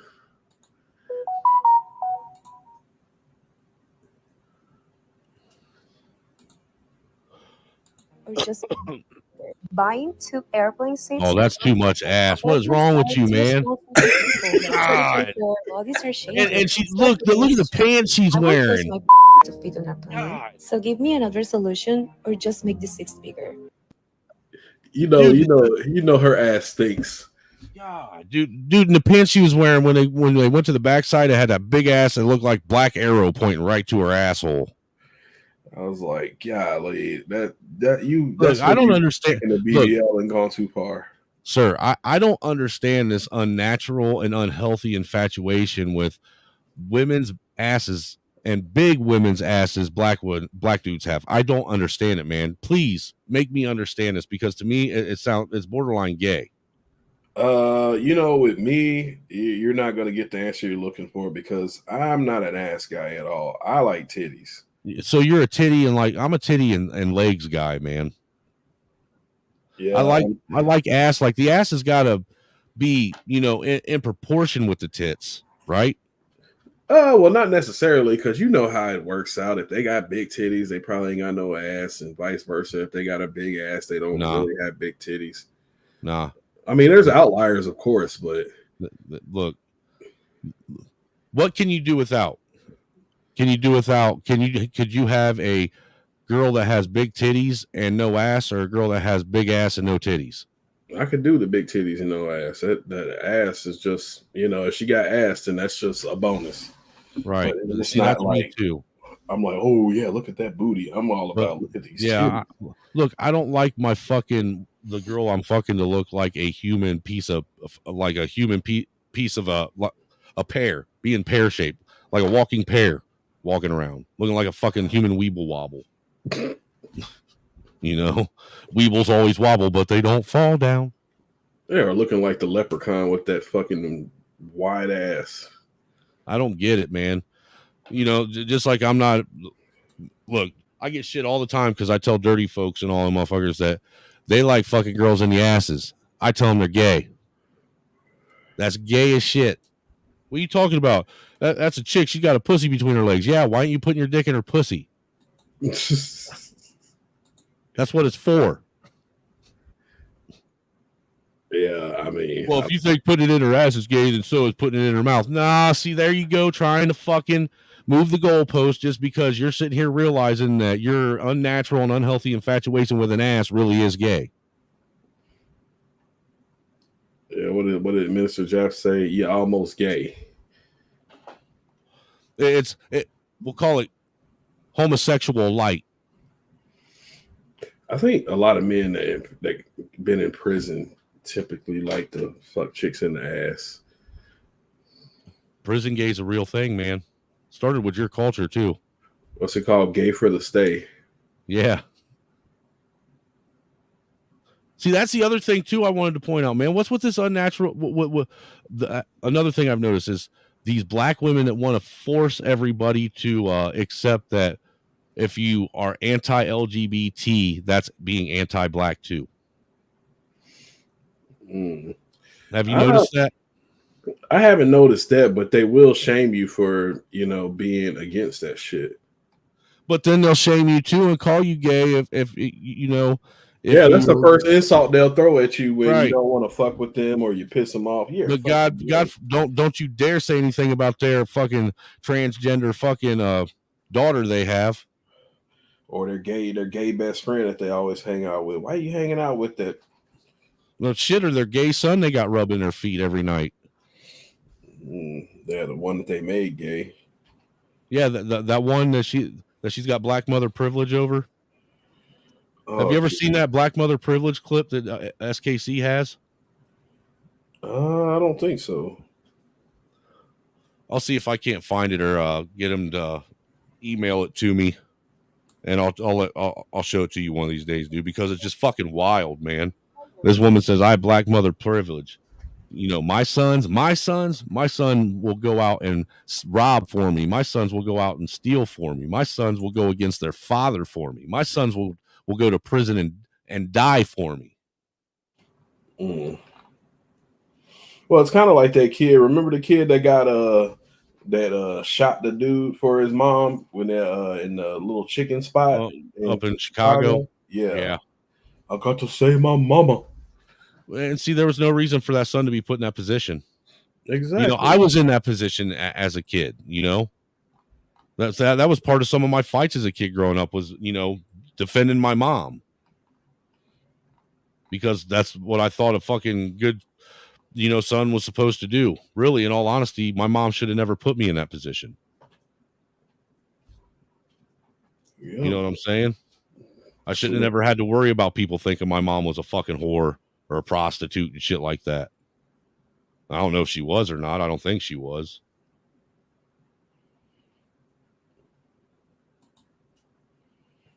But I'll tell you this, there's something that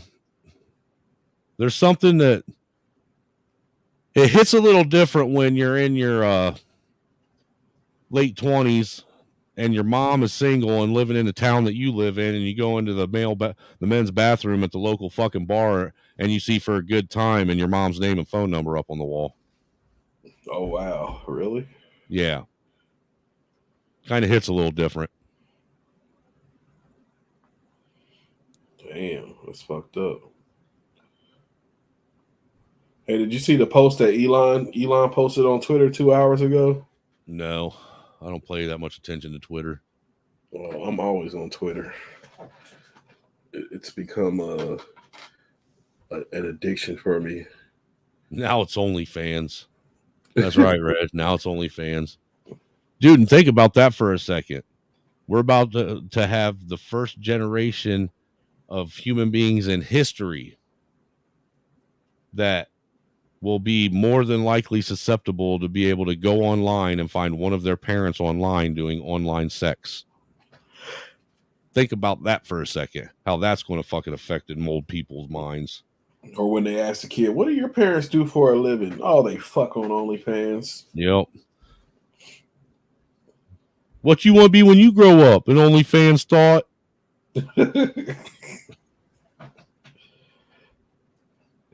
Bro, this fucking see, this shit pisses me off. Like, I mean, this really pisses me off because it's just there's no end to it. Doesn't seem like there is. There's no end to this. Doesn't seem like there's an end in sight nowhere. Yeah, look at this shit. Look at this shit I put in the background.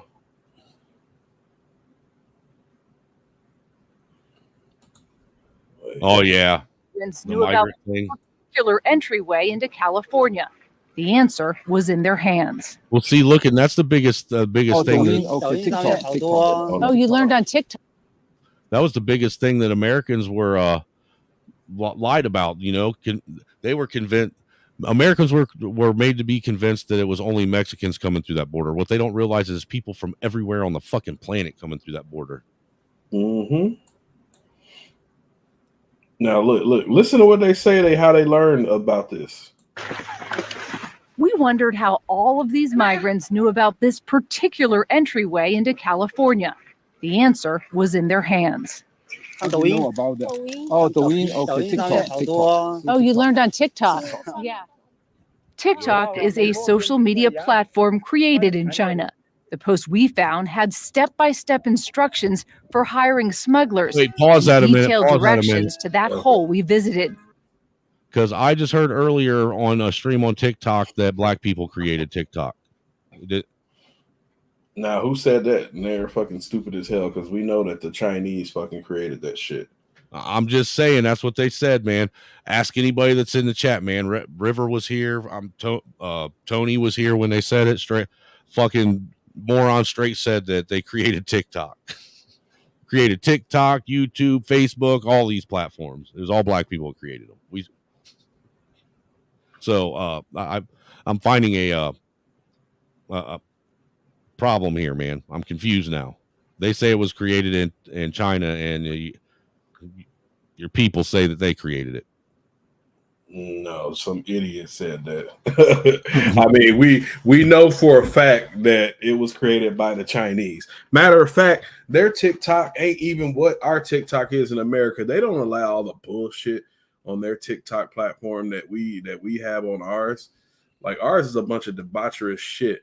Like there's, I've seen the Chinese version of TikTok. It's all like educational shit. They don't promote that fuckery around here on Chinese TikTok. You go ahead and finish playing that though, man. If you want. I think it's almost over. It was just a short clip. All right. Because I got some that I can show too, same thing. We were struck by just how orderly and routine it all seemed. The migrants walked about a half mile down a dirt road and waited in line for U.S. Border Patrol to arrive so they could surrender. See, look, you can't even make good fucking border or good Mexican jokes anymore because of what's going on. Like, I used to be able to say, how does a Mexican take his family out on a holiday vacation? Gets on the phone and calls immigration on himself. Now it still kind of hits, but give it another 5 years and it ain't gonna be funny no more. Hey, look, Dublin, Ireland annually hosts the largest redheaded festival in the world. The bottom is the Disney remake of that. That made you laugh. Yeah, I mean, that's funny. I get it, but it's kind of like, It's funny though, because the thing is for me, I do kind of for me, there's something I don't understand why they're attacking redheads. Because if you notice in all these comics and stuff and movies, it's mainly redheads that are under attack. Gingers. Now, mind you, the green-eyed gingers, don't fuck with them, dude. Those are like feral cats. Don't fuck with them. They're evil demons. They're succubuses. Those green-eyed ones come from hell, and they're trying to enslave every soul they can. Now, the blue-eyed ones, those ones are okay. They're blue eyes, safe. Green eyes, no. Are those the ones that's supposedly evil? The green-eyed ones? Yeah. That's why there's so few of them, dude. It used to be red hair and blue eyes was a rarity. Now it's getting to be a redhead and green eyes is rare because red hair and blue eyes is pretty common now. Hey, do you ever remember that show, The Newsroom? The Newsroom? Yeah, it was on HBO. I never watched HBO shows. But look, here's some more of it. What you was talking about. These guys are from the Middle East. You will know who I am, but you are really not smart enough to know who I am. But soon you're gonna know who I am. Very easy. Wow, very easy. The entitlement. No, believe me, I'm much better than that. The entitlement, guys. Wow. What do you mean? But soon we're gonna know who you are. Right. The fuck you do? You planning on bombing some shit when you get 7? Look at that. Yeah, I think I showed you this video. Dude, there's no women in this group. All fucking. This group is all men. And wait, I think there's like maybe 2 women in it, 2 or 3 women in this group. I'm sorry. And I think there's like a couple women in the other group. But look at all those fucking Chinese. That's insane. Yeah, they're gonna open up another fucking fake police station when they get over. What the fuck is that guy at the end right there? Look, we got enough fucking Chinese restaurants cooking up fake General Tso's chicken and Hunan fucking shrimp. I'm just saying. What they got their own towns, little Chinatown, little Koreatown. And see, that's the fallacy that a lot of people in America have been sold. Like I said, the belief that they're all coming from Mexico or Central and South America. And no, they're coming from everywhere.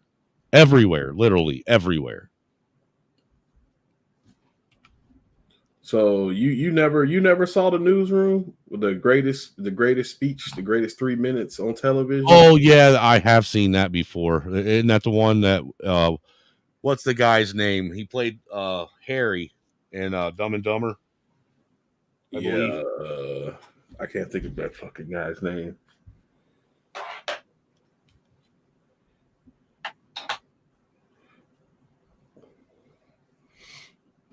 But yeah, I know what you're talking about.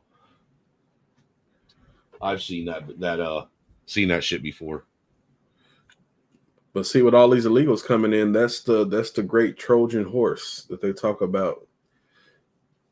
It's already happening. The replacement theory is real.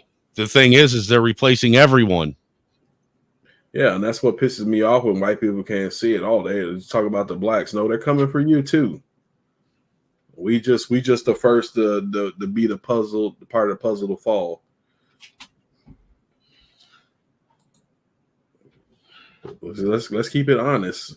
This was basically a black and a white country. Yeah. And, based on how everybody voted, typically whites were split down the middle when it came to votes. And they used a black population to split it one way or the other. And now it ain't going to matter because they got millions of fucking illegals coming over here getting free shit. So you know which way they're going to go vote. Yeah, and then you got this right here. Hold on. For illegal immigrants to have free health care in California, man, you just can't make this stuff up. Why does it seem that Democrats love to spend our tax dollars on non-citizens?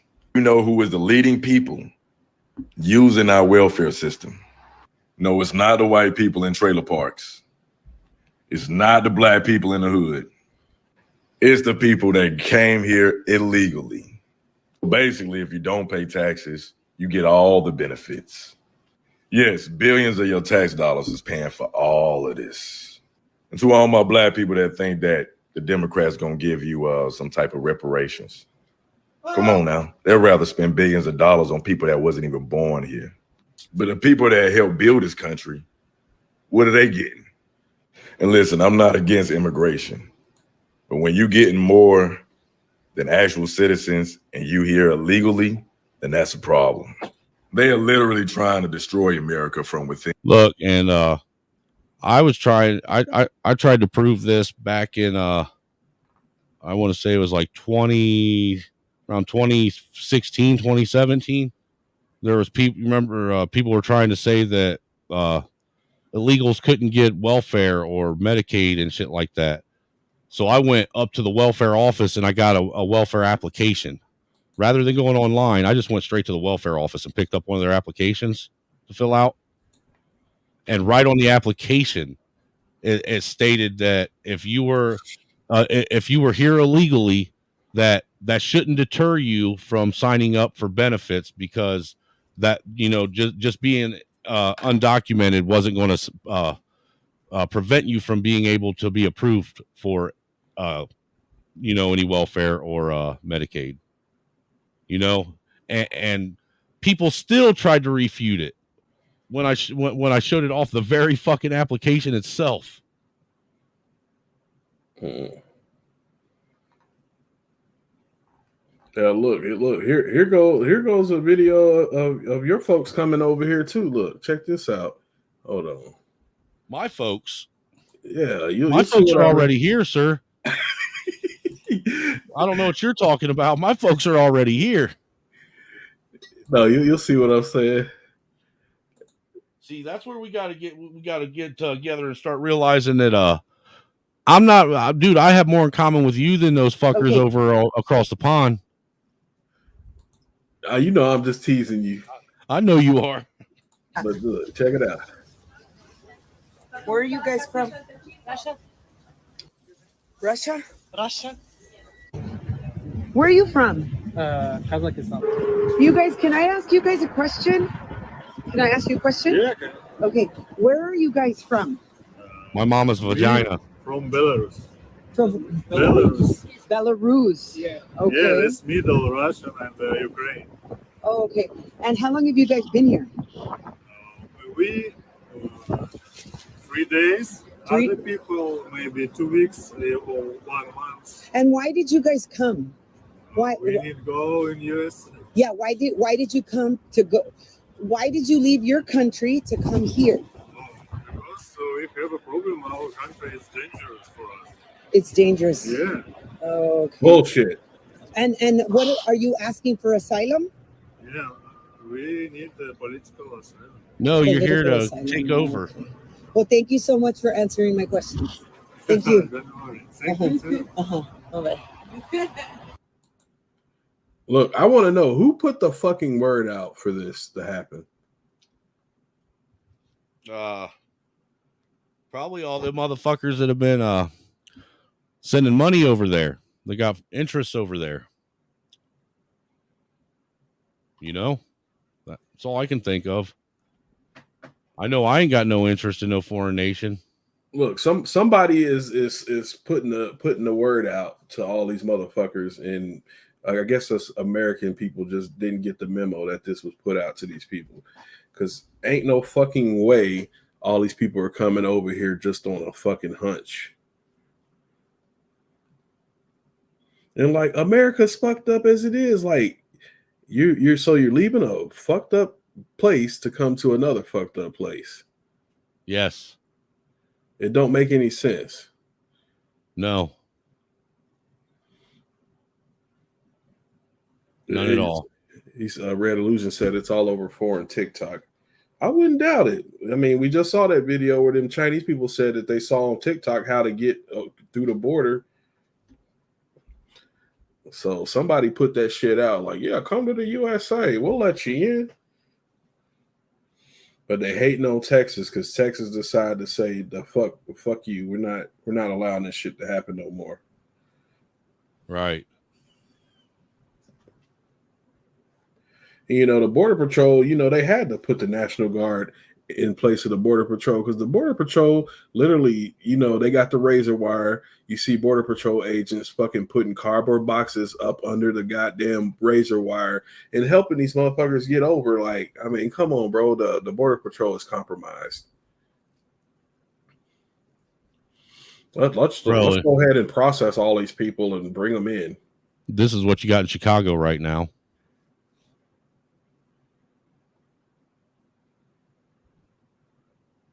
Hey, and they're getting it too. Right.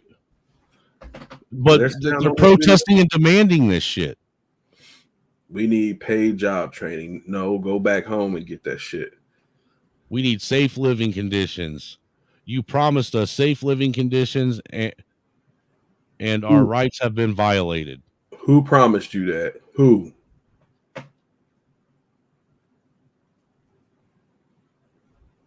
I mean, shit, maybe I need to go across the border and come back and claim that I'm from Somalia or some shit so I can get some fucking free money.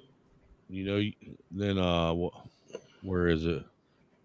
This guy right here, I know you didn't see this the other day when I played it. The Delta terminal, the Miami airport. Instructions for illegals to use their CBP One app. That's the Customs Border Patrol app at TSA checkpoints as a valid form of ID to board a plane in the United States. For those who don't know, the CBP One app provides appointments for migrants who are claiming asylum at the border. Migrants, particularly those wanted for crimes, can fill in any basic information they want in the app and be let into the country. The goal was to, and I quote, validate adult non-U.S. citizen travel documentation when the traveler does not otherwise have an acceptable. Look, this is why they were making a big deal out of voter identification back in 2020. And black people were crying, that's racist. No, we just want to make sure you're fucking who you say you are, God damn it. Right.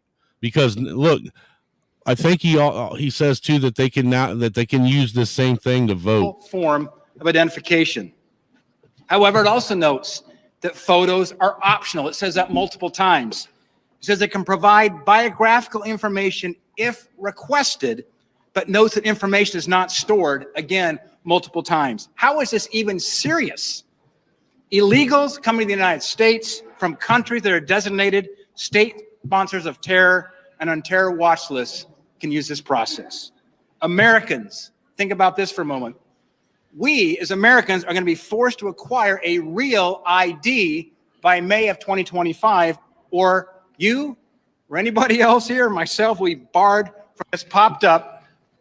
Barred from getting on a plane and going overseas without it. This is where it cut it off. But we got to have an ID just to get on a plane. We have to have an ID for everything we do. How are these motherfuckers going to come here without an ID and open up a bank account or get a place to live or get a job or, you know, go out and buy cigarettes or tequila or weed or any of the things that, you know, criminals do? Yep. I mean, how are they going to get car? And you know, with the amount of people that are coming over here illegally, you're not getting a good batch of people. I'm sorry. I'll be the first to say it. You don't know who the fuck you're getting over here. Hence the rise in criminal activity from these illegals. You're getting a bunch of scumbags coming over here. Yes, there are some that are actually legit seeking asylum that want to fucking have a better life. Of course there is. But there's a bunch of scumbags coming over here that are about to really get shit popping. Look, and what's even worse is these delusional clowns over on TikTok are trying to convince people that there isn't a border crisis. There isn't a border issue. They're trying to convince people of this. You know, that's all made up and fabricated.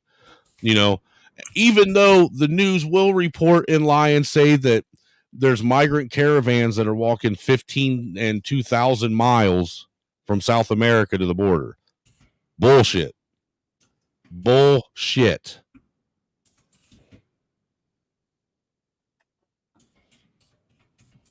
You know, it's fucking crazy, dude.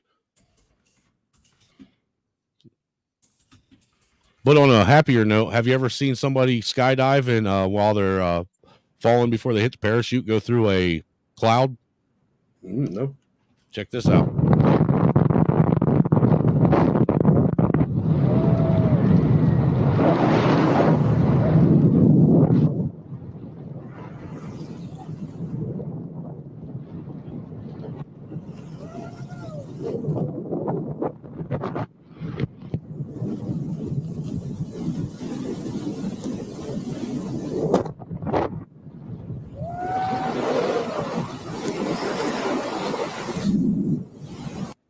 That's pretty crazy, ain't it? I ain't gonna lie, it look kind of creepy. Man, in my younger years, I would have did it. That looked pretty dope. What other kind of fuck shit do I got on here? What's she? Sure, you've heard the news of NASA discovering city lights on a planet 7 trillion miles away. So you're telling me they have oil? Sure, you've heard.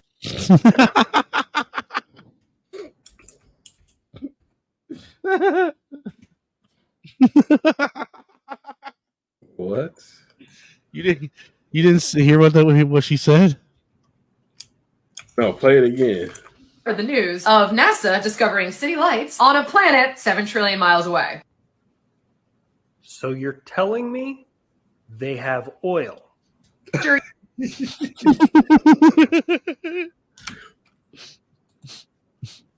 My bad. I caught myself trying to multitask.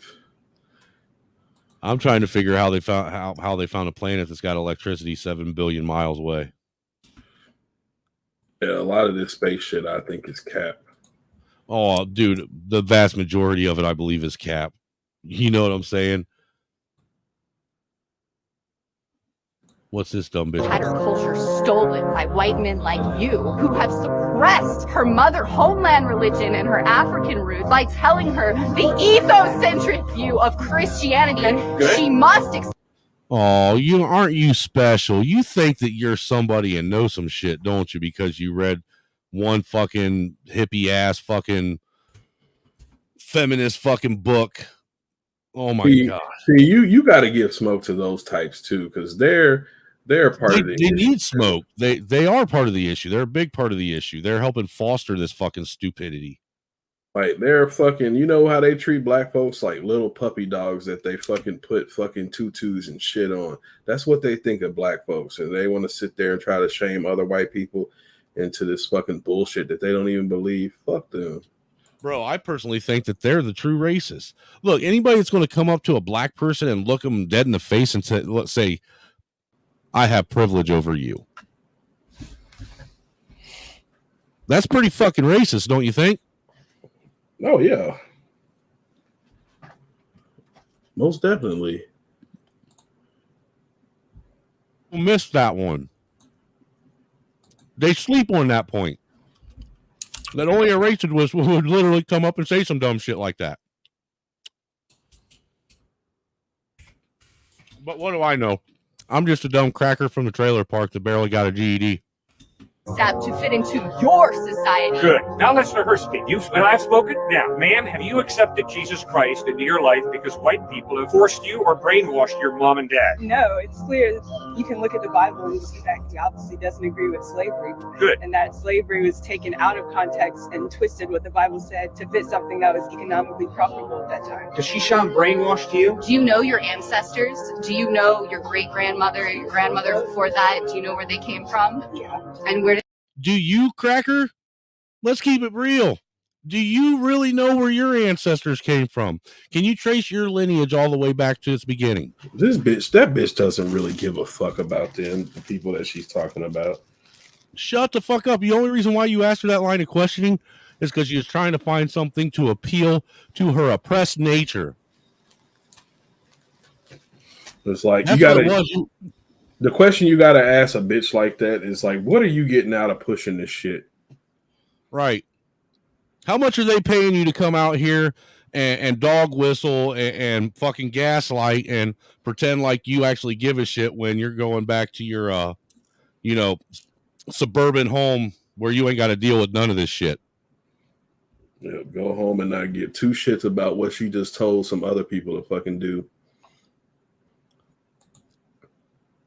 Where did they come from? What's their history? African being brought here as slaves. And do you know anything about their oral traditions? Do you know what they believed in Africa? Do you know what tribe they belonged to? Or has your history been stolen from you? Just because I'm not there now, that's not to say I would still be there even if the slave trade hadn't existed. That's not to say that I would have stayed in Africa anyway. I could have ended up in Europe or here just leaving America. But do you not want to know about your ancestors and their time when they were in Africa? Do you not think it's worthy? Do you not think their culture is worth something? Or do you prefer the culture that has been given to you by the white people?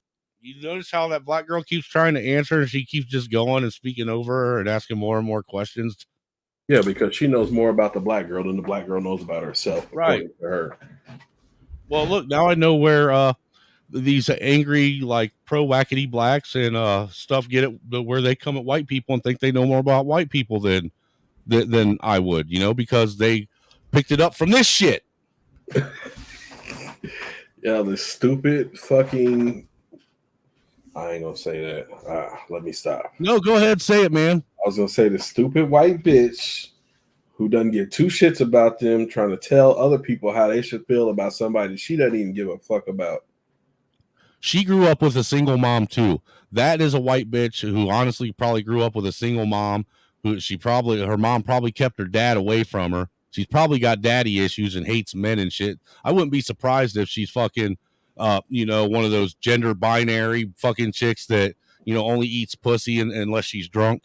Yeah, refer to me as her, his, or her and him.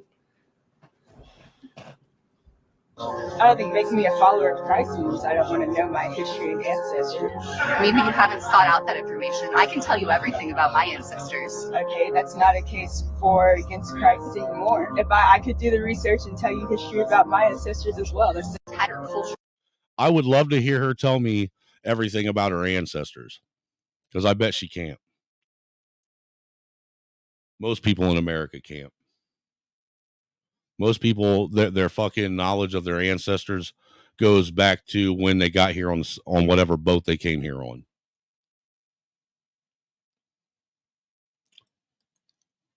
Now, that, mind you, that's not saying that there ain't people that know, but I'm telling you, I believe that the vast majority of us, that's why we have issues here in America. We don't know our past. We only know what they've sold us, what they've told us. And we are a young nation over here. That's something that a lot of people tend to forget. America is a very, very young nation. We're only 200, going on what, 200, and this will be 248 years this year. Yeah. I think Rome only lasted, 501? Something like that. And another thing that people fail to realize, too, is the American dollar being the world reserve currency. This is the longest one nation has, since the nation has become industrialized. This is the longest a nation has actually been the world currency. Yeah, true. You know, so really, we're America losing that status. It's kind of overdue, because it's been known to bounce around that reserve currency status. I mean, think about this for a second, though. The fact that America, the United States, is a first world superpower empire in less than 250 years. That speaks volumes for the type of innovation, ingenuity, and tenacity of American people. Yeah. Because all these other nations, it took them thousands upon thousands of years to get to where we got in a couple hundred. Well, you know, because I think America, because it's just kind of like Rome with the same thing, how Rome developed so fast is because it just wasn't like one group of people. It took a combination of people to make it the way it was. Right. They were utilizing the skills of all cultures. Yeah. So, you know, but like these, I mean, well, Japan is an outlier, of course, but most of these xenophobic nations, you know, that, you know, try to keep their, I mean, it's good for some things, but, you know, if they're trying to grow technologically advanced, I don't think it's good to be a xenophobic nation, because you do have to get ideals from other people. Yeah. Here, check this video out, man. Tell me if you have the same magic table at your house. And cook dinner and put the washing on, and you know what? I can't continue to live like this. Hey, relax. It's gonna be all right. How? Here, I'll just show you. Okay, I've been doing this since you moved in. See this basket thing? I don't know how it happens, if it's the house or what, but any dirty clothes you put in this basket, somehow the next day they're just clean, folded, and in a perfect pile on your bed. You're not serious. I couldn't believe it at first either, but it just keeps happening. That's why I didn't tell you. I didn't want to jinx it. You are insane. Try it, you'll see. Unless it's only chosen me. See, I don't know. I can't do this. No, wait. There's other things too.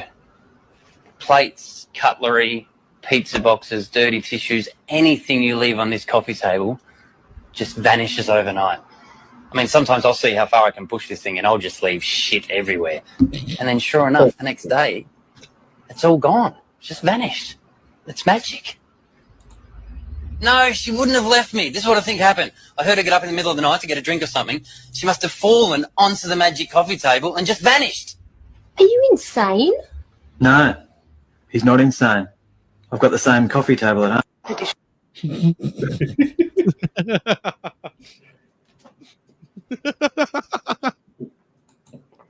What the hell? That's quality shit right there, man.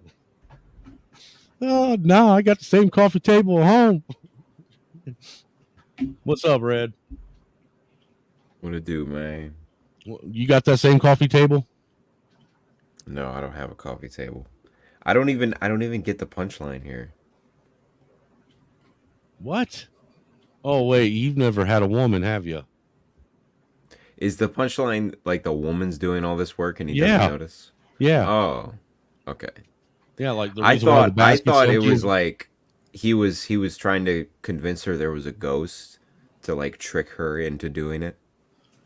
No, he's completely oblivious to he's so fucking stupid that he thinks it's magic. It really kind of is. It's magical that he found a woman that would do chores at home. That's a good wholesome joke.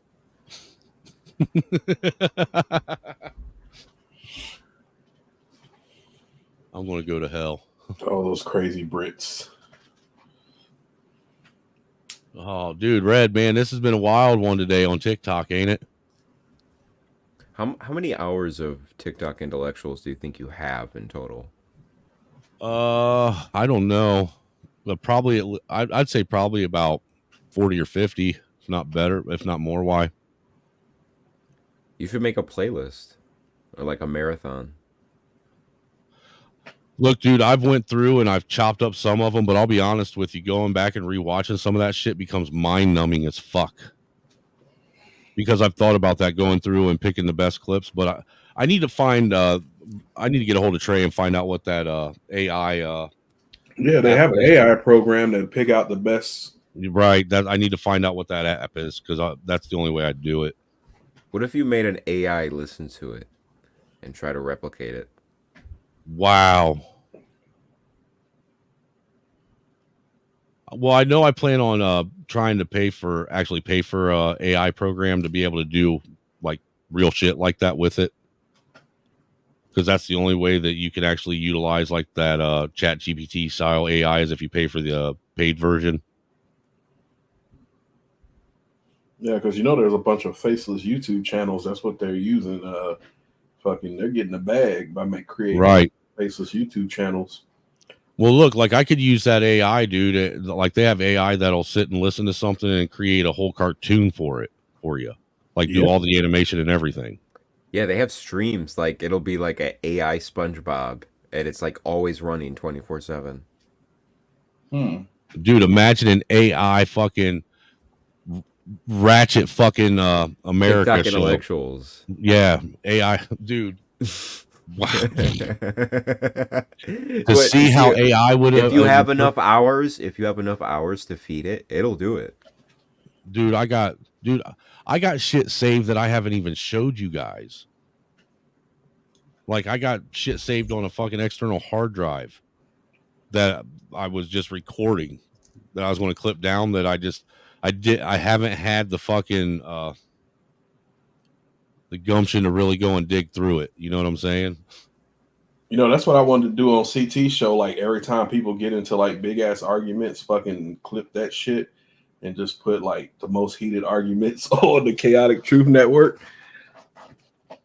Have you ever seen my video I did, the many thoughts of Jay Prince when he was over on CTs? Have you ever seen that video? He don't come on CTs that much. Dude, I've only seen him over there once, and I pulled clips off of that one, dude. And this is some of my finest work. Where's it at? Oh, speaking of which, before you play that, me and Rock got into it yesterday. He told me he was going to block me on CT's channel if he saw me in the chat. I was like, you are a tragic mulatto. Rock's a whole fucking moron, dude. He thinks he's something and he's not. He got mad because I told him he doesn't deserve a wrench because he fucking he gets in his feelings with what somebody says in the comments and he fucking blocks them. Yeah, he does, dude. And people like that they don't deserve. Dude, why do you think I give everybody a wrench over here? Everybody gets one simply because of that reason. Oh, dude, I know you ain't never seen this video. This is one of my first edits I ever did. I gotta share the screen. Share screen. Where are you? Yeah, there it is. Share. Fly me to the moon. Let me play among the stars. Let me see what spring is like on Jupiter and Mars. In other words, there's so many things wrong with this video. In other words, baby, kiss me. Fill my heart with song and let me sing forevermore. You are Look at the guy just looking at his phone. I know, right? at the door. In other Most people are probably used to seeing fucking wackadoodles on the train all the time. Yeah, they probably know her by name. That was one of my first edits. You got to be a special somebody to fucking deal to get on public transportation every day and go to work and see these crazy sons of bitches on the train. Oh, I got something too that nobody that I haven't showed with anybody yet too, and that's I got a fast forwarded, kind of like a fast forwarded time lapse video of Jay Rillo falling asleep in real time on a live stream. On his live stream. Oh yeah, I remember that. I came up. Dude, I literally, you can you literally see him go from watching to his eyes closing to his head starting to melt and nod to him fucking nodding all the way out and his head hitting the table. I remember that. That was at like 6 o'clock in the morning. I should have clipped it when Prime went to sleep on T's channel one night. He was snoring loud. Where is it? But you and the other guy were having a good conversation, so it wasn't noticeable. Right. There it is. The many thoughts of Jay Prince. They became underdeveloped because this same country, what you call America, has been over there, and China and all other countries was over there graping the crap out the African land. But that's the thing that we base graping the crap. We learn stuff based on what they tell us. How do we electricity? We only get stuff based on what they done told us. All this information, it comes from what white people done told us about us. Also talk. If a person that lied to you, they'll steal from you. And they steal from you, they kill you. Well, white people have done all of that. Originally. I just mean like white people in general. My bad. Their books, we trust every story that comes from liars, thieves, and murderers. Story come from? Where did that story saying that Africans sold blacks? Where did that story come from? Where's the source? Where you got your source from? Also, who actually told us that? I want to challenge that the story. We got African Americans and a lot of stuff that white people taught them right. So you guys be coming from known liars and thieves. Y'all don't mind tearing down our history because don't mean not to you want me to be honest? All the way honest? Yeah. Okay, I believe that you are. I believe that you guys are black men. 2 white people, right? Name 2 white people that can make an Asian, a Mexican, a black, any one of them. But I can name a lot of blacks can make all every race considered, or was they a fact? Look at both the fact. Because I don't want to go consider. You picture this, right? The whole court system is all black. The judge, the jury, the DA, everybody's black but you. If you committed a crime, oh yeah, this is good. This is good, CP. Okay, what do you think the outcome would be? Let's say you killed a black man as a cop, right? I don't know if you was a cop and you killed a black man, but now after you killed that black man, you got to go to court. What you think? Do you think you would get found guilty in an all-black court, or would you get found innocent? Let me. Look, there's a video. I don't remember which one it was, but it's on his channel. He put on a fucking wig and he was playing like he was a black chick. Dude, that would have your ass rolling, Snowman. Where's it at? It's on Jay Prince's channel, but I don't know which I can't remember which stream it was that he did, but he was acting like a black chick, and oh, bro, that shit would have you rolling because he had a wig on and everything. I'm gonna have to find that. I think it's he was talking about Princella, the Queen Maker. I think that was the title of it. Was it a live stream? Yeah, it was a live.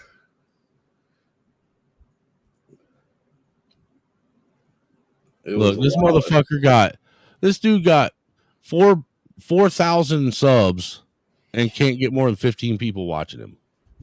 No, you know what's crazy? When he used to do those overnight streams, he'd have over 100 people in the chat. Well, it's one of these, ain't it? God, they're so fucking long. It would be at the beginning, but I don't know which one it was. But he was talking about how, Princella, because she's trying to turn all these women to dykes and shit. It was funny though. He put a whole wig on it, everything. Yeah, that's going to take. I'm gonna have to dig through that. Is it that one? Reaction to Lapeef Taylor? No, it's the Prince Ella, the Queenmaker. It's one of those where he's right there. The right there, dude. Do you see how long they are, dude? They're like fucking 12 hours long.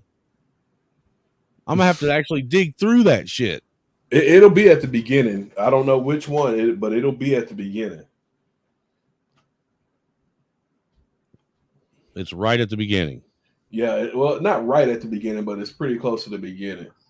Well, and I ain't digging through it. I'll wait. It is the funniest shit ever. Is it Clear in the Air? No, that's most recent.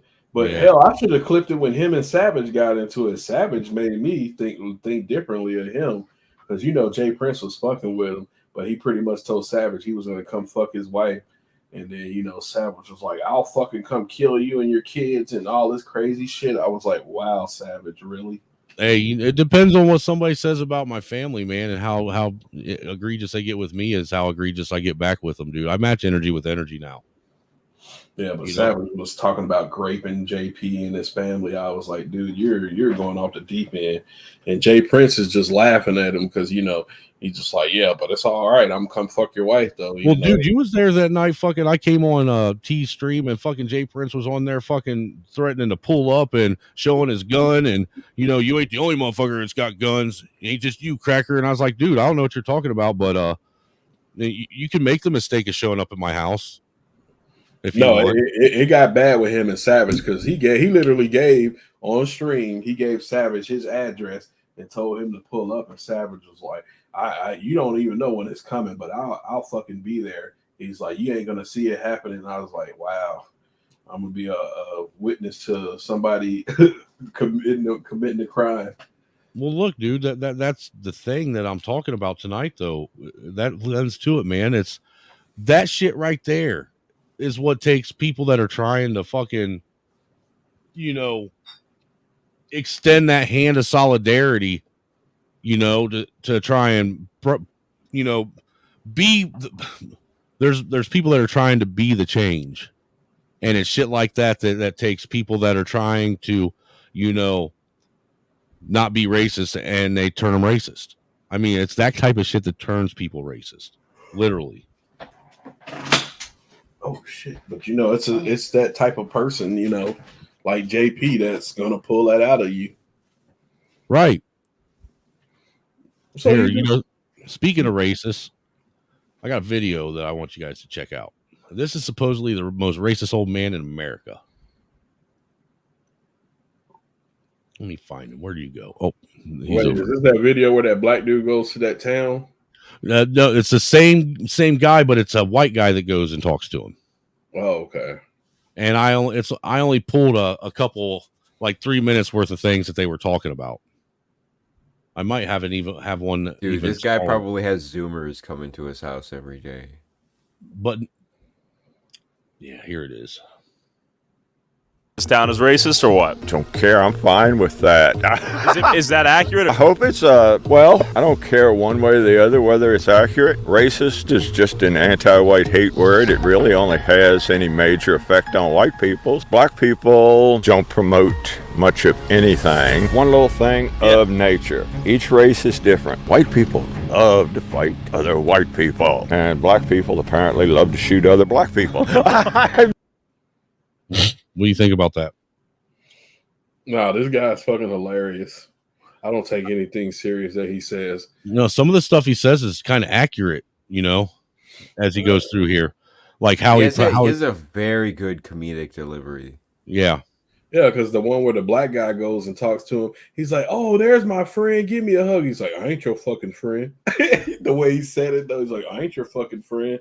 But he's sitting there meeting with him and having whole conversations with him. They're honest, talking about how they're loud. White people, wiggers, try and act black. They look silly. What was the term? Wigger. So what does that mean? A white? Yes. I tried to get him. See, that guy he's definitely got a very sharp mind. Very sharp mind. Yeah, Reminds me of this old dude I used to work with at the foundry. His name was Cubby Mabry, man. I remember there was one day I was underneath the shaker trying to fix it, and I slammed my head off the fucking bottom of the damn thing, dude.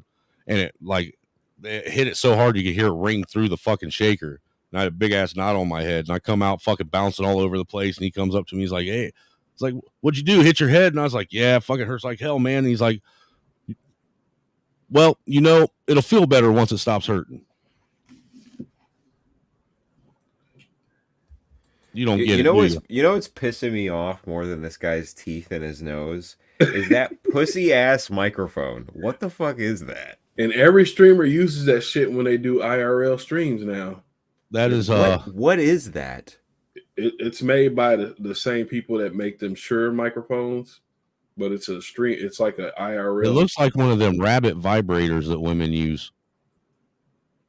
No, if you look, all the streamers use that mic now.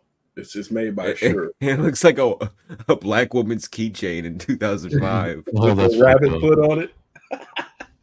With the rabbit's foot. Dude, it might be one of them rabbit foot connected to a can of mace.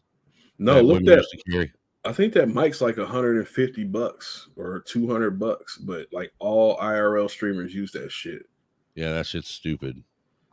How'd you end up here? I practice white flight. This is when people leave neighborhoods that are with black people or what? Yeah. I see. So too many black people moved in.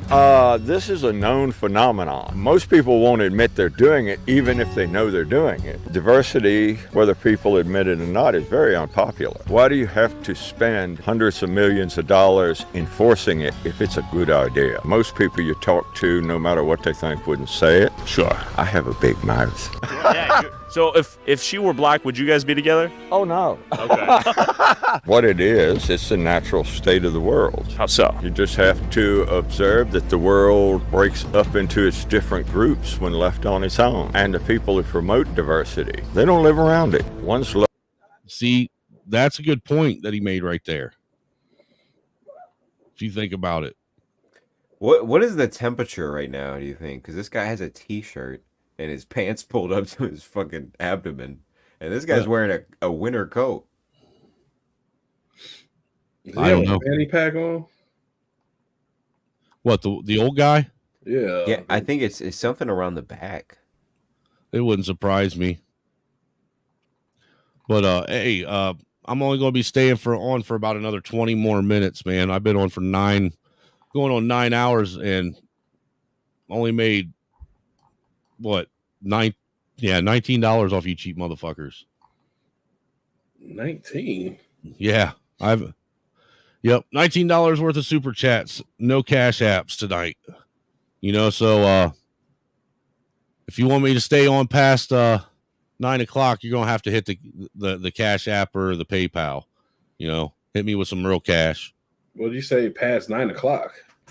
Or past 4 o'clock. I'm sorry. I was looking at the timer up here, how long the live's been going.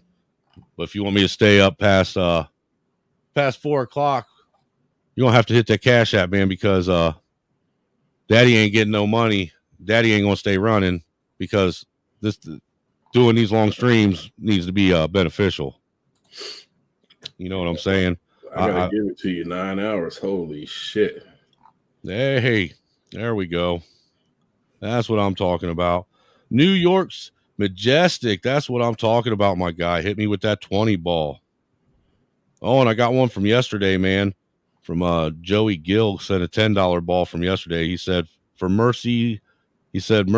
this is for Mercy's clown ass for ninja splaining shit. That ain't how he spelled it, but that's how I'm going to say it. That was yesterday's that I missed. I think he was trying to see if I'd say it. I think that's why I put it in there like that. But shout out to you, New York City Majestic, for hitting me with that 20 ball, man. Greatly appreciated.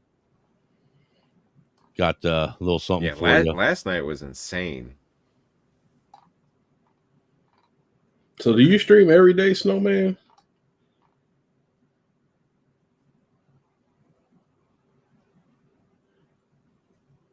Hello? Oh, there I am. I froze up. Man, I was like, what the hell? Can you hear me? Yeah, we can hear you now. Yeah, I froze up. I said, do you stream every day? Do what? Do you stream every day? No, not every day, but I try to stream on the weekends for sure. Every weekend.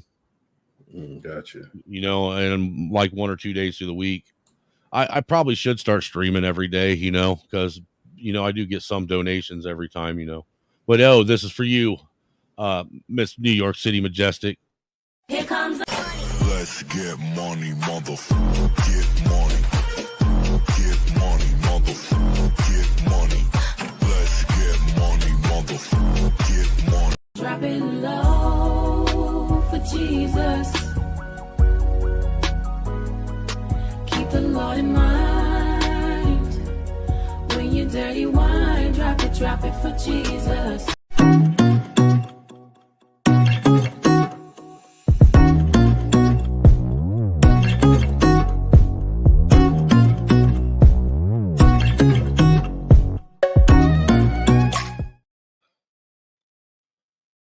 Right on, man. Hope you like that thick ass spicy Maria right there. I say you got good taste in women because that white chick you got in the other video. Whoo. Oh yeah. So yeah, that little $20 donation that'll get us that'll be I'll extend another half hour if you want another for another, you know. So if you want me, well, that's how we'll do it, man. From this point on, I'll do it like CT, you know, $20 a half hour, you know, once we get to that half hour mark, man. Because it gotta be, yep, gotta get up out of here, man. If I ain't making money off of it, not, you know, and make sure for the love of God, man, make sure you're out there hitting that like button too. I mean, if you're at least going to be fucking cheap and not pay, you know, hit me with any dollars, at least hit that like button, for crying out loud. I mean, that's fucking free. I guess we do got 33 likes out there. That ain't too bad. That ain't too bad at all. And I'm all, dude, holy shit, dude. My subscriber count jumped like a motherfucker tonight. Yeah, you got like 30 people dump into the chat at once. Yeah, dude, I think I gained, I'm only like 9 subs away from 800 now. You got something going on when you hit 800? No, when I hit 1,000. Oh, okay.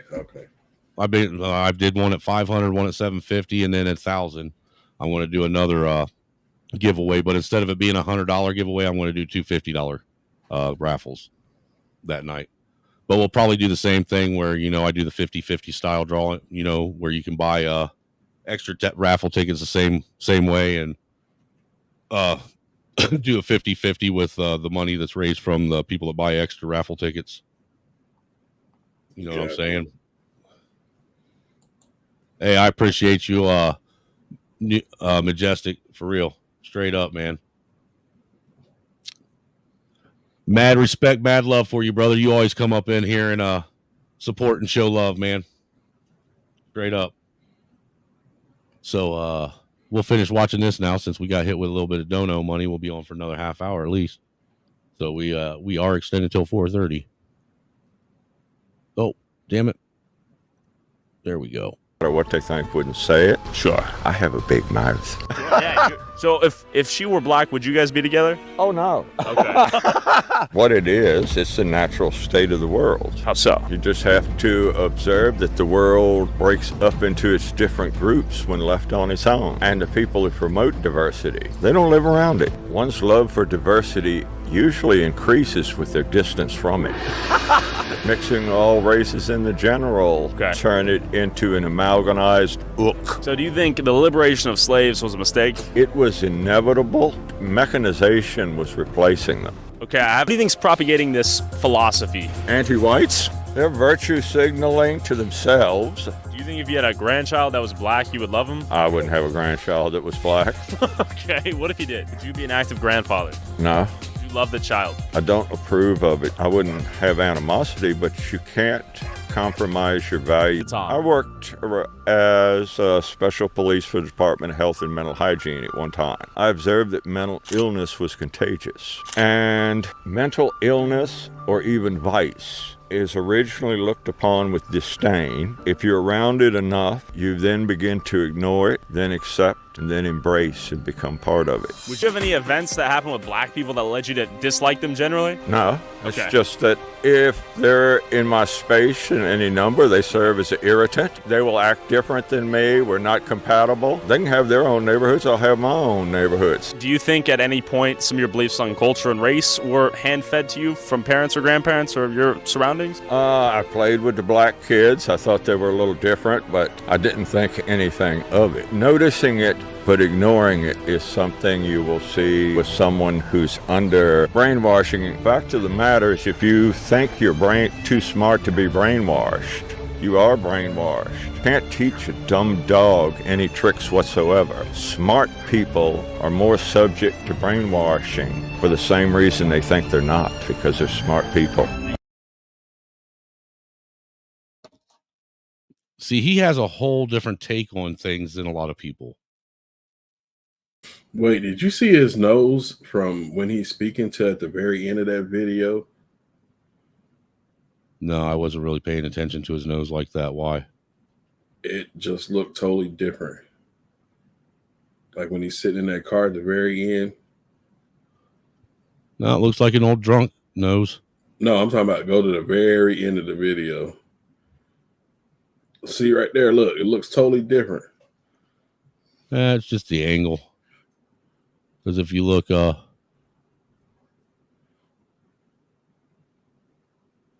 you can see the crook in it right there. Uh-oh. Do they have a clone army of these guys? Oh shit. Are you talking about a clone fucking KKK sundown town? a clone meth head army? Oh Jesus Christ. A clone meth head army? You had to go there? Are you talking about clone town when you talking about they clone Tyrone? They cloned. Dude, I want to see that movie, to be honest with you. It's actually pretty good. I heard it is. And it's actually really ironic that it came out right as Jamie Foxx came back white. Yeah, looking sickly. Dude, you know, somebody supposedly got a shot of the back of his head, and he doesn't have that tattoo on the back of his head no more. Yeah, it. This shit wouldn't surprise me at all. Here's some Jay Prince shit that I picked, that I grabbed. Like she didn't know that her stuff smelled This like is that. dude, this shit is what. This This is the shit I'm gonna fucking clip up I even more. didn't cook nothing. Especially no damn salmon, no fish, and none of that. I'm like, dog, because I expected your about the women coming from over here because I look at you like a celebrity. Yeah, Jay Prince, you tried to hide this shit and make it private, but I already clipped it. I thought they was gonna have the little celebrity perfume on. The coochie gonna smell like grapes, watermelon at least. And then it comes. I thought she was gonna put her best foot, because I did. All the dick cheese, all that shit was gone. That woman I came over there smelling my best, looking my best. What the? Oh, pause, JP. All that dick cheese and everything is gone. As opposed to his normal life. Right. No, just but wait. it's very much there. I'm only gonna play a little bit of it because this little front beginning, I'm gonna make a small clip just of it. Pause, JP. What the fuck is dick cheese, JP? Dick cheese is the dirt. You know how you be digging. You know how, because I do it all the time. Where I be having my hands in my pants, and if I haven't took a shower in a while, it'd be like this. Wow. Mr. President. The dirt. You know how you be digging. You know Bro, how we got 'cause I do some it all the time dirty where, motherfuckers up in here. When I, you know how I be having my hands in my pants, and if I haven't took a shower in a while, it'd be like What? Wow. You can't make this shit up, man. Oh, but I thought white people didn't bathe. I thought Right. blacks invented We're the ones that soap. smell like wet dog. My hair smells like coconut oil. What you talking about, Willis? I got hard water at my house. Hey, look, he's live right now. Yeah, and I got more people on my live than he does. And I got less subs. Mr. President, refrain from answering this question. Let's move on. Everyone they call it dick cheese because he ain't took a shower in a while. They go to super cat. I believe you answered that honestly. All right, DB, $10. Jay, ain't nobody been hitting you up. Actually, 3, 4, 5. He's counting all the bitches that he's had flown. See, right now he's counting all the bitches that he's paid to have flown in, and everybody in the chat's realizing that's what all their donations have been going to. I bet they all fat white women ain't they Milwaukee, ain't the JP? They black actually. I got black and like biracial. Are they all So from far, Milwaukee? 8 hit me up. I've been conversing with them. Are they from the Kendra G show or something? You see how many thousands of videos they been sending in the comment section? Bring him back. They love for me to be over there. They love our interaction together. I thought it was like, man, is she trying to set me up? Did she really want to fuck with me like that, or what? She come from over where? Here. Where's where I'm at. Kendra G, you got these women out here smell like Bodie. First of all, I ain't got to smell like shit. But let me say something to you, Jay. Let's start with you. Give me some backstory to who you are again. Now you got kids. Like, what was your situation? Where you from, Jay? I'm from Milwaukee, Wisconsin. And how many kids do you have? I have my baby mothers. They gave me custody of. I already had custody of one. I got custody of my other 2 daughters, 2, 5, and 10. I've been doing that for the past year. That's a pooky answer. How many do you have, Jay? 3. And By how many women? 2 that we know of. Then I got a few. I got one allegedly, one in Mississippi, and one in Texas, allegedly.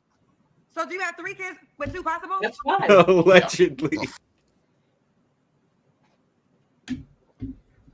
Now, how horrible of a person did these kids' moms have to be in order for him to get custody of them? Right. Yeah, you know I'm they just had to be saying. a piece of shit. I mean, they had to be like, Well, a they had to whole be the nother type of level woman that piece would of sleep shit. with that guy.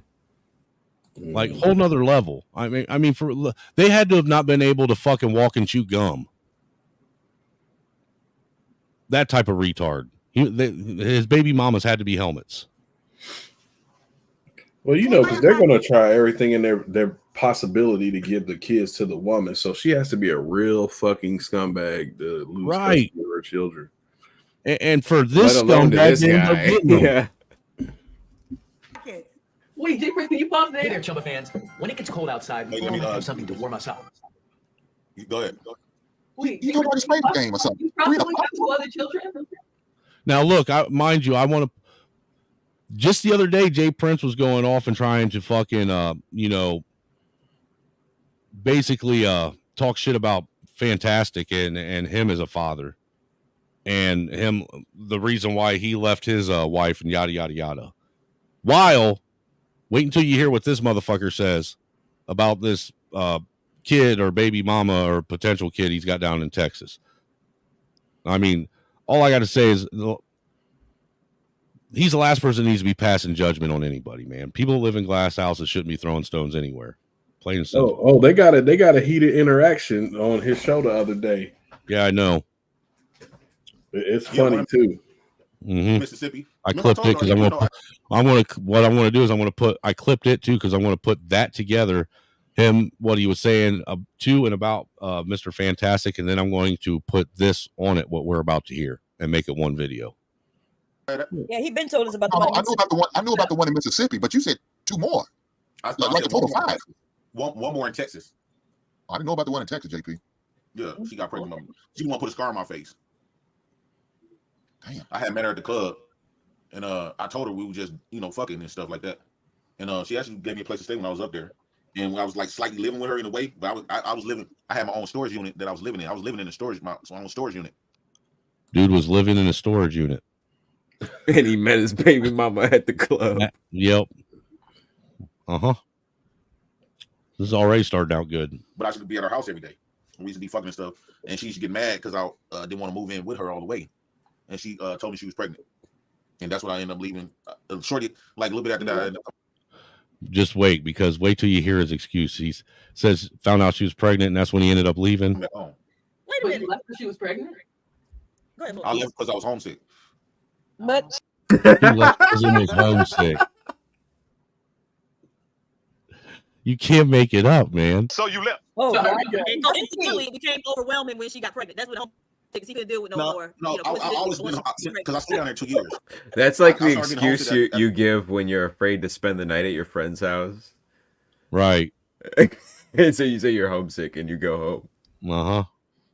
The first year and stuff, but when she told me she was pregnant, I thought she was lying because you got to keep in mind when I moved up there, I was just in the fight. I had just got out of a 5-year relationship, and what's so crazy, I ended up meeting my first woman that I met up there.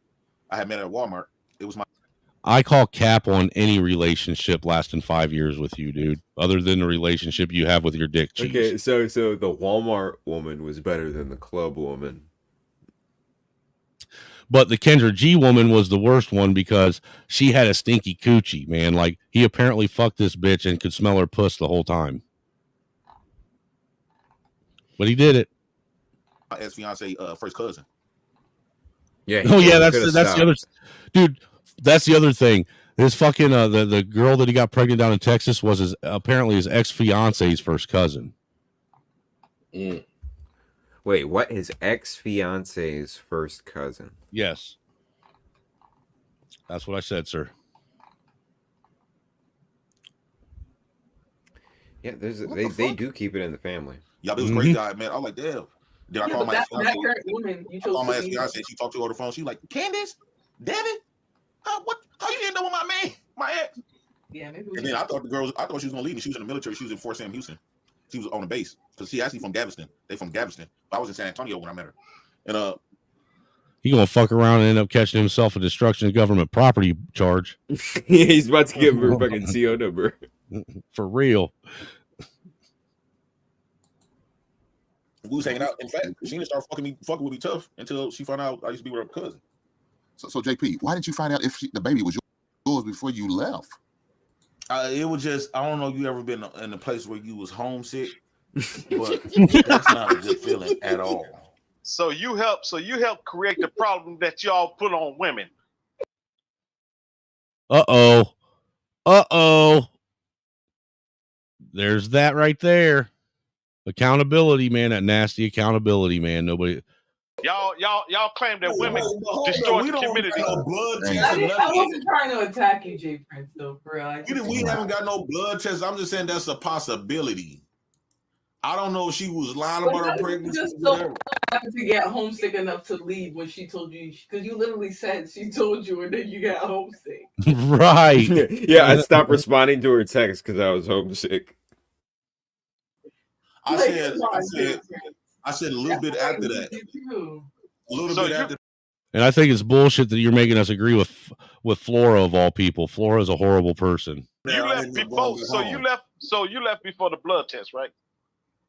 I left before she even had a baby. I left like she probably like a month or two. Okay, there you have it right there. You contribute to the same shit that y'all be complaining about women, how women fuck up the fucking community by single houses, but y'all contribute. My number, you can call. No, that ain't no JP, excuse right there. Right, you though, left, dog. nigga. You left. Yeah. So instead, look, JP. Instead of flying these tackheads, these stinky pussy women, flying them out, why don't you fly down to Texas and get a blood test or something, bro? I can't find her. You should get them.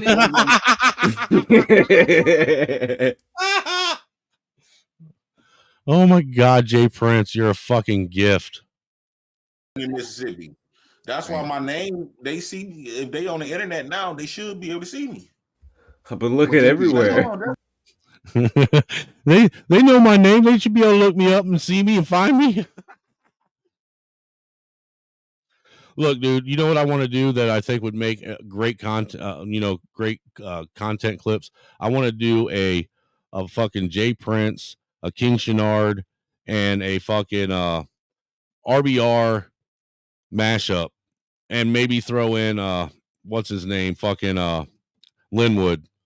Well, you should try to get them all on a stream together. Dude, I don't know if I could handle all that much retarded. Yeah, but RBR. No, you wouldn't. You would just let them go at it. It would be like TikTok intellectuals, but on the stream. RBR, you have to have a certain type of topic for RBR to show up. No, all I want to do is go back through, because I can go to RBR's channel and find all kinds of shit. I just want to do a mashup with them. Oh, he has a channel? Yeah, like I want to get what I want to do is I want to do a mashup to where it's so good it sounds like these fucking morons are talking to each other. Yeah. With their fucking ignorance. Like having a full-blown conversation that makes no sense, but it makes sense to them. I've never seen somebody that had Joe Biden's dick in his mouth so hard. Oh, dude, he got the fucking Hoover lip lock on that motherfucker. Yeah, RBR, he loves him some Joe Biden. I'm like, yeah, man, that's because Joe Biden got his tutelage from the black genius. Shit.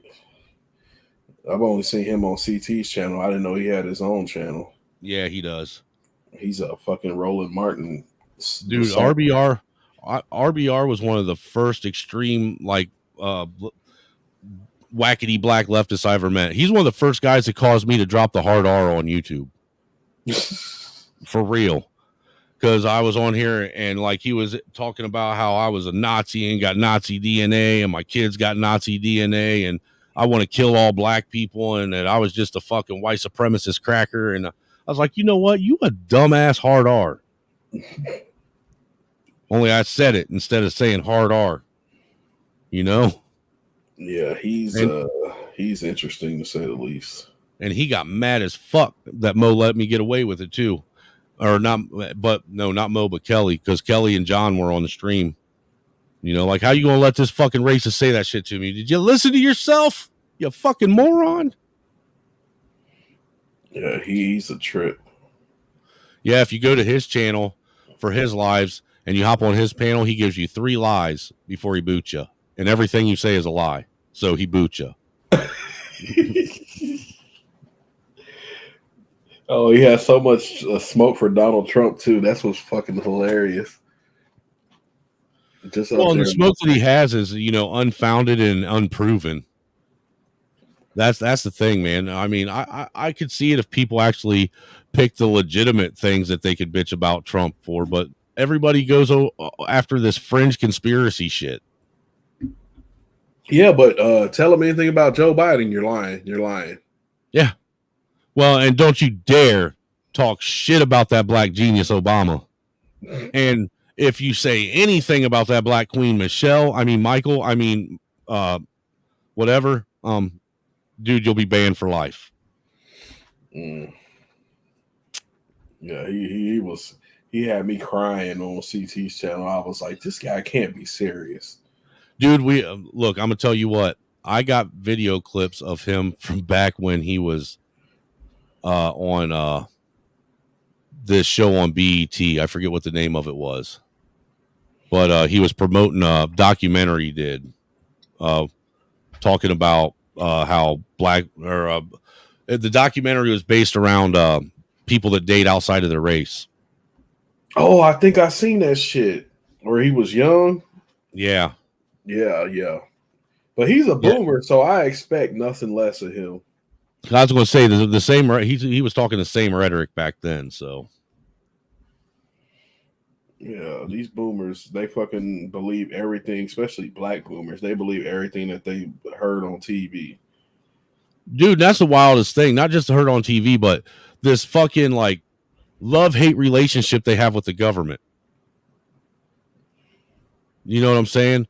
The government's their enemy, and you know the system set up systems and made laws to, you know, go against them, but at the same time, you know, need the government for all these handouts and shit.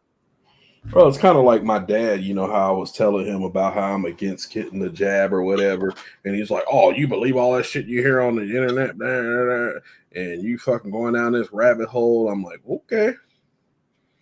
You should be like, yes, I am.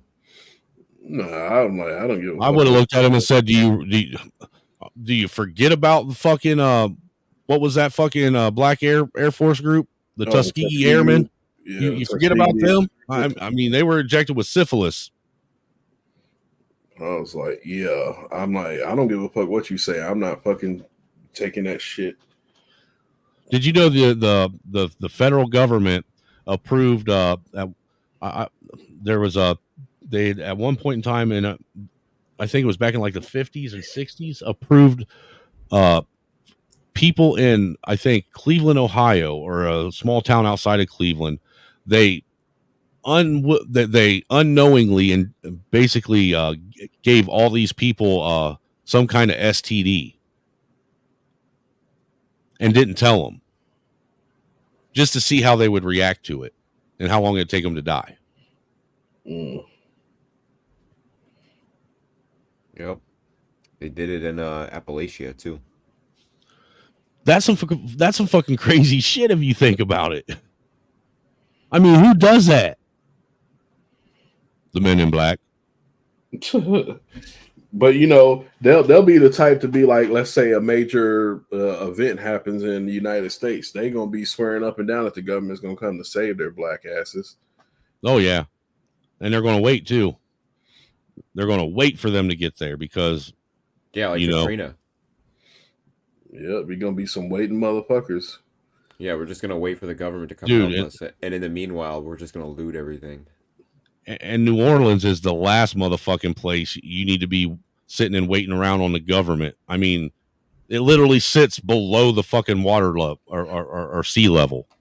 But you want to know the fucked up thing about that's the state of Louisiana, because it is a poor state, but you know they have the most offshore oil drilling rigs, and you know they put those so far off the coast to where they can't collect any of the money. The state can't collect any of the money. So technically, if these guys could be getting that money, they would be living like the people in Saudi Arabia do. But they intentionally put those out far enough to where the state can't collect any of that money off of those offshore rigs. My step grandma, my mom's husband, my stepfather's mom, her family, she even had the title deed to prove it too. Her family owned some land down in Tennessee, and it's actually land that sits on top of quite a bit of land that sits on top of a natural gas pocket that I forget which natural gas company's been using for like the last 80 years. And they've been literally trying to sue this company to get the actual the proper amount of money that they should have got, because this company paid to rent it off of them to pull out the natural gas, and they promised they promised to pay them like some ridiculous amount of ridiculously low amount of money. I think it was like maybe $1 a day to use it. And this contract was set up back in like the early 1900s, back when $1 was still worth $1. But they're still paying them only $1 a day now to use it. And then once the contract ran out, I do believe they actually tried to they took full ownership of it as if it was theirs too. Man, talk about getting fucked. Yeah. So if my grandma would ever been able to, and she was never able to get the money up for a lawyer too, and actually sue them and get the money back. So, you know, another one of them things where the government or a company came in and basically stole mineral rights and property rights from a landowner. And guess what? They weren't black. Well, yeah, they were white black. It's sad to hear that, because I do know a guy, he and this is how his family became generational wealthy. So their family owned a bunch of land in Bossier City, Louisiana. And the land that they owned ended up being where they wanted to put the airport. And so instead of just outright selling the land, what they did is they came to an agreement with the airport to have a 99-year lease on that. Yeah, land. that's what they did to my grandma. Now that sounds familiar, because I remember her saying something about that, and that's where they screw them out of a whole bunch of fucking money. Yeah, but these people actually made money though. This made their family wealthy. Well, it didn't make my dude. What's crazy is me and my brothers and sisters and my we should have gotten generational wealth. We should have, but it was all squandered by the generational wealth that was in our family was squandered by our grandparents. And then what they did have left when they died, our parents and their brothers, our aunts and uncles fucking squandered the rest of it. Mm. Now, mind you, with my one grandma, my dad's mom, my Uncle Kelly, his daughters, they ended up getting some of the estate, and my cousin, what's his name, Chase, from my Uncle Bill, he ended up getting his dad's portion, you know. But me and my brother and sister, we got fucked. And, and even my my other cousin, the oldest daughter, my Aunt Jean, her son, he ended up getting grandpa and grandma's house. You know, but my sister, and my brother, we got jack shit. My dad, all he got was $1,000 out of the life insurance that they had, but he never got anything out of the actual estate. Apparently, he was written out of the will, which wouldn't surprise me. He's a piece of shit anyhow. He probably, I know he deserved it. You know, but why do I got to be punished because he's a piece of shit? Sins of the father. I'm telling you, dude. People don't realize that shit's real. Yep. And the sins compound. They're conserved over time. So it's sins of your father's father's father with a snowball effect. Now, see, the sins of my father started with my father because my father is the one that did dumb shit to get himself written out of the will. You know, apparently my dad went and borrowed money from my grandparents and never paid it back. Yeah, that's one way. That got him written out of the will, man. Basically, my grandpa told him, well, you know what? Since you don't want to pay it back, that can be your inheritance. And he took him out. Damn, and the inheritance was probably a lot more. Well, not after my Aunt Jean got done with it because she talked my grandma into basically signing her over, making her the sole receiver of the $80,000 my grandma had left. Look, when my grandma's mom and dad died, he left my grandma, my uncle Morris, and my uncle Norman, his 3 kids. He left them $15 million to split between the 3 of them. All right. By the time my grandma, her portion of it, so basically what happened was this in Ohio? Yeah. Holy shit. Yeah. Well, what happened was my great grandpa, when he had a dairy farm, all right, and he also farmed corn and fucking wheat, basically for silage to feed his dairy cows. All right. Well, he was out trying to dig up a water well on his land, and the motherfucker ended up hitting a small oil pocket on his land. Damn. And this was back during the Great Depression. Yeah. And ended up becoming a millionaire overnight. I mean, my great grandpa, you know, he was such a decent guy with that when that was going on, and a lot of his friends around him, fellow farmers, were losing their farms because he ended up getting lucky and hitting oil like that. He actually bought all their farms from them and let them basically farm their farms. He bought their farms off of them for $1, dude. All their farms for $1. And then when they was able to get back on their feet and start being able to pay for shit like they should, he sold it back to them for that same $1. Wow. You know, so he actually helped save a lot of people in that area. It was a little small town called Kossuth, Ohio. But when it was all said and done, I think there was like $15 million that my grandpa still had in the bank. Plus he had the farm that got sold. Plus he had around, I think it was like between 3 different fields. He had something around 1,500 acres of land that he was farming. So it all got split up between the 3 kids. And I think my grandma's portion she got I think it was like 4 or 5 million after taxes, and hers was the biggest part simply because she didn't want any of the farmland.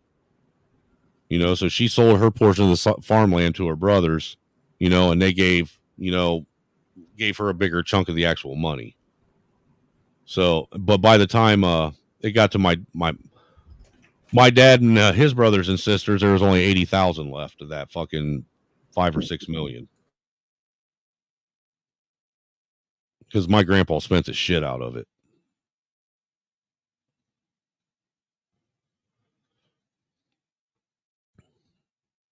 Crazy shit. What's crazy is the whole time growing up, man, I grew up in fucking poverty on welfare, and my fucking grandparents were wealthy as shit and just watched it happen. What generation were your grandparents? My grandparents were silent generation. Okay. My parents were boomers. I've come to find out that the silent generation wasn't all that good either. And my great grandpa was greatest generation. Or was it, or is it back? Are those flip flopped? Greatest generation is 1900 to 19. Okay, that's what I thought. Yeah. So the silent generation gave fucking birth to the boomers, and the boomers gave birth to Gen X. Yeah. We're Yep. gonna be analyzing all of this fucking generational bullshit. It's crazy because it's like a big web of blame And deceit and lies and fucking bullshit and manipulation and crybabies and cry fucking whores and this, that. Everybody wanted to blame it. Look, the crybaby or not, though, the boomers were fucking horrible people. Yes, they were, but I believe it or not, I actually ranked 2 generations worse than them. I don't see how.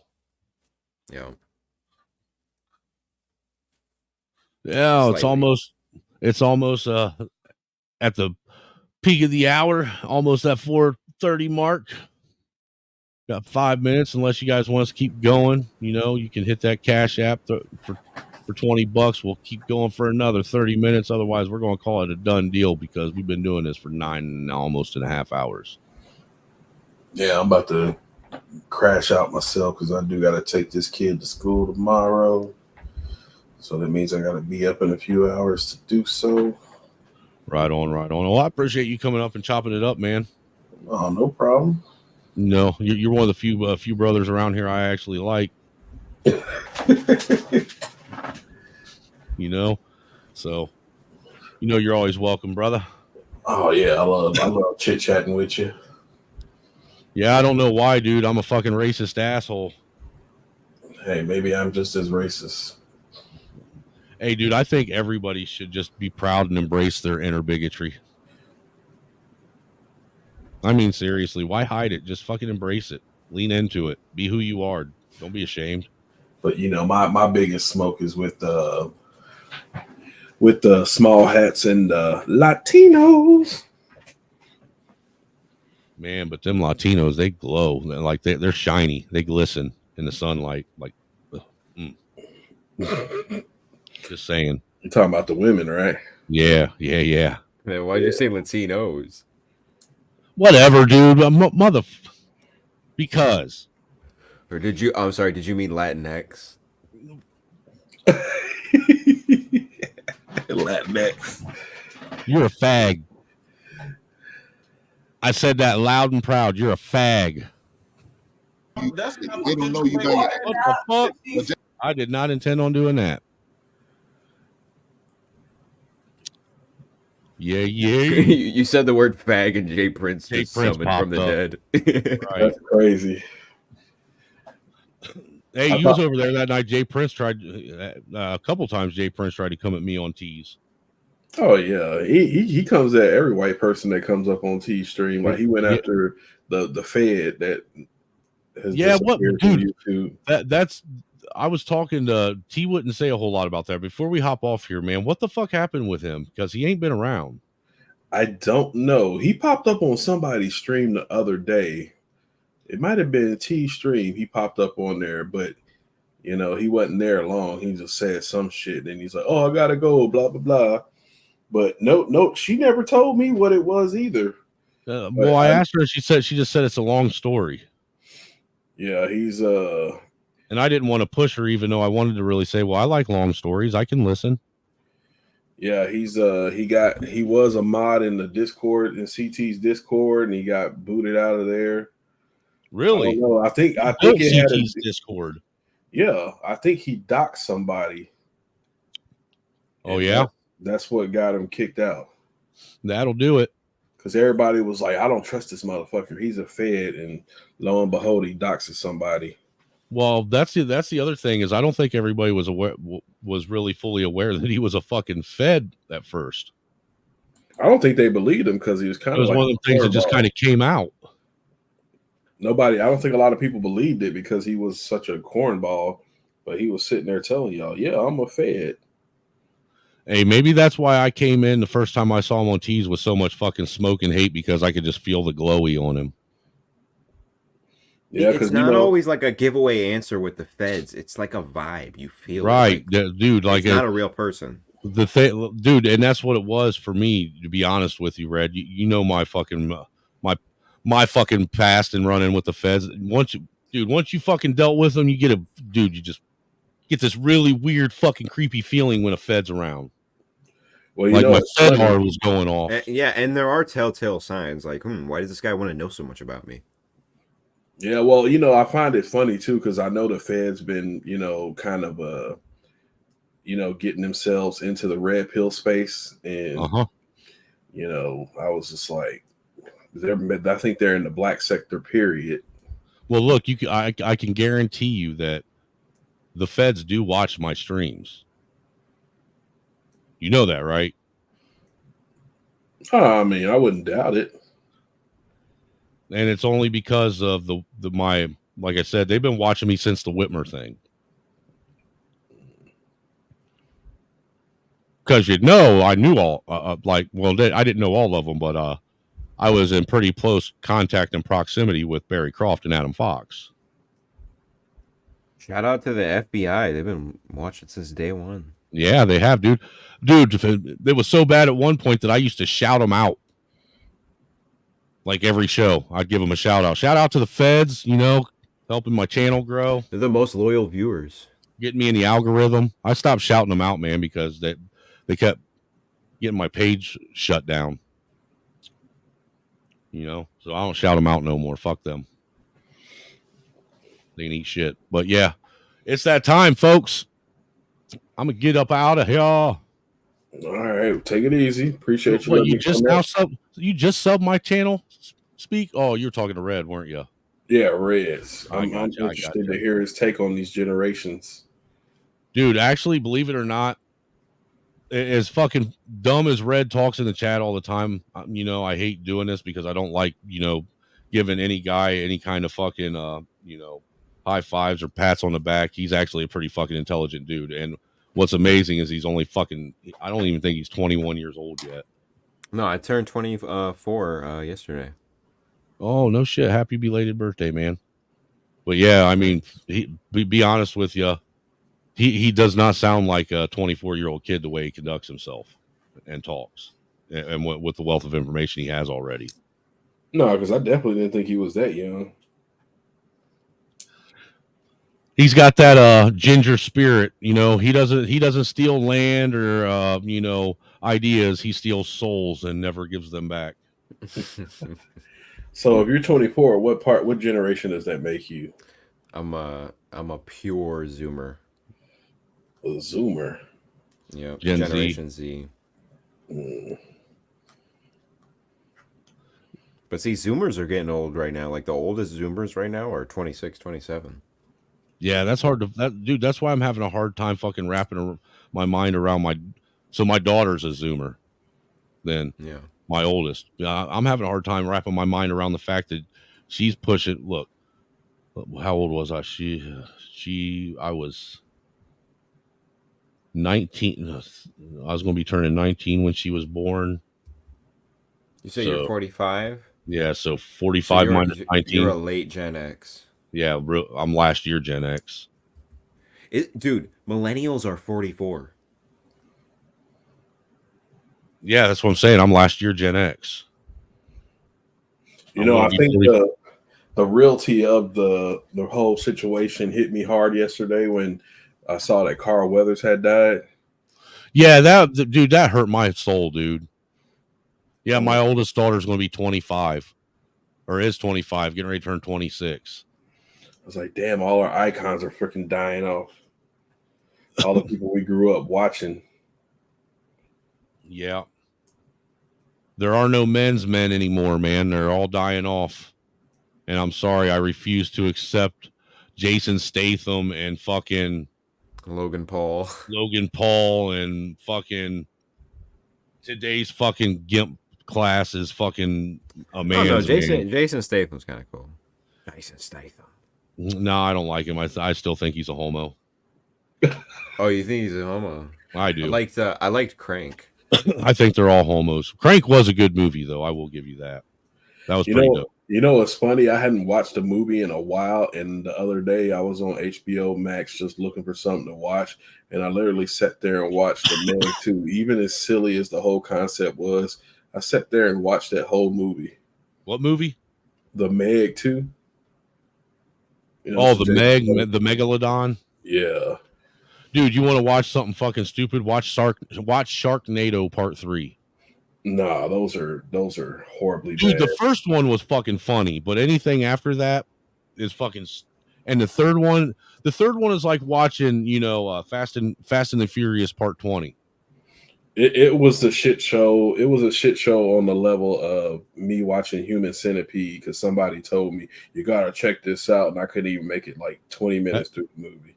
Have you ever watched Tremors? Oh yeah, the first one. Did you watch Tremors 3? Yeah, that was terrible. Yeah, it was too, man. With the farting babies. Uh-huh. They flew by farting out their asses. Have you ever watched The Blob? Which one? The 1980? Oh yeah, that fucking movie. Dude, yeah, the one from the 80s where it was just that big, like, pink gelatinous fucking thing floating around everywhere. Hey, but it did have some cool gore in it. It was fucking horrible. Another good one is Attack of the Pod People, dude. You ought to watch that.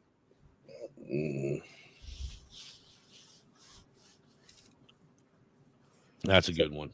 It's like me trying to go back and watch the Cabbage Patch Kids. I was like, God damn, this shit's horrible. I mean, not the Cabbage Patch, but the Garbage Pail Kids. I was like, God damn, this movie's trash.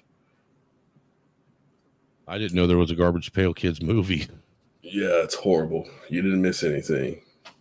Right. Well, hey, man, I'm going to get out of here. Shout out to everybody for coming through, man. We're going to do a bounce out. We'll check you out tomorrow, maybe the next day. Who knows? Shout out to everybody that came on. Shout out to you, Mr. Speakeasy. Shout out to you, Brother Red Illusion, for both of you coming up and hopping up on the panel and joining us this fine Monday morning. And shout out to Mandrell, too, for coming through and hopping up when I was losing my noodle earlier and trying to calm me down. Say goodbye to everybody, Red. Salute, y'all. Hey, you were in God tier mode then. Was I? It's one of those epic rants. Yeah, that's why I'm going to clip it, and I'm going to put in the rant and then the discussion me and Mandrell had afterwards. To get context. Dude, the thing is it just came on to me, I was sitting there thinking and the thoughts just started flooding. I was like, fuck, listen to this shit. I'm just going to tell everybody how I feel about what we just watched. Yeah, because that was like Chinese water torture. But yeah, tell everybody bye, Mr. Speakeasy. Oh, yeah, take it easy. Yep, we're out of here. Deuces. Peace. I don't think he did until I pointed out that my Second Amendment rights were helping protect his First Amendment rights to come up and question me. What? Yo, see, there's a motto here. Your job is just to piss them off, get them talking, arguing, and getting all their friends involved. Y'all can take it how you want it, getting gay and mad. It's all about ideas, and the good always outweigh the bad. Raise the flag, homie, take some fucking pride in that. We hate this fucking government, and ain't nobody hide that fact. It's a symbol of the freedom that they taking from your patriots, accustomed to the darkness they've been fading unto. From Lima to Cleveland, back to Toledo, these jokers, Heath Ledgers, you faggots is Jared Leto. Me amigos, all Devos, shoulders got Doritos, hot Cheetos, Fritos, and those big ass bags of Tostitos. It's a party, y'all. Don't mind a little argument. We're all adults, it ain't no reputation tarnishing. Hypnotizing bitches like the slow jam bag. It's safety for no man, it's no man's land. We ain't dealing with your bullshit. Operator, hop out in a full kit. Got them things that go bang, ain't never out of range. Y'all should probably let me do my thing. Hot dang, yeah. We ain't really dealing with your bullshit. Operator, hop out in a full kit. Got them things that go bang, ain't never out of range. should probably let me do my thing. Hot dang. Everybody should have the right to come out, be happy, and live their life, man, without fear of